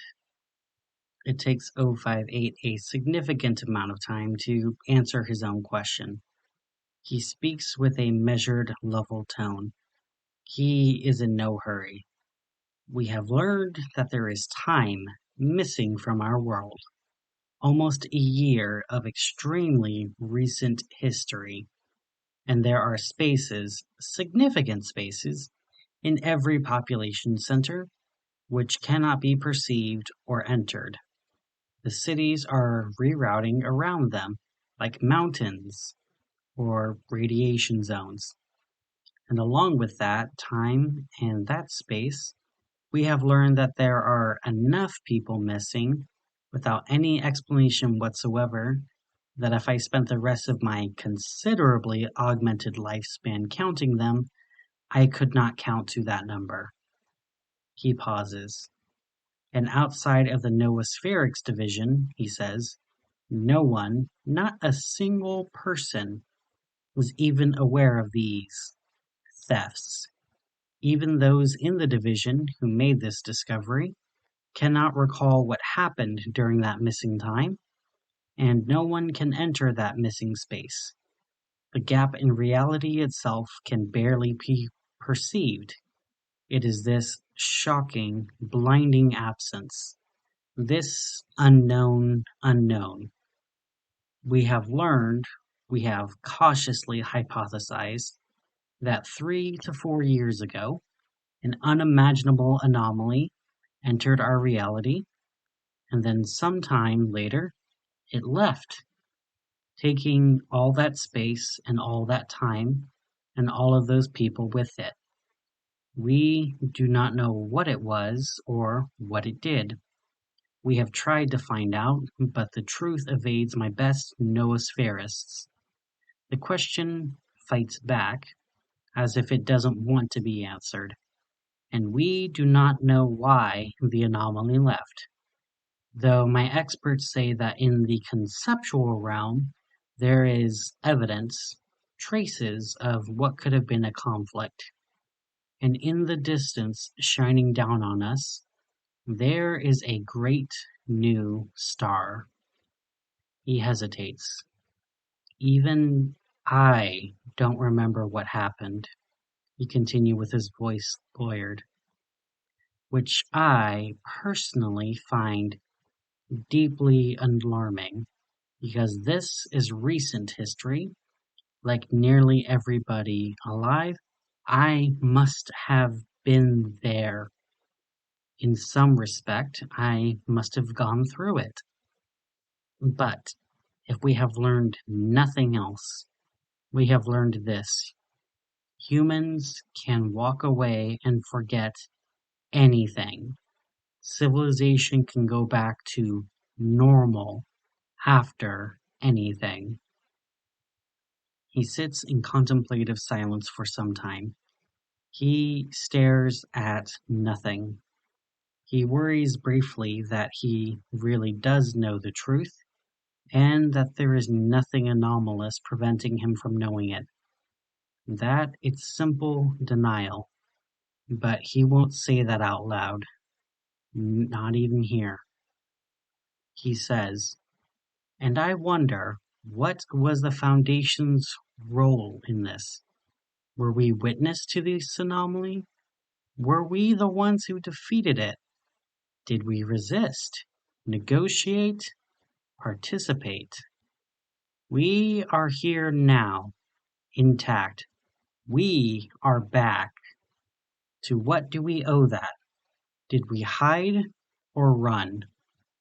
Do we deserve to be back? Have we that right? We failed in our stated objective. These people are gone, and it's useless to pretend that they aren't dead. We failed orders of magnitude harder than we've ever failed before, despite which we remain clandestine and unknown to greater humanity, which means that no one external to the Foundation can hold us accountable for our actions or lack thereof. If what happened at the O5 Council meeting yesterday is any indication, we will certainly never hold ourselves accountable. What happened to those people? My people. Where are they?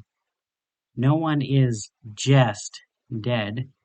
No one is merely passively dead. Death is caused. SCP-55 cannot answer him. He says, his voice rising, "These things happen, and we say to ourselves, never again. And 100 years pass, and they happen again." He says, "Last time, the time before this one, the time none of us remember, the time for which there is no evidence of any kind, but which I now realize must exist, that time when we told ourselves and each other, we must do better. What did we do differently from then on, and why didn't it work?" He says, "What does the Foundation need to be? Where does it need to be? And how far is that place from here? Can we see it from here? Or is this it?" He does not know. And after leaving the containment units, he knows he will not even remember the questions. Direct observation is harmful to Nema's species. Her mother died when she was a juvenile, killed instantly when a Foundation researcher took a close-up flash photograph of her face.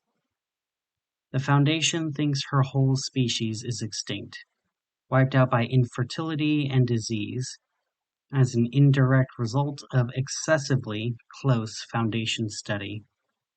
But they are not extinct. Some of them adapted. They fled across oceans and then inland. They grew thicker antimemetic armor. Nema is a fully grown sea gigantes, a massively vertically elongated quadruped, almost a kilometer tall at the shoulder.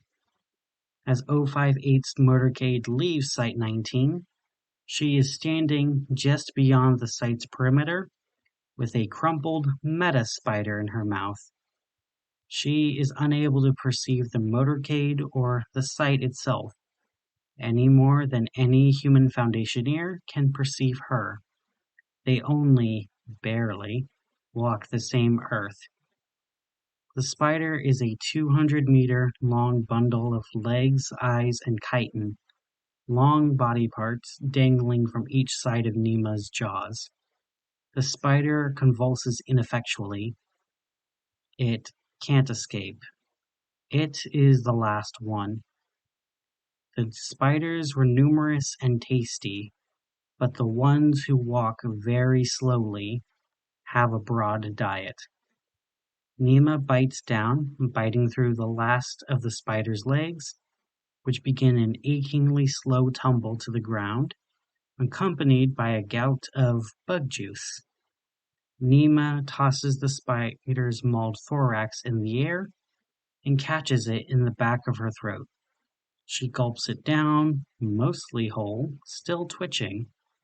She raises her head and vocalizes triumphantly, a deafening, inaudible, infrasonic warble. The call carries all the way to her mate and children on the horizon.